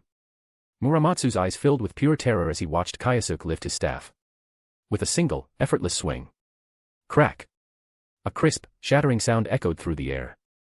The legendary box of ultimate bliss splintered apart like brittle glass. From within the broken remains, a shadow burst forth. A monstrous being, its body jet black as ink, its back adorned with a pair of enormous wings, shot into the sky. This was Satori, the true form of the box of ultimate bliss. A creature capable of peering directly into the hearts of others, a being born from malice itself. At last, you reveal yourself, Kyōsuke murmured, his gaze sharpening with interest. He had long held a certain theory about this creature. Now was the perfect time to put it to the test. As for its so-called mind-reading abilities, before the power of his dojutsu, such a trivial skill was nothing short of laughable. A crude, third-rate technique. In the blink of an eye, Kyōsuke vanished. The next moment, he reappeared directly in front of Satori. His sage's staff swung in a mighty arc. Asterisk boom. Asterisk. A devastating full-force strike, aimed straight at the monster's skull. Image. Chapter ends. Black Heart White Heart. Chapter 241, Chapter 241, a being that ignores 6 paths level damage. The truth-seeking orb had transformed into a sage's staff, a single strike from it was enough to overwhelm 99% of all enemies. Once, the world revered Kyōsuke's strength, and that admiration earned him the title of God of Shinobi. Now, however, he had truly transcended the realm of mortals, stepping into a domain comparable to the legendary sage of 6 paths. His regenerative abilities were nothing short of miraculous, and his chakra reserves seemed limitless. Yet, despite his overwhelming power, the essence of his body remained undeniably human. He had not undergone any transformation akin to the Otsutsuki clan. In many ways, he resembled Naruto after inheriting the power of Yang, wielding strength beyond human limits yet still retaining his fundamental nature. Now that he had stepped into the realm of the 6 paths, even when facing figures like Madara and Hashirama, Kyōsuke felt almost no pressure at all. Yet at this moment, as he gazed upon the pitch-black monster before him, a long-lost sense of tension arose in his heart. That was a sensation one only experienced when confronting an opponent of equal strength. Even my sage staff can't kill it in one strike. This thing's power is simply absurd. Behind him, the truth-seeking orbs slowly emerged, one after another. Kyōsuke steadily ascended into the sky, rising to the same altitude as Satori. His voice was calm yet firm. Monster, can you understand human speech? Monster. Satori let out a cold, mocking laugh. Its abyss-like maw opened and closed, and from within, a clear and articulate voice emerged. I am a monster. Then tell me, do you still think of yourself as human? The fusion of yin and yang. You have no idea what kind of terrifying abyss you are about to step into. What part of me doesn't look human? Kyōsuke lowered his gaze to his own hands, inwardly remarking that he was still the same handsome, high-quality human as always. His mind drifted to an earlier speculation, and suddenly, a thought escaped his lips. The abyss you speak of. Are you referring to being possessed by the resurrected Kaguya? You. The reaction was immediate. Clearly, the creature had never expected those words to come from his mouth. That name, the source of its endless torment, the greatest fear buried in its heart. If not for that fear, why would that being have made such a desperate attempt? Satori, though its expression remained unreadable, silently fixed its gaze on the men in midair. Its thoughts gathered, attempting to probe Kyōsuke's mind for any trace of his inner thoughts. Yet, the effort proved futile. The magnetic field emitted by those black spheres interfered with its abilities, rendering them ineffective. Damn truth-seeking orbs. Satori cursed under its breath. Though it was spoken softly, the words reached Kyōsuke's ears with unmistakable clarity. It even recognizes the truth-seeking orbs. Kyōsuke tightened his grip on the sage staff, his gaze slowly igniting with a fiery intensity. He had thought that he wouldn't have a chance to go all out before his final battle with the Shiki. But it seemed the shinobi world still harbored some shadowy, ancient beings that had long lurked beneath the surface. No need for any more words. Lifting his staff horizontally, Kyōsuke erupted with an unparalleled burst of speed. In an instant, he appeared beside the monster and struck it once more, sending it flying through the air. Swift release, shadowless flight. Having awakened the power of swift release, Kyōsuke could now discard almost all other movement techniques except for the flying thunder god. This ability was truly remarkable, its enhancement to his speed was nothing short of astonishing. Yet even now, he had not come close to reaching the full potential of this Kekki-Eigenkai. Hirako had once claimed that his own swift release could reach the speed of light. And now, Kyōsuke could see that the man wasn't entirely boasting. However, transforming into light itself wasn't merely a matter of bloodline development, his physical body also had to be able to withstand such speeds. Otherwise, it wouldn't be power, it would be suicide. Unlike his previous test attacks, this time, Kyōsuke had put his full strength into the strike. Upon impact, the monster was hurled backward with such force that it tore straight through the entire fortress of Hozuki Castle. Its body is ridiculously tough. With his keen eyesight, Kyōsuke could see clearly the creature hadn't suffered a fatal wound. The only visible damage was a slight indentation at the point of impact. Even my current strength isn't enough. Kyōsuke took a deep breath, his mind growing sharp with focus. The natural energy lingering in the air surged toward him like water rushing down a drain, flooding into his body. Sage mode, activated. However, after reaching the 6 paths level, the outward transformation of Kyōsuke's sage mode had nearly disappeared. The only visible sign was the dark red markings around his eyes. Standing still for a moment, he quietly assessed his current state. Then, he sighed softly, realizing that sage chakra no longer provided much of a boost to his power. To achieve a significant enhancement, he would need to absorb all the natural energy within a certain range. However, the method to accomplish this remained uncertain. If he relied solely on his own ability to absorb nature energy, it would take at least 2 hours to gather a sufficient amount. However, the black monster before him exuded an air of eerie composure, but Kyōsuke highly doubted that it would simply stand by and grant him that time. Besides, I doubt I could even contain such an enormous amount of senjutsu chakra. During the second battle of the Valley of the End, Naruto only managed to control such vast amounts of natural energy because he used Kurama as a vessel. No, even then, he only managed to unleash about 30% of that power. Whether it was due to unwillingness or inability, the result was the same, his strength barely matched Indra's arrow.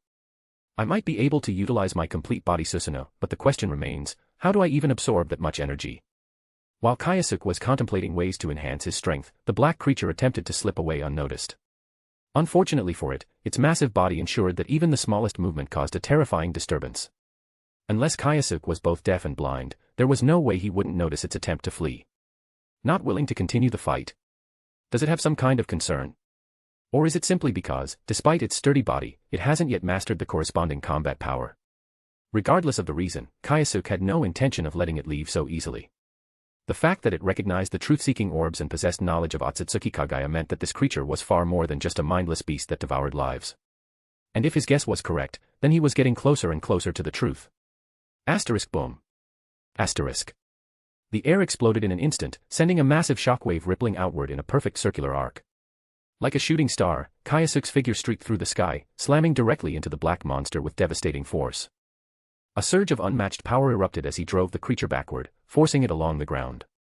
Everything in their path, earth, rock, and even the very landscape itself, was completely obliterated under the sheer force of their collision.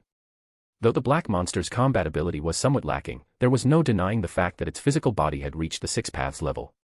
Its durability was even greater than Kyōsuke's current form. And thus, for the first time in 1,000 years, a battle between 6 paths level entities erupted in the shinobi world once more. Bastard. Don't push me too far. Despite the overwhelming impact, Satori still retained the ability to speak. Kyōsuke could clearly sense the rage and frustration in its voice, yet, notably, there was no fear. That could only mean one thing: it knew, with absolute certainty, that no matter what, it would not suffer fatal damage. At that moment, a thought flashed through Kyōsuke's mind. Did the Six Paths brothers feel the same sense of powerlessness when they faced Kaguya at her peak? Techniques that should be overwhelming, simply bouncing off an opponent, failing to even leave a scratch. This is even more despair-inducing than having jutsu absorbed outright. If it can completely ignore my attacks, then its body's durability must have already reached the level of a high-tier Six Paths being. However, it still doesn't seem fully accustomed to this power. That might just be my opportunity. Tightening his grip on his sage staff, Kyōsuke moved swiftly, suppressing the creature's movements. Then, with a single hand seal, a blinding flash erupted from his mouth. Sage Art, Storm Release, Light Fang. A streak of brilliant purple light shot forth, slicing through the air at an astonishing speed. At last, for the first time in the battle, a visible crack formed upon the black monster's seemingly indestructible exterior. And in that instant, Kyōsuke's eyes widened in shock. His unparalleled insight allowed him to finally see the truth hidden within the creature's body. Image. Chapter ends. Black Heart White Heart. Chapter 242, Chapter 242, The Sage of Six Paths has fallen to darkness. The cutting power of Storm Release, Light Fang was truly terrifying. Even truth-seeking orbs could be sliced in half with a single strike, let alone the body of this monstrous black creature. No matter how powerful it was, it could not withstand a laser-like slash head-on. What is that? Kyōsuke, who was just about to make a move, froze in place. He had never imagined that hidden within Satori was another person. A figure that seemed eerily familiar. Perhaps realizing that there was no escape, the black creature ceased retreating. Its muscles wriggled and contracted inward, as if being drawn back into itself. Before long, its enormous frame shrank to the size of a normal human, and the grotesque outer shell completely disappeared. What emerged before Kyōsuke was a young man with pale, almost deathly white skin, and a pair of horns protruding from his forehead. His features bore the distinct traits of the Otsutsuki clan. And more than that, his face was strikingly familiar. I truly never expected this. Kyōsuke's expression grew solemn as he spoke. The great sage of Six Paths, the founder of the shinobi world, hiding within the box of ultimate bliss, bringing disaster upon the land. Yes, there was no mistake. The person concealed within Satori's body was none other than the youthful form of Hagoromo Otsutsuki, the legendary sage of Six Paths. At one point, Kyōsuke had entertained the idea that the sage of Six Paths might still be manipulating events from the shadows. But he had never expected their encounter to happen under such circumstances. If it were truly Hagoromo Otsutsuki, then his strength was beyond question. Even without an abundance of chakra, his physical prowess alone was immense. At the very least, Kyōsuke, who had only just stepped into the realm of the Six Paths, stood no chance of inflicting significant harm upon him. The Sage of Six Paths. The young man standing before him appeared dazed, as though struggling to recall the meaning of that title. After a long silence, he finally shook his head and spoke. No, you are mistaken. I am not the Sage of Six Paths. Kyōsuke frowned slightly. What do you mean? The young man seemed to ponder for a while before finally choosing his words carefully.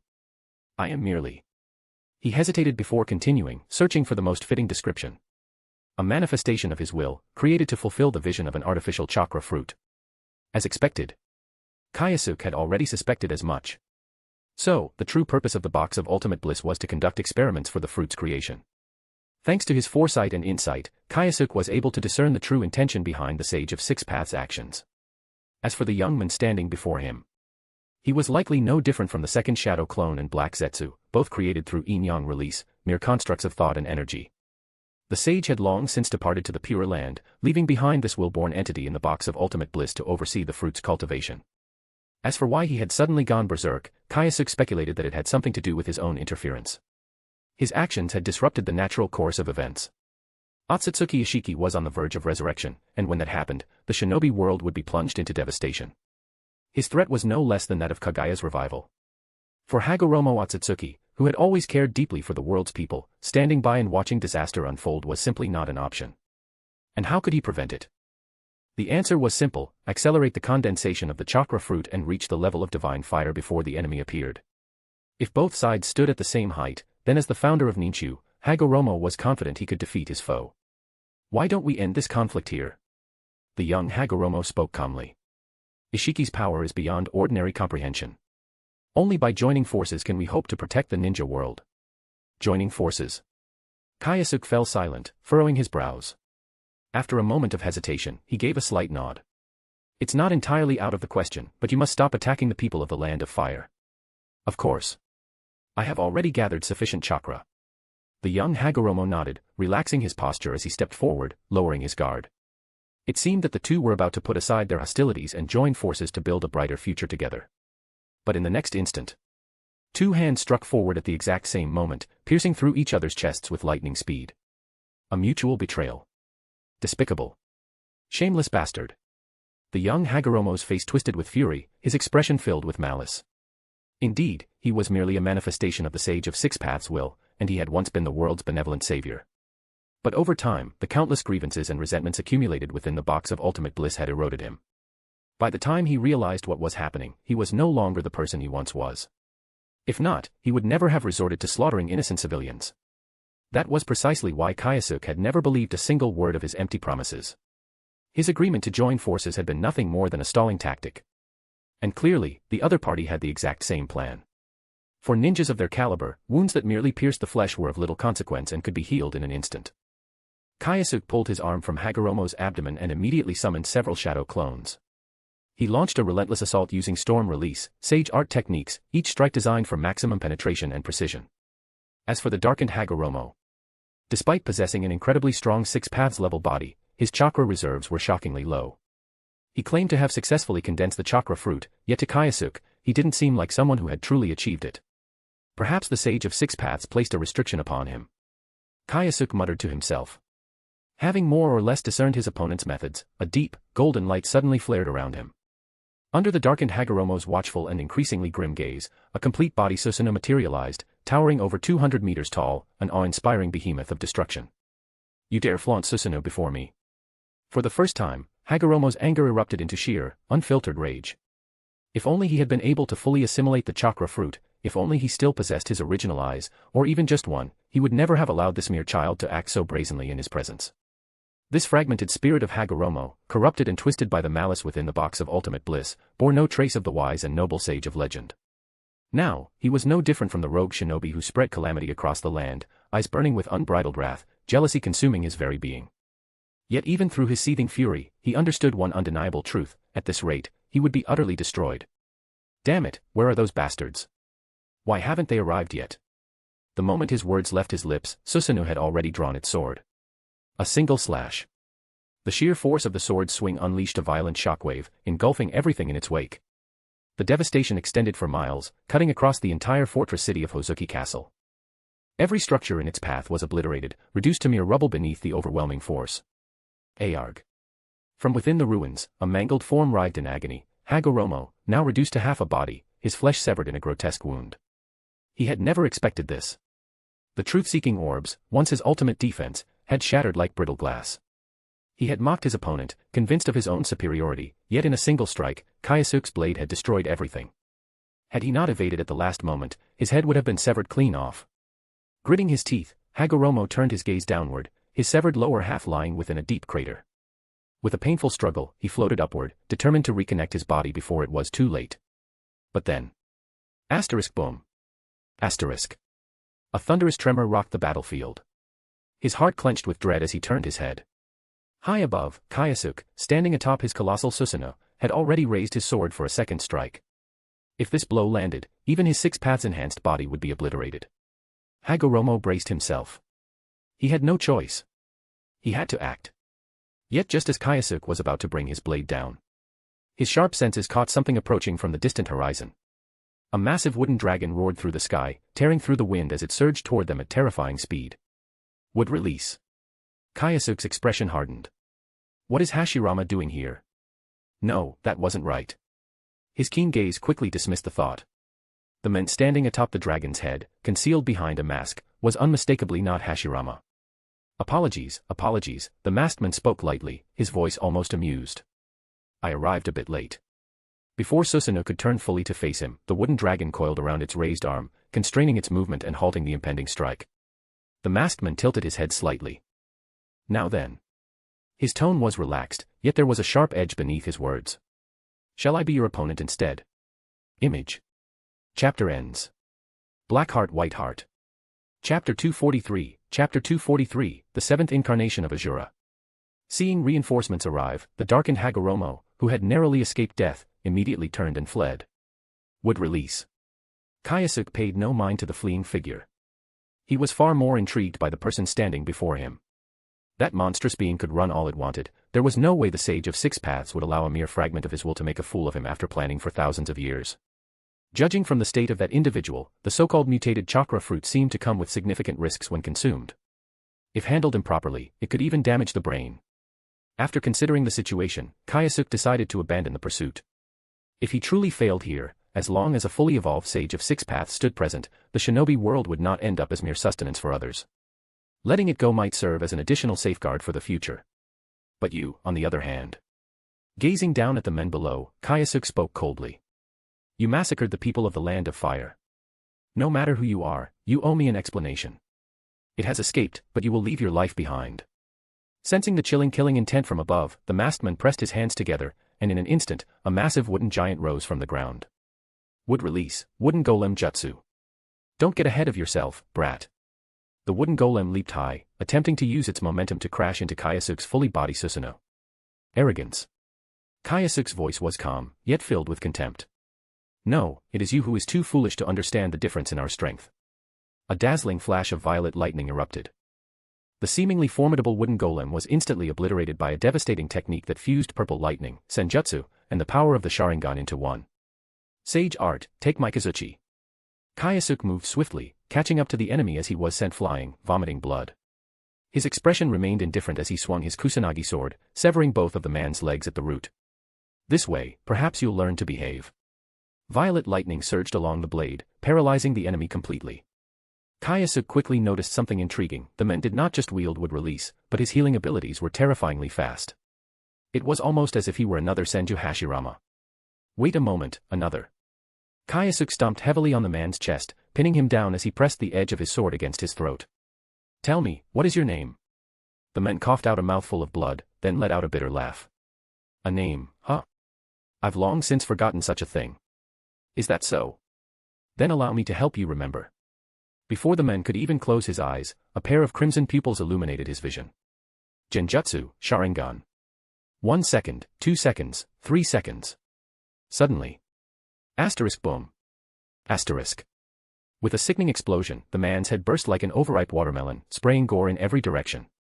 It turned out that someone had planted a seal deep within his mind, a failsafe designed to annihilate him the moment anyone attempted to pry into his memories.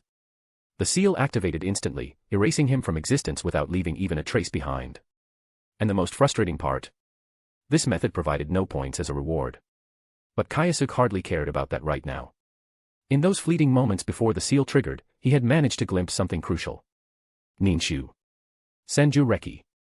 His tone was heavy, his gaze flickering like a sky filled with countless stars. Kyōsuke was not unfamiliar with that name.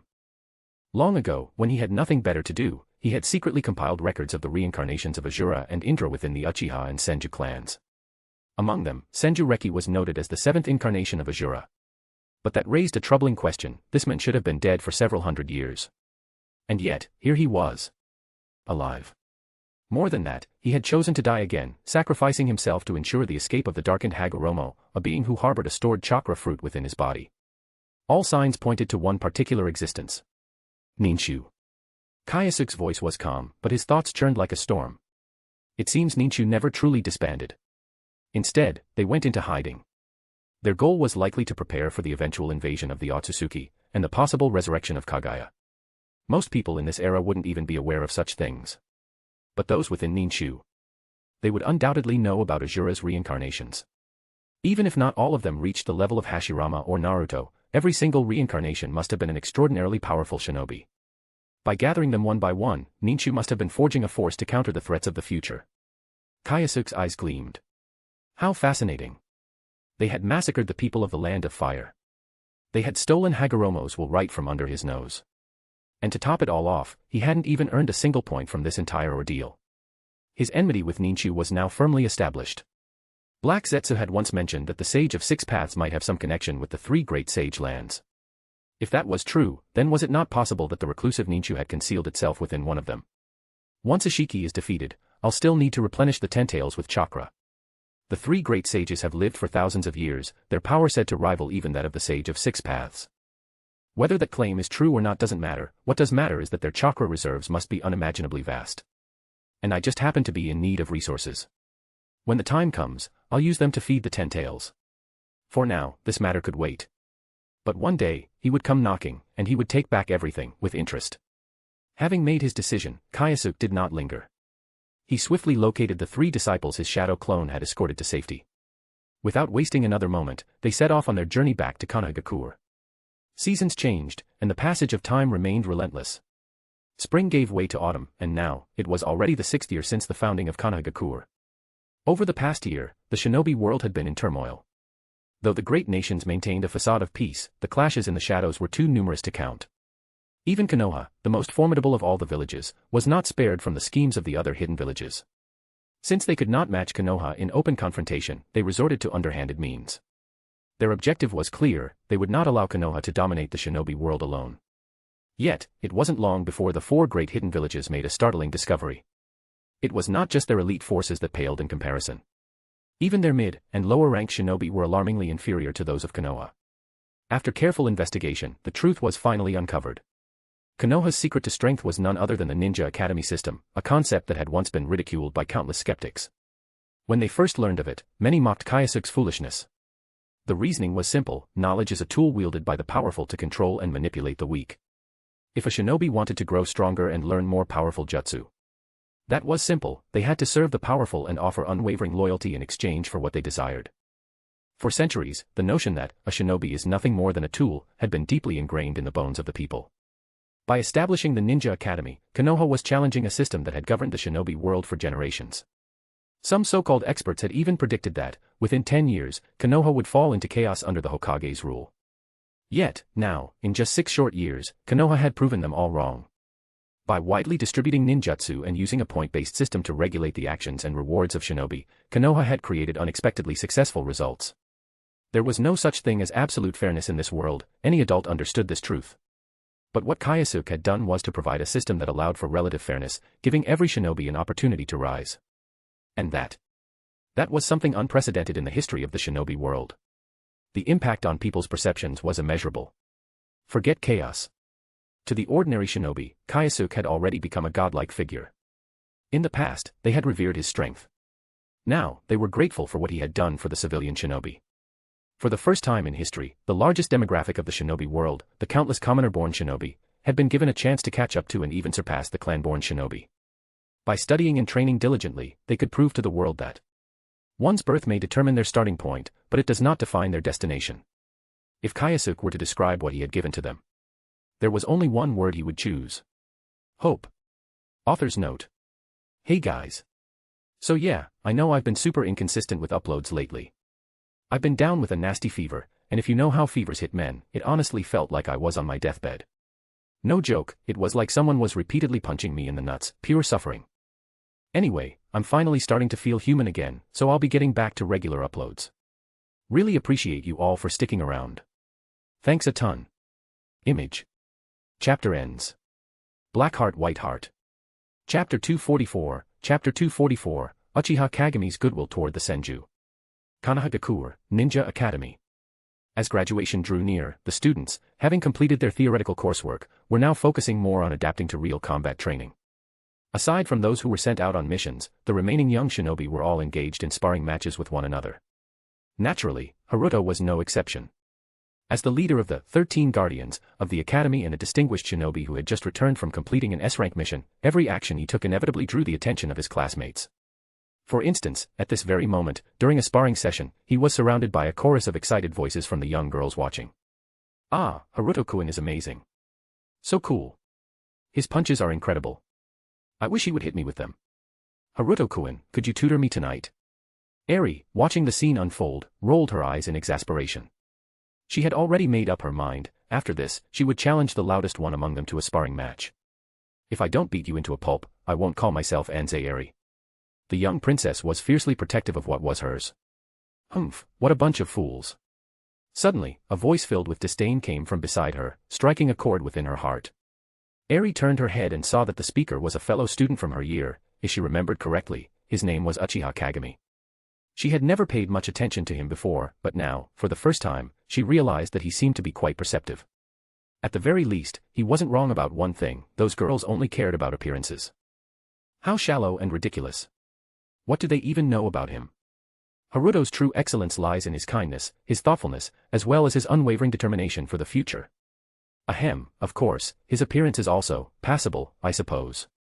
It just so happens to align with this princess's tastes. Lost in her own thoughts, Eri had completely strayed from the conversation, standing off to the side and swaying from side to side, lost in her musings. Meanwhile, Kagami's expression grew darker. From all around, he could hear voices shouting things like, "Long live the Uchiha," and, as expected of the Hokage's son. The fools he had spoken of earlier were not just the infatuated girls but the entire crowd that was blindly worshipping Naruto. Uchiha Kagami had always been perceptive, his mind sharper than most of his peers. Unlike other children his age, he often approached problems with a mature and pragmatic perspective. To him, the Uchiha clan should not stand above the village. In fact, he held deep dissatisfaction toward the current political landscape of Konoha. It's all the Hyuga clan head's fault. If not for her betrayal, the village's balance could have been maintained. Look around you. Praise for the Uchiha is everywhere, as if Konoha exists solely because of us. In the short term, this might not seem like an issue, but over time, this kind of blind devotion will breed disaster. What frustrated Kagami even more was that his fellow clansmen utterly failed to grasp the concept of selflessness. They were all self-serving, short-sighted individuals who only looked out for their own interests.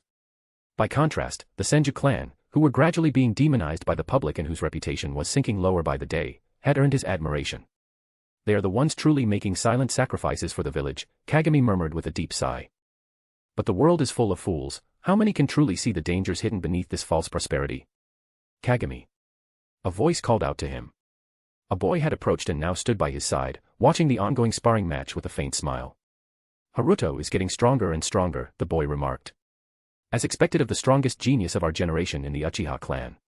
Kagami's brows furrowed immediately. His tone carried unmistakable displeasure as he responded. Hiruzen, you know how much I detest meaningless flattery. That kind of praise is nothing more than the self-indulgent amusement of fools. The strongest Uchiha genius.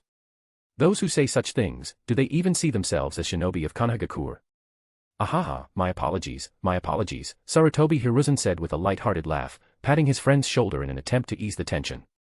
Then, lowering his voice to a conspiratorial whisper, he leaned in and said, "Come with me, Tobirama-sensei wishes to see you."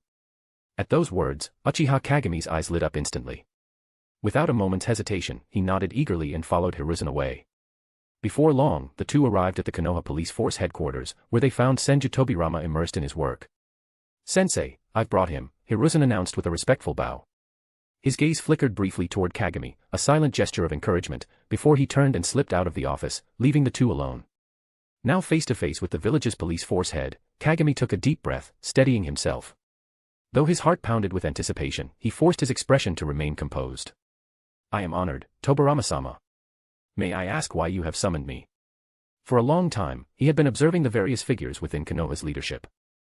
Among them all, the one he admired the most was none other than Senju Tobirama, the man who oversaw the village's law enforcement and took responsibility for maintaining its order. In Kagami's eyes, this was a leader who truly understood the meaning of self-sacrifice, someone whose every action was dedicated to the growth and stability of Konohagakure. He was nothing like the fools within the Uchiha clan, who placed family interests above all else, blindly pursuing their own selfish gains. Unlike them, Kagami prided himself on his ability to see beyond surface appearances and grasp the essence of things. He would never allow himself to be shackled by the constraints of clan loyalty. What mattered was not grand speeches, but concrete actions. From Hiruzen's accounts, Kagami had already come to a firm conclusion: Senju Tobirama was the one truly suited to lead the village as Hokage. And only under Tobirama-sama's rule could the chains of clan-based politics be severed, allowing Konohagakure to truly become a home for all. "You will be graduating soon, correct?" Tobirama finally lifted his gaze, his sharp, commanding features emanating an aura of authority. "Hiruzen has spoken of you on multiple occasions," he continued. "And so, I wish to ask, do you have any interest in becoming my student?" The moment those words fell upon his ears, Kagami felt his entire being surge with excitement. Without the slightest hesitation, he nodded fervently and declared, "I would be honored, Tobirama-sama." "Do not be so quick to answer," Tobirama interjected, his tone steady and firm. "Think carefully, becoming my disciple will come with its own burdens. Do you understand what you may have to face?" "Yes, I do." Uchiha Kagami was not a fool. He was well aware of the deep-seated tensions between the Uchiha and Senju clans. By taking Tobirama as his master, he would undoubtedly draw the ire of his own kin. Perhaps he would even be branded as a traitor. But did that matter to him? Not in the slightest. Those short-sighted fools, who fixated only on the trees while failing to see the vast forest, how could they possibly comprehend the grand ambitions that lay within his heart? He was one of the very few who had freed himself from the narrow-minded grip of clan ideology. Unlike those who clung desperately to empty dreams of past glory, Kagami truly cherished the village more than anyone. And he was willing to take action to protect it, no matter the cost. Even if he were to be burdened with disgrace, even if history would one day condemn him. As long as the village flourished, he would have no regrets. Very well. Tobirama, having already discerned the depths of the young man's character, wasted no time. Without hesitation, he ordered a messenger to notify the Ninja Academy. At the same time, this would serve as a public declaration. From this day forth, Uchiha Kagami was officially his disciple. A faint smirk tugged at the corners of Tobirama's lips as he studied the young man before him, his gaze laced with unguarded enthusiasm. Heh. Watch closely, this is the first step in dismantling the Uchiha. A glint of cold amusement flickered in his eyes. Innately intelligent. What a laughable notion. When one's values had yet to fully take shape, intelligence was not always a gift. More often than not, it was a curse. For such individuals, their lack of experience left them incapable of grasping the world's true complexities. More often than not, they leaned toward extremes, stubbornly clinging to their own beliefs while refusing to heed others' advice. And that, of course, was precisely why he had chosen Kagami. If not for this trait, how else could he begin the slow, methodical process of dividing and weakening the Uchiha? Image. Chapter ends. Black Heart White Heart. Chapter 245, Chapter 245, Return to the Mortal World. The Advancing Sage of Six Paths. The Underworld, at the edge of the Pure Land. The elderly man in white robes let out a long, weary sigh as he reeled in his fishing line. In the end, I bear responsibility for this matter as well. Humph, spare me your false remorse, Six Paths. Standing behind him, his expression dark and hostile, was a corrupted version of Hagoromo Otsutsuki, the very same being who had once slipped free from Kyōsuke's grasp. The old man, whom he addressed as Six Paths, was the true sage of Six Paths himself, Hagoromo Otsutsuki. Or rather, to be precise, it was merely his spiritual form. Even a being as powerful as the Sage of Six Paths could not escape the erosion of time unless he rekindled the divine flame within his physical body. However, in his case, he had long abandoned his mortal vessel, choosing instead to exist as a lingering spirit, one that had persisted in the underworld for millennia without perishing. In preparation for the calamities that might one day descend upon the world, the two brothers, Hagoromo and Hamura, had each devised their own methods of countering such threats. The younger brother, Hamura, had chosen to imprison himself using his abilities related to time. For him, a year in the outside world was but a single day. No matter how the shinobi world shifted, no matter how countless ages passed, nothing could disturb Otsutsuki Hamura as he sat in endless contemplation upon the moon. This was his atonement, for the suffering their mother had endured, he imposed the same punishment upon himself. As the elder brother, Hagoromo could say nothing to dissuade him. Yet his own powers were not of time, and thus, he could not follow the same path to escape death. After much thought, the Sage of Six Paths abandoned his decaying mortal body and willingly cast his soul into the river of the dead. As for his physical body, he entrusted it to an old friend, Gamamaru, the great toad sage, who would later deliver it to the Shikatsu forest, where it was continually nourished by the life-filled Senjutsu chakra of the slug sage. 1,000 years of silent solitude had changed many things. The Sage of Six Paths had once placed great faith in the box of ultimate bliss. Yet, as time passed, his perspective gradually shifted. Just looking at the corrupted version of himself standing before him made it clear, this thing could taint even spirits. If consumed improperly, the consequences would be unimaginable. Through his studies of the slug sage's abilities, Hagoromo had come to a realization: if chakra produced by a human body could be condensed into a fruit, then, in theory, Senjutsu chakra should be capable of the same. Natural energy was infinite and inexhaustible. If he could find the right method, his theory would become reality. After countless years of effort, after enduring countless failures, the Sage of Six Paths finally succeeded in discovering a way to condense a Senjutsu chakra fruit.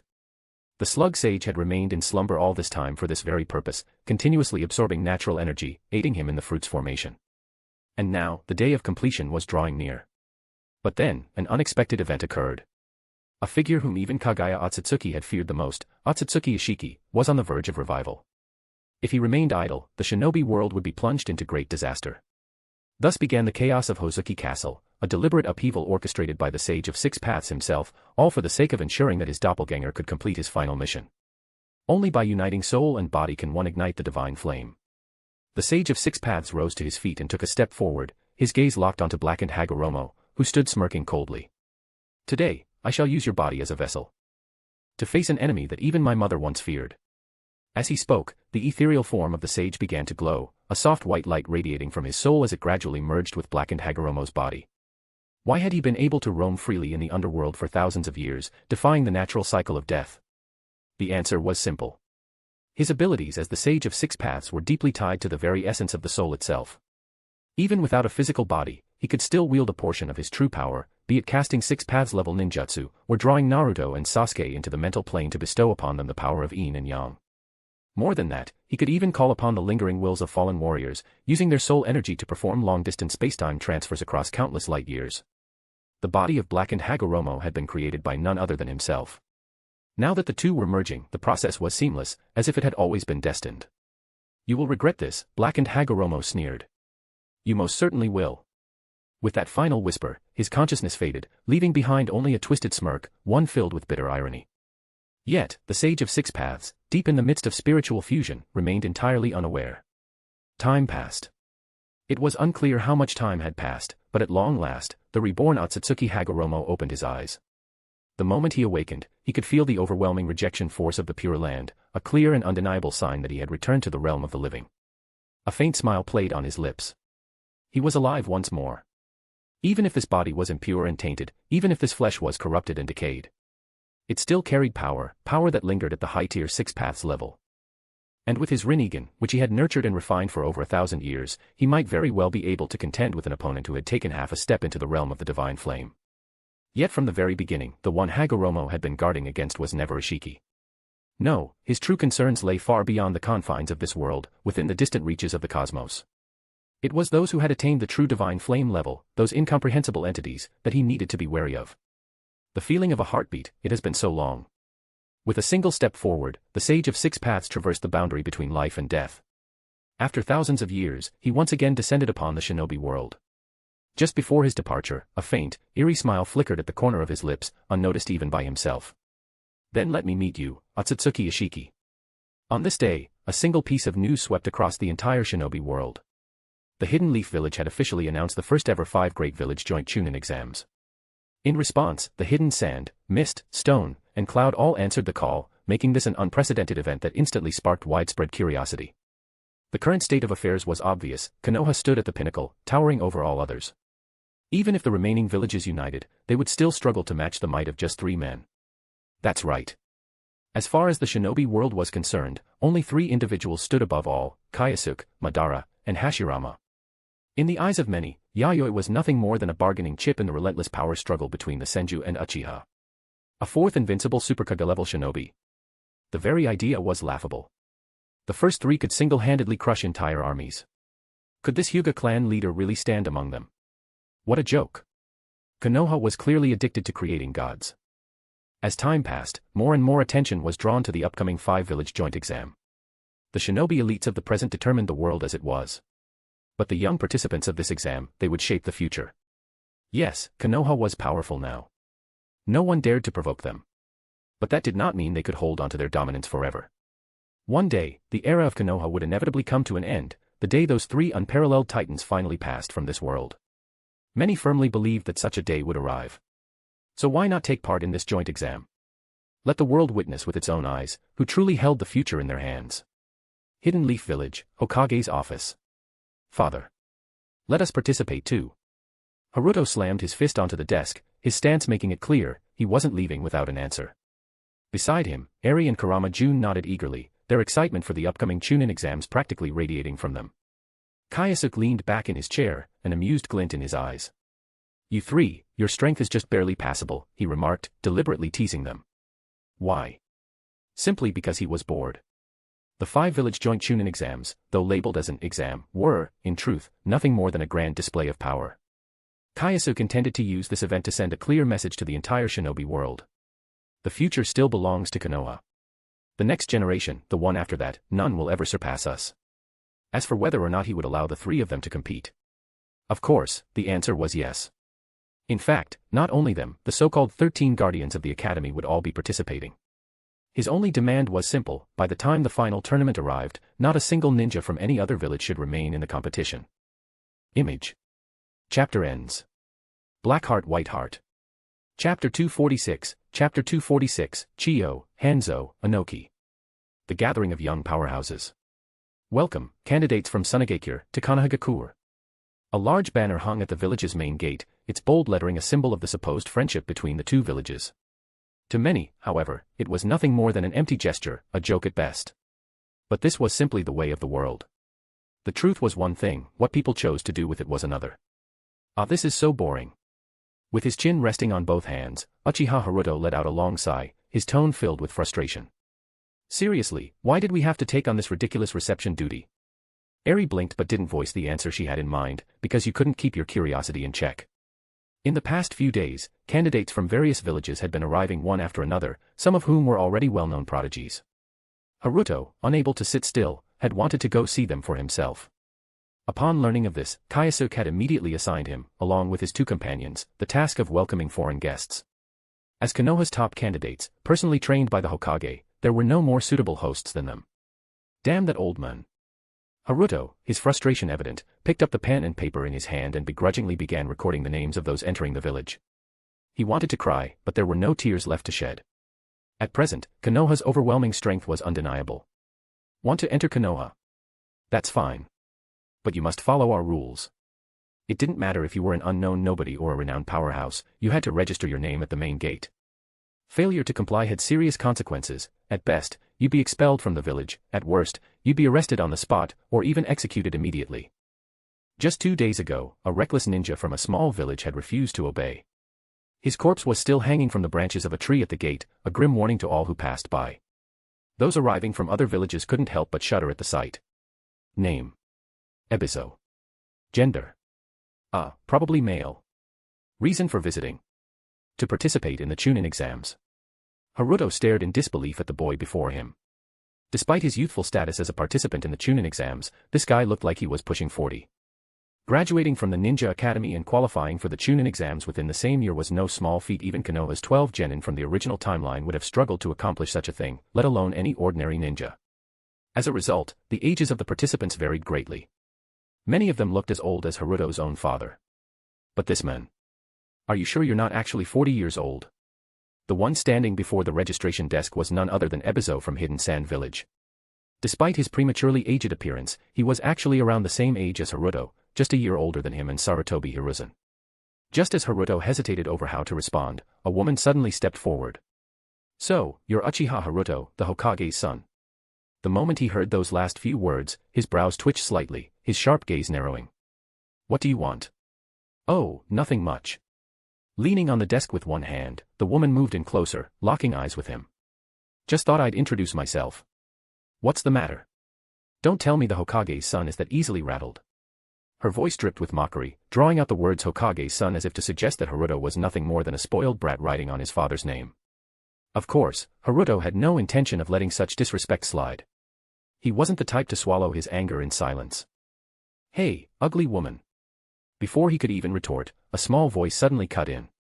A little girl, her dark hair tied into round buns, stood with her hands on her hips. Pouting adorably, she glared at the woman. It was none other than Uchiha Nagisa, Haruto's younger sister, who had just turned 8. Listen up. Nagisa huffed, puffing out her tiny chest in a valiant attempt to look fierce.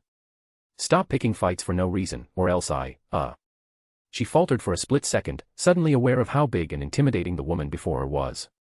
My brother definitely won't let you get away with it. At first, she had intended to threaten the woman herself, but faced with such an imposing presence, she instinctively shrank back. Still, she wasn't afraid. After all, her big brother would protect her no matter what. There's nothing to fear. Oh. Brother. The woman in white narrowed her eyes slightly, realization dawning upon her. So that means, you're the Hokage's daughter. A faint smirk tugged at her lips. Ha. So the children of the God of Shinobi aren't all that impressive after all. Bang. The registration book and the desk at the gate suddenly exploded into pieces. Haruto rose to his feet, his robes billowing as if caught in an invisible wind. His eyes burned with a crimson glow, 3 tomo spinning violently within his irises. A suffocating killing intent filled the air, sharp enough to make the woman's blood run cold. Watch your mouth. His hand rested lightly on the hilt of his sword. If you don't want to die right here and now, then shut that filthy mouth of yours. The woman in white was none other than Ebiso's elder sister, Chiyo, the future legend of Sunagakure. But Haruto couldn't care less who she was. No one insulted his sister in front of him and walked away unscathed. If she dared to keep talking, he wouldn't hesitate to cut her down where she stood. To hell with the so-called joint Chunin exams. If necessary, he would go straight to his aunt, Uchiha Maya, and have the legionary ninjas slaughter every last Sunagakure representative. Chiyo. Ebizo quickly stepped forward and grabbed his sister's arm, subtly motioning toward the distance. Chiyo turned her head and found herself locking eyes with several emotionless gazes. In an instant, her surroundings warped. Visions of her worst nightmares materialized before her, consuming her mind in sheer, unrelenting terror. Ah! A blood-curdling scream tore through the air. The once arrogant Chiyo crumpled to the ground, unconscious. Nearby, an Uchiha ninja scoffed as he deactivated his Sharingan. Without a word, he turned and strolled away, utterly indifferent, as if nothing had happened. Not far away, a few Senjun ninja exchanged uneasy glances. Should they step in? After all, the Hokage had given strict orders, no provoking foreign ninja without cause. Are you stupid? One of them muttered. That brat dared to insult the Hokage's children. What if she was planning to overthrow Konoha? You have a point. Right. Let's just pretend we didn't see anything. With that, the members of the police force also wandered off, acting as though nothing had happened. As for the visitors from Sunagakure, though seething with anger, none of them dared to speak out. They could only hurriedly complete their registration and leave as quickly as possible. He he he. Nagisa beamed with delight, completely unaware of the chaos she had just caused. It wasn't that she took pleasure in Chiyo's humiliation, she simply enjoyed watching her brother stand up for her. You're still not finished with work yet. Haruto sighed. This is strange. Then let's go eat ramen later, okay? You're out of allowance again, aren't you? He he he, big brother knows me best. Letting out a helpless chuckle, Haruto pulled out his wallet and, without a second thought, placed it in his sister's hand. Take your friends out. I still have team training later tonight. Okay. With a cheerful bounce in her step, his sister skipped away. Haruto sat back in his chair, his gaze lowered. No one could quite decipher his thoughts at that moment. Sunagakure. During the registration process, his father had casually mentioned that the opponents they faced today might one day become their enemies on the battlefield. Kyōsuke hadn't said much more, but as his son, Haruto understood the underlying message perfectly. Rather than waiting to meet them in war, wouldn't it be better to ensure they never leave here at all? Next. Lost in thought, Haruto was pulled back to reality by a young boy stepping forward. He didn't seem the least bit affected by the earlier commotion. That alone was enough for Haruto to give him a serious once-over. A seasoned killer. That was the first impression that came to Haruto's mind. Name. Hanzo of the Salamander. Village. Amegakure. Amegakure. Haruto narrowed his eyes. It took him a moment to recall that a hidden village had indeed been established in the Land of Rain not long ago. He hadn't expected much from that nameless village. Yet, standing before him was a warrior who instinctively made him wary. What's more, the boy appeared to be around his own age. Father was right, this world is full of hidden talents and lurking threats. You never know when a formidable enemy will emerge. First, there was the hot-tempered Chiyo. Now, a boy named Hanzo had appeared. He couldn't help but anticipate what kind of figures would show up next. Once the process for Sunagakure was completed, the banner at the main gate was changed. Welcome, candidates from Iwagakure to Konohagakure. Name. Anoki. Age. 18. Looking at the youth floating slowly in the air, his large nose giving him a distinctive look, Haruto took a deep breath. He wouldn't admit it, but a trace of envy flickered in his heart. What's so special about that? Once I master the full-body Susanoo, I'll be able to fly however I want. A short distance away, Kurama Jun narrowed his gaze at the floating youth. There was no doubt, this was Iwagakure's strongest young shinobi. Just as father predicted, every village is trying to establish their dominance in the shinobi world. Whoever wins this Chunin exam will see a surge in mission commissions afterward. This is an economic battle. No village would hold back in sending their best. As for whether there would be casualties, well, the remnants of the Warring States period had yet to fade completely. Without outside interference, those who died at the hands of their peers could only blame their own lack of skill. If you're weak, you die. That's all there is to it. Every participant was an elite chosen by their village, each one brimming with confidence. Not a single one believed they could lose. Kyōsuke himself had even given the order, before the final round, they were to eliminate as many competitors as possible. But now, looking at the gathered talents, that goal seemed far more difficult than expected. Soon, the final two great villages arrived, one after the other. Welcome, candidates from Kirigakure to Konohagakure. Welcome, candidates from Kimogakure to Konohagakure. Kirigakure had sent a host of young prodigies, many bearing Kekkei Genkai, including shinobi from the Hozuki and Kagaya clans. Meanwhile, Kyōsuke, the village with the most strained relationship with Konoha, made their stance crystal clear. They had sent their full elite force. Among them was the young man destined to inherit the name of A and become the future third Raikage. There was also the newly appointed Jinchuriki of the Two Tails, granted a perfected sealing technique through Kyōmo's dealings with Konoha. The moment the sensory division confirmed that Kyōsuke had sent a Jinchuriki as a contestant, everyone who heard the news was stunned. Had Kyōmo collectively lost their minds? Or were they simply so desperate for victory that they had gone insane? Many were baffled by this reckless move. Yet, when Kyōsuke heard about it, he showed no surprise. During the Chunin exams of Konoha Year 60, Tsunagakure sent the One-Tails Jinchuriki to compete. Why shouldn't Kyōsuke flaunt their Two Tails? He smirked. Trying to restore your village's reputation through victory. How unfortunate, you might just leave here disappointed. Image. Chapter ends. Black Heart White Heart. Chapter 247, Chapter 247, The Revival of Otsutsuki Ishiki. Since the various villages had yet to establish their own ninja academies, Konoha decided to do away with the written exam for this Chunin exam altogether. Initially, the plan was to replicate the test held in the Forest of Death. However, due to collective opposition from the other villages, the first round of the examination was ultimately set as a capture the flag competition. This test was designed to evaluate the overall competence of a team. How to scout for enemies, how to conceal one's own flag, how to allocate battle strength, and how to strategize an offensive, each of these factors played a crucial role. While raw power was undeniably important, tactics were just as indispensable. Most importantly, this format allowed for oversight from all parties involved. Unlike the Forest of Death, where if someone engaged in foul play, the outside world might remain unaware even if contestants perished within, this competition would be conducted under full supervision.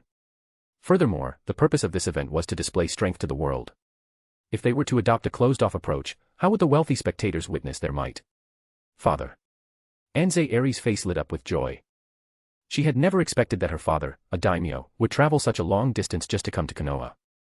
Even though she understood that he was not here solely for her sake, it was enough to fill her with happiness. Eri, have you been behaving yourself at school? Her father gently stroked her silky hair, his tone doting, as though he were coaxing a small child. Eri resisted the urge to roll her eyes. This was precisely what exasperated her the most. Why did he always insist on treating her like a little kid? After a brief chat with his daughter, the daimyo of the Land of Fire rose to his feet and departed. For esteemed dignitaries of equal stature awaited his presence. The strength of a hidden village was inseparably tied to the prosperity and influence of its nation. This matter was of grave importance, something he could not afford to neglect. Ah. It's the Lord Hokage. The already bustling examination hall erupted into a frenzy the moment Kyōsuke made his appearance. It wasn't just the citizens of Konoha, ninjas from other nations, too, looked upon him with fervent admiration. Their awe had nothing to do with political allegiances or personal grievances, it was purely the reverence one feels toward an unrivaled force. A man known as the God of Shinobi, Uchiha Kyōsuke. Hanzo lightly ran his fingers over his gas mask, a flicker of excitement igniting in his heart. Would he, too, one day attain power akin to that of a god? No, under Konoha's classification system, individuals who reached that level were not merely Kage, they were Super Kage. A force greater than a Kage. Just imagining it sent shivers of exhilaration through his entire body. And he was not the only one harboring such thoughts. Among those watching from the stands were two future leaders of Iwagakure, the second Tsuchikage, Mu, and one of this year's examinees, the young Inoki, later to be known as Inoki of both scales.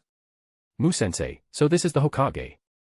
And this is Konoha, the most prosperous village in the shinobi world. Inoki's tone carried a hint of awe. Compared to this flourishing metropolis, Iwagakure seemed no different from a rural backwater, with its simple, unembellished village structures. In the original timeline, this very master and disciple had once journeyed to Konoha with reverence in their hearts, hoping to learn from its advanced infrastructure and bring that knowledge back home. But what awaited them was the darkness of Uchiha Madara. The young Inoki, full of ambition and hope, had been utterly crushed, both physically and mentally.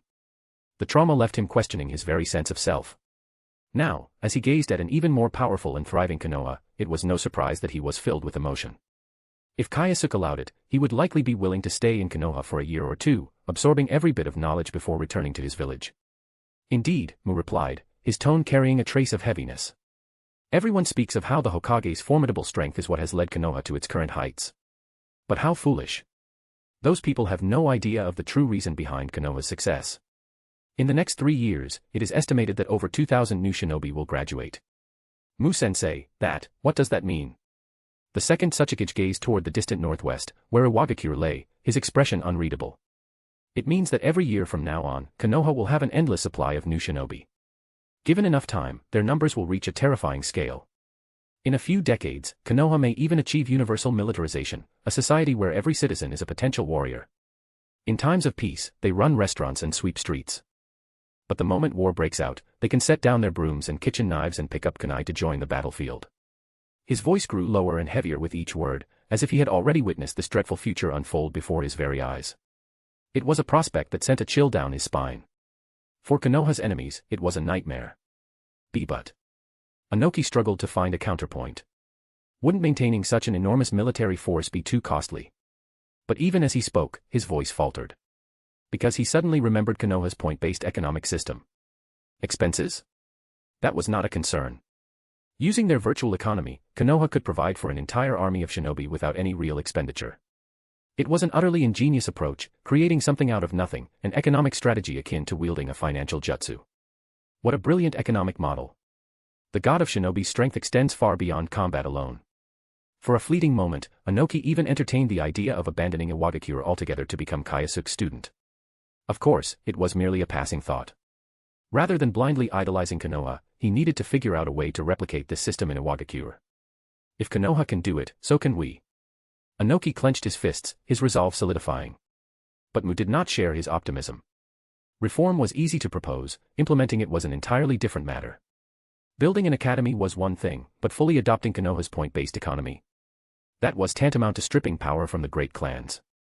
Without the overwhelming authority of the Senju or Uchiha, challenging the noble families was nothing short of political suicide. If one dared to push such changes forward, the only question left would be whether they still intended to remain Tsuchikage. A deep sigh escaped Mu's lips. Meanwhile, in the stands, the Kunoichi Chiyo of Sunagakure was watching with a much different expression. Her eyes, filled with cold resentment, remained fixed on the high platform where Konoha's leaders stood. The humiliation she had suffered at Konoha's front gates, falling to a mere illusion, had been etched into her heart as the greatest disgrace of her life. While others marveled at Konoha's prosperity and sought ways to strengthen their own villages, her mind was consumed by one thought: how to destroy it. Instead of elevating herself, why not drag others down? That was the belief she held at this moment. Her eyes narrowed with a cold glint. The first one I will cut down. Uchiha Haruto. Beside her, Ebizo naturally understood what was going through his sister's mind. Elder sister, Konoha is untouchable right now. He did not voice these words aloud, knowing full well that even if he did, she would not listen. There was no helping it, that was just the kind of stubborn person she was. Among the many examinees, Ebizo's strategic mind and resourcefulness were unmatched. Konoha spoke grandly of fairness, justice, and transparency, but in reality, it was all nonsense. If you didn't believe it, just try laying a hand on one of their key figures. You wouldn't live to see the sunrise. On the high platform, Kyōsuke cleared his throat, his voice resonating clearly in the ears of every participant. Thank you all for coming. I will keep my words brief. But 40 minutes passed in the blink of an eye. By the time he finally concluded his speech, many in the crowd were visibly struggling to stay awake. Truth be told, the feeling of speaking while everyone else had no choice but to listen was rather enjoyable. As soon as the Hokage took his seat, Sarutobi Sasuke, the proctor for the first round, stepped forward and announced in a powerful voice. I hereby declare the first examination officially begun. Instantly, the competing teams scattered, surging into the complex terrain of the exam grounds. As Konoha's top-seeded team, Haruto's squad naturally became a focal point of attention. According to the plan we agreed on beforehand, Jun, you'll handle defense. Eri and I will track and engage the enemy. Understood. Got it. With Kurama Jun's powerful genjutsu, they could render most opponents utterly helpless. Even if their enemies could see the flag right before them, they might spend a lifetime never being able to touch it. The capture the flag test was practically tailored for Kyōsuke's team. There was simply no scenario in which they could lose. Haruto's gaze deepened, his resolve clear. Let's have a fun battle. But make no mistake, I plan to eliminate the majority of our competition right here. This joint Chunin exam was Konoha's opportunity to display its potential to the entire shinobi world. Did others want to seize that opportunity? Too bad. They were never even given a stage to stand on. He, Uchiha Haruto, was the blade that would cut down all foreign challengers before they could even reach the second round. Oh. Haruto is certainly in high spirits. Uchiha Izuna strolled onto the high platform and plopped down beside Kyōsuke without hesitation. As the current head of the Uchiha clan, he had every right to stand alongside the Hokage. More than that, the two of them had been childhood friends, brothers in everything but blood. Kyōsuke gave him a sidelong glance and smirked. Forget about him. Shouldn't you be thinking about something more important? You're not getting any younger. Have you never considered bringing a little life into this world? Izuna let out a long sigh. Do you think I don't know what you're all guarding against? The situation is unstable. How can I think about starting a family now? Don't be like that, Kyōsuke chuckled, nudging him playfully. You say it as if you alone could change the course of battle. Your ability to comfort people is as exceptional as ever. Thank you. The two bantered as they always did, but soon, their gazes returned to the battlefield, carefully evaluating the various teams' performances. Some of them lack fighting spirit, but there are quite a few promising ones. If you were their age, you'd get beaten black and blue. I have nothing to say to you. While the Chunin exam raged on, and the world watched to see which shinobi would claim victory. Far beyond the reach of the shinobi world, on a desolate, lifeless planet, an event was unfolding, one that would shake the very foundations of history. Boom. A small mountain range collapsed, sending clouds of dust billowing into the sky. From within the swirling mist, a lone figure emerged, his skin pale as the moon, his hair a silver gray. He was dressed in an elegant white tailcoat, paired with loose black trousers. Even with the conspicuous curved horn protruding from the back of his head, his very presence exuded an air of refined nobility. The devastation behind him did not warrant so much as a glance. Instead, he retrieved a crystal wine glass from the stillness of space, filling it with crimson liquid. Beneath his calm exterior, however, burned an unmistakable fervor, a madness restrained only by his unshakable composure. 3,700 years. At last. I have completed the reincarnation ritual. Tipping his head back, he drained the wine in a single gulp before casting aside the glass. A surge of exhilaration coursed through him, too overwhelming to contain. He threw his head back and laughed, a wild, unrestrained sound that echoed across the ruins. Ha ha ha ha ha. Suddenly, his laughter cut short.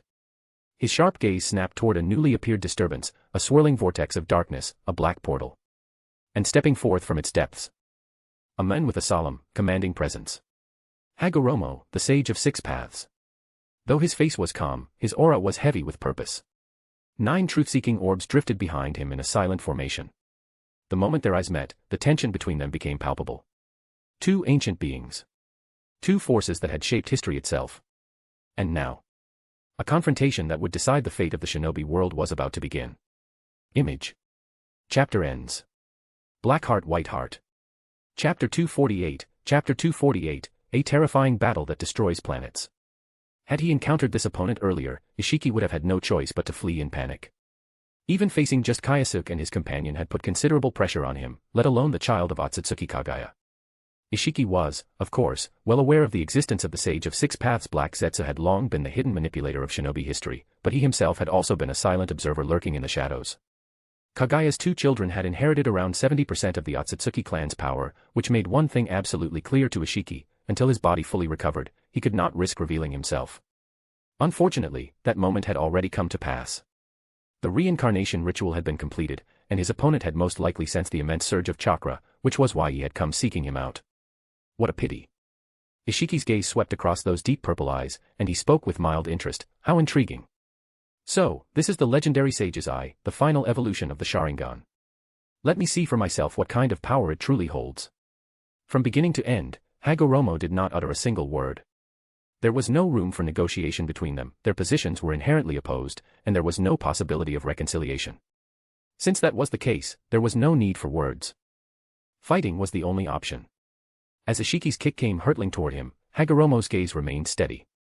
In his grasp, a truth-seeking orb transformed into a spear-like blade. Truth-seeking, aim no Sakahoko. This was a weapon even more powerful than the sage's staff, requiring a master of yin-yang release to wield it. Even Kagaya, who had fully stepped into the divine flame level, would not take its edge lightly.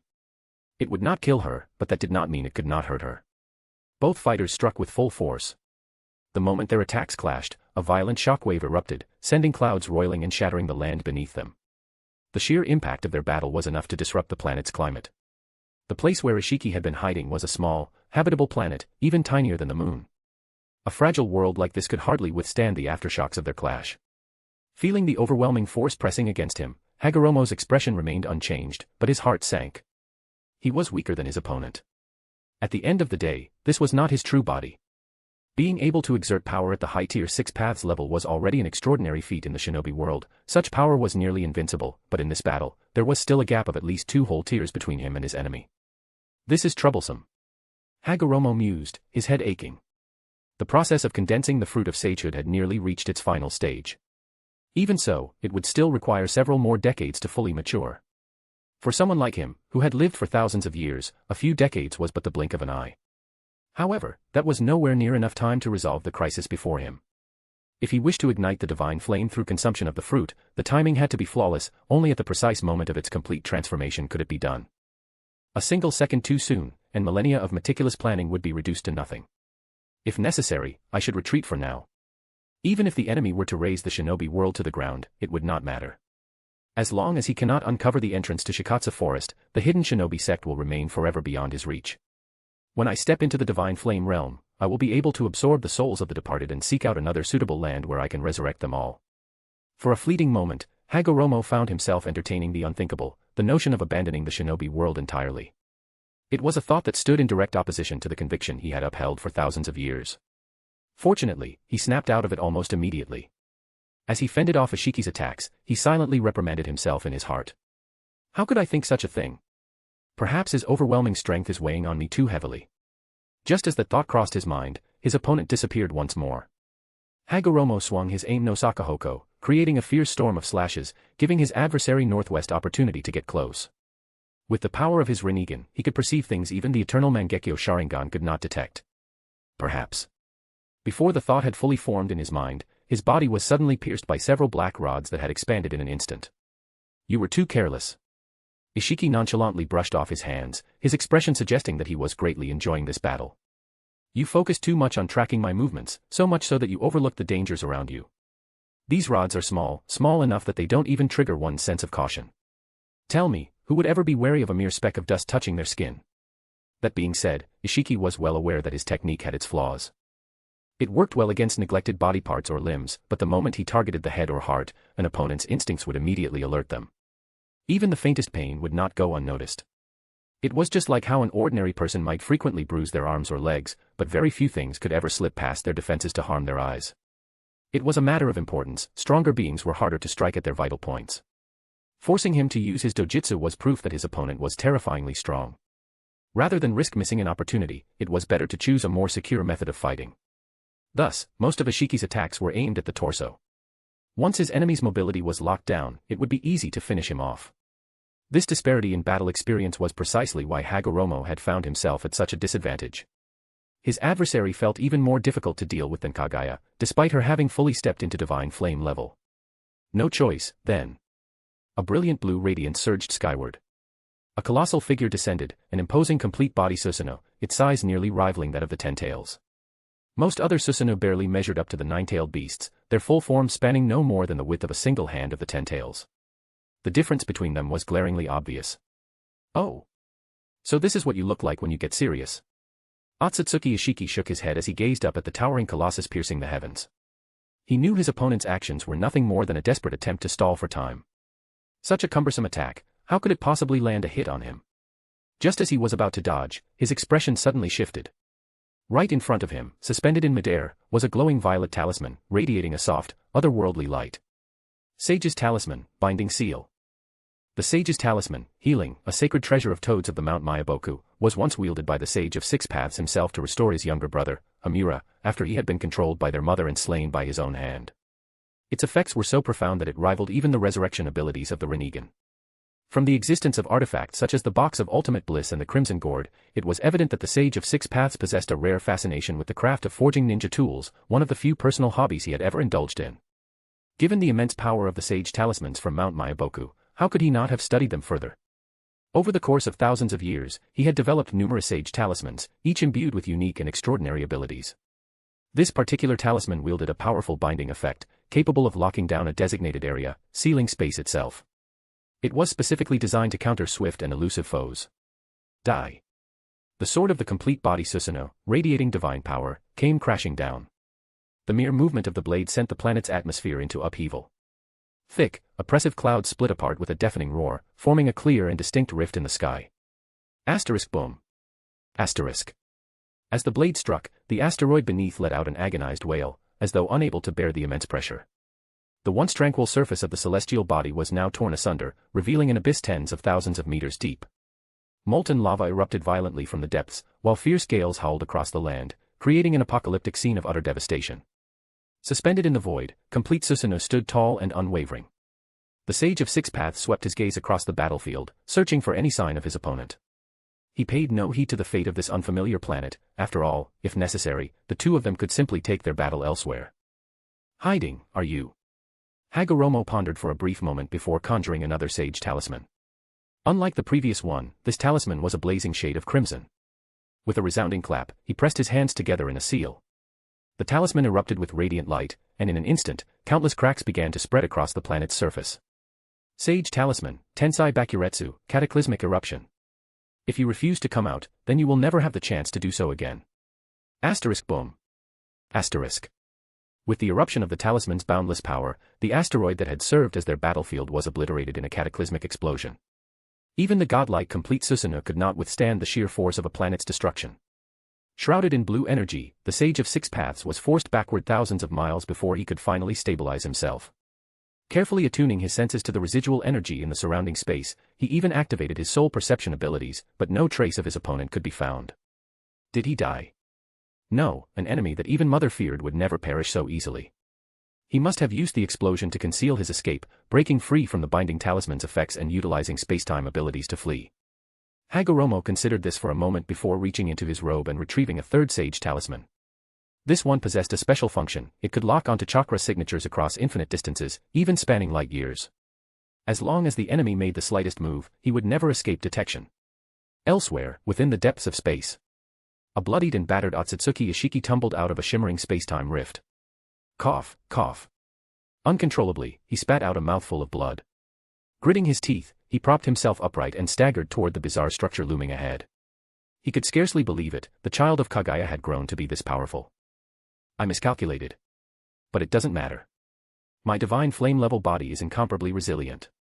Even though I have yet to fully ignite my divine flame, an explosion of this level is far from enough to kill me. Before long, he reached the pinnacle of the strange building. Just as he came to a stop, a deafening beastly roar echoed from within. It's been a while.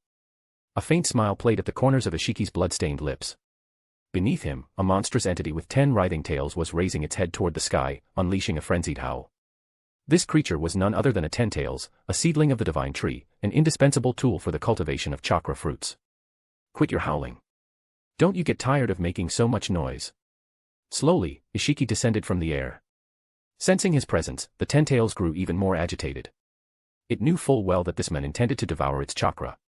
Within the Otsutsuki clan, there existed a refined and perfected method for chakra extraction. Through a precise process of refinement, chakra could be distilled into pure, consumable energy.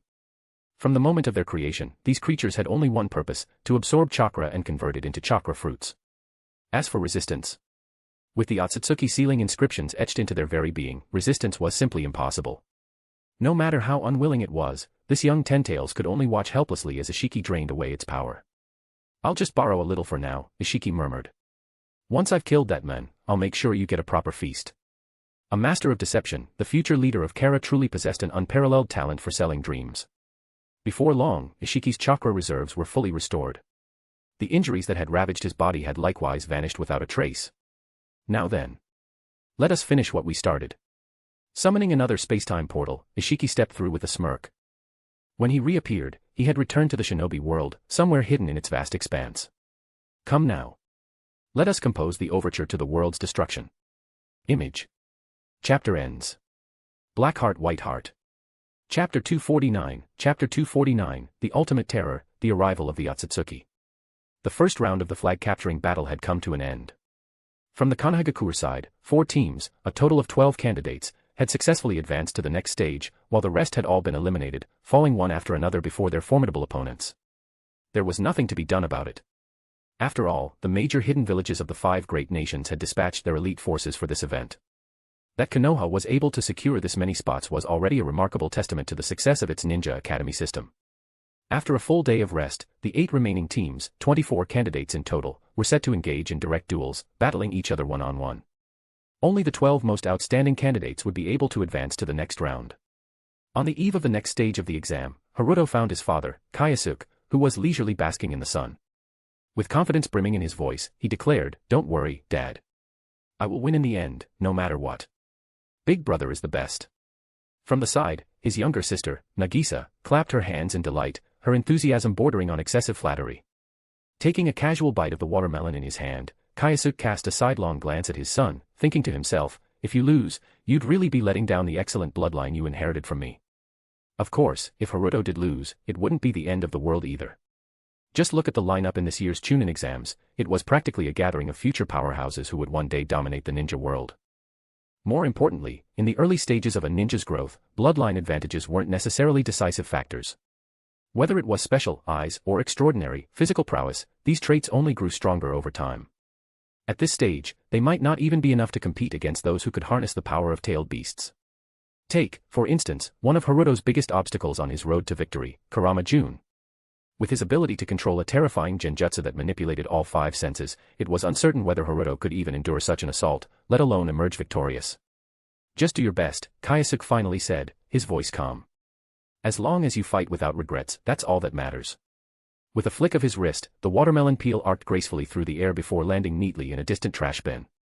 After wiping his hands, Kyōsuke bent down and lifted his smiling daughter into his arms, preparing to head to the examination venue with his family. The sealing techniques sold to Kimogaku were highly refined, meaning that as long as their Jinchuriki weren't completely incompetent, they would still be able to use a certain amount of chakra from their tailed beast. As for Haruto's current strength, he was likely still below the level of Sasuke Uchiha during the Valley of the End battle, back when Sasuke had first unlocked the second stage of his cursed seal transformation. That was to be expected. The two were a full year apart in age. If Haruto had an extra year of dedicated training, surpassing Sasuke at that stage wouldn't be an impossible feat, but then, just as he was walking, Kyōsuke's eyes suddenly lit up. It was as if he had just thought of something particularly interesting. Sasuke had been able to fight against Naruto in his Nine-Tails cloak form not just because he had awakened his three-tomo Sharingan, but also due to the power granted by Orochimaru's cursed seal. And the key thing was, Kyōsuke knew how to apply that seal as well. Turning toward his son, who was deep in thought, Kyōsuke smiled and asked, "Hey, kid, there's a way to make you stronger, right now. The effect is immediate, and you won't be any weaker than a Jinchuriki who has tapped into their tailed beast's chakra." "Wait, really?" Haruto's face lit up with excitement. "Do you want to learn it?" "Of course I do." "All right then, but in exchange, you'll be doing the dishwashing for the next 6 months." "Fine. But I'm telling you now, if this technique turns out to be useless, don't expect me to keep my end of the deal." Kyōsuke smirked. "Relax. You really think your old man would lie to you?" Handing his daughter over to Mito, he told her to take Nagisa to the exam venue first. Then, without another word, he grabbed Haruto's hand. In a flash, they vanished, reappearing in the secret underground laboratory built by their clan. Watching the two of them disappear in an instant, Mito let out a helpless sigh and murmured under her breath, "Just don't be late, you two." The Chunin exam battle arena. The matches had already progressed to the 7th round. And now, a high-stakes battle was about to unfold, Sarutobi Hiruzen versus Inoki. A true clash of powerhouses. The battle was fierce and drawn out, with both combatants displaying their incredible ninja talent. In the end, however, Hiruzen emerged victorious, his flawless coordination with Enma forcing Inoki to taste the bitter sting of defeat. "Well done. That was amazing. Hiruzen, you really are the best." Amid the roaring cheers from the crowd, Sarutobi Hiruzen scratched his head sheepishly, his innocent-looking smile making him appear as harmless as ever. But the only one who truly understood him was Danzo. Danzo alone knew that beneath Hiruzen's seemingly honest and straightforward exterior lay an extremely shrewd and calculating mind. From his seat in the stands, Senju Tobirama leaned back, casually crossing his legs as he acknowledged the congratulations from those around him with effortless grace. "Ah, it was mostly the boys' own hard work," he said indifferently. "I only played a small role, 7 or 8%, at most. As for whether he'll win the whole tournament, who knows? The Hokage's kid is no slouch either. There's a real chance he might defeat my student." Tobirama had always been at a disadvantage in his rivalry with Kyōsuke, constantly finding himself on the losing end. He had never truly won against him. But this time, things would be different. He would surpass Kyōsuke in training the next generation, thoroughly and undeniably. Only then would he finally quell the frustration and resentment that had simmered in his heart for years. Of course, this was an internal struggle within Konoha. Before settling their differences, Hiruzen's top priority remained the elimination of external threats. Regardless of who emerged victorious, in the end, the final showdown would be fought among Konoha's own candidates. This was an unspoken agreement among all parties, and they had the power to make it happen. The only obstacle left in their way was Kimogakure's representative, the Jinchuriki of the Two Tails. Just thinking about it made Tobirama curse inwardly. Damn that first raikage, how reckless can you be? You finally gain a Jinchuriki, and instead of safeguarding them, you send them right into Konoha's hands. Had the man lost his mind? Tobirama knew the truth, though. Kimogakure had no choice. Their defeat in the war had left their reputation in shambles. If they wanted to restore their prestige, the next generation had to prove their worth, no matter the risk. As the 8th match concluded, young Danzo had been completely overwhelmed by a dark-skinned boy from Kimogakure. That boy, the future third raikage, a man who would one day stand alone against 10,000 shinobi without falling. At this moment, his name was still unknown to the world. But he was already far beyond Danzo's level. Son of a bitch, where the hell did this mutt come from? On the surface, Danzo appeared calm and immovable, but internally, he was nearly consumed by his burning fury. The thing he despised the most was being inferior to Sarutobi Hiruzen. Yet now, while the latter had advanced smoothly through the ranks, he himself had been utterly crushed on the arena by some dark-skinned brat. Was it because he lacked strength? No, it had to be bad luck.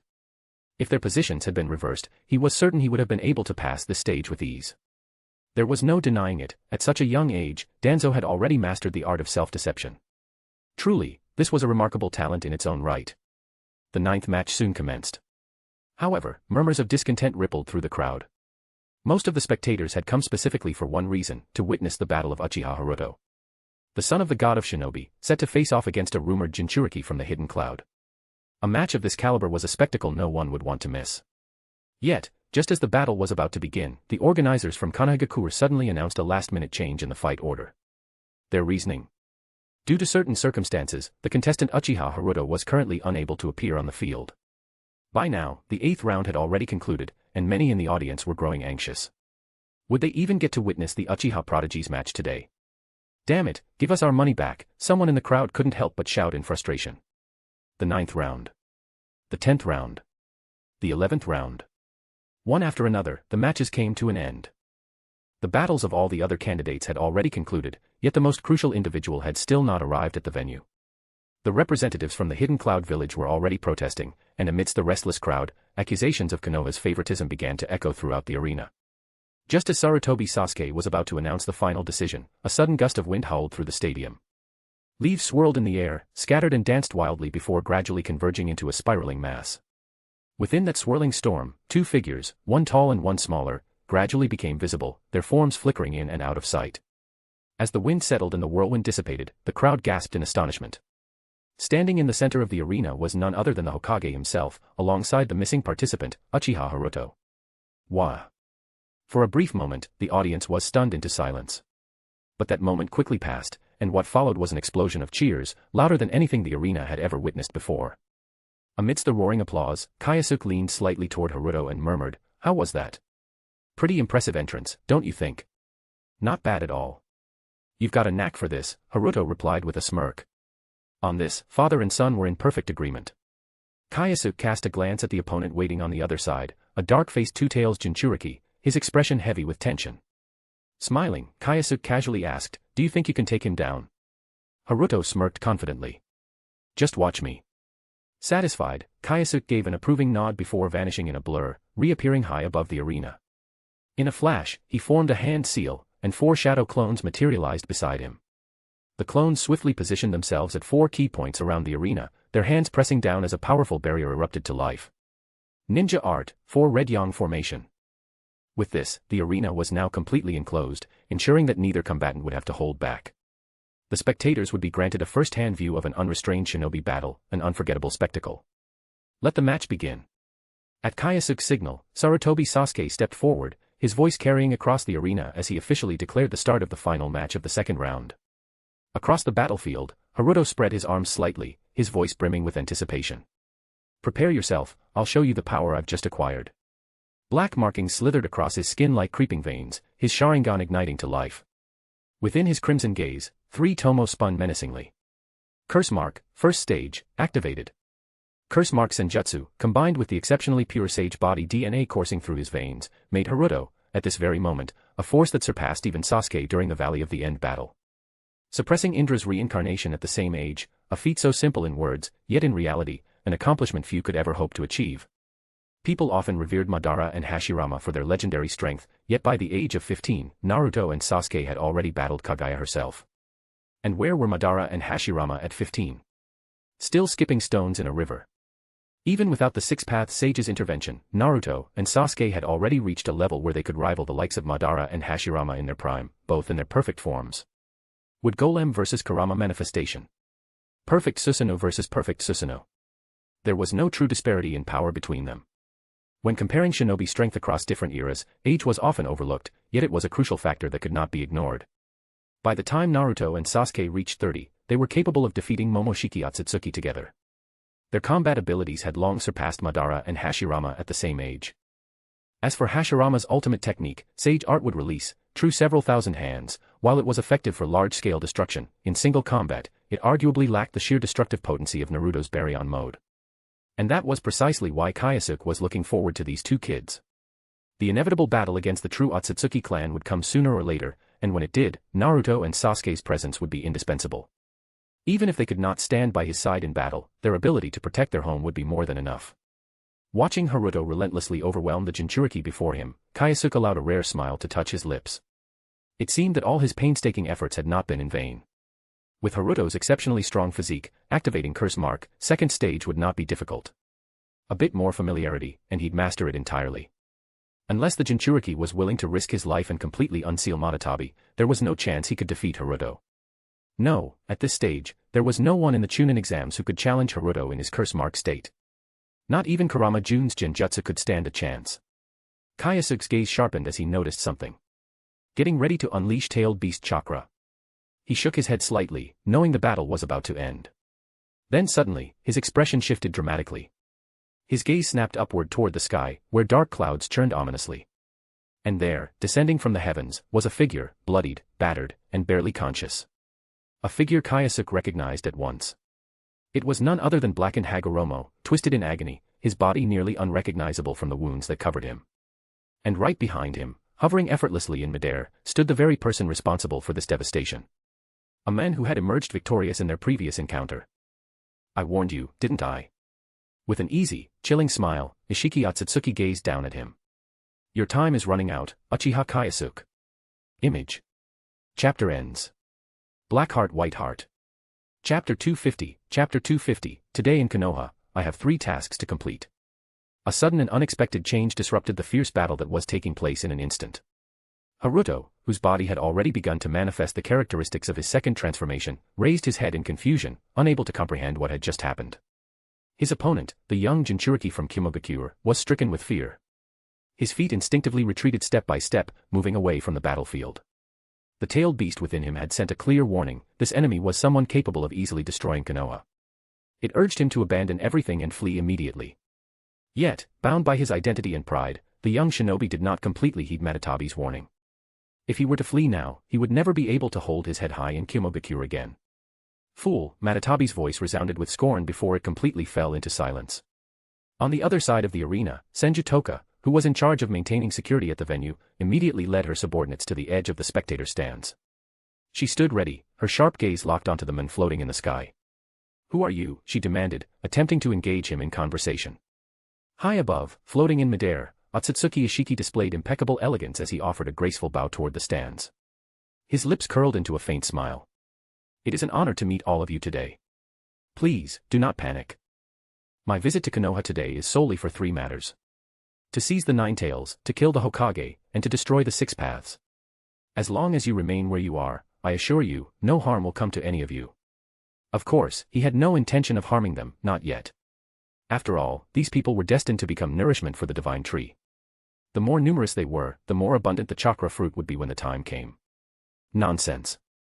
Senju Toka's eyes narrowed, a sharp glint flashing within them as killing intent surged forth. As the trusted subordinate of Senju Hashirama, she had braved countless blood-soaked battlefields alongside her clan leader. How could she possibly fear an unknown, peculiar man? So what if he could fly?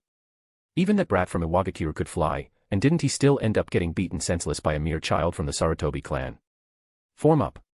With a slight wave of her arm, the Senju police force stationed at the venue instantly assembled, ready for battle. Wait. A voice interrupted her impulsive reaction. Kyōsuke removed the Hokage hat from his head, stepping forward as he swiftly issued orders. Evacuate the villagers immediately and raise the village's alert level to the highest tier. The highest level of alert. Senju Toka was momentarily stunned. She had never imagined that the Hokage would issue such an extreme command. That level of emergency protocol was only ever activated in the face of imminent annihilation.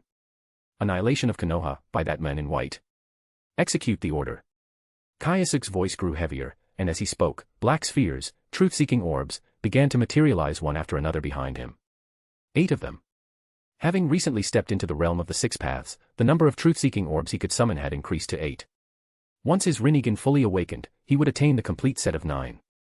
With a single thought, the orbs liquefied into flowing black fluid, merging into his sacred robes, forming a thin, protective layer over his body.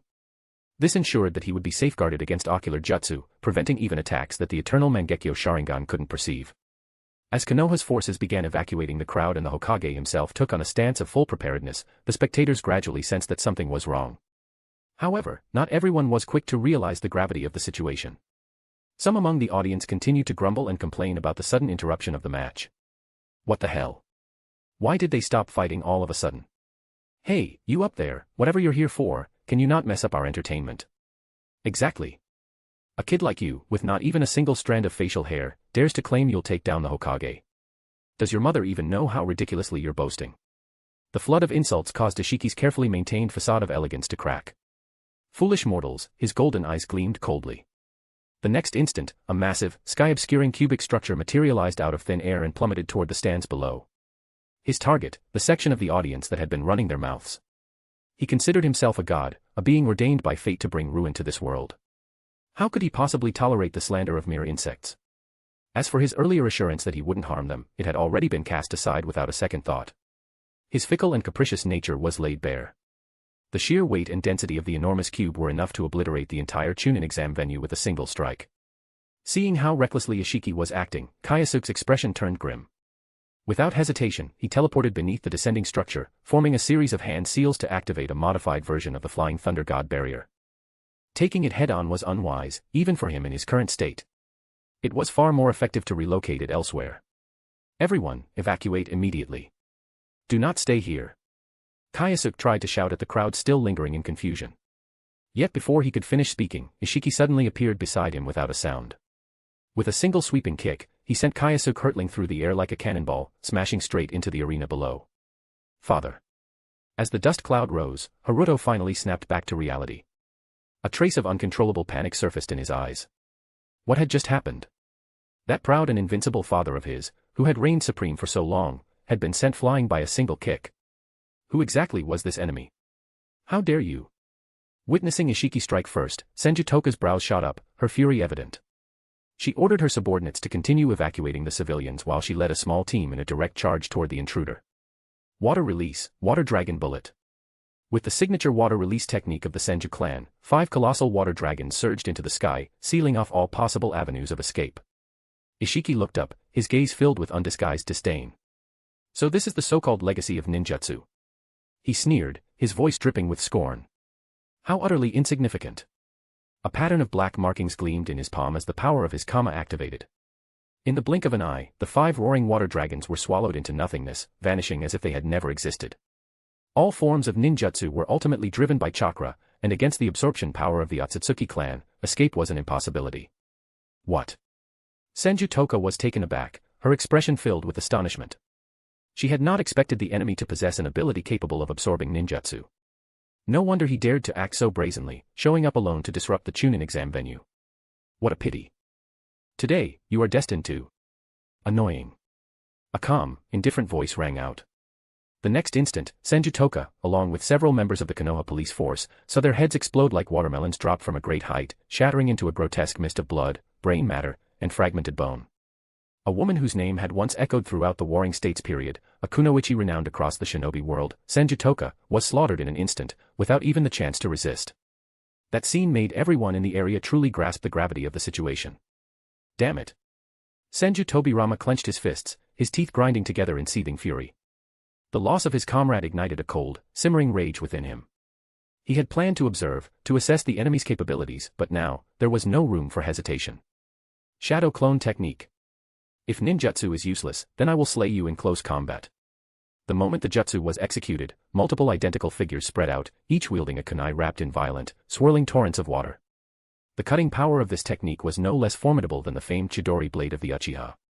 Water release, water blade slash. Bang. Bang. Bang. Before he could even register what had happened, several clones burst apart in rapid succession, dispersing into a mist of chakra. Pointless tricks. Otsutsuki Ishiki's left eye narrowed slightly as if he had perceived something. His head tilted ever so slightly to the left. An instant later, a katana sliced through the air, missing his ear by a hair's breadth. The one behind the sudden ambush, none other than Senju Tobirama. Using shadow clones as a distraction, he had seized the opportunity to launch a Flying Thunder God's sneak attack. There was no doubt, his proficiency in ambush tactics had reached an even greater level. Unfortunately for him, this time, he had encountered an opponent beyond his ability to contend with.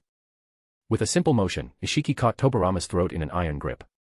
His other hand easily pried the katana from the white-haired shinobi's grasp. The sharp edge of the blade pressed against Tobirama's chest, right above his heart. Ishiki's voice was indifferent, almost lazy. Your speed is too slow. And also, don't bother attempting a sneak attack against someone with the Byakugan. I despise underhanded tactics the most. Even as he spoke, his dojutsu, Sukuna Hikona, activated. Giant black rods materialized in the air, just as several dark green arrows rained down from the sky.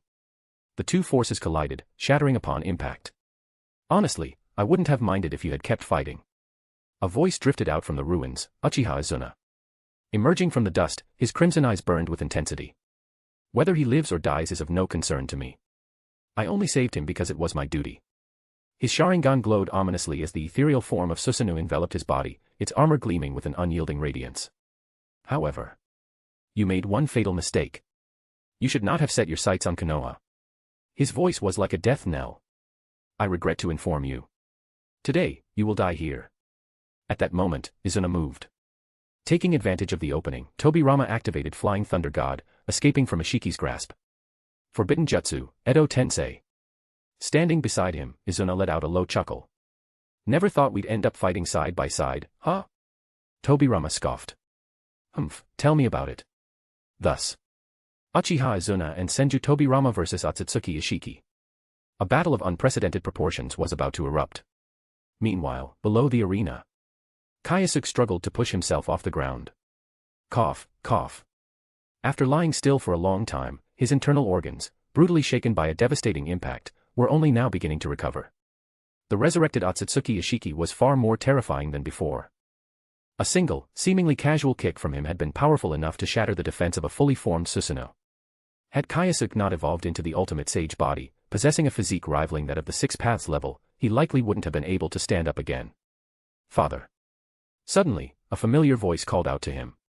Turning his head, he saw three young figures standing beside him.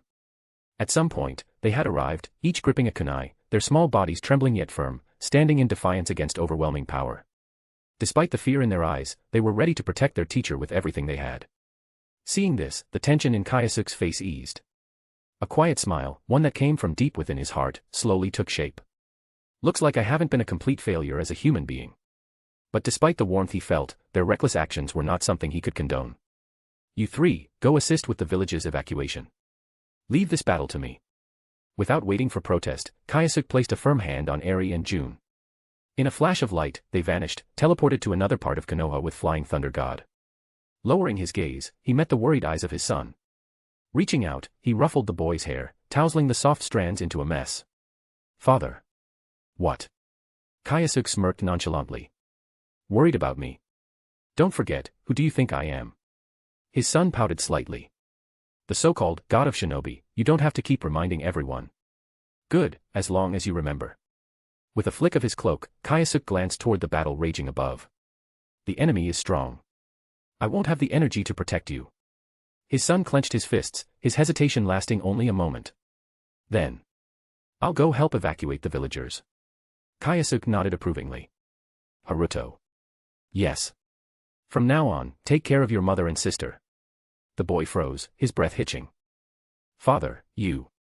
Before he could finish, Kyōsuke activated Flying Thunder God once more, teleporting the boy to where Mito was. Now alone, Kyōsuke exhaled, shaking his head with a soft chuckle. Honestly, he's such a handful. Already 11 years old, and he still doesn't know how to confess his love to Eri. Really, daughters are much better, sweet, caring, always thinking of their father.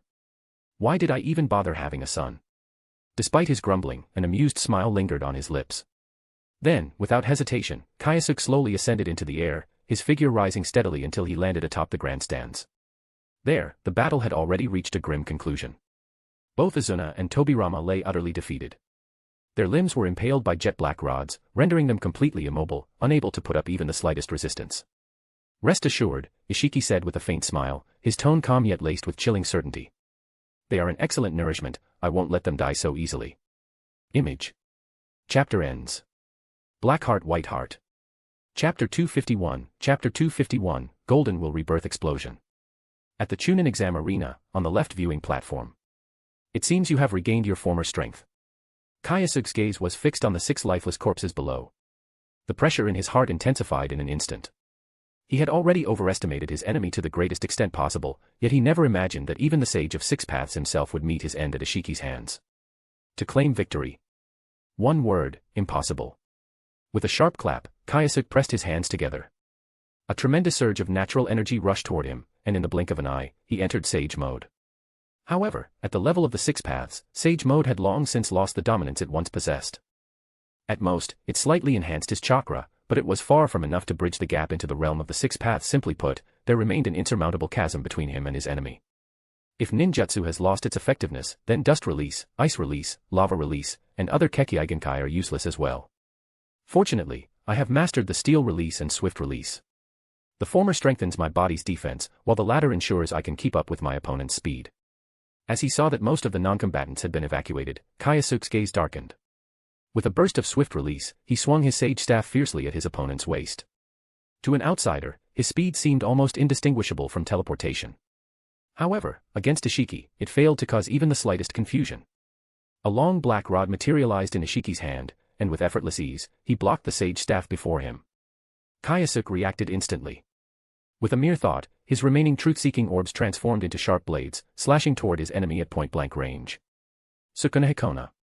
What seemed like a flawless, seamless attack was riddled with openings as vast as the ocean in the face of Ishiki's ability to shrink his entire body instantaneously. Damn it. Realizing his imminent danger, Kyōsuke activated the power of Susanoo without hesitation. A dark golden armor of a Karasu Tengu enveloped him completely. With his Sharingan rendered ineffective, he could only rely on the vague sensory perception granted by Sage Mode to predict the direction of Ishiki's assault. As expected, he's coming from the front. Raising the Yata mirror in defense, Kyōsuke could only pray that its durability was strong enough to withstand the incoming attack. As for the Flying Thunder God technique, it was completely useless in a battle of this magnitude. Let alone against the monstrous power of Otsutsuki Ishiki, Kyōsuke himself, even after teleporting, would be stuck in momentary rigidity for a fraction of a second, which was more than enough for Ishiki to move around him several times over. Boom. A devastating kick landed precisely on the shield, sending a visible shockwave exploding outward. The Yata mirror, a supreme defensive treasure, lived up to its name. Its incredible hardness did not disappoint Kyōsuke. The problem was, he himself couldn't withstand the sheer, planetary-level force of impact.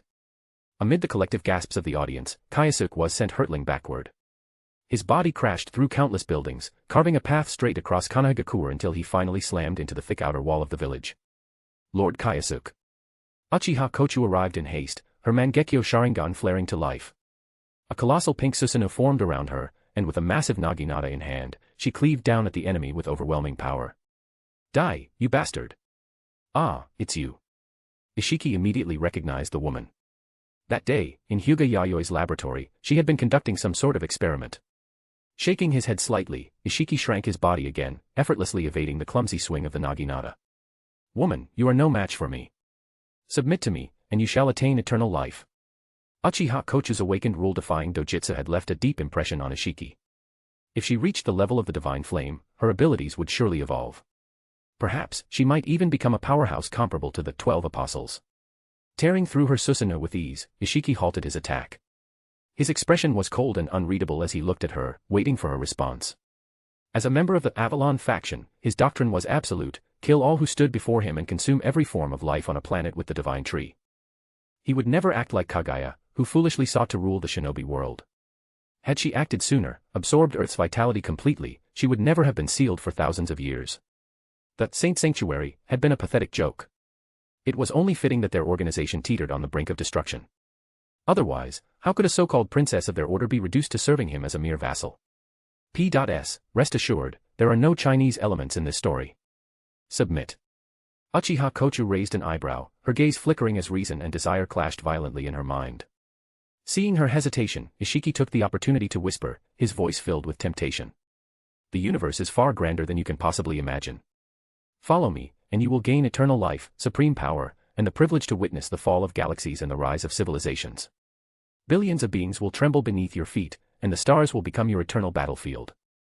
Come, take just one step forward, and you shall ascend as the greatest existence in the cosmos. The greatest eternal being.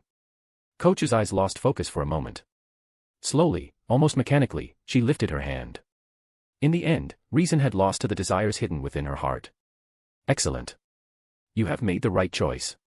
A smile spread across Ishiki's face. Gaining such a powerful subordinate delighted him. Without hesitation, he reached out to grasp the hand she offered.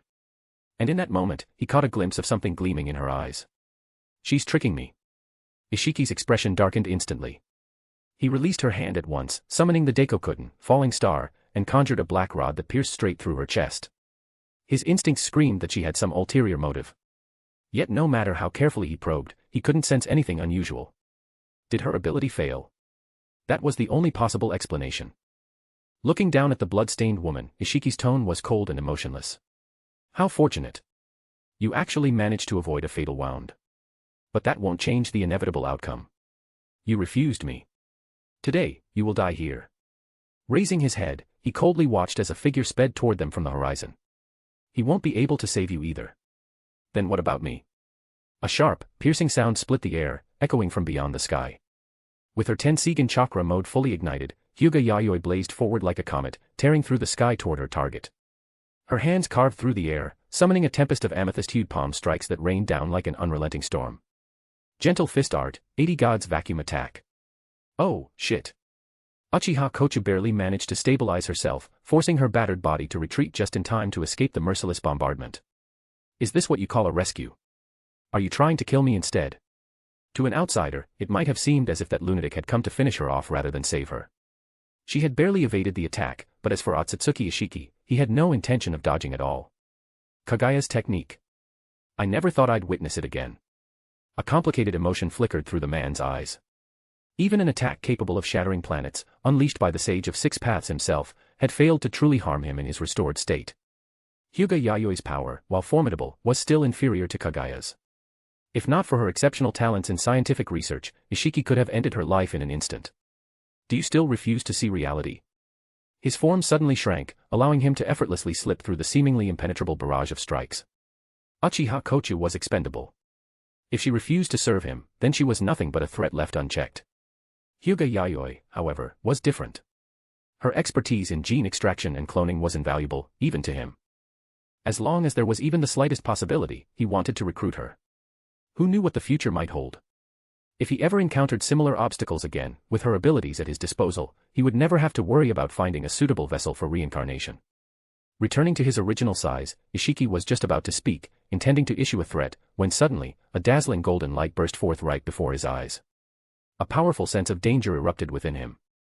Without a moment's hesitation, he pushed his chakra to its absolute limit. Golden will reincarnation explosion. The ultimate offensive technique granted by the Tenseigan erupted in Yayoi's hands with overwhelming force. A single strike capable of splitting the moon apart, its sheer destructive power perhaps even surpasses the slashes of the Six Paths Susanoo. After all, Hagoromo Otsutsuki had been in a weakened state, unable to exert his full strength. Even a being as powerful as Ishiki, a godlike existence, had to summon every ounce of his vigilance to confront this attack head-on. If he miscalculated even slightly, he could very well suffer a fatal wound. Facing the energy beam that resembled a lightsaber, Ishiki clenched his fist and swung it forward with his full might. An invisible shockwave spreads through the air, churning the skies above Kanagakuwa into a chaotic storm. Though he managed to block the Golden Will reincarnation explosion, the sheer force of the impact still sent him hurtling several kilometers away. Witnessing this, Kyōsuke couldn't help but praise Yayoi's strength. She's probably surpassed Otsutsuki Tonari by now. You stay behind and protect Konoha. Blocking the woman who intended to follow him, Kyōsuke smiled and said, you know as well as I do, no one can kill me. Yayoi stared at the man, his face full of reckless bravado, and couldn't even be bothered to expose his lie. Besides, she understood the reality of the situation. Even the Golden Will reincarnation explosion had failed to take down their enemy. What more could she do?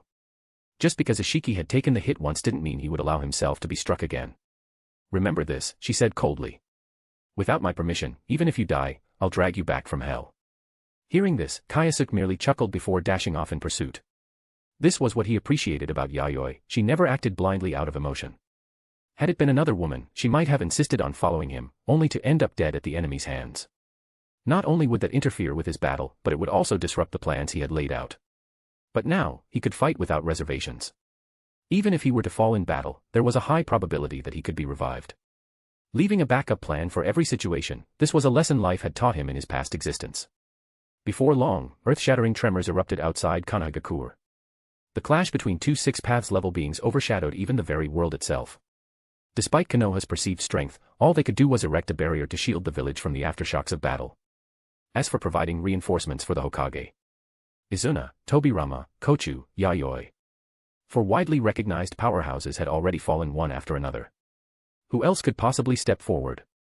Meanwhile, in a distant region of the Land of Fire, a lone figure was racing toward Konoha at breakneck speed. The enemy has arrived even sooner than expected.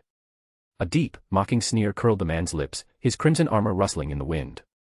The one approaching was none other than Uchiha Madara, who had just returned from his training at Ryuchi Cave. In his quest for greater power, he had devised what he believed to be the most effective method, strengthening himself through the infusion of Senjutsu chakra. Now, he wielded the combined might of the Nine Tails, the Sage Body Life Force, Senjutsu chakra, and his own Susanoo. Uchiha Madara, in his current state, had ascended to the absolute peak of Super Kage level. He had even surpassed the Kyōsuke of the past. Now, he was capable of challenging a lower-tier six-paths level opponent. And yet, there was still an insurmountable gap between him and Otsutsuki Ishiki. As he dashed forward, an ominous premonition flared within Madara's mind, prompting him to halt abruptly. Hovering in the air before him was a powerful, ethereal figure, clutching a monk's staff. "I am Otsutsuki Hagoromo," the figure declared, his voice deep and solemn. "In this world, I am known as the Sage of Six Paths." Image. Chapter ends. Black Heart White Heart. Chapter 252, Chapter 252, The Power of Een, Madara's Tomo Rinnegan. The forest was alive with the crisp, melodious chirping of birds. However, despite the tranquil atmosphere, the Sage of Six Paths wore a solemn expression, gripped by an almost irresistible urge to retreat back to the Pure Land. It was far too awkward. He had assumed that upon revealing his identity, the other party would at least display some level of awe, if not bowing in reverence, then at the very least showing a proper reaction to meeting a legendary figure. Yet, contrary to his expectations, the situation had taken an entirely different turn. Looking at the soul floating quietly in midair, Uchiha Madara remained completely expressionless, his gaze cold and unreadable. He did not utter a single word, conveying his attitude solely through his eyes. "You came to see me for something?" "Indeed." Otsutsuki Hagoromo nodded slightly before divulging the news of Ishiki's attack on Konoha. In truth, had it not been for Kyōsuke's interference, his soul might not have escaped so easily. Since he was the one who had lured the enemy to the village, he felt that he should at least do something to assist. Kyōsuke was linked to his mother, and Hagoromo found himself disliking him. Meanwhile, Azura's reincarnation was training in the Shikatsu forest, where his strength would naturally skyrocket without any need for external aid. That left only one person who could benefit from his help, the reincarnation of Indra. Long ago, he had chosen to nurture Azura as his successor, a decision that had sparked a conflict between his sons, leading to a feud that had persisted for 1,000 years. But now, Indra had voluntarily abandoned that struggle. Perhaps it was time for him to try leaving the future in Indra's hands. "Stretch out your hand." A crescent-shaped seal gleamed, radiating a peculiar energy that caused Uchiha Madara's heartbeat to unconsciously accelerate. Through Kyōsuke's explanation, Madara had already learned of the Sage of Six Paths' history. That was precisely why he lacked the reverence most would show a legendary figure. However, now that the sage was offering him power, Madara quickly reassessed the situation. Perhaps, just this once, he should at least feign a little politeness. "Don't order me around." The moment he opened his mouth, his blunt retort made the Sage of Six Paths roll his eyes in exasperation. Despite his words, Madara still extended his hand. Their palms met. A surge of pure Een energy flooded into his body, and in an instant, his eternal Mangekyo Sharingan underwent a profound transformation. This. Madara was utterly stunned. For so long, he had been searching for ways to elevate his power, yet none of the methods he devised had been ideal. And now, on this very day, a celestial being had descended from the sky and effortlessly solved the problem that had troubled him for so long. Ha!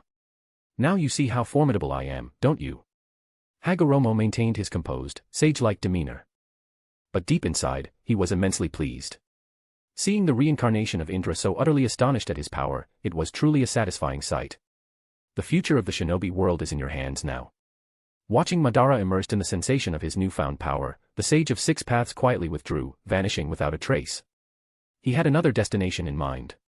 A significant event was unfolding elsewhere, one that required his presence for the final step. As the chosen successor of Ninshu, Hashirama would soon receive the blessing of fate itself. Perhaps for the next 1,000 years, or even tens of thousands, he would bear the weighty responsibility of protecting the shinobi world. Sigh. The Sage of Six Paths let out a quiet sigh, and for a fleeting moment, an inexplicable gleam flickered in his eyes. 30 kilometers south of Konoha. Bang. Bang. Bang. 3 consecutive punches struck the same spot. Susanoo shattered. A truth-seeking orb crumbled. Even Kyōsuke's steel-release-enhanced body was nearly overwhelmed. Fortunately, his defense was unparalleled, and he managed to endure the onslaught. Ishiki's ability to evade attacks was extraordinary. He had no intention of engaging in direct combat, and no matter how hard Kyōsuke tried to catch him, he failed every time. With no other choice, Kyōsuke resorted to unleashing large-scale ninjutsu, attacking indiscriminately to force Ishiki into revealing his location. Dust release, detachment of the primitive world technique. Developed by the second Tsuchikage, this Kekkei Tota technique combined wind, fire, and earth chakra natures. It could disassemble targets down to the atomic level, a certain death sentence for those who lacked space-time manipulation or the ability to absorb jutsu. Against an Otsutsuki, it wasn't a perfect solution. But at the very least, it forced the enemy to use the Kama Seal's absorption ability, limiting his options. This isn't working. Another punch missed, sending shockwaves rippling through the earth. But no matter how powerful the impact, if he couldn't land a hit, it was meaningless. Opening his system menu, Kyōsuke quickly scrolled through the list, searching for something that could turn the tide in his favor. Bong. Before he could find a solution, his momentary distraction cost him dearly. Ishiki landed a devastating kick, sending blood spraying wildly from his mouth. Activating Susanoo, he raised the Yata mirror just in time to block the follow-up attack. Even so, he remained at a severe disadvantage. Damn it, you forced me into this. His heart hardened as he spent 200,000 system points to exchange for a special dojutsu. Due to the nature of the technique, its integration required time. If he could hold out until the process was complete, then he would have a chance to turn the tables. Come on, I can play this game all day. Meanwhile, Ishiki, frustrated by his prolonged inability to defeat his opponent, grew increasingly impatient. In response, he activated Daikokuten, shrinking his body to a near-microscopic size. For all its so-called invulnerability, Susanoo was meaningless when its user could not detect an enemy slipping through the gaps. I'll deal with you later. First, I need to absorb the full power of the tailed beasts, then I'll come back to finish you off. A black portal swirled open. Before Kyōsuke could react, space distorted around him, and in the next instant, he was banished into a timeless dimension where time itself stood still. Annoying pest. That was Ishiki's only evaluation of his opponent. The Tentail's energy was insufficient. If he wanted to cultivate the divine tree properly, he needed to gather all the scattered tailed beasts across the shinobi world. His centuries of experience had taught him the importance of caution. Rather than wasting time fighting Kyōsuke, his priority should be completing the Otsutsuki's true mission first. Once he fully awakened his divine flame-level dojutsu, then with a mere flick of his hand, he could erase Kyōsuke effortlessly. Turning toward Konoha, Ishiki took a step forward. Before taking action, he decided to recruit Hyuga Yayoi first. He needed the technological power she possessed. You bastard! Suddenly, a furious voice rang out from above. Just as he began to lift his head, a powerful force struck Ishiki's face without warning. Asterisk boom. Asterisk. A terrifying impact landed squarely on his cheek, instantly distorting his entire appearance into something grotesque, as though his facial features were on the verge of flying off in different directions. He was sent hurtling across the ground, tumbling violently for nearly 100 meters before finally managing to regain his footing and steady himself. His Byakugan activated to its fullest extent, and only then did he gradually make out the figure of the assailant who had ambushed him. The Rinnegan. Ishiki was somewhat surprised. He had thought that apart from Kagaya's offspring, no one else in this world had awakened those eyes. Moreover, their appearance bore a striking resemblance to the Rinne Sharingan, an evolution achievable through the consumption of a chakra fruit. The only difference was the sheer gulf between their respective powers, as vast and absolute as the divide between the peak of a mountain and the depths of an ocean.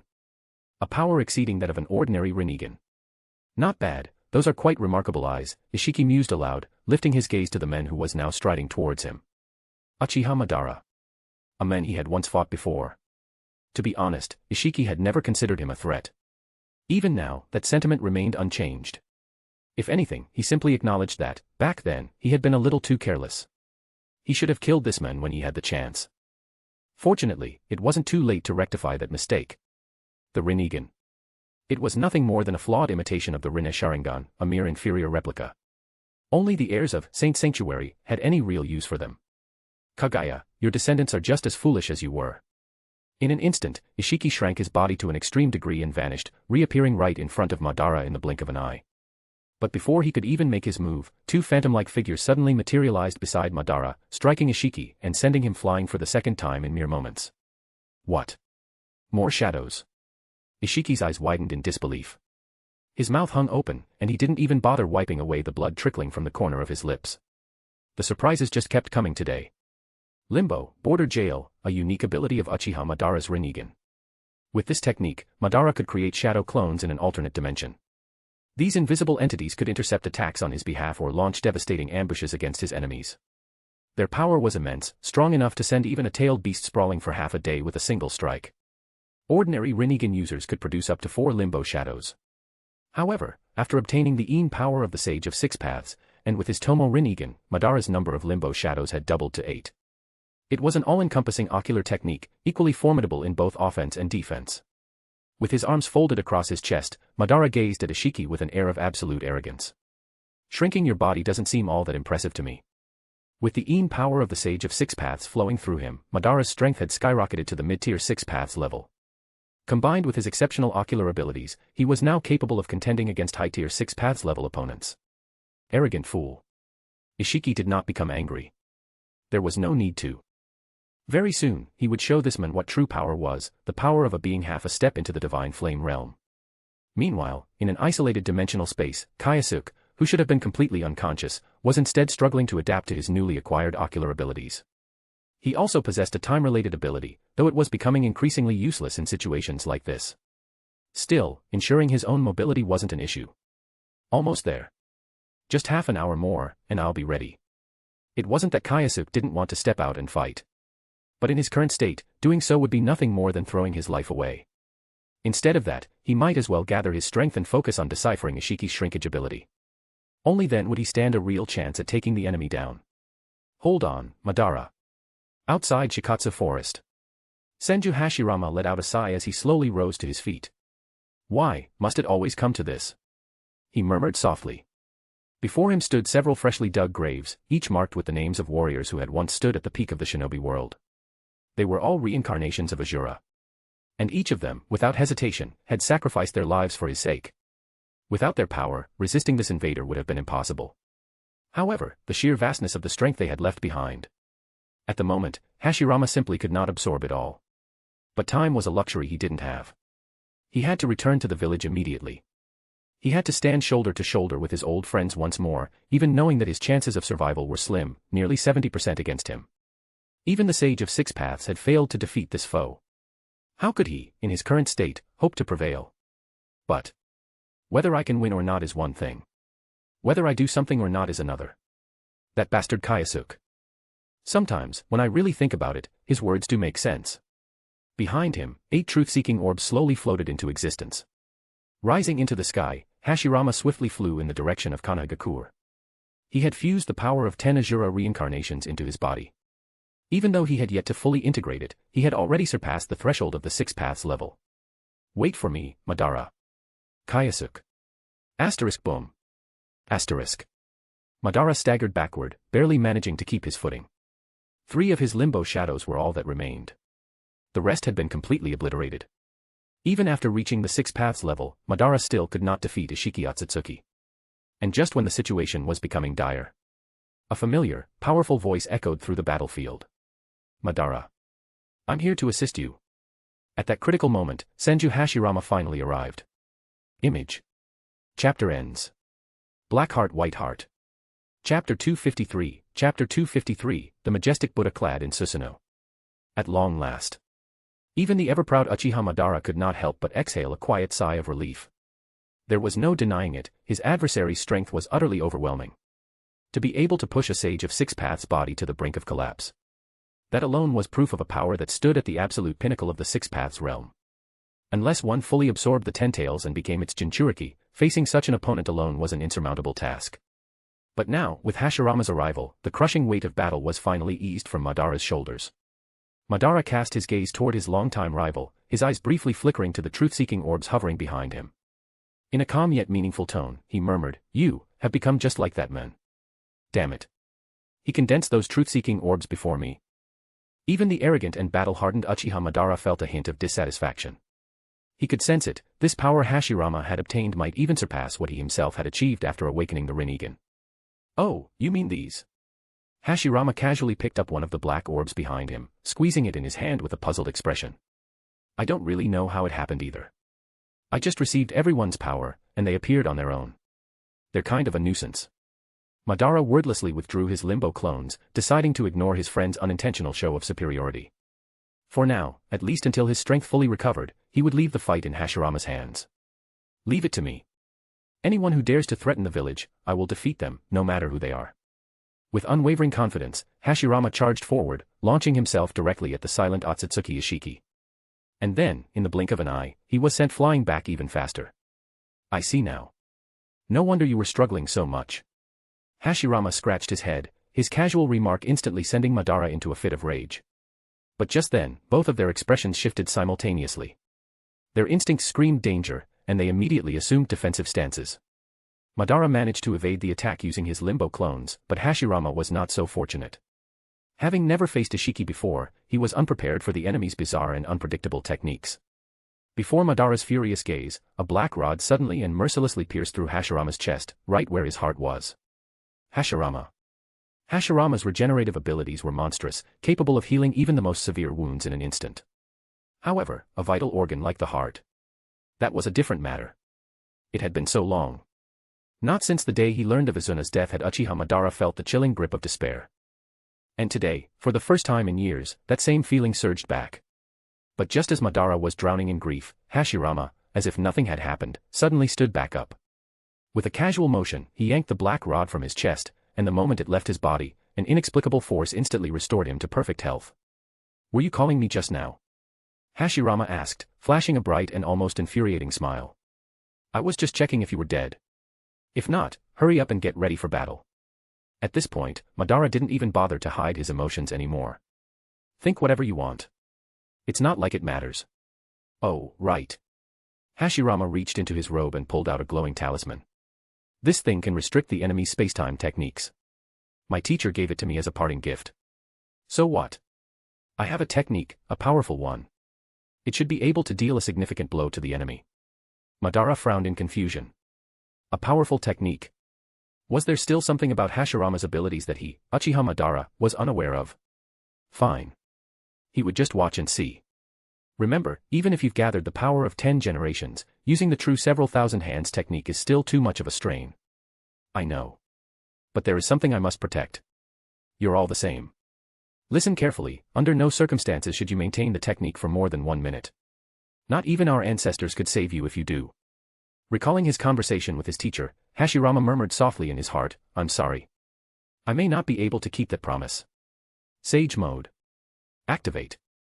In an instant, Hashirama's chakra surged, and his hands came together in a prayer-like gesture. Beneath him, the earth trembled as an enormous Buddha statue began to rise. Its towering form bore countless arms, stretching toward the heavens in an overwhelming display of power. Sage art would release true several thousand hands. The sheer size of the statue dwarfed even the tailed beasts, towering dozens of times higher. Its individual hands were large enough to grasp the nine tails with ease, and its sheer power and scale were utterly overwhelming. Not even a perfect Susanoo or a wood golem could compare, the head of the Buddha alone dwarfed them both combined. Even if their enemy did not understand its full might, Uchiha Madara certainly did. For the first time in a long while, he was speechless. "You've got to be kidding me." Though he said nothing aloud, the shock and awe in his eyes betrayed his thoughts. Even if he combined Senjutsu, the nine tails, and his perfect Susanoo into one, there was simply no way he could face this colossal Buddha head-on. Now, it was clear why Hashirama had needed a talisman to seal the enemy's spacetime abilities. With a form of this magnitude, as long as the enemy could not teleport away, there would be no escaping its devastating onslaught. Watch closely, Madara. This technique was originally meant for you. Hold on a moment. Before Hashirama could make a move, Madara suddenly placed his hands upon the Buddha's massive head. A brilliant blue radiance spread forth, and in the next instant, all 1,000 hands of the Buddha were enveloped in the luminous armor of Susanoo. Oh! That's an interesting idea. Hashirama burst into laughter, his boundless vitality flaring to life. For the briefest moment, a faint streak of gray seemed to flicker at the roots of his hair. Top transformed Buddha. Even from Konoha, dozens of kilometers away, the tremors of the earth could be felt. The clouds on the horizon were stained crimson, as if countless meteorites were cascading from the skies. Behind the great Buddha, countless arms stretched outward, each massive fist carrying the sheer, cataclysmic force of a falling star. Think the Tengai Shinsei is powerful? Then imagine 1,000 such meteors crashing down at once. No. Even that comparison fell short. Because now, each of those 1,000 fists was infused with the overwhelming power of Uchiha Madara's ocular might. Boom. Boom. Boom. In the blink of an eye, the area within 30 kilometers ahead was engulfed in an apocalyptic assault, the destructive force of the great Buddha resembling a nuclear explosion. Otsutsuki Ishiki tried to dodge. He shrank his body down to the smallest possible size, but before Uchiha Madara's Tomo Rinnegan, there was nowhere to hide. Hashirama provided the power. Madara locked onto the target. Their coordination was almost terrifying, seamless, relentless, and utterly precise. Even as he fought back with everything he had, Ishiki was struck down, his body driven deep into the earth by the overwhelming force of the Buddha's fist. Before he could recover, an endless barrage followed. Each impact compounded the last, his wounds piling up, leaving him no room to retaliate. Never in his wildest dreams had Ishiki imagined that these two, fighting side by side, could unleash power surpassing even the son of Kagaya. Forget a mere meteor, at this rate, even a celestial body the size of the moon would crumble beneath the Buddha's fists. The only question was, could Hashirama endure long enough to keep attacking? From his eyes, twin streams of blood ran down Uchiha Madara's face. He gritted his teeth, his voice hoarse with determination. Hold on. We can't give him a single chance to breathe. I know. Hashirama had already closed his eyes. Large patches of his hair had turned white, deep wrinkles creasing the corners of his face. Without the power of 10 generations of Asura sustaining him, he would have collapsed long ago. Even so, his body was on the verge of complete exhaustion. What his teacher had said, 1 minute, was not a measure of how long he could last. It was a warning. If he exceeded the time limit, he would die. If I can die for the sake of the village, then my death will have meaning. Still. I wish I could see the village one last time. It wasn't just Hashirama, Madara's ocular power was also reaching its limit. If this continues, his hard-won Rinnegan might go completely blind. That bastard Kyōsuke. I haven't even settled the score with him for father yet. I just hope he'll take care of the village, and that brat Izuna.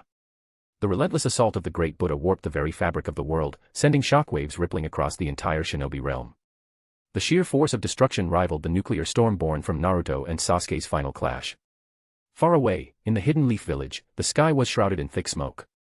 It felt as if the entire planet was on the brink of annihilation. If Deidara had been born yet, his standards for what constituted true art would have undoubtedly changed. My God, what's happening?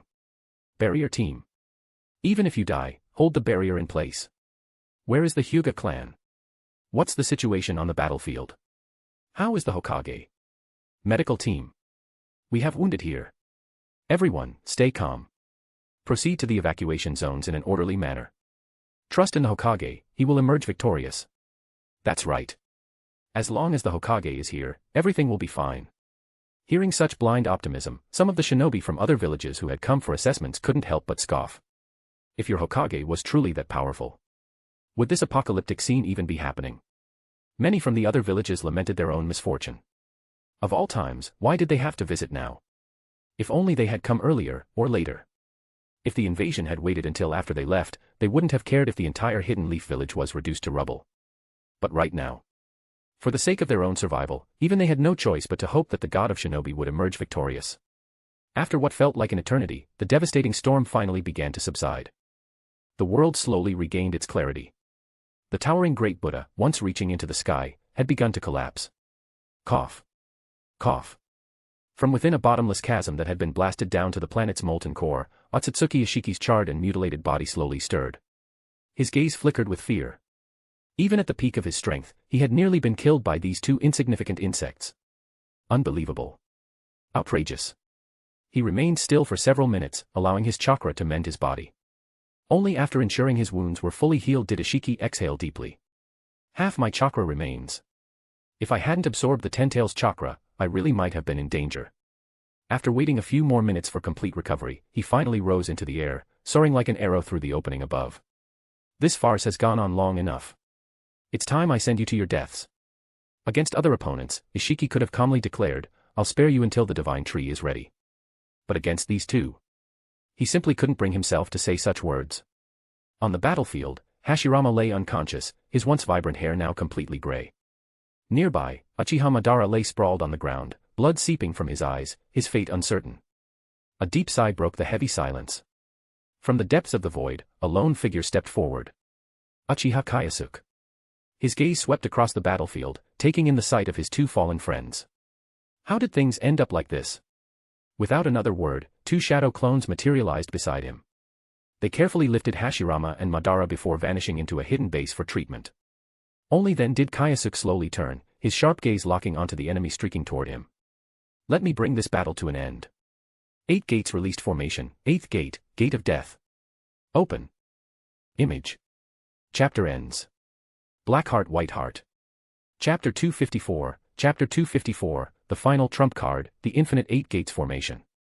The opening of the Gate of Death signified that Kyōsuke was prepared to stake everything in this battle. The 8 gates release formation was the ultimate explosion of one's latent potential. However great the power is unleashed, the body would inevitably bear an equal degree of destruction. No matter how much one tempered their physique, even if one reached the level of the 6 paths, Kyōsuke could not escape the severe consequences of opening the final gate. If it were possible to counteract its side effects with ease, then the 8 gates technique would hold no meaning. Otsutsuki Ishiki landed lightly on the ground, his expression tinged with doubt as he gazed at Kyōsuke. A separate dimension that isolates space and time.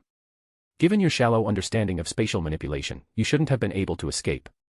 Blood-red vapor churned violently around Kyōsuke's body as he clenched his teeth, paying no heed to his adversary's words. He could feel it, every second that passed, his body was deteriorating at an alarming rate. Even the seemingly resilient cells of his sage body were utterly incapable of slowing down the march toward his inevitable demise. And yet, it was precisely this price that granted him an explosive surge in power, allowing him to push his strength to the very limits of his opponents. The cost, of course, was his life. As for how he had managed to escape from the suspended time-space, it was made possible by his dojutsu, which granted him minor control over time itself, coupled with the Kama seal he had exchanged possessed the ability to open spatial transfer portals. To claim that escape was impossible would be nothing short of absurd. Naturally, he had no intention of sharing this information with his opponent. If Ishiki chose not to attack immediately, all the better, he needed time to fully adapt to his newfound strength. The longer the delay, the greater his mastery over his power, and the more formidable he would become in the upcoming battle. Unwilling to answer, Ishiki smiled faintly, then shifted the conversation as he observed Kyōsuke's state. So, this is what it looks like when you unleash your full strength. Not bad. Judging purely from the level of power, you are even stronger than the last one I fought. The last one he referred to was most likely the blackened Otsutsuki Hagoromo.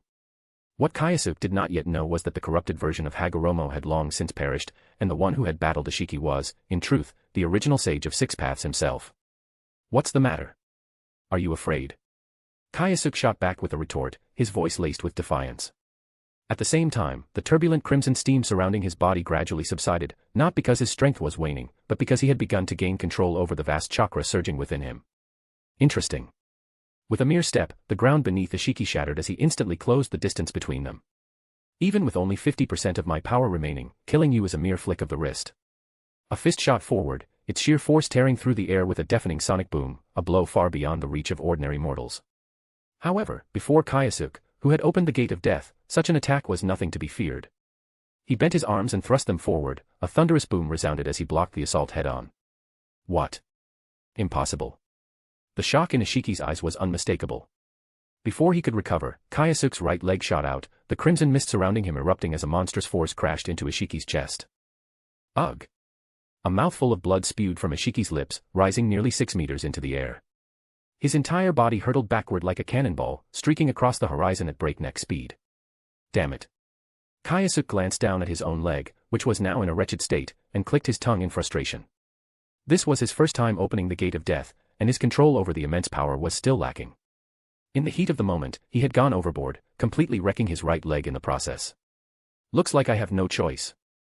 I was hoping to hold something back, but it seems I'll have to lay all my cards on the table. With that, he conjured a black rod of yin-yang release and, without hesitation, stabbed it into his own abdomen.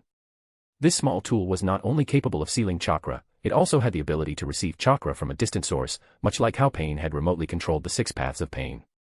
At this moment, however, what Kyōsuke needed was not chakra, but a life force potent enough to defy death itself. Moon Base, Rear Mountains. 36 monks sat in deep meditation, their expression solemn and unwavering. They were the followers of the afterlife, a cadre Kyōsuke had meticulously cultivated over the years. Each had mastered the forbidden technique known as one's own life reincarnation, a jutsu capable of resurrecting the dead. By transferring their own life force into another, they could bestow a regenerative ability that even surpassed the legendary sage body. This technique was the true trump card of the God of Shinobi. With this power at his disposal, Kyōsuke could sustain the gate of death indefinitely. As his right leg rapidly regenerated, Kyōsuke let out a small chuckle. In the blink of an eye, he had already closed the distance to his adversary. His uppercut landed squarely, sending shockwaves rippling outward.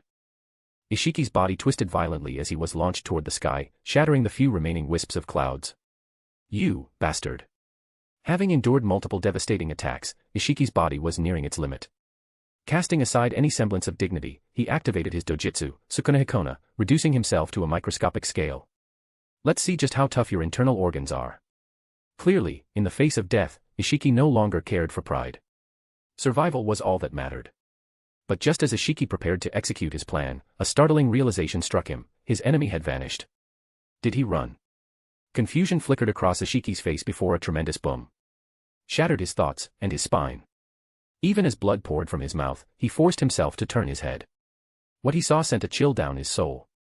The attacker was none other than Kyōsuke. And, astonishingly, his body had shrunk to nearly a microscopic size, just like Ishiki's. Impossible. How do you possess my dojutsu? Faced with his enemy's astonishment, Kyōsuke merely responded with a cold smile. Kyōsuke merely offered a cold smile, withholding any further explanation.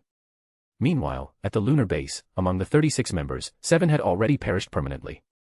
His time was running out. There's no other choice. I'll have to borrow Might Guy's technique. A powerful gust surged forth as an incredibly violent air shockwave slammed into the enemy head-on. Evening Elephant. This high-level taijutsu technique, usable only after opening the 8th gate of death, created an air cannon by harnessing sheer force. The technique accelerated in intensity from the first step to the 5th step. Its destructive power was overwhelming. At the first step alone, it could blast a bottomless crater into the earth. The immense pressure of the compressed air locked his opponent in place, and without hesitation, Kyōsuke unleashed a second punch. Evening Elephant, 2nd step. Then came the 3rd punch. The 4th. And finally, the ultimate 5th punch, driven directly into the enemy's chest, with the air cannon detonating at point-blank range. The impact was devastating. Kyōsuke's arm, along with his opponent's entire torso, was obliterated in the blast. Yet, even with such a catastrophic injury, Otsutsuki Ishiki still refused to die. Kyōsuke lowered his gaze, staring at the empty space where his right arm had once been. With a soft sigh, he acknowledged a grim reality: one's own life reincarnation could not restore lost limbs. Now, he had truly become a one-armed warrior. Even if he survived this battle, he would be condemned to a one-handed existence for the rest of his life. As expected, even this level of attack is not enough to erase him completely. I still have the Night Guy technique at my disposal, but 6 Paths Madara already proved that it isn't sufficient. To kill an Otsutsuki, their entire body must be utterly annihilated. Concentrating all attacks on one point is futile. At that moment, more than half of the followers of the afterlife had fallen, and the survivors were dying at an accelerated rate. This will be the final strike. Kyōsuke forcibly cleared his mind of all distractions. The crimson mist surrounding his body surged, its intensity so great that even the truth-seeking orbs began to lose their protective stability. Asterisk boom. Asterisk. His right ankle exploded entirely, but he didn't stop.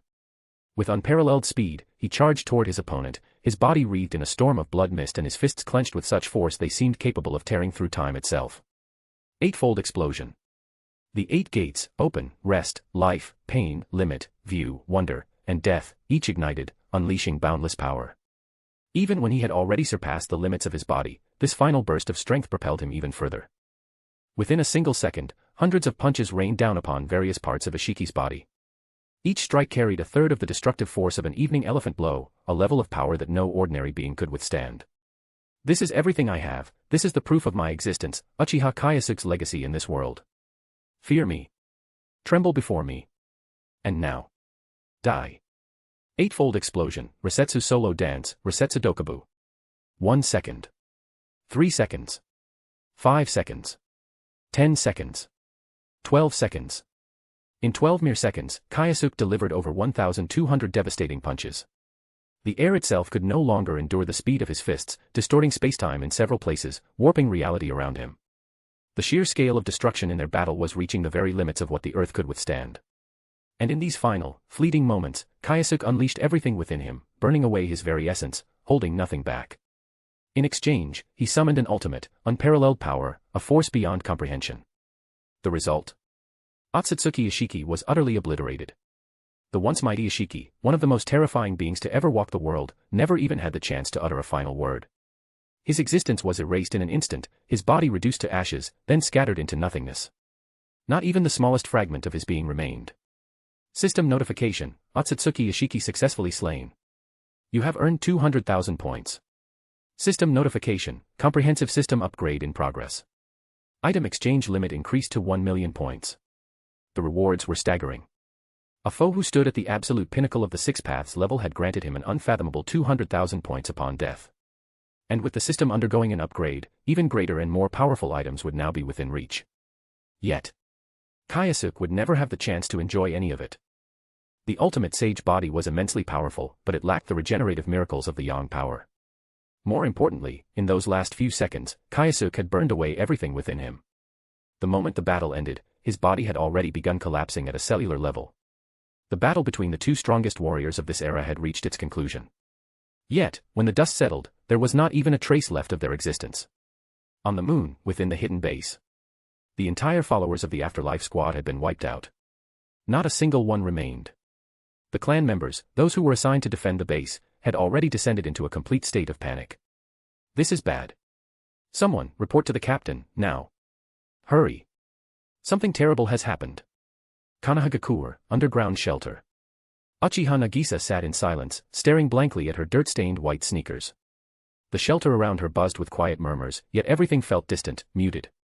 For reasons she couldn't quite understand, tears welled up in her eyes. A lump formed in her throat, and before she knew it, her small frame was shaking. The sobs came suddenly, uncontrollably, racking her body with grief she couldn't name. Crack. Mito, the bun-haired princess, had been mid-step, about to kneel beside her daughter, when she froze. Her breath hitched. A sharp chill crawled up her spine. Trembling fingers reached for her neck. There, pressed against her skin, was the amulet she had worn for over a decade. Fine cracks now marred its once perfect surface. And in that instant, memories crashed into her like a tidal wave, scattered echoes of a life once filled with warmth. I, Uzumaki Mito, would rather die than marry you. Why, I'm going to marry someone else, do you even know that? Kyōsuke, will you marry me? Will it hurt to have children? Kyōsuke. A crushing sense of suffocation overwhelmed her. Mito bent over, gripping her knees, gasping for breath as if the very air itself had turned against her. She fought desperately to suppress the tears threatening to spill over. Not now. Not when her children still needed her. She could not afford to show even the slightest hint of weakness. Now was not the time to fall apart. In a hidden base, somewhere unknown, Uchiha Madara struggled to his feet, forcing himself upright. Closing his eyes, he extended his senses, reaching out, searching, only to let out a bitter chuckle. You reckless fools. Always doing things your own way. Turning his head, he glanced at Hashirama, whose once vibrant hair was now streaked with white. Madara said nothing. For a long moment, he simply watched. Then, without another word, he turned and staggered into the darkness. His form faded, swallowed by the unknown. From this moment on, no one would ever hear of him again. I will follow through with the plan, and protect the shinobi world from the shadows. Konoha Year 6, July 12. An unknown enemy infiltrated the Chunin exam arena, defeating every opponent in their path and reducing countless buildings to rubble. In response, the three gods of Konoha stood together against the looming threat. Senju Hashirama was gravely wounded. Uchiha Madara vanished without a trace. The first Hokage fought alone, fighting until his final breath, perishing alongside the enemy. In recognition of his unparalleled sacrifice, the village erected a colossal statue at its main gates, a monument to the first Hokage's legacy, ensuring that future generations would never forget. Image. Chapter ends. Black Heart White Heart. Chapter 255, Chapter 255, Uchiha Haruto's Mangekyo. Konoha, Year 8. It had been 2 years since the first Hokage had saved the shinobi world. The great battle of that day had been witnessed by shinobi from all villages, and they had seen firsthand just how terrifying the enemy's power truly was. For the sake of maintaining peace, Konoha compiled all the information it had on the Otsutsuki clan and unconditionally shared it with the 4 other great hidden villages. The message behind this act was clear: the only reason you are still alive and free to scheme as you please today is because the first Hokage fought with his life on the line. Without Kyōsuke's desperate struggle, there would be no peace, no prosperity. Unfortunately, outside of Konoha, none of the other hidden villages believed in such nonsense about extraterrestrial beings. And even if such enemies had once existed, hadn't the Hokage already taken care of them? What was the point of trying to intimidate them with a man who was already dead? The other nations had far more pressing concerns. Konoha, after such an upheaval, was bound to suffer a significant decline in military strength. Uchiha Kyōsuke had fallen in battle. Uchiha Madara had vanished without a trace. Senju Hashirama was no longer the invincible force he once was. Konoha's weakened state was now an undeniable reality. As for the second Hokage, a figure propped up by sheer reputation alone. Did he really think himself worthy of being compared to the 3 gods who had survived the brutal Warring States era? 3 months after Uchiha Kyōsuke's death, as the village was still steeped in grief, the Konoha police force quietly began making its moves in the shadows. The reason was simple: Senju Tobirama had set his sights on the position of second Hokage. To be frank, he had never expected that both of Uchiha's legendary figures would disappear from the world so suddenly. For the longest time, he had believed that the Hokage's seat would forever be out of his reach. Yet, fate had taken an unexpected turn, and now, it was finally the Senju clan's time to rise. Even though his elder brother's health was declining by the day, the name of Senju Hashirama alone still carried an immeasurable level of intimidation. Using his brother's reputation, Tobirama began rallying the various clans, making grand promises of the future he would create once he took power. But just as he was gaining momentum, a sudden twist occurred. Uchiha Kochu stepped forward. With the full support of Mito, she boldly challenged Tobirama for the Hokage's seat. Uchiha Kochu's reputation was outstanding, and the Uchiha clan's influence far exceeded that of the Senju. Tobirama, on the other hand, had spent years carefully laying the groundwork for this moment. Many of the other clans were already leaning towards siding with him. Most crucially, Uchiha's dominance was long established, making it clear that even if other clans aligned with them, they would never receive as secure a position as the Hyuga or Fuma. This realization became the deciding factor for many.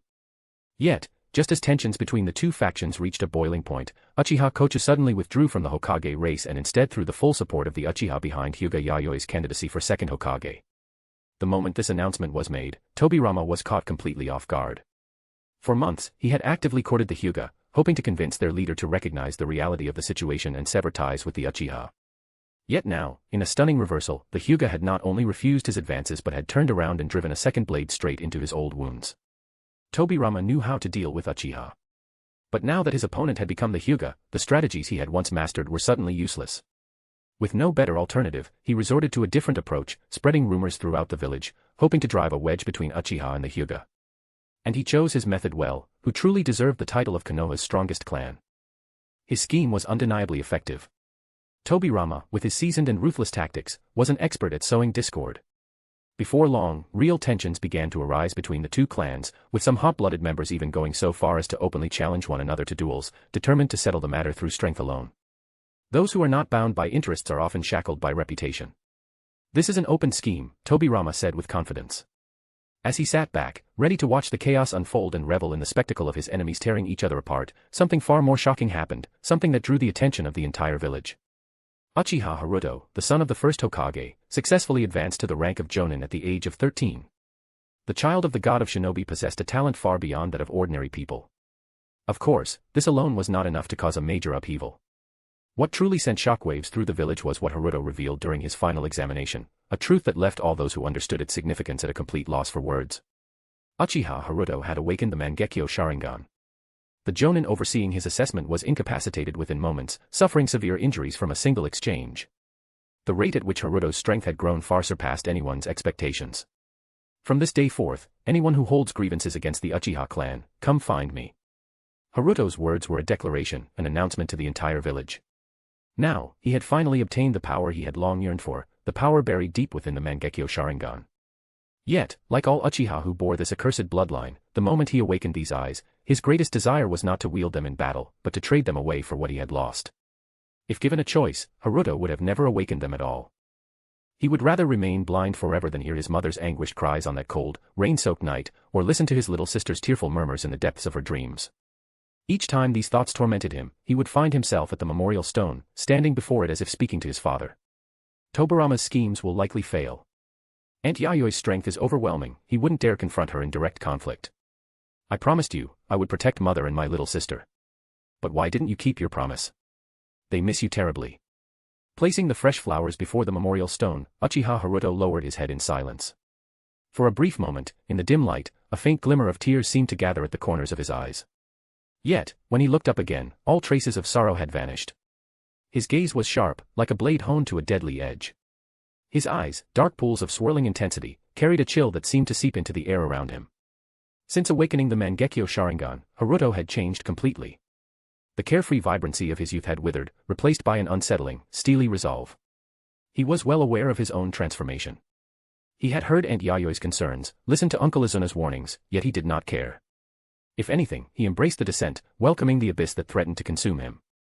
After all, such a path would only hasten the growth of his ocular power. Unlike many before him, Haruto had no need for the transplantation of sage body cells. From the moment of his birth, he carried the intertwined bloodlines of Asura and Indra. As he grew older and awakened his Mangekyo Sharingan, the latent power of his sage body also began to stir. His chakra reserve surged at an astonishing rate, so rapidly that even his closest teammates were left stunned. At the same time, Eri and Kurama Jun were deeply concerned for his mental state. Unfortunately, neither of them had yet attained the rank of Jonin. Eri had only just recently passed her Chunin exam and had chosen to pursue the path of a medical nin, meaning that she was destined to walk a different road, unable to remain by Haruto's side forever. Father, rest assured. I will safeguard everything you have built. As time passed, the struggle for the Hokage position grew ever fiercer. Overall, it was clear that Hyuga Yayoi held the upper hand. The downfall of Senju Tobirama was likely only one final push away. And I shall be the one to create that opportunity. Even if my father refuses to take you seriously, I, Uchiha Haruto, will defeat you all the same. Word spread swiftly throughout Konoha. It was said that Kyōsuke's son, the strongest of the new generation, Uchiha Haruto, had openly challenged Senju Tobirama, the head of the Konoha police force. To ensure the battle would take place, Izuna even made a declaration: if Tobirama wins, the Uchiha will no longer interfere with the selection of the second Hokage. This single statement sent shockwaves through the entire village. Had the Uchiha truly lost their minds? Were they really willing to wager the fate of their entire clan just to build a stage for a 13-year-old boy? No matter how talented he was, there was no way Kyōsuke's son could be a match for Senju Tobirama. It wasn't just about him, even if Izuna himself were to step into the fight, the outcome would likely be the same. Where did this unfounded confidence come from? Regardless of the whispers and doubts, once spoken, such words could not be taken back. Before long, Senju Tobirama responded with his usual, measured calm. If it is my duty to educate the younger generation, then I shall fulfill it. See. He did not even entertain the possibility of losing. No matter how fast Uchiha Haruto's strength had grown, there was simply no way he could stand on equal footing with Tobirama. Even in terms of chakra reserves alone, the gap was insurmountable. He was a Senju, an inheritor of Asura's lineage. Perhaps he was no match for the legendary three gods, but surely, he would not lose to an unseasoned child. To many, the Uchiha's actions seemed like sheer madness. Had they lost their ability to dominate the shinobi world without the backing of Kyōsuke and Madara? Even Uchiha Kochu, upon hearing the news, immediately abandoned her mission and rushed back to the village. She urged Izuna to withdraw the challenge. If that was not possible, she was even willing to fight in Haruto's place. But Izuna's response was brief and unwavering. Haruto is no longer a child. He has the strength to challenge anyone. What do you mean? His dojutsu is rather intriguing. You'll understand once the battle begins. Time passed, and soon, the appointed day arrived. The entire Uchiha clan gathered in unwavering support of Haruto. In stark contrast, the Senju remained indifferent, as if they had never taken the challenge seriously. After all, Tobirama's strength was undeniable. His abilities had already reached the threshold of the Super Kage level, and if he fought at full power, he could unleash force that rivaled even mid-tier Super Kage level combatants.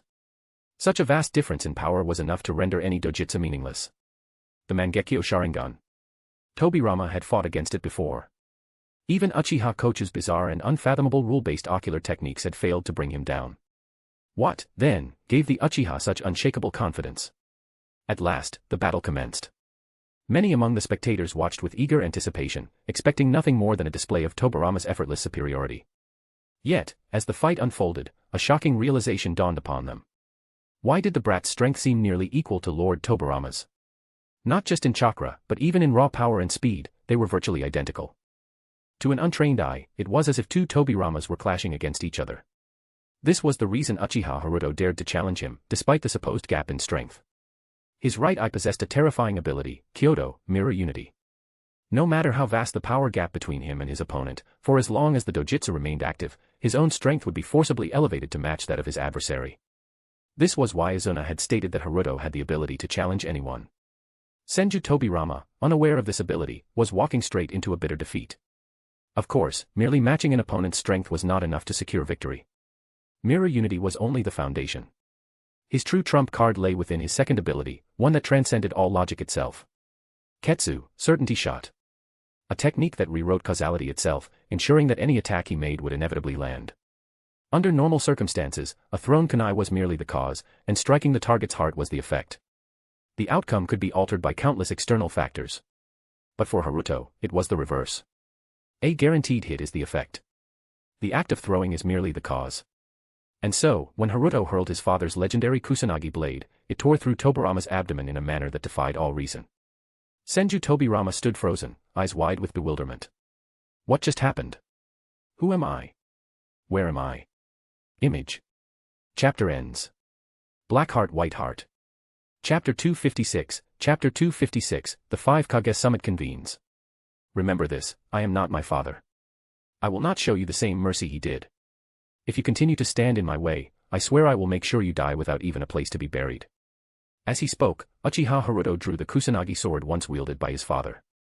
Through his mastery of reversing causality, he had decisively defeated Senju Tobirama, securing victory in their duel. This meant that the Senju clan was now completely out of the running for the position of second Hokage. He had strengthened himself, seized the advantage by catching his opponent off guard, and used his dojutsu to create the perfect opportunity. From beginning to end, Tobirama had been outmaneuvered, each step calculated and accounted for. Though some might call Haruto's methods underhanded, there was no denying the outcome. Tobirama had lost, and he had no one to blame but himself for failing to use his full strength. If this had been a battlefield instead of a duel, his head would have already been rolling on the ground. What use was there in complaining now? Understanding this, Tobirama said nothing more. He simply cast a long, lingering gaze at the young man before him. For a fleeting moment, he seemed to see another figure standing there, a man who had once dominated the Warring States era with his sheer might. A tiger father breeds no dog son. Not bad at all. With that, he activated the Flying Thunder God technique and vanished from the training ground. Today, he had lost to a junior. Even with a skin as thick as a fortress wall, he could not bear to linger any longer. If he did, the celebrating Uchiha would surely hurl insults at him, and he had no desire to endure such humiliation. As for Uchiha Haruto's warning, to Tobirama, it was nothing but a joke. Even his father had never been able to deal with him. What could a mere brat possibly do? One thing would never change, Uchiha was the greatest hidden threat to Konoha. As the future leader of the Senju clan, Tobirama knew he had to remain vigilant at all times. If those wicked people ever made a move, he had to be ready to counter them immediately. That child's dojutsu was impressive, but Tobirama was an experienced, veteran powerhouse. If they fought again, he would undoubtedly find a way to neutralize that strange, unavoidable attack. After all, just because something always hits its mark doesn't mean it always kills, does it? Tobirama's unexpected defeat at the hands of a younger generation sent shockwaves through the village. In just a short time, Uchiha Haruto's name resounded far and wide. Some even began calling him the strongest Uchiha of the current era. He accepted these accolades without hesitation. Reputation was a powerful tool. It would serve to protect his family and warn those who harbored ill intentions. Even with his father gone, he was more than capable of cutting down any enemy. With Hyuga Yayoi's assistance, Haruto's sage body continued to develop steadily. Through genetic cloning, she had even replicated a Sharingan with a 97% similarity to the original. Though slightly inferior in function, it still helped him expand his dojutsu's potential.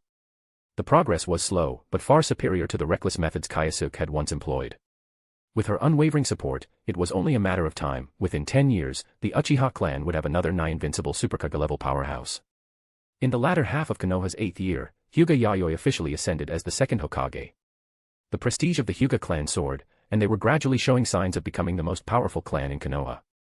It was inevitable. Their Byakugan had an inherently high awakening rate, and now, with the integration of Otsutsuki chakra from the moon, their power had reached unprecedented levels. Every new generation of Hyuga shinobi now exhibited talent on par with Hyuga Niji, if not surpassing him. Among them, a select few outstanding individuals even had the potential to awaken the Tenseigan in the future. If this trend continued, there might come a time when no clan in Konoha would be able to stand against them. Once again, the truth was evident: technology was the ultimate catalyst for power. With Yayoi's unmatched scientific research capabilities, the rise of the Hyuga clan was anything but surprising. Naturally, the Uchiha clan also reaped tremendous benefits. Due to the gradual refinement of sage cells, every Uchiha child who reached the age of 10 could now awaken their Sharingan through external stimulation. Not only did this elevate their chakra reserves, but it also significantly enhanced their physical constitution, surpassing that of previous generations. It was fair to say that both the Uchiha and Hyuga clans were steadily progressing toward an era of unparalleled dominance. In stark contrast to the rising Hyuga and Uchiha, the Senju clan was in dire straits. As the ruling force of the Konoha police force, they still projected an air of authority, yet beneath that facade, their foundation was already crumbling. Even the Ino, Shika, Cho trio of clans had begun to distance themselves from the Senju, let alone the vast population of civilians. Apart from the Sarutobi, the Shimura, and a few minor families, the Senju stood utterly isolated within Konoha. Haruto saw no reason to let them linger any longer. He had suggested wiping them out entirely. Yet, his proposal was swiftly rejected by Uchiha Izuna and Hyuga Yayoi. Don't forget, that man is still alive. Izuna sighed softly. Indeed, though Kyōsuke had perished and Uchiha Madara had vanished from the world, one name remained, a name that still commanded fear. Senju Hashirama. Though the once invincible pillar now but a shadow of his former self, a frail remnant of his past glory. Yet, even in his weakened state, no one in Konoha dared to underestimate him. Forget it, Haruto muttered. Knowing that eradicating the Senju would not be so simple, he shifted his focus to another pressing issue. Konoha was at its weakest in years, its deterrent power greatly diminished, making it an inevitable target for foreign threats. Not long ago, Konoha stood as an unchallenged powerhouse. Even Kumogakure had been humbled, retreating like a beaten dog with its tail between its legs. Who could guarantee that another god of shinobi wouldn't rise in the land of fire someday? Of all the village leaders, none loathed Konoha more than the Reikage.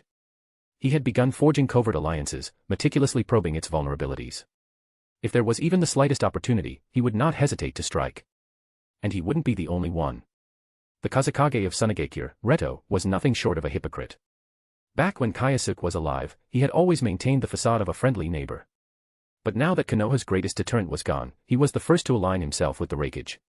Even as he schemed with Kumo, the Reikage never forgot. Sunagakure, a village infamous for its treachery, could never be fully trusted. Konoha was not ignorant of these developments. Unwilling to sit idly and endure these hostilities, Yayoi had begun actively communicating with Iwagakure and Kirigakure, the two villages that had remained neutral. The response from Iwagakure was promising. The Tsuchikage had even expressed interest in visiting Konoha to learn about its advanced governance and development. Kirigakure, on the other hand, was far more reserved, keeping their intentions well hidden. No one could tell what they were truly planning. Kirigakure warranted vigilance, but as for Iwagakure, Hyuga Yayoi had no qualms about welcoming them to Kanahagakure as visitors. Form distant alliances while attacking nearby foes, this was the strategic principle that Kyōsuke had originally devised. Both Iwagakure and Kirigakure were separated by natural barriers, making direct warfare between them and Konoha far from easy.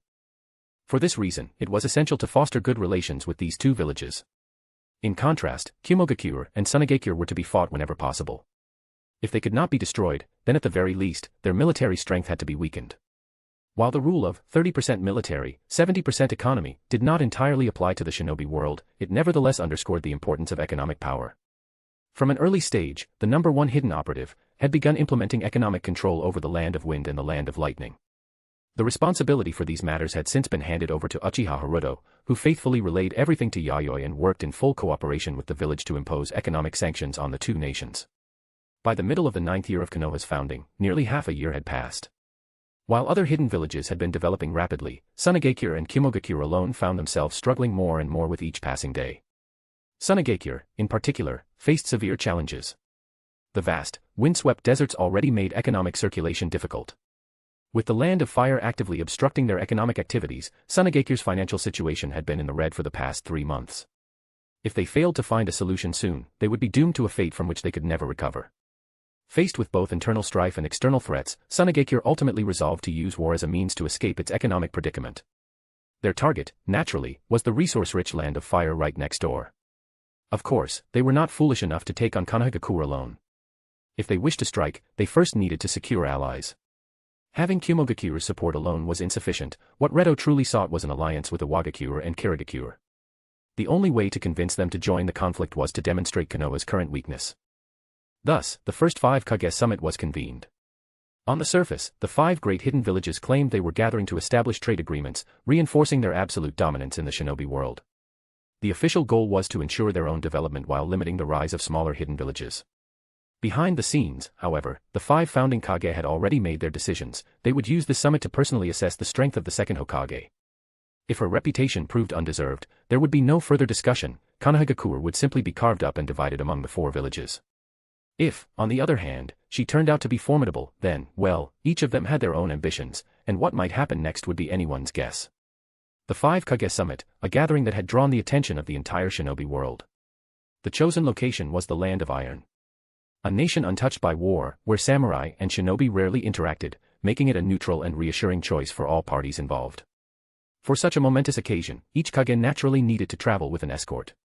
According to the established rules, each delegation could have no more than 8 members, and only 2 bodyguards were permitted to be present at the meeting itself. This was a reasonable request, and Konoha had no objections. The only question remaining was, who would serve as Hyuga Yayoi's personal guards? Count me in. With a calm and composed voice, Uchiha Kocha stepped forward. Once the number 3rd secret operative, Kocha was not only a formidable warrior but also possessed all the skills and discretion that an elite spy should have. Her presence alone would mitigate countless potential risks before they could even arise. As for the second bodyguard, Tobirama had originally proposed to accompany the delegation himself. He wished to personally witness the proceedings of the 5 Kage Summit. Unfortunately for him, Yayoi had no intention of humoring his request. After a brief moment of contemplation, she made her decision. Her second escort would be Uchiha Haruto. As if she couldn't see right through those schemers' intentions. Did they want to test Konoha's strength? Very well. This time, she would let them test it to their heart's content. With 2 Mangekyo Sharingan users by her side, coupled with her ever-growing mastery of the Tenseigan, she was bringing 3 of the most powerful dojutsu wielders in the shinobi world. If nothing else, she was certainly granting the other 4 Kage considerable prestige by arriving with such an unparalleled lineup. Reikage, Kazekage Reto, both of them once fought against my father, Haruto mused. If I can defeat them, it means I've taken yet another step closer to reaching his level.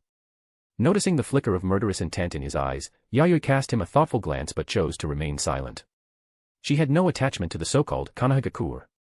If not for Kyōsuke's insistence, she would never have accepted Senju Tobirama's invitation in the first place. Talk of the so-called greater good. What nonsense.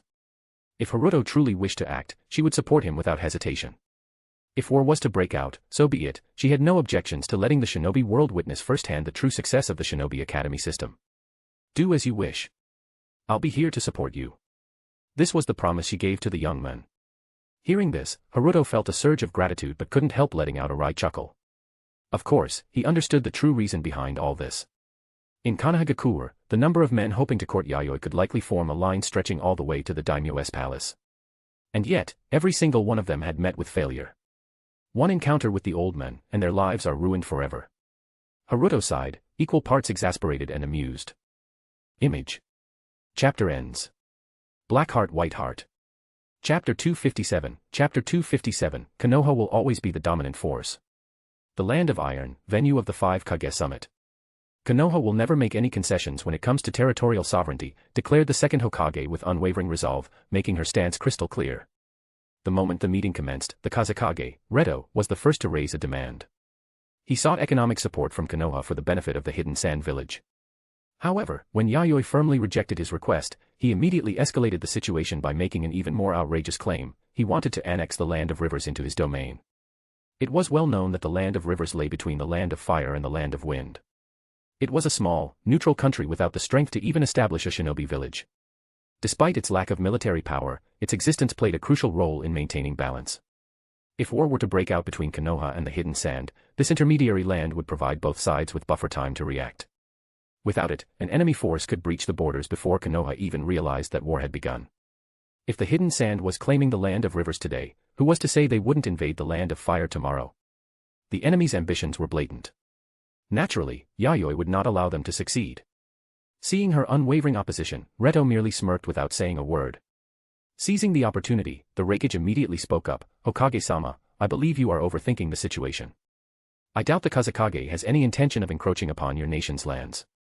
Of course not, Reto responded leisurely, his confidence making it clear that he had already anticipated this reaction. At that moment, Yayoi finally understood their true intentions. This was not an isolated move by the hidden sand, they had planned in advance to target her and, by extension, Konoha itself. Since they had already made up their minds, there was no need for further pretense. Boom. A terrifying surge of chakra erupted from Yayoi's body. A green, flame-like aura enveloped her, radiating an oppressive pressure so immense that the other 4 Kage were visibly shaken. You dare covet the land of fire? Very well, Kazekage, Reikage, if you wish to take it, then come and claim it with your own strength. The second Hokage's words left no room for negotiation. She was ready for battle. The sudden escalation alarmed the guards present, who immediately leaped into action. Among them were familiar figures, Shaman, Gungetsu Hozuki, Mu, and the second Reikage. The lineup was undoubtedly formidable, a gathering of shinobi destined to become future Kage. Uchiha Haruto, gripping the hilt of his sword, cast a cold glance around the room. His Mangekyo Sharingan flickered ominously as he sneered, "Humph, a pack of spineless rats." His tone dripped with the same arrogance and defiance that once defined Uchiha Madara, a stark reminder of the clan's unyielding pride. You impudent brat. Reto raised a hand, signaling his subordinates to stand down. He had no intention of provoking an all-out war, not today. His objective was merely to probe Konoha's strength, to measure the depths of their resolve. If a war were to break out, the hidden sand would not be the one to take the lead. Turning his attention back to Haruto, Reto narrowed his eyes. You are the son of the first Hokage. Haruto casts an indifferent glance at the older man, resisting the urge to pierce his heart with his sword. As much as he wanted to, he knew better. Even his father never acted recklessly in such situations, let alone himself. Wars between great nations were not to be taken lightly. Even if Konoha emerged victorious, could he truly bear the weight of all the lives lost? Not receiving an answer, Reto chuckled and spoke with unshaken confidence. Back in the day, my battle with your father ended in a draw. This is the 5 Kage summit, it is no place for a mere child to act so presumptuously. A draw. Haruto's expression twisted with incredulity. He could hardly fathom the audacity of the men before him. His father had single-handedly stormed the enemy camp, waged battle in the skies, and emerged unscathed. At the time, he had not been much older than Haruto was now. If this man had failed to defeat his father in his youth, how dare he stand here today and boast? A draw. Really? While my father was alive, why didn't he just claim to have fought the God of Shinobi to a stalemate too? Only moments ago, Haruto had been considering resolving this conflict peacefully, but now, he could no longer contain his fury. There was nothing he couldn't tolerate, except the desecration of his father's honor. Die, you old bastard. Golden light burst forth as Haruto discarded all patience. His voice carried the weight of his unshakable will as he retorted, you have no right to determine whether I'm being presumptuous. If you have the courage, then come at me. My father was merciful and spared the life of a lowly insect like you. As his son, I shall cleanse the shinobi world of this filth today. Boom. A fully formed, 3-stage Susanoo materialized. The immense force of its emergence caused the conference hall to collapse from within. The Kage and their guards scrambled to evade the destruction. In response, another Susanoo emerged, this one pink, its presence equally overwhelming. Uchiha Kochu stood firm, her gaze brimming with murderous intent. Reikage, our last battle ended unfinished. Today, let us settle it once and for all, she declared coldly. After the last war, she had spent an extensive amount of time training in Yayoi's laboratory, determined to further refine her abilities. Her Mangekyo Sharingan had grown far stronger. She was on the verge of unlocking the eternal Mangekyo. So long as the Reikage did not flee, she was confident she could bring him down. The ferocity displayed by the Konoha shinobi took everyone by surprise.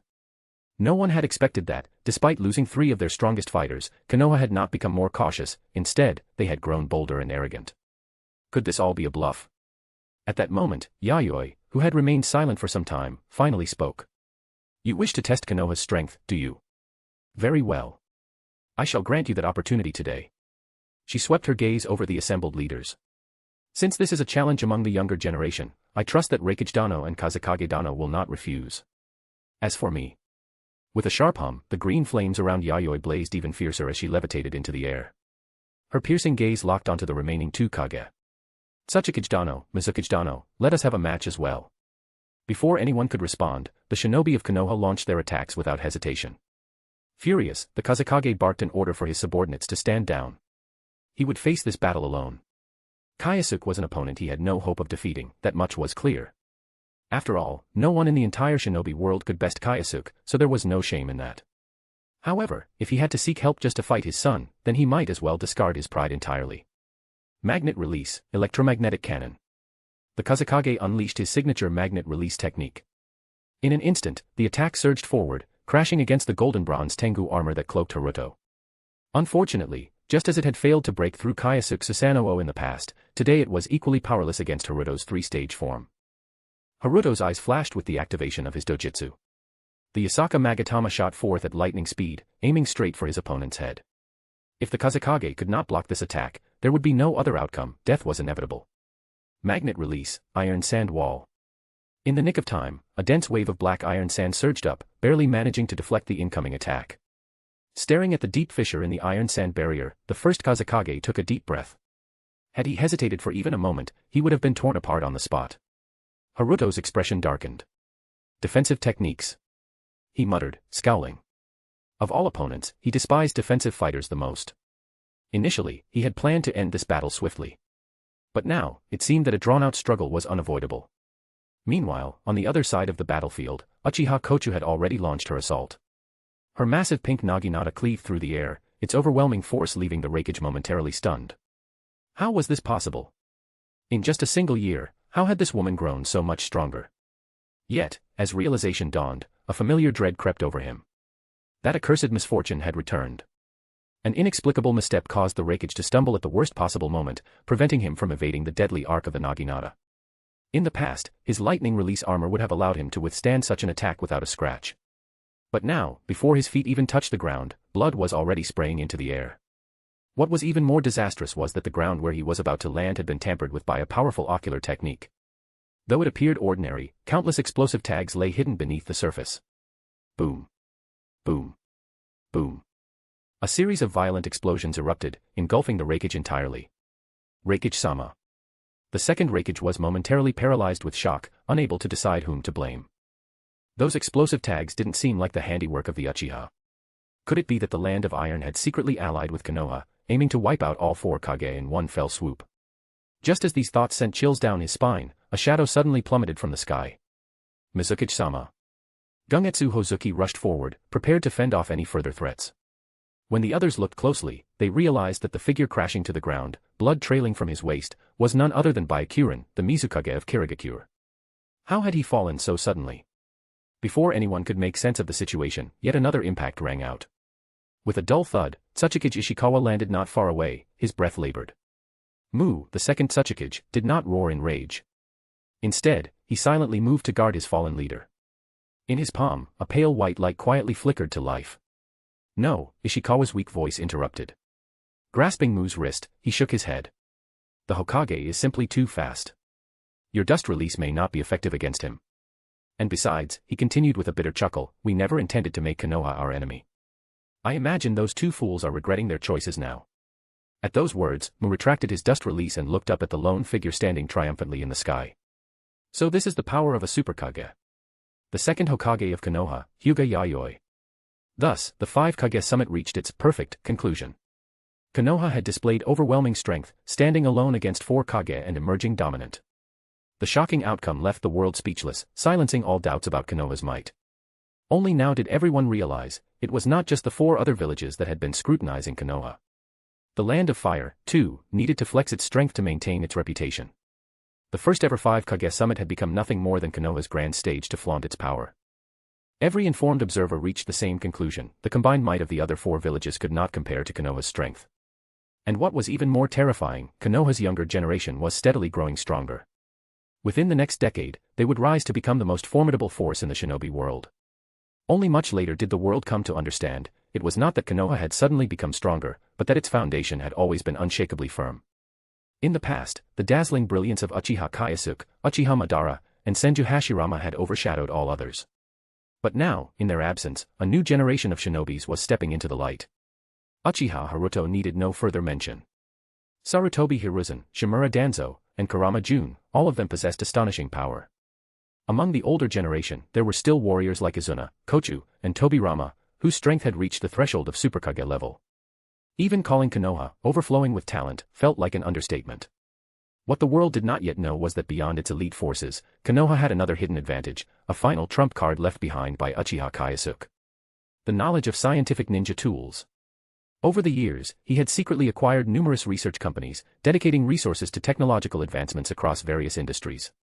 Before his departure, Kyōsuke had entrusted all of this to Yayoi, urging her to develop fully functional scientific ninja tools as soon as possible. The enemies they would face in the future would only grow more formidable. Especially the Otsutsuki clan, with their monstrous regenerative abilities, battles against them would be anything but simple. Back then, Kyōsuke had begun to wonder, aside from igniting the divine flame of true power, was there another way to inflict lasting damage on the Otsutsuki? Image.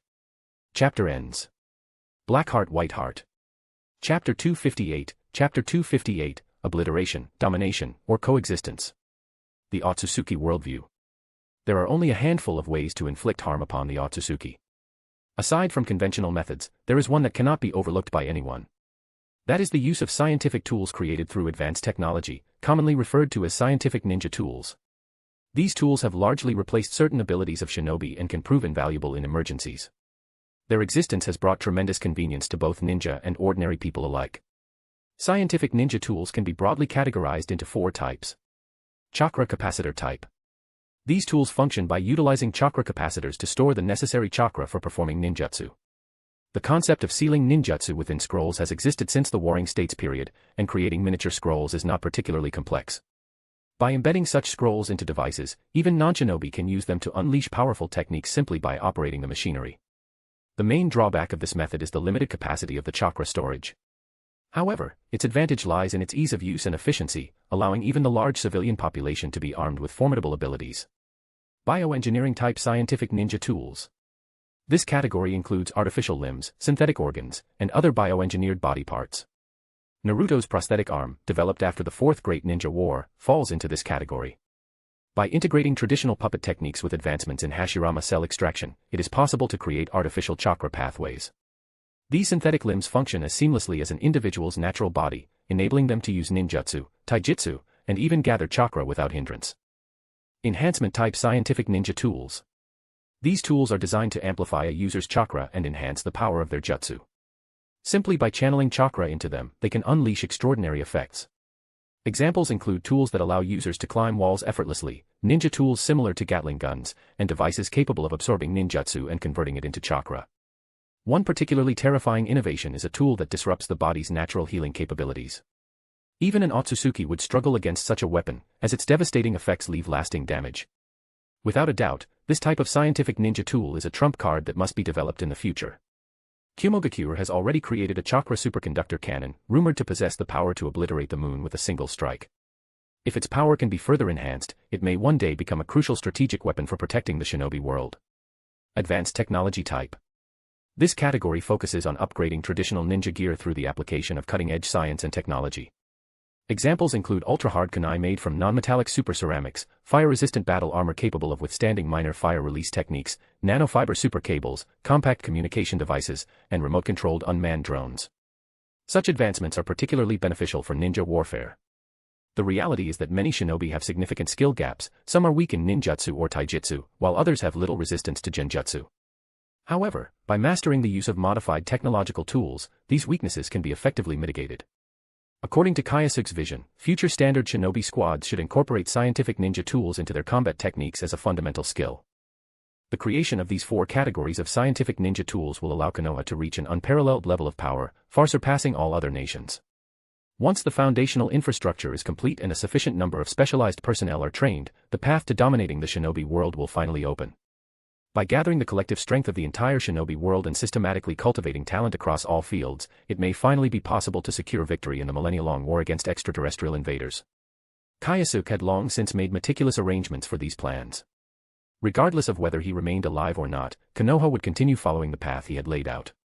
Of course, unforeseen events could still arise, which was precisely why Uchiha Madara had been stationed in the shadows to ensure everything stayed on track. For instance, the existence of the Sage of Six Paths was beyond even Kyōsuke's control. On the moon, at the sealing altar. As he stepped into the ancient chamber, Otsutsuki Hagoromo couldn't help but sigh. Unknowingly, countless years had passed since the battle between mother and son had come to an end. Throughout all this time, he had never set foot on the moon. However, now, the Sage of Six Paths had no choice but to return. The condensation of the sage's chakra fruit still required time. If another Otsutsuki invader appeared before then, he feared that, in his current state, he would be powerless to resist. For this reason, Hagoromo needed to gain deeper insight into his enemies, which meant he had no choice but to meet with his mother once more. You have come. Kagaya's voice rang out, devoid of any discernible emotion. Yes. The Sage of Six Paths nodded, his eyes betraying a hint of guilt, and a sliver of greed he himself had yet to recognize. If the Sage Chakra fruit failed to provide the necessary strength, then the shinobi world would lose its last hope of resisting the Otsutsuki. If that were to happen, then perhaps it would be better for him to claim its power for himself. Shaking his head vigorously to dispel such a dangerous thought, Hagoromo paused momentarily before delivering the news of Ishiki's death. Where is Kyōsuke?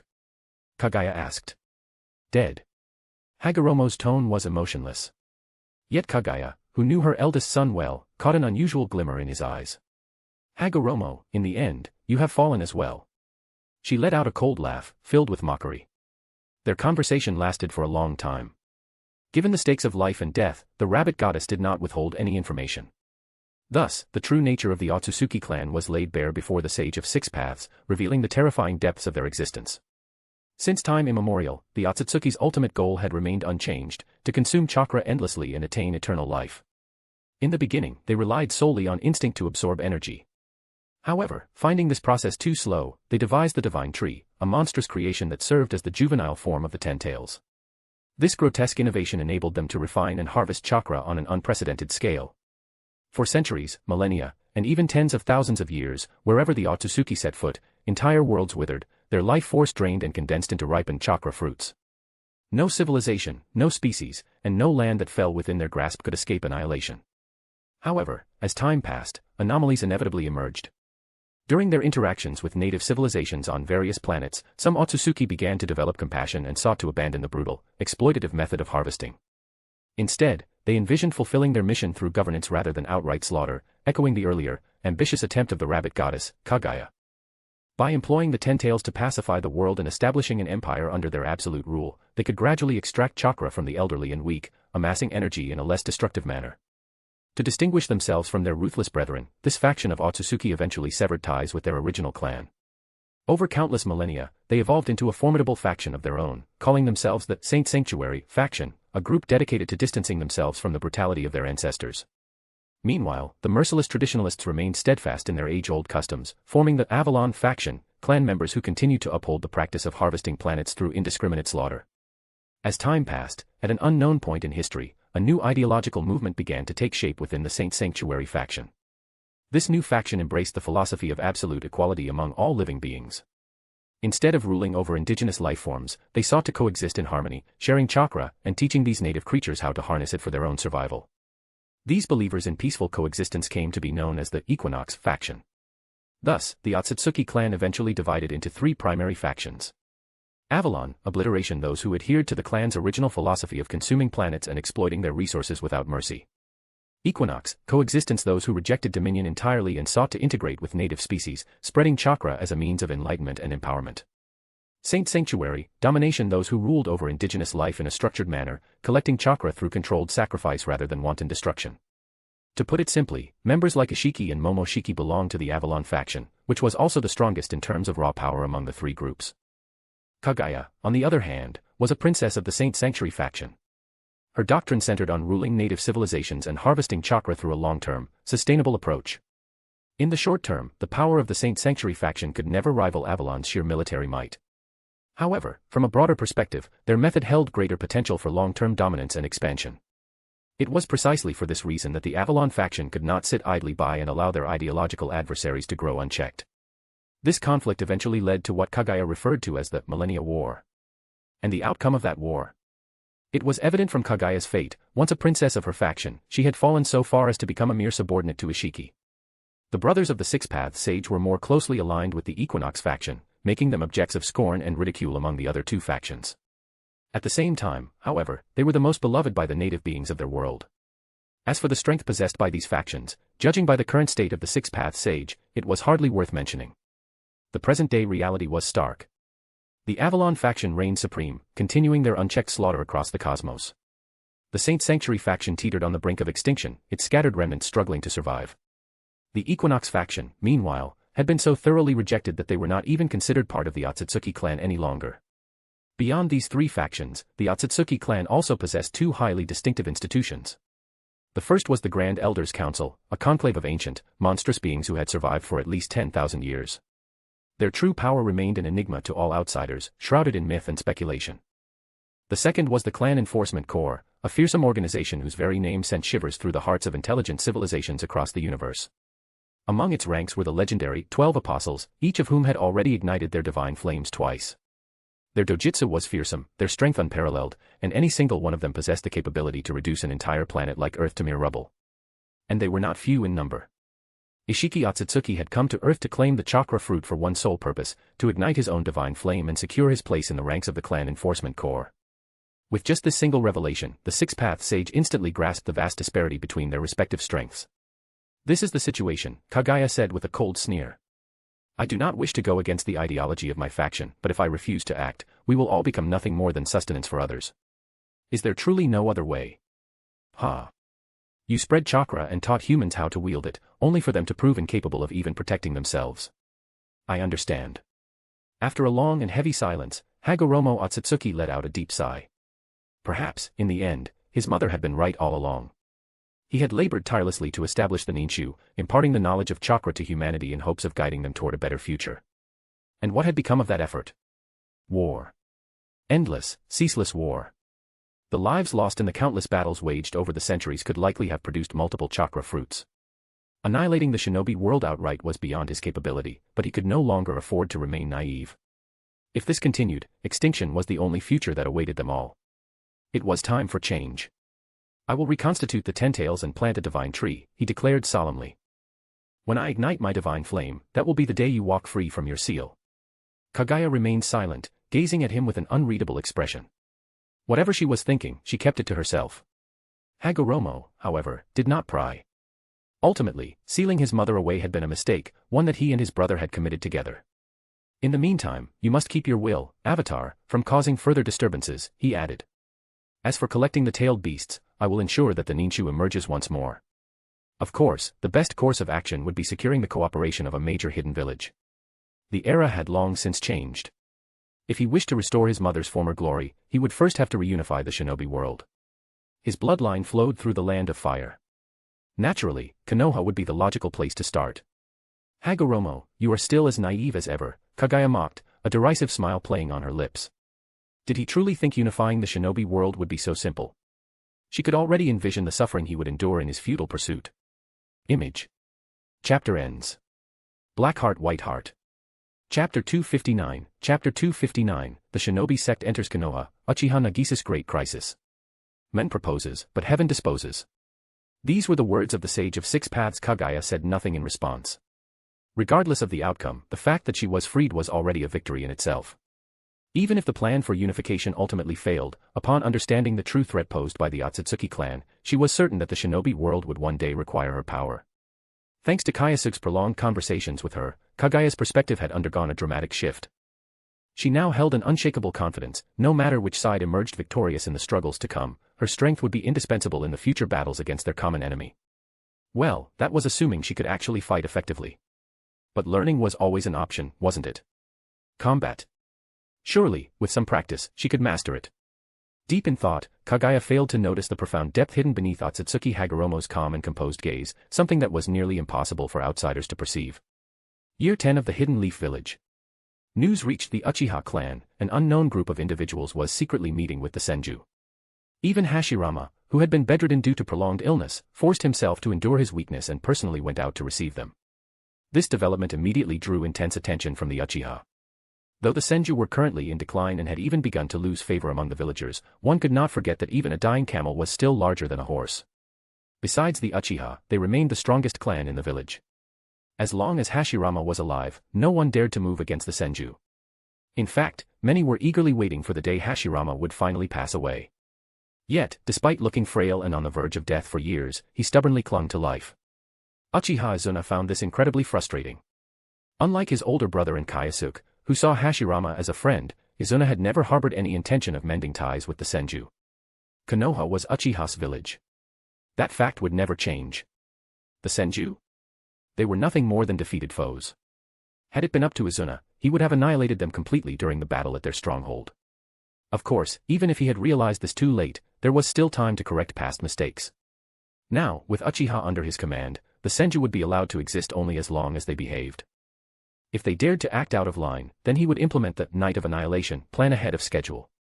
Even if there were no willing executioners, genjutsu-induced hypnosis would suffice. That was Izuna's current mindset. Go. Investigate what the Senju have been up to lately. Although the Senju controlled the Konoha police force, their authority was more superficial than substantial.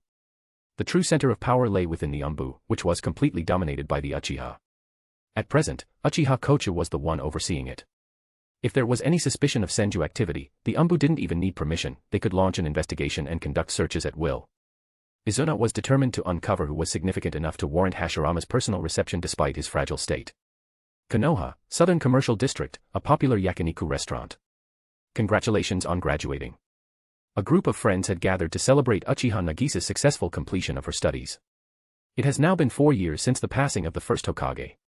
The little girl who once clung to her elder brother's sleeve had grown into a graceful young woman. Wearing her hair in the same signature bun as her mother, Nagisa swayed her head from side to side, looking quite pleased as she skillfully flipped pieces of meat on the grill. Here you go, Oni-chan. Her brother was always her top priority. Tisk, tisk. Princess Eri shook her head playfully, waiting for her own serving. Nagisa's eyes twinkled mischievously. She picked up a second piece of grilled meat with her chopsticks and, just as Eri was about to receive it, she bypassed her entirely and placed it in Kurama Jun's bowl instead. Thank you. 15-year-old Kurama Jun blushed as he accepted the food, his voice soft and hesitant. A rather reserved young man, he was thoughtful but often shy when it came to social situations.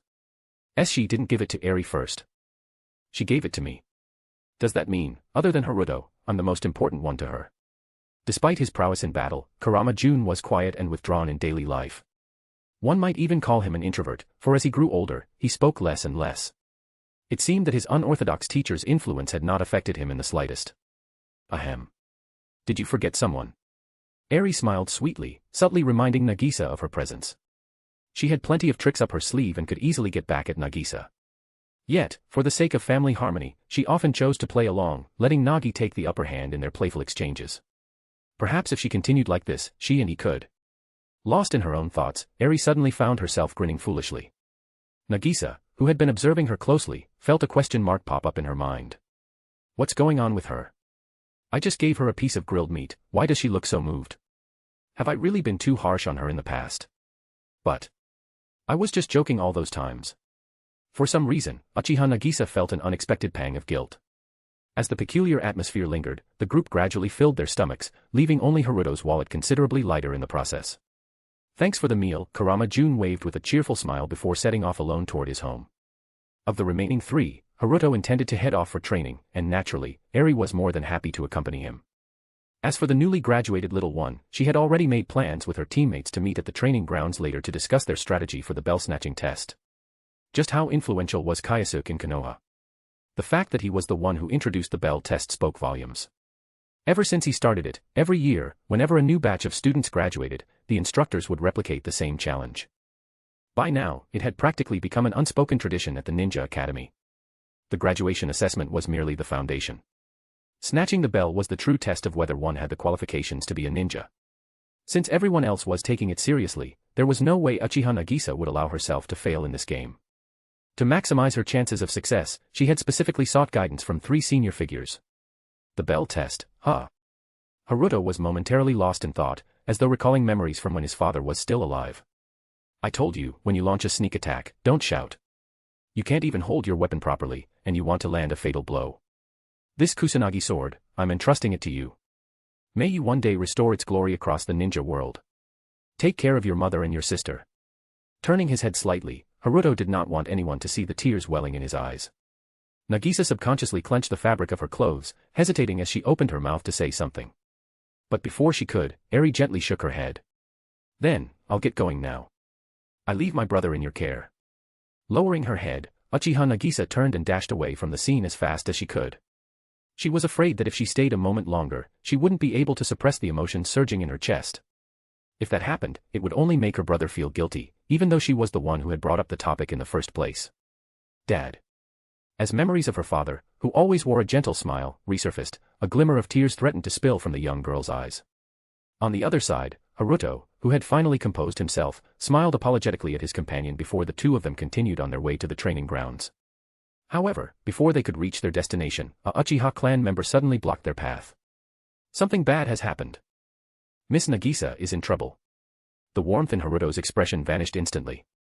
His gaze turned ice cold, and a suffocatingly frigid chakra radiated from him, making Eri shudder in fear. Take me to her. A little earlier, Konoha's training ground hashtag. Bang. Ouch. What the heck? While sparring with her teammates, Uchiha Nagisa had accidentally bumped into a tall, middle-aged man. She had been retreating backward and hadn't noticed anyone behind her at all. Little did she expect that someone had been secretly observing her training. Among ninjas, such behavior was considered highly disrespectful. A ninja's combat ability was, in essence, a battle of intelligence. Revealing one's capabilities recklessly would only make it easier for enemies to exploit their weaknesses. Even a group of fresh graduates from the academy would not take kindly to an outsider spying on their training. Rubbing the dull ache at the back of her head, Uchiha Nagisa puffed up her cheeks in frustration and glared angrily at the middle-aged man. However, instead of apologizing, the man simply shook his head and spoke in an indifferent tone. So, this is the child of Uchiha Kyōsuke. No sense of vigilance, no killing intent in her aura. I doubt her hands have even been stained with blood yet.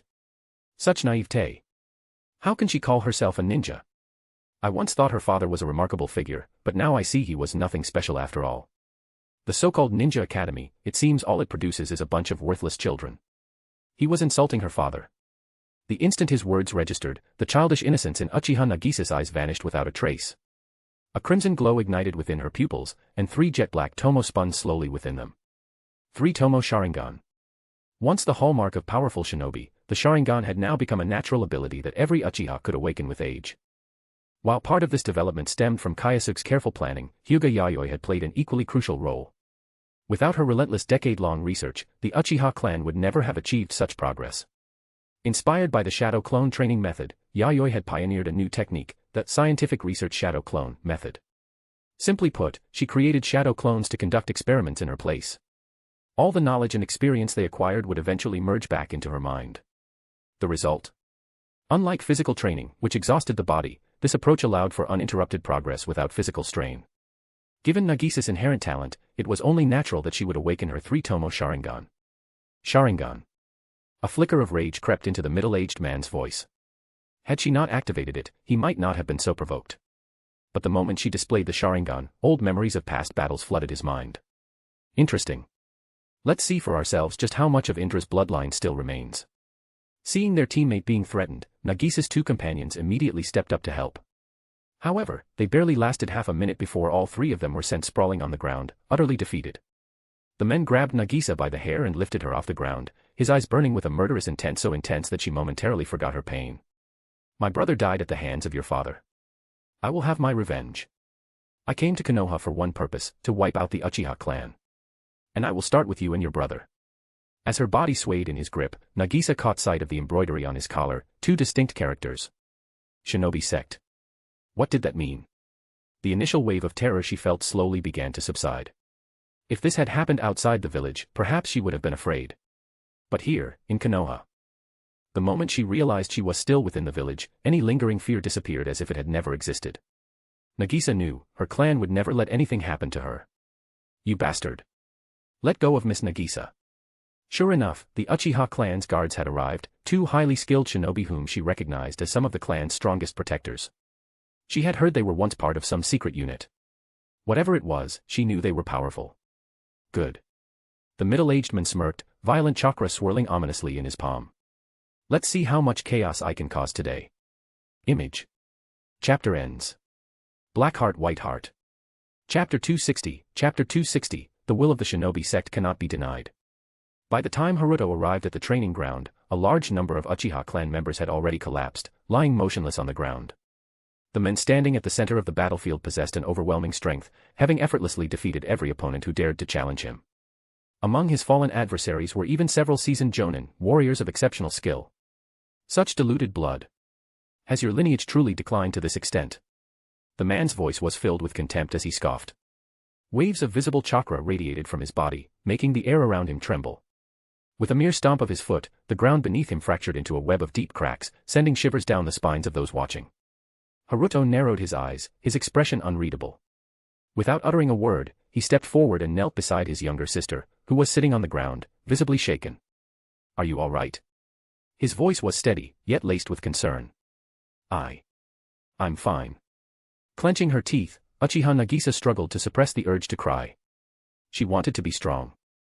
She knew that if she broke down now, there would be no stopping her brother from going berserk. Unlike Naruto, she had never possessed extraordinary talent as a shinobi. She was not the pride of their clan, nor had she ever brought them honor. She had long accepted this reality. But even so, she didn't want to become a burden, didn't want to be the reason for anyone's suffering. Even though her scalp throbbed with pain, even though resentment simmered in her heart, she forced herself to endure. "Brother, I'm all right. Everyone was only trying to protect me, that's all." She stopped mid-sentence. Her brother's gaze had fixed upon the top of her head, his pupils contracting slightly. The brutal treatment she had just endured had left her scalp swollen and red. The marks of violence were plain for all to see. Then. Boom. A surge of chakra erupted from Naruto's body, his emotions no longer held in check. His hands clenched into fists as he turned to one of Nagisa's friends. His voice was low, but it carried an unmistakable weight of fury. Was it him? His companion had no hesitation. Indignation burned in his chest, and now that someone had finally stepped forward to demand justice, he wasted no time in answering. Yes. It was him. Eager to make the situation clear, he recounted the entire incident in vivid detail, even exaggerating some parts in his anger. And when Naruto heard that the men had yanked his sister up by her hair, dragging her across the ground like a mere object, his fury could no longer be contained. "I promised our father that I would protect her. You. How dare you?" A surge of golden-brown chakra exploded from his body, spiraling skyward like an unrelenting storm. The sheer force of his rage sent a shockwave through the air, forcing everyone around him to instinctively retreat. This is. Among the onlookers, those with keen eyes had already realized what was happening. Rumble. As if in response to Naruto's wrath, the heavens themselves began to stir. Thunder rumbled ominously across the sky. Then, in an instant, a towering figure materialized, a colossal giant, over 100 meters tall, exuding an indescribable sense of dread and pressure. A fully formed Susanoo. The man at the center of the battlefield, the one who had started this conflict, suddenly let out a booming laugh. Ha ha ha ha. So the Uchiha haven't completely lost their edge after all. Good. Then let me start by killing you, to avenge my brother. His name was Kanami. His older brother had once been the reincarnation of Azura, the 7th generation's chosen vessel. On that fateful day, his brother had made the ultimate sacrifice, holding the line against Uchiha Kyōsuke to ensure the safe retreat of the blackened Hagoromo. By the time Kanami had found his brother's body, it was already too late. What remained of him was nothing more than a headless corpse, lying in a pool of its own blood. That moment had forever changed Kanami. From that day on, he had sworn an unbreakable vow, he would have his revenge. Even if his true enemy was already dead, it didn't matter. The bloodline still existed. The debt remained unpaid. A son would answer for his father's sins. That was the way of the world. Clapping his hands together in a sharp, decisive motion, he invoked a powerful technique. Before the fully realized Susanoo, another massive entity took form, a titanic wooden construct, its presence no less imposing. Wood release, wood golem jutsu. For the first time in many years, the shinobi world once again bore witness to a legendary battle, Susanoo against the wood golem. Among the older generation of warriors, some felt as if they had been transported back in time, to an era of endless war. Back then, two invincible figures had led the Uchiha to conquer foe after foe, shaping the history of the battlefield. Now, as they stood on the precipice of yet another titanic clash, an elder murmured softly to himself. "There's no going back, is there?" The battle between Susanoo and the wood golem shook the very foundations of the land, sending tremors through the village and drawing the eyes of all who lived within it. Meanwhile, elsewhere. Inside the Hokage's office, Yayoi's eyes widened as she sensed what was happening. Without a moment's hesitation, she shattered the window and leaped into the open air. As she moved, emerald flames ignited around her body. In an instant, she activated her Tenseigan chakra mode, her energy surging. But before she could intervene, a figure suddenly appeared before her. It was a man, his expression adorned with a constant, enigmatic smile. "Hokage Dano," he greeted with an air of politeness. "My name is Masaki, the 17th leader of the shinobi sect." The shinobi sect. Yayoi took a deep breath. She hadn't expected the guest the Senju had invited to be someone of such significance. "I come at the behest of the Sage of Six Paths himself, to discuss the unification of the shinobi world." Unification. She already had a good idea of what that meant. A response to the looming threat of the Otsutsuki. But what did that have to do with her? Get out of my way, she commanded, unbothered by politeness. For the first time, the man's ever-present smile wavered, his expression turning subtly cold. Hokage Dano, he spoke smoothly, allow me to remind you, the will of the shinobi sect has never been defied. Not once, since the age of the ancients. Yayoi scoffed, her tone dripping with scorn. Is that so? Then I'll be honored to be the first. Masaki's eyes narrowed. I advise you not to make a foolish mistake. How tiresome. With a soft sigh, Yayoi instantly appeared before her opponent. In the very next second, dazzling golden light erupted with a sudden brilliance. Golden will reincarnation explosion. Her strike was merciless. No matter what nonsense this so-called shinobi sect preached, no one in this world was allowed to harm his child. She had made a promise, to protect his family, to ensure their safety. Yayoi would never go back on her word. Not to him. Enemy attack.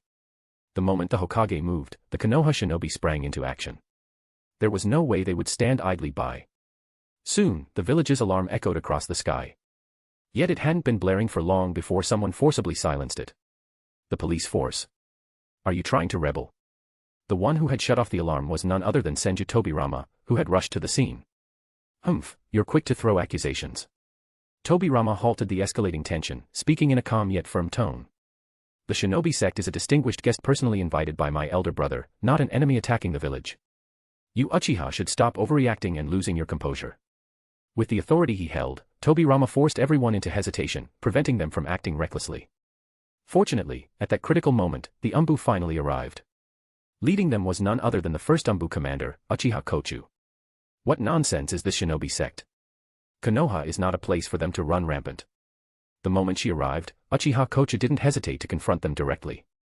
Get out of my way. Otherwise, I'll declare the Senju clan guilty of colluding with the enemy. Just because you say it's collusion, does that make it so? Tobirama would never accept such an accusation. In truth, he genuinely believed that the arrival of the shinobi sect was beneficial for Konoha. If the shinobi world were to be unified, then someone would have to take the lead. The shinobi sect, being an entity above worldly affairs, would not interfere in mundane conflicts. That meant the true power over the ninja world would ultimately fall into Konoha's hands. Tobirama was thinking of Konoha's future. But unfortunately, the Uchiha would never believe such words. That included the Uchiha woman standing before him, Kochu. How utterly unreasonable. Seeing that the conversation had broken down completely and conflict between the police force and the Umbu was imminent, Tobirama had no choice but to retreat with his men. If they truly fought, the Senju would be branded as traitors. The Hokage had engaged in battle. If he now interfered, what exactly was his intent? Would he be aiding the invaders? Would he be seen as a conspirator? Tobirama himself had often leveled such accusations against others. He knew better than anyone how dangerous these labels could be, especially when wielded by someone as skilled in subterfuge as Uchiha Kochu, who was a spy. At the same time, he cursed the shinobi sect internally. What kind of fools were they to stir up such a mess? They must have spent too long hidden underground. After centuries of isolation, they had clearly lost the ability to navigate the world properly. Did they not understand where they were? This was Konoha, the strongest shinobi organization in the ninja world, home to tens of thousands of jutsu users. It was not far behind the shinobi sect at its peak. And now, these fools dared to march in with a handful of second-rate fighters, thinking brute force alone could bring Konoha to its knees. The sheer stupidity of it was laughable. To truly unify the shinobi world, both sides needed to cooperate. A forced submission would only ignite war. No matter what, he had to de-escalate today's conflict. With that resolve, he turned and strode toward the battlefield, determined to end the fighting before it escalated beyond control. If Hyuga Yayoi truly ignited a war, then today's events would spiral into chaos. Humph, what a bunch of fools. Kochu showed no leniency towards the enemy and immediately declared Konoha under wartime security measures. Spread the word, label all those claiming to be part of the shinobi sect as hostile targets. If they resist, eliminate them without hesitation. Yes, ma'am. The battle at the training grounds ended as abruptly as it had begun. Haruto, wielding the power of Ketsu, certainty shot, delivered a decisive strike, piercing straight through Makijin and achieving remarkable results. Just as he was about to continue his assault and kill the detestable man on the spot, a figure suddenly appeared in the field. Enough. The newcomer had white hair and was racked with heavy coughs, appearing no different from an old man in his 60s or 70s. Yet in reality, he was barely past his 30s. In all of Konoha, only a handful of people could halt Uchiha Haruto in his wrathful state. And standing before him was one such man. Senju Hashirama. Haruto muttered the name under his breath. A legendary figure, a supreme powerhouse rivaling his father, a man regarded as a living deity. No matter how inflated his own confidence was, Haruto knew he was far from possessing the power to challenge Hashirama. The massive gorge carved by the thousand-armed Buddha had long since become a renowned landmark, one he had personally witnessed before. Simply put, such devastation was beyond human capability. Consider this a personal favor. I'm asking you, please. Hashirama gave a wry smile. Brother, I'm fine now. Uchiha Nagisa also spoke, trying to pacify him. Seeing this, Haruto reluctantly dismissed his Susanoo and descended from the sky, positioning himself protectively in front of his sister. You still owe me an explanation, he said firmly. That is only fair, cough, cough. Hashirama coughed lightly before nodding in agreement. These were Kyōsuke's children, and by extension, they were his juniors, future guardians of Konohagakure. No matter what, he could not allow these young ones to become disillusioned with their village. Turning his gaze toward Kanami, whose face was twisted in barely restrained fury, Hashirama took a deep breath. Slowly, he straightened his previously hunched back. In that instant, an overwhelming aura surged forth, distorting the very fabric of the world around them. The atmosphere seemed to shift as if the heavens themselves trembled before his presence. The yang power inherited from the Sage of Six Paths was the only thing barely sustaining his life. The destruction wrought by the thousand-armed Buddha had been far too excessive. The immense strain of the Susanoo-enhanced defense had taken its toll on Hashirama, drastically depleting his life force. Even though his physical constitution had undergone another evolution, it was still insufficient to counterbalance the colossal amount of life force he had expended. Despite his condition, Hashirama still retained the strength of a mid-tier Six Paths level warrior, making his combat abilities comparable to that of Six Paths Obito. Taking down an opponent of Kanami's caliber, merely at the level of an Superkage, was effortless. Slap. Before anyone could even register what had happened, the men had been sent flying by a single slap. Consider this your minor punishment. Oh, and I almost forgot to mention, Konohagakure will never yield to your demands. Image. Chapter ends. Black Heart White Heart.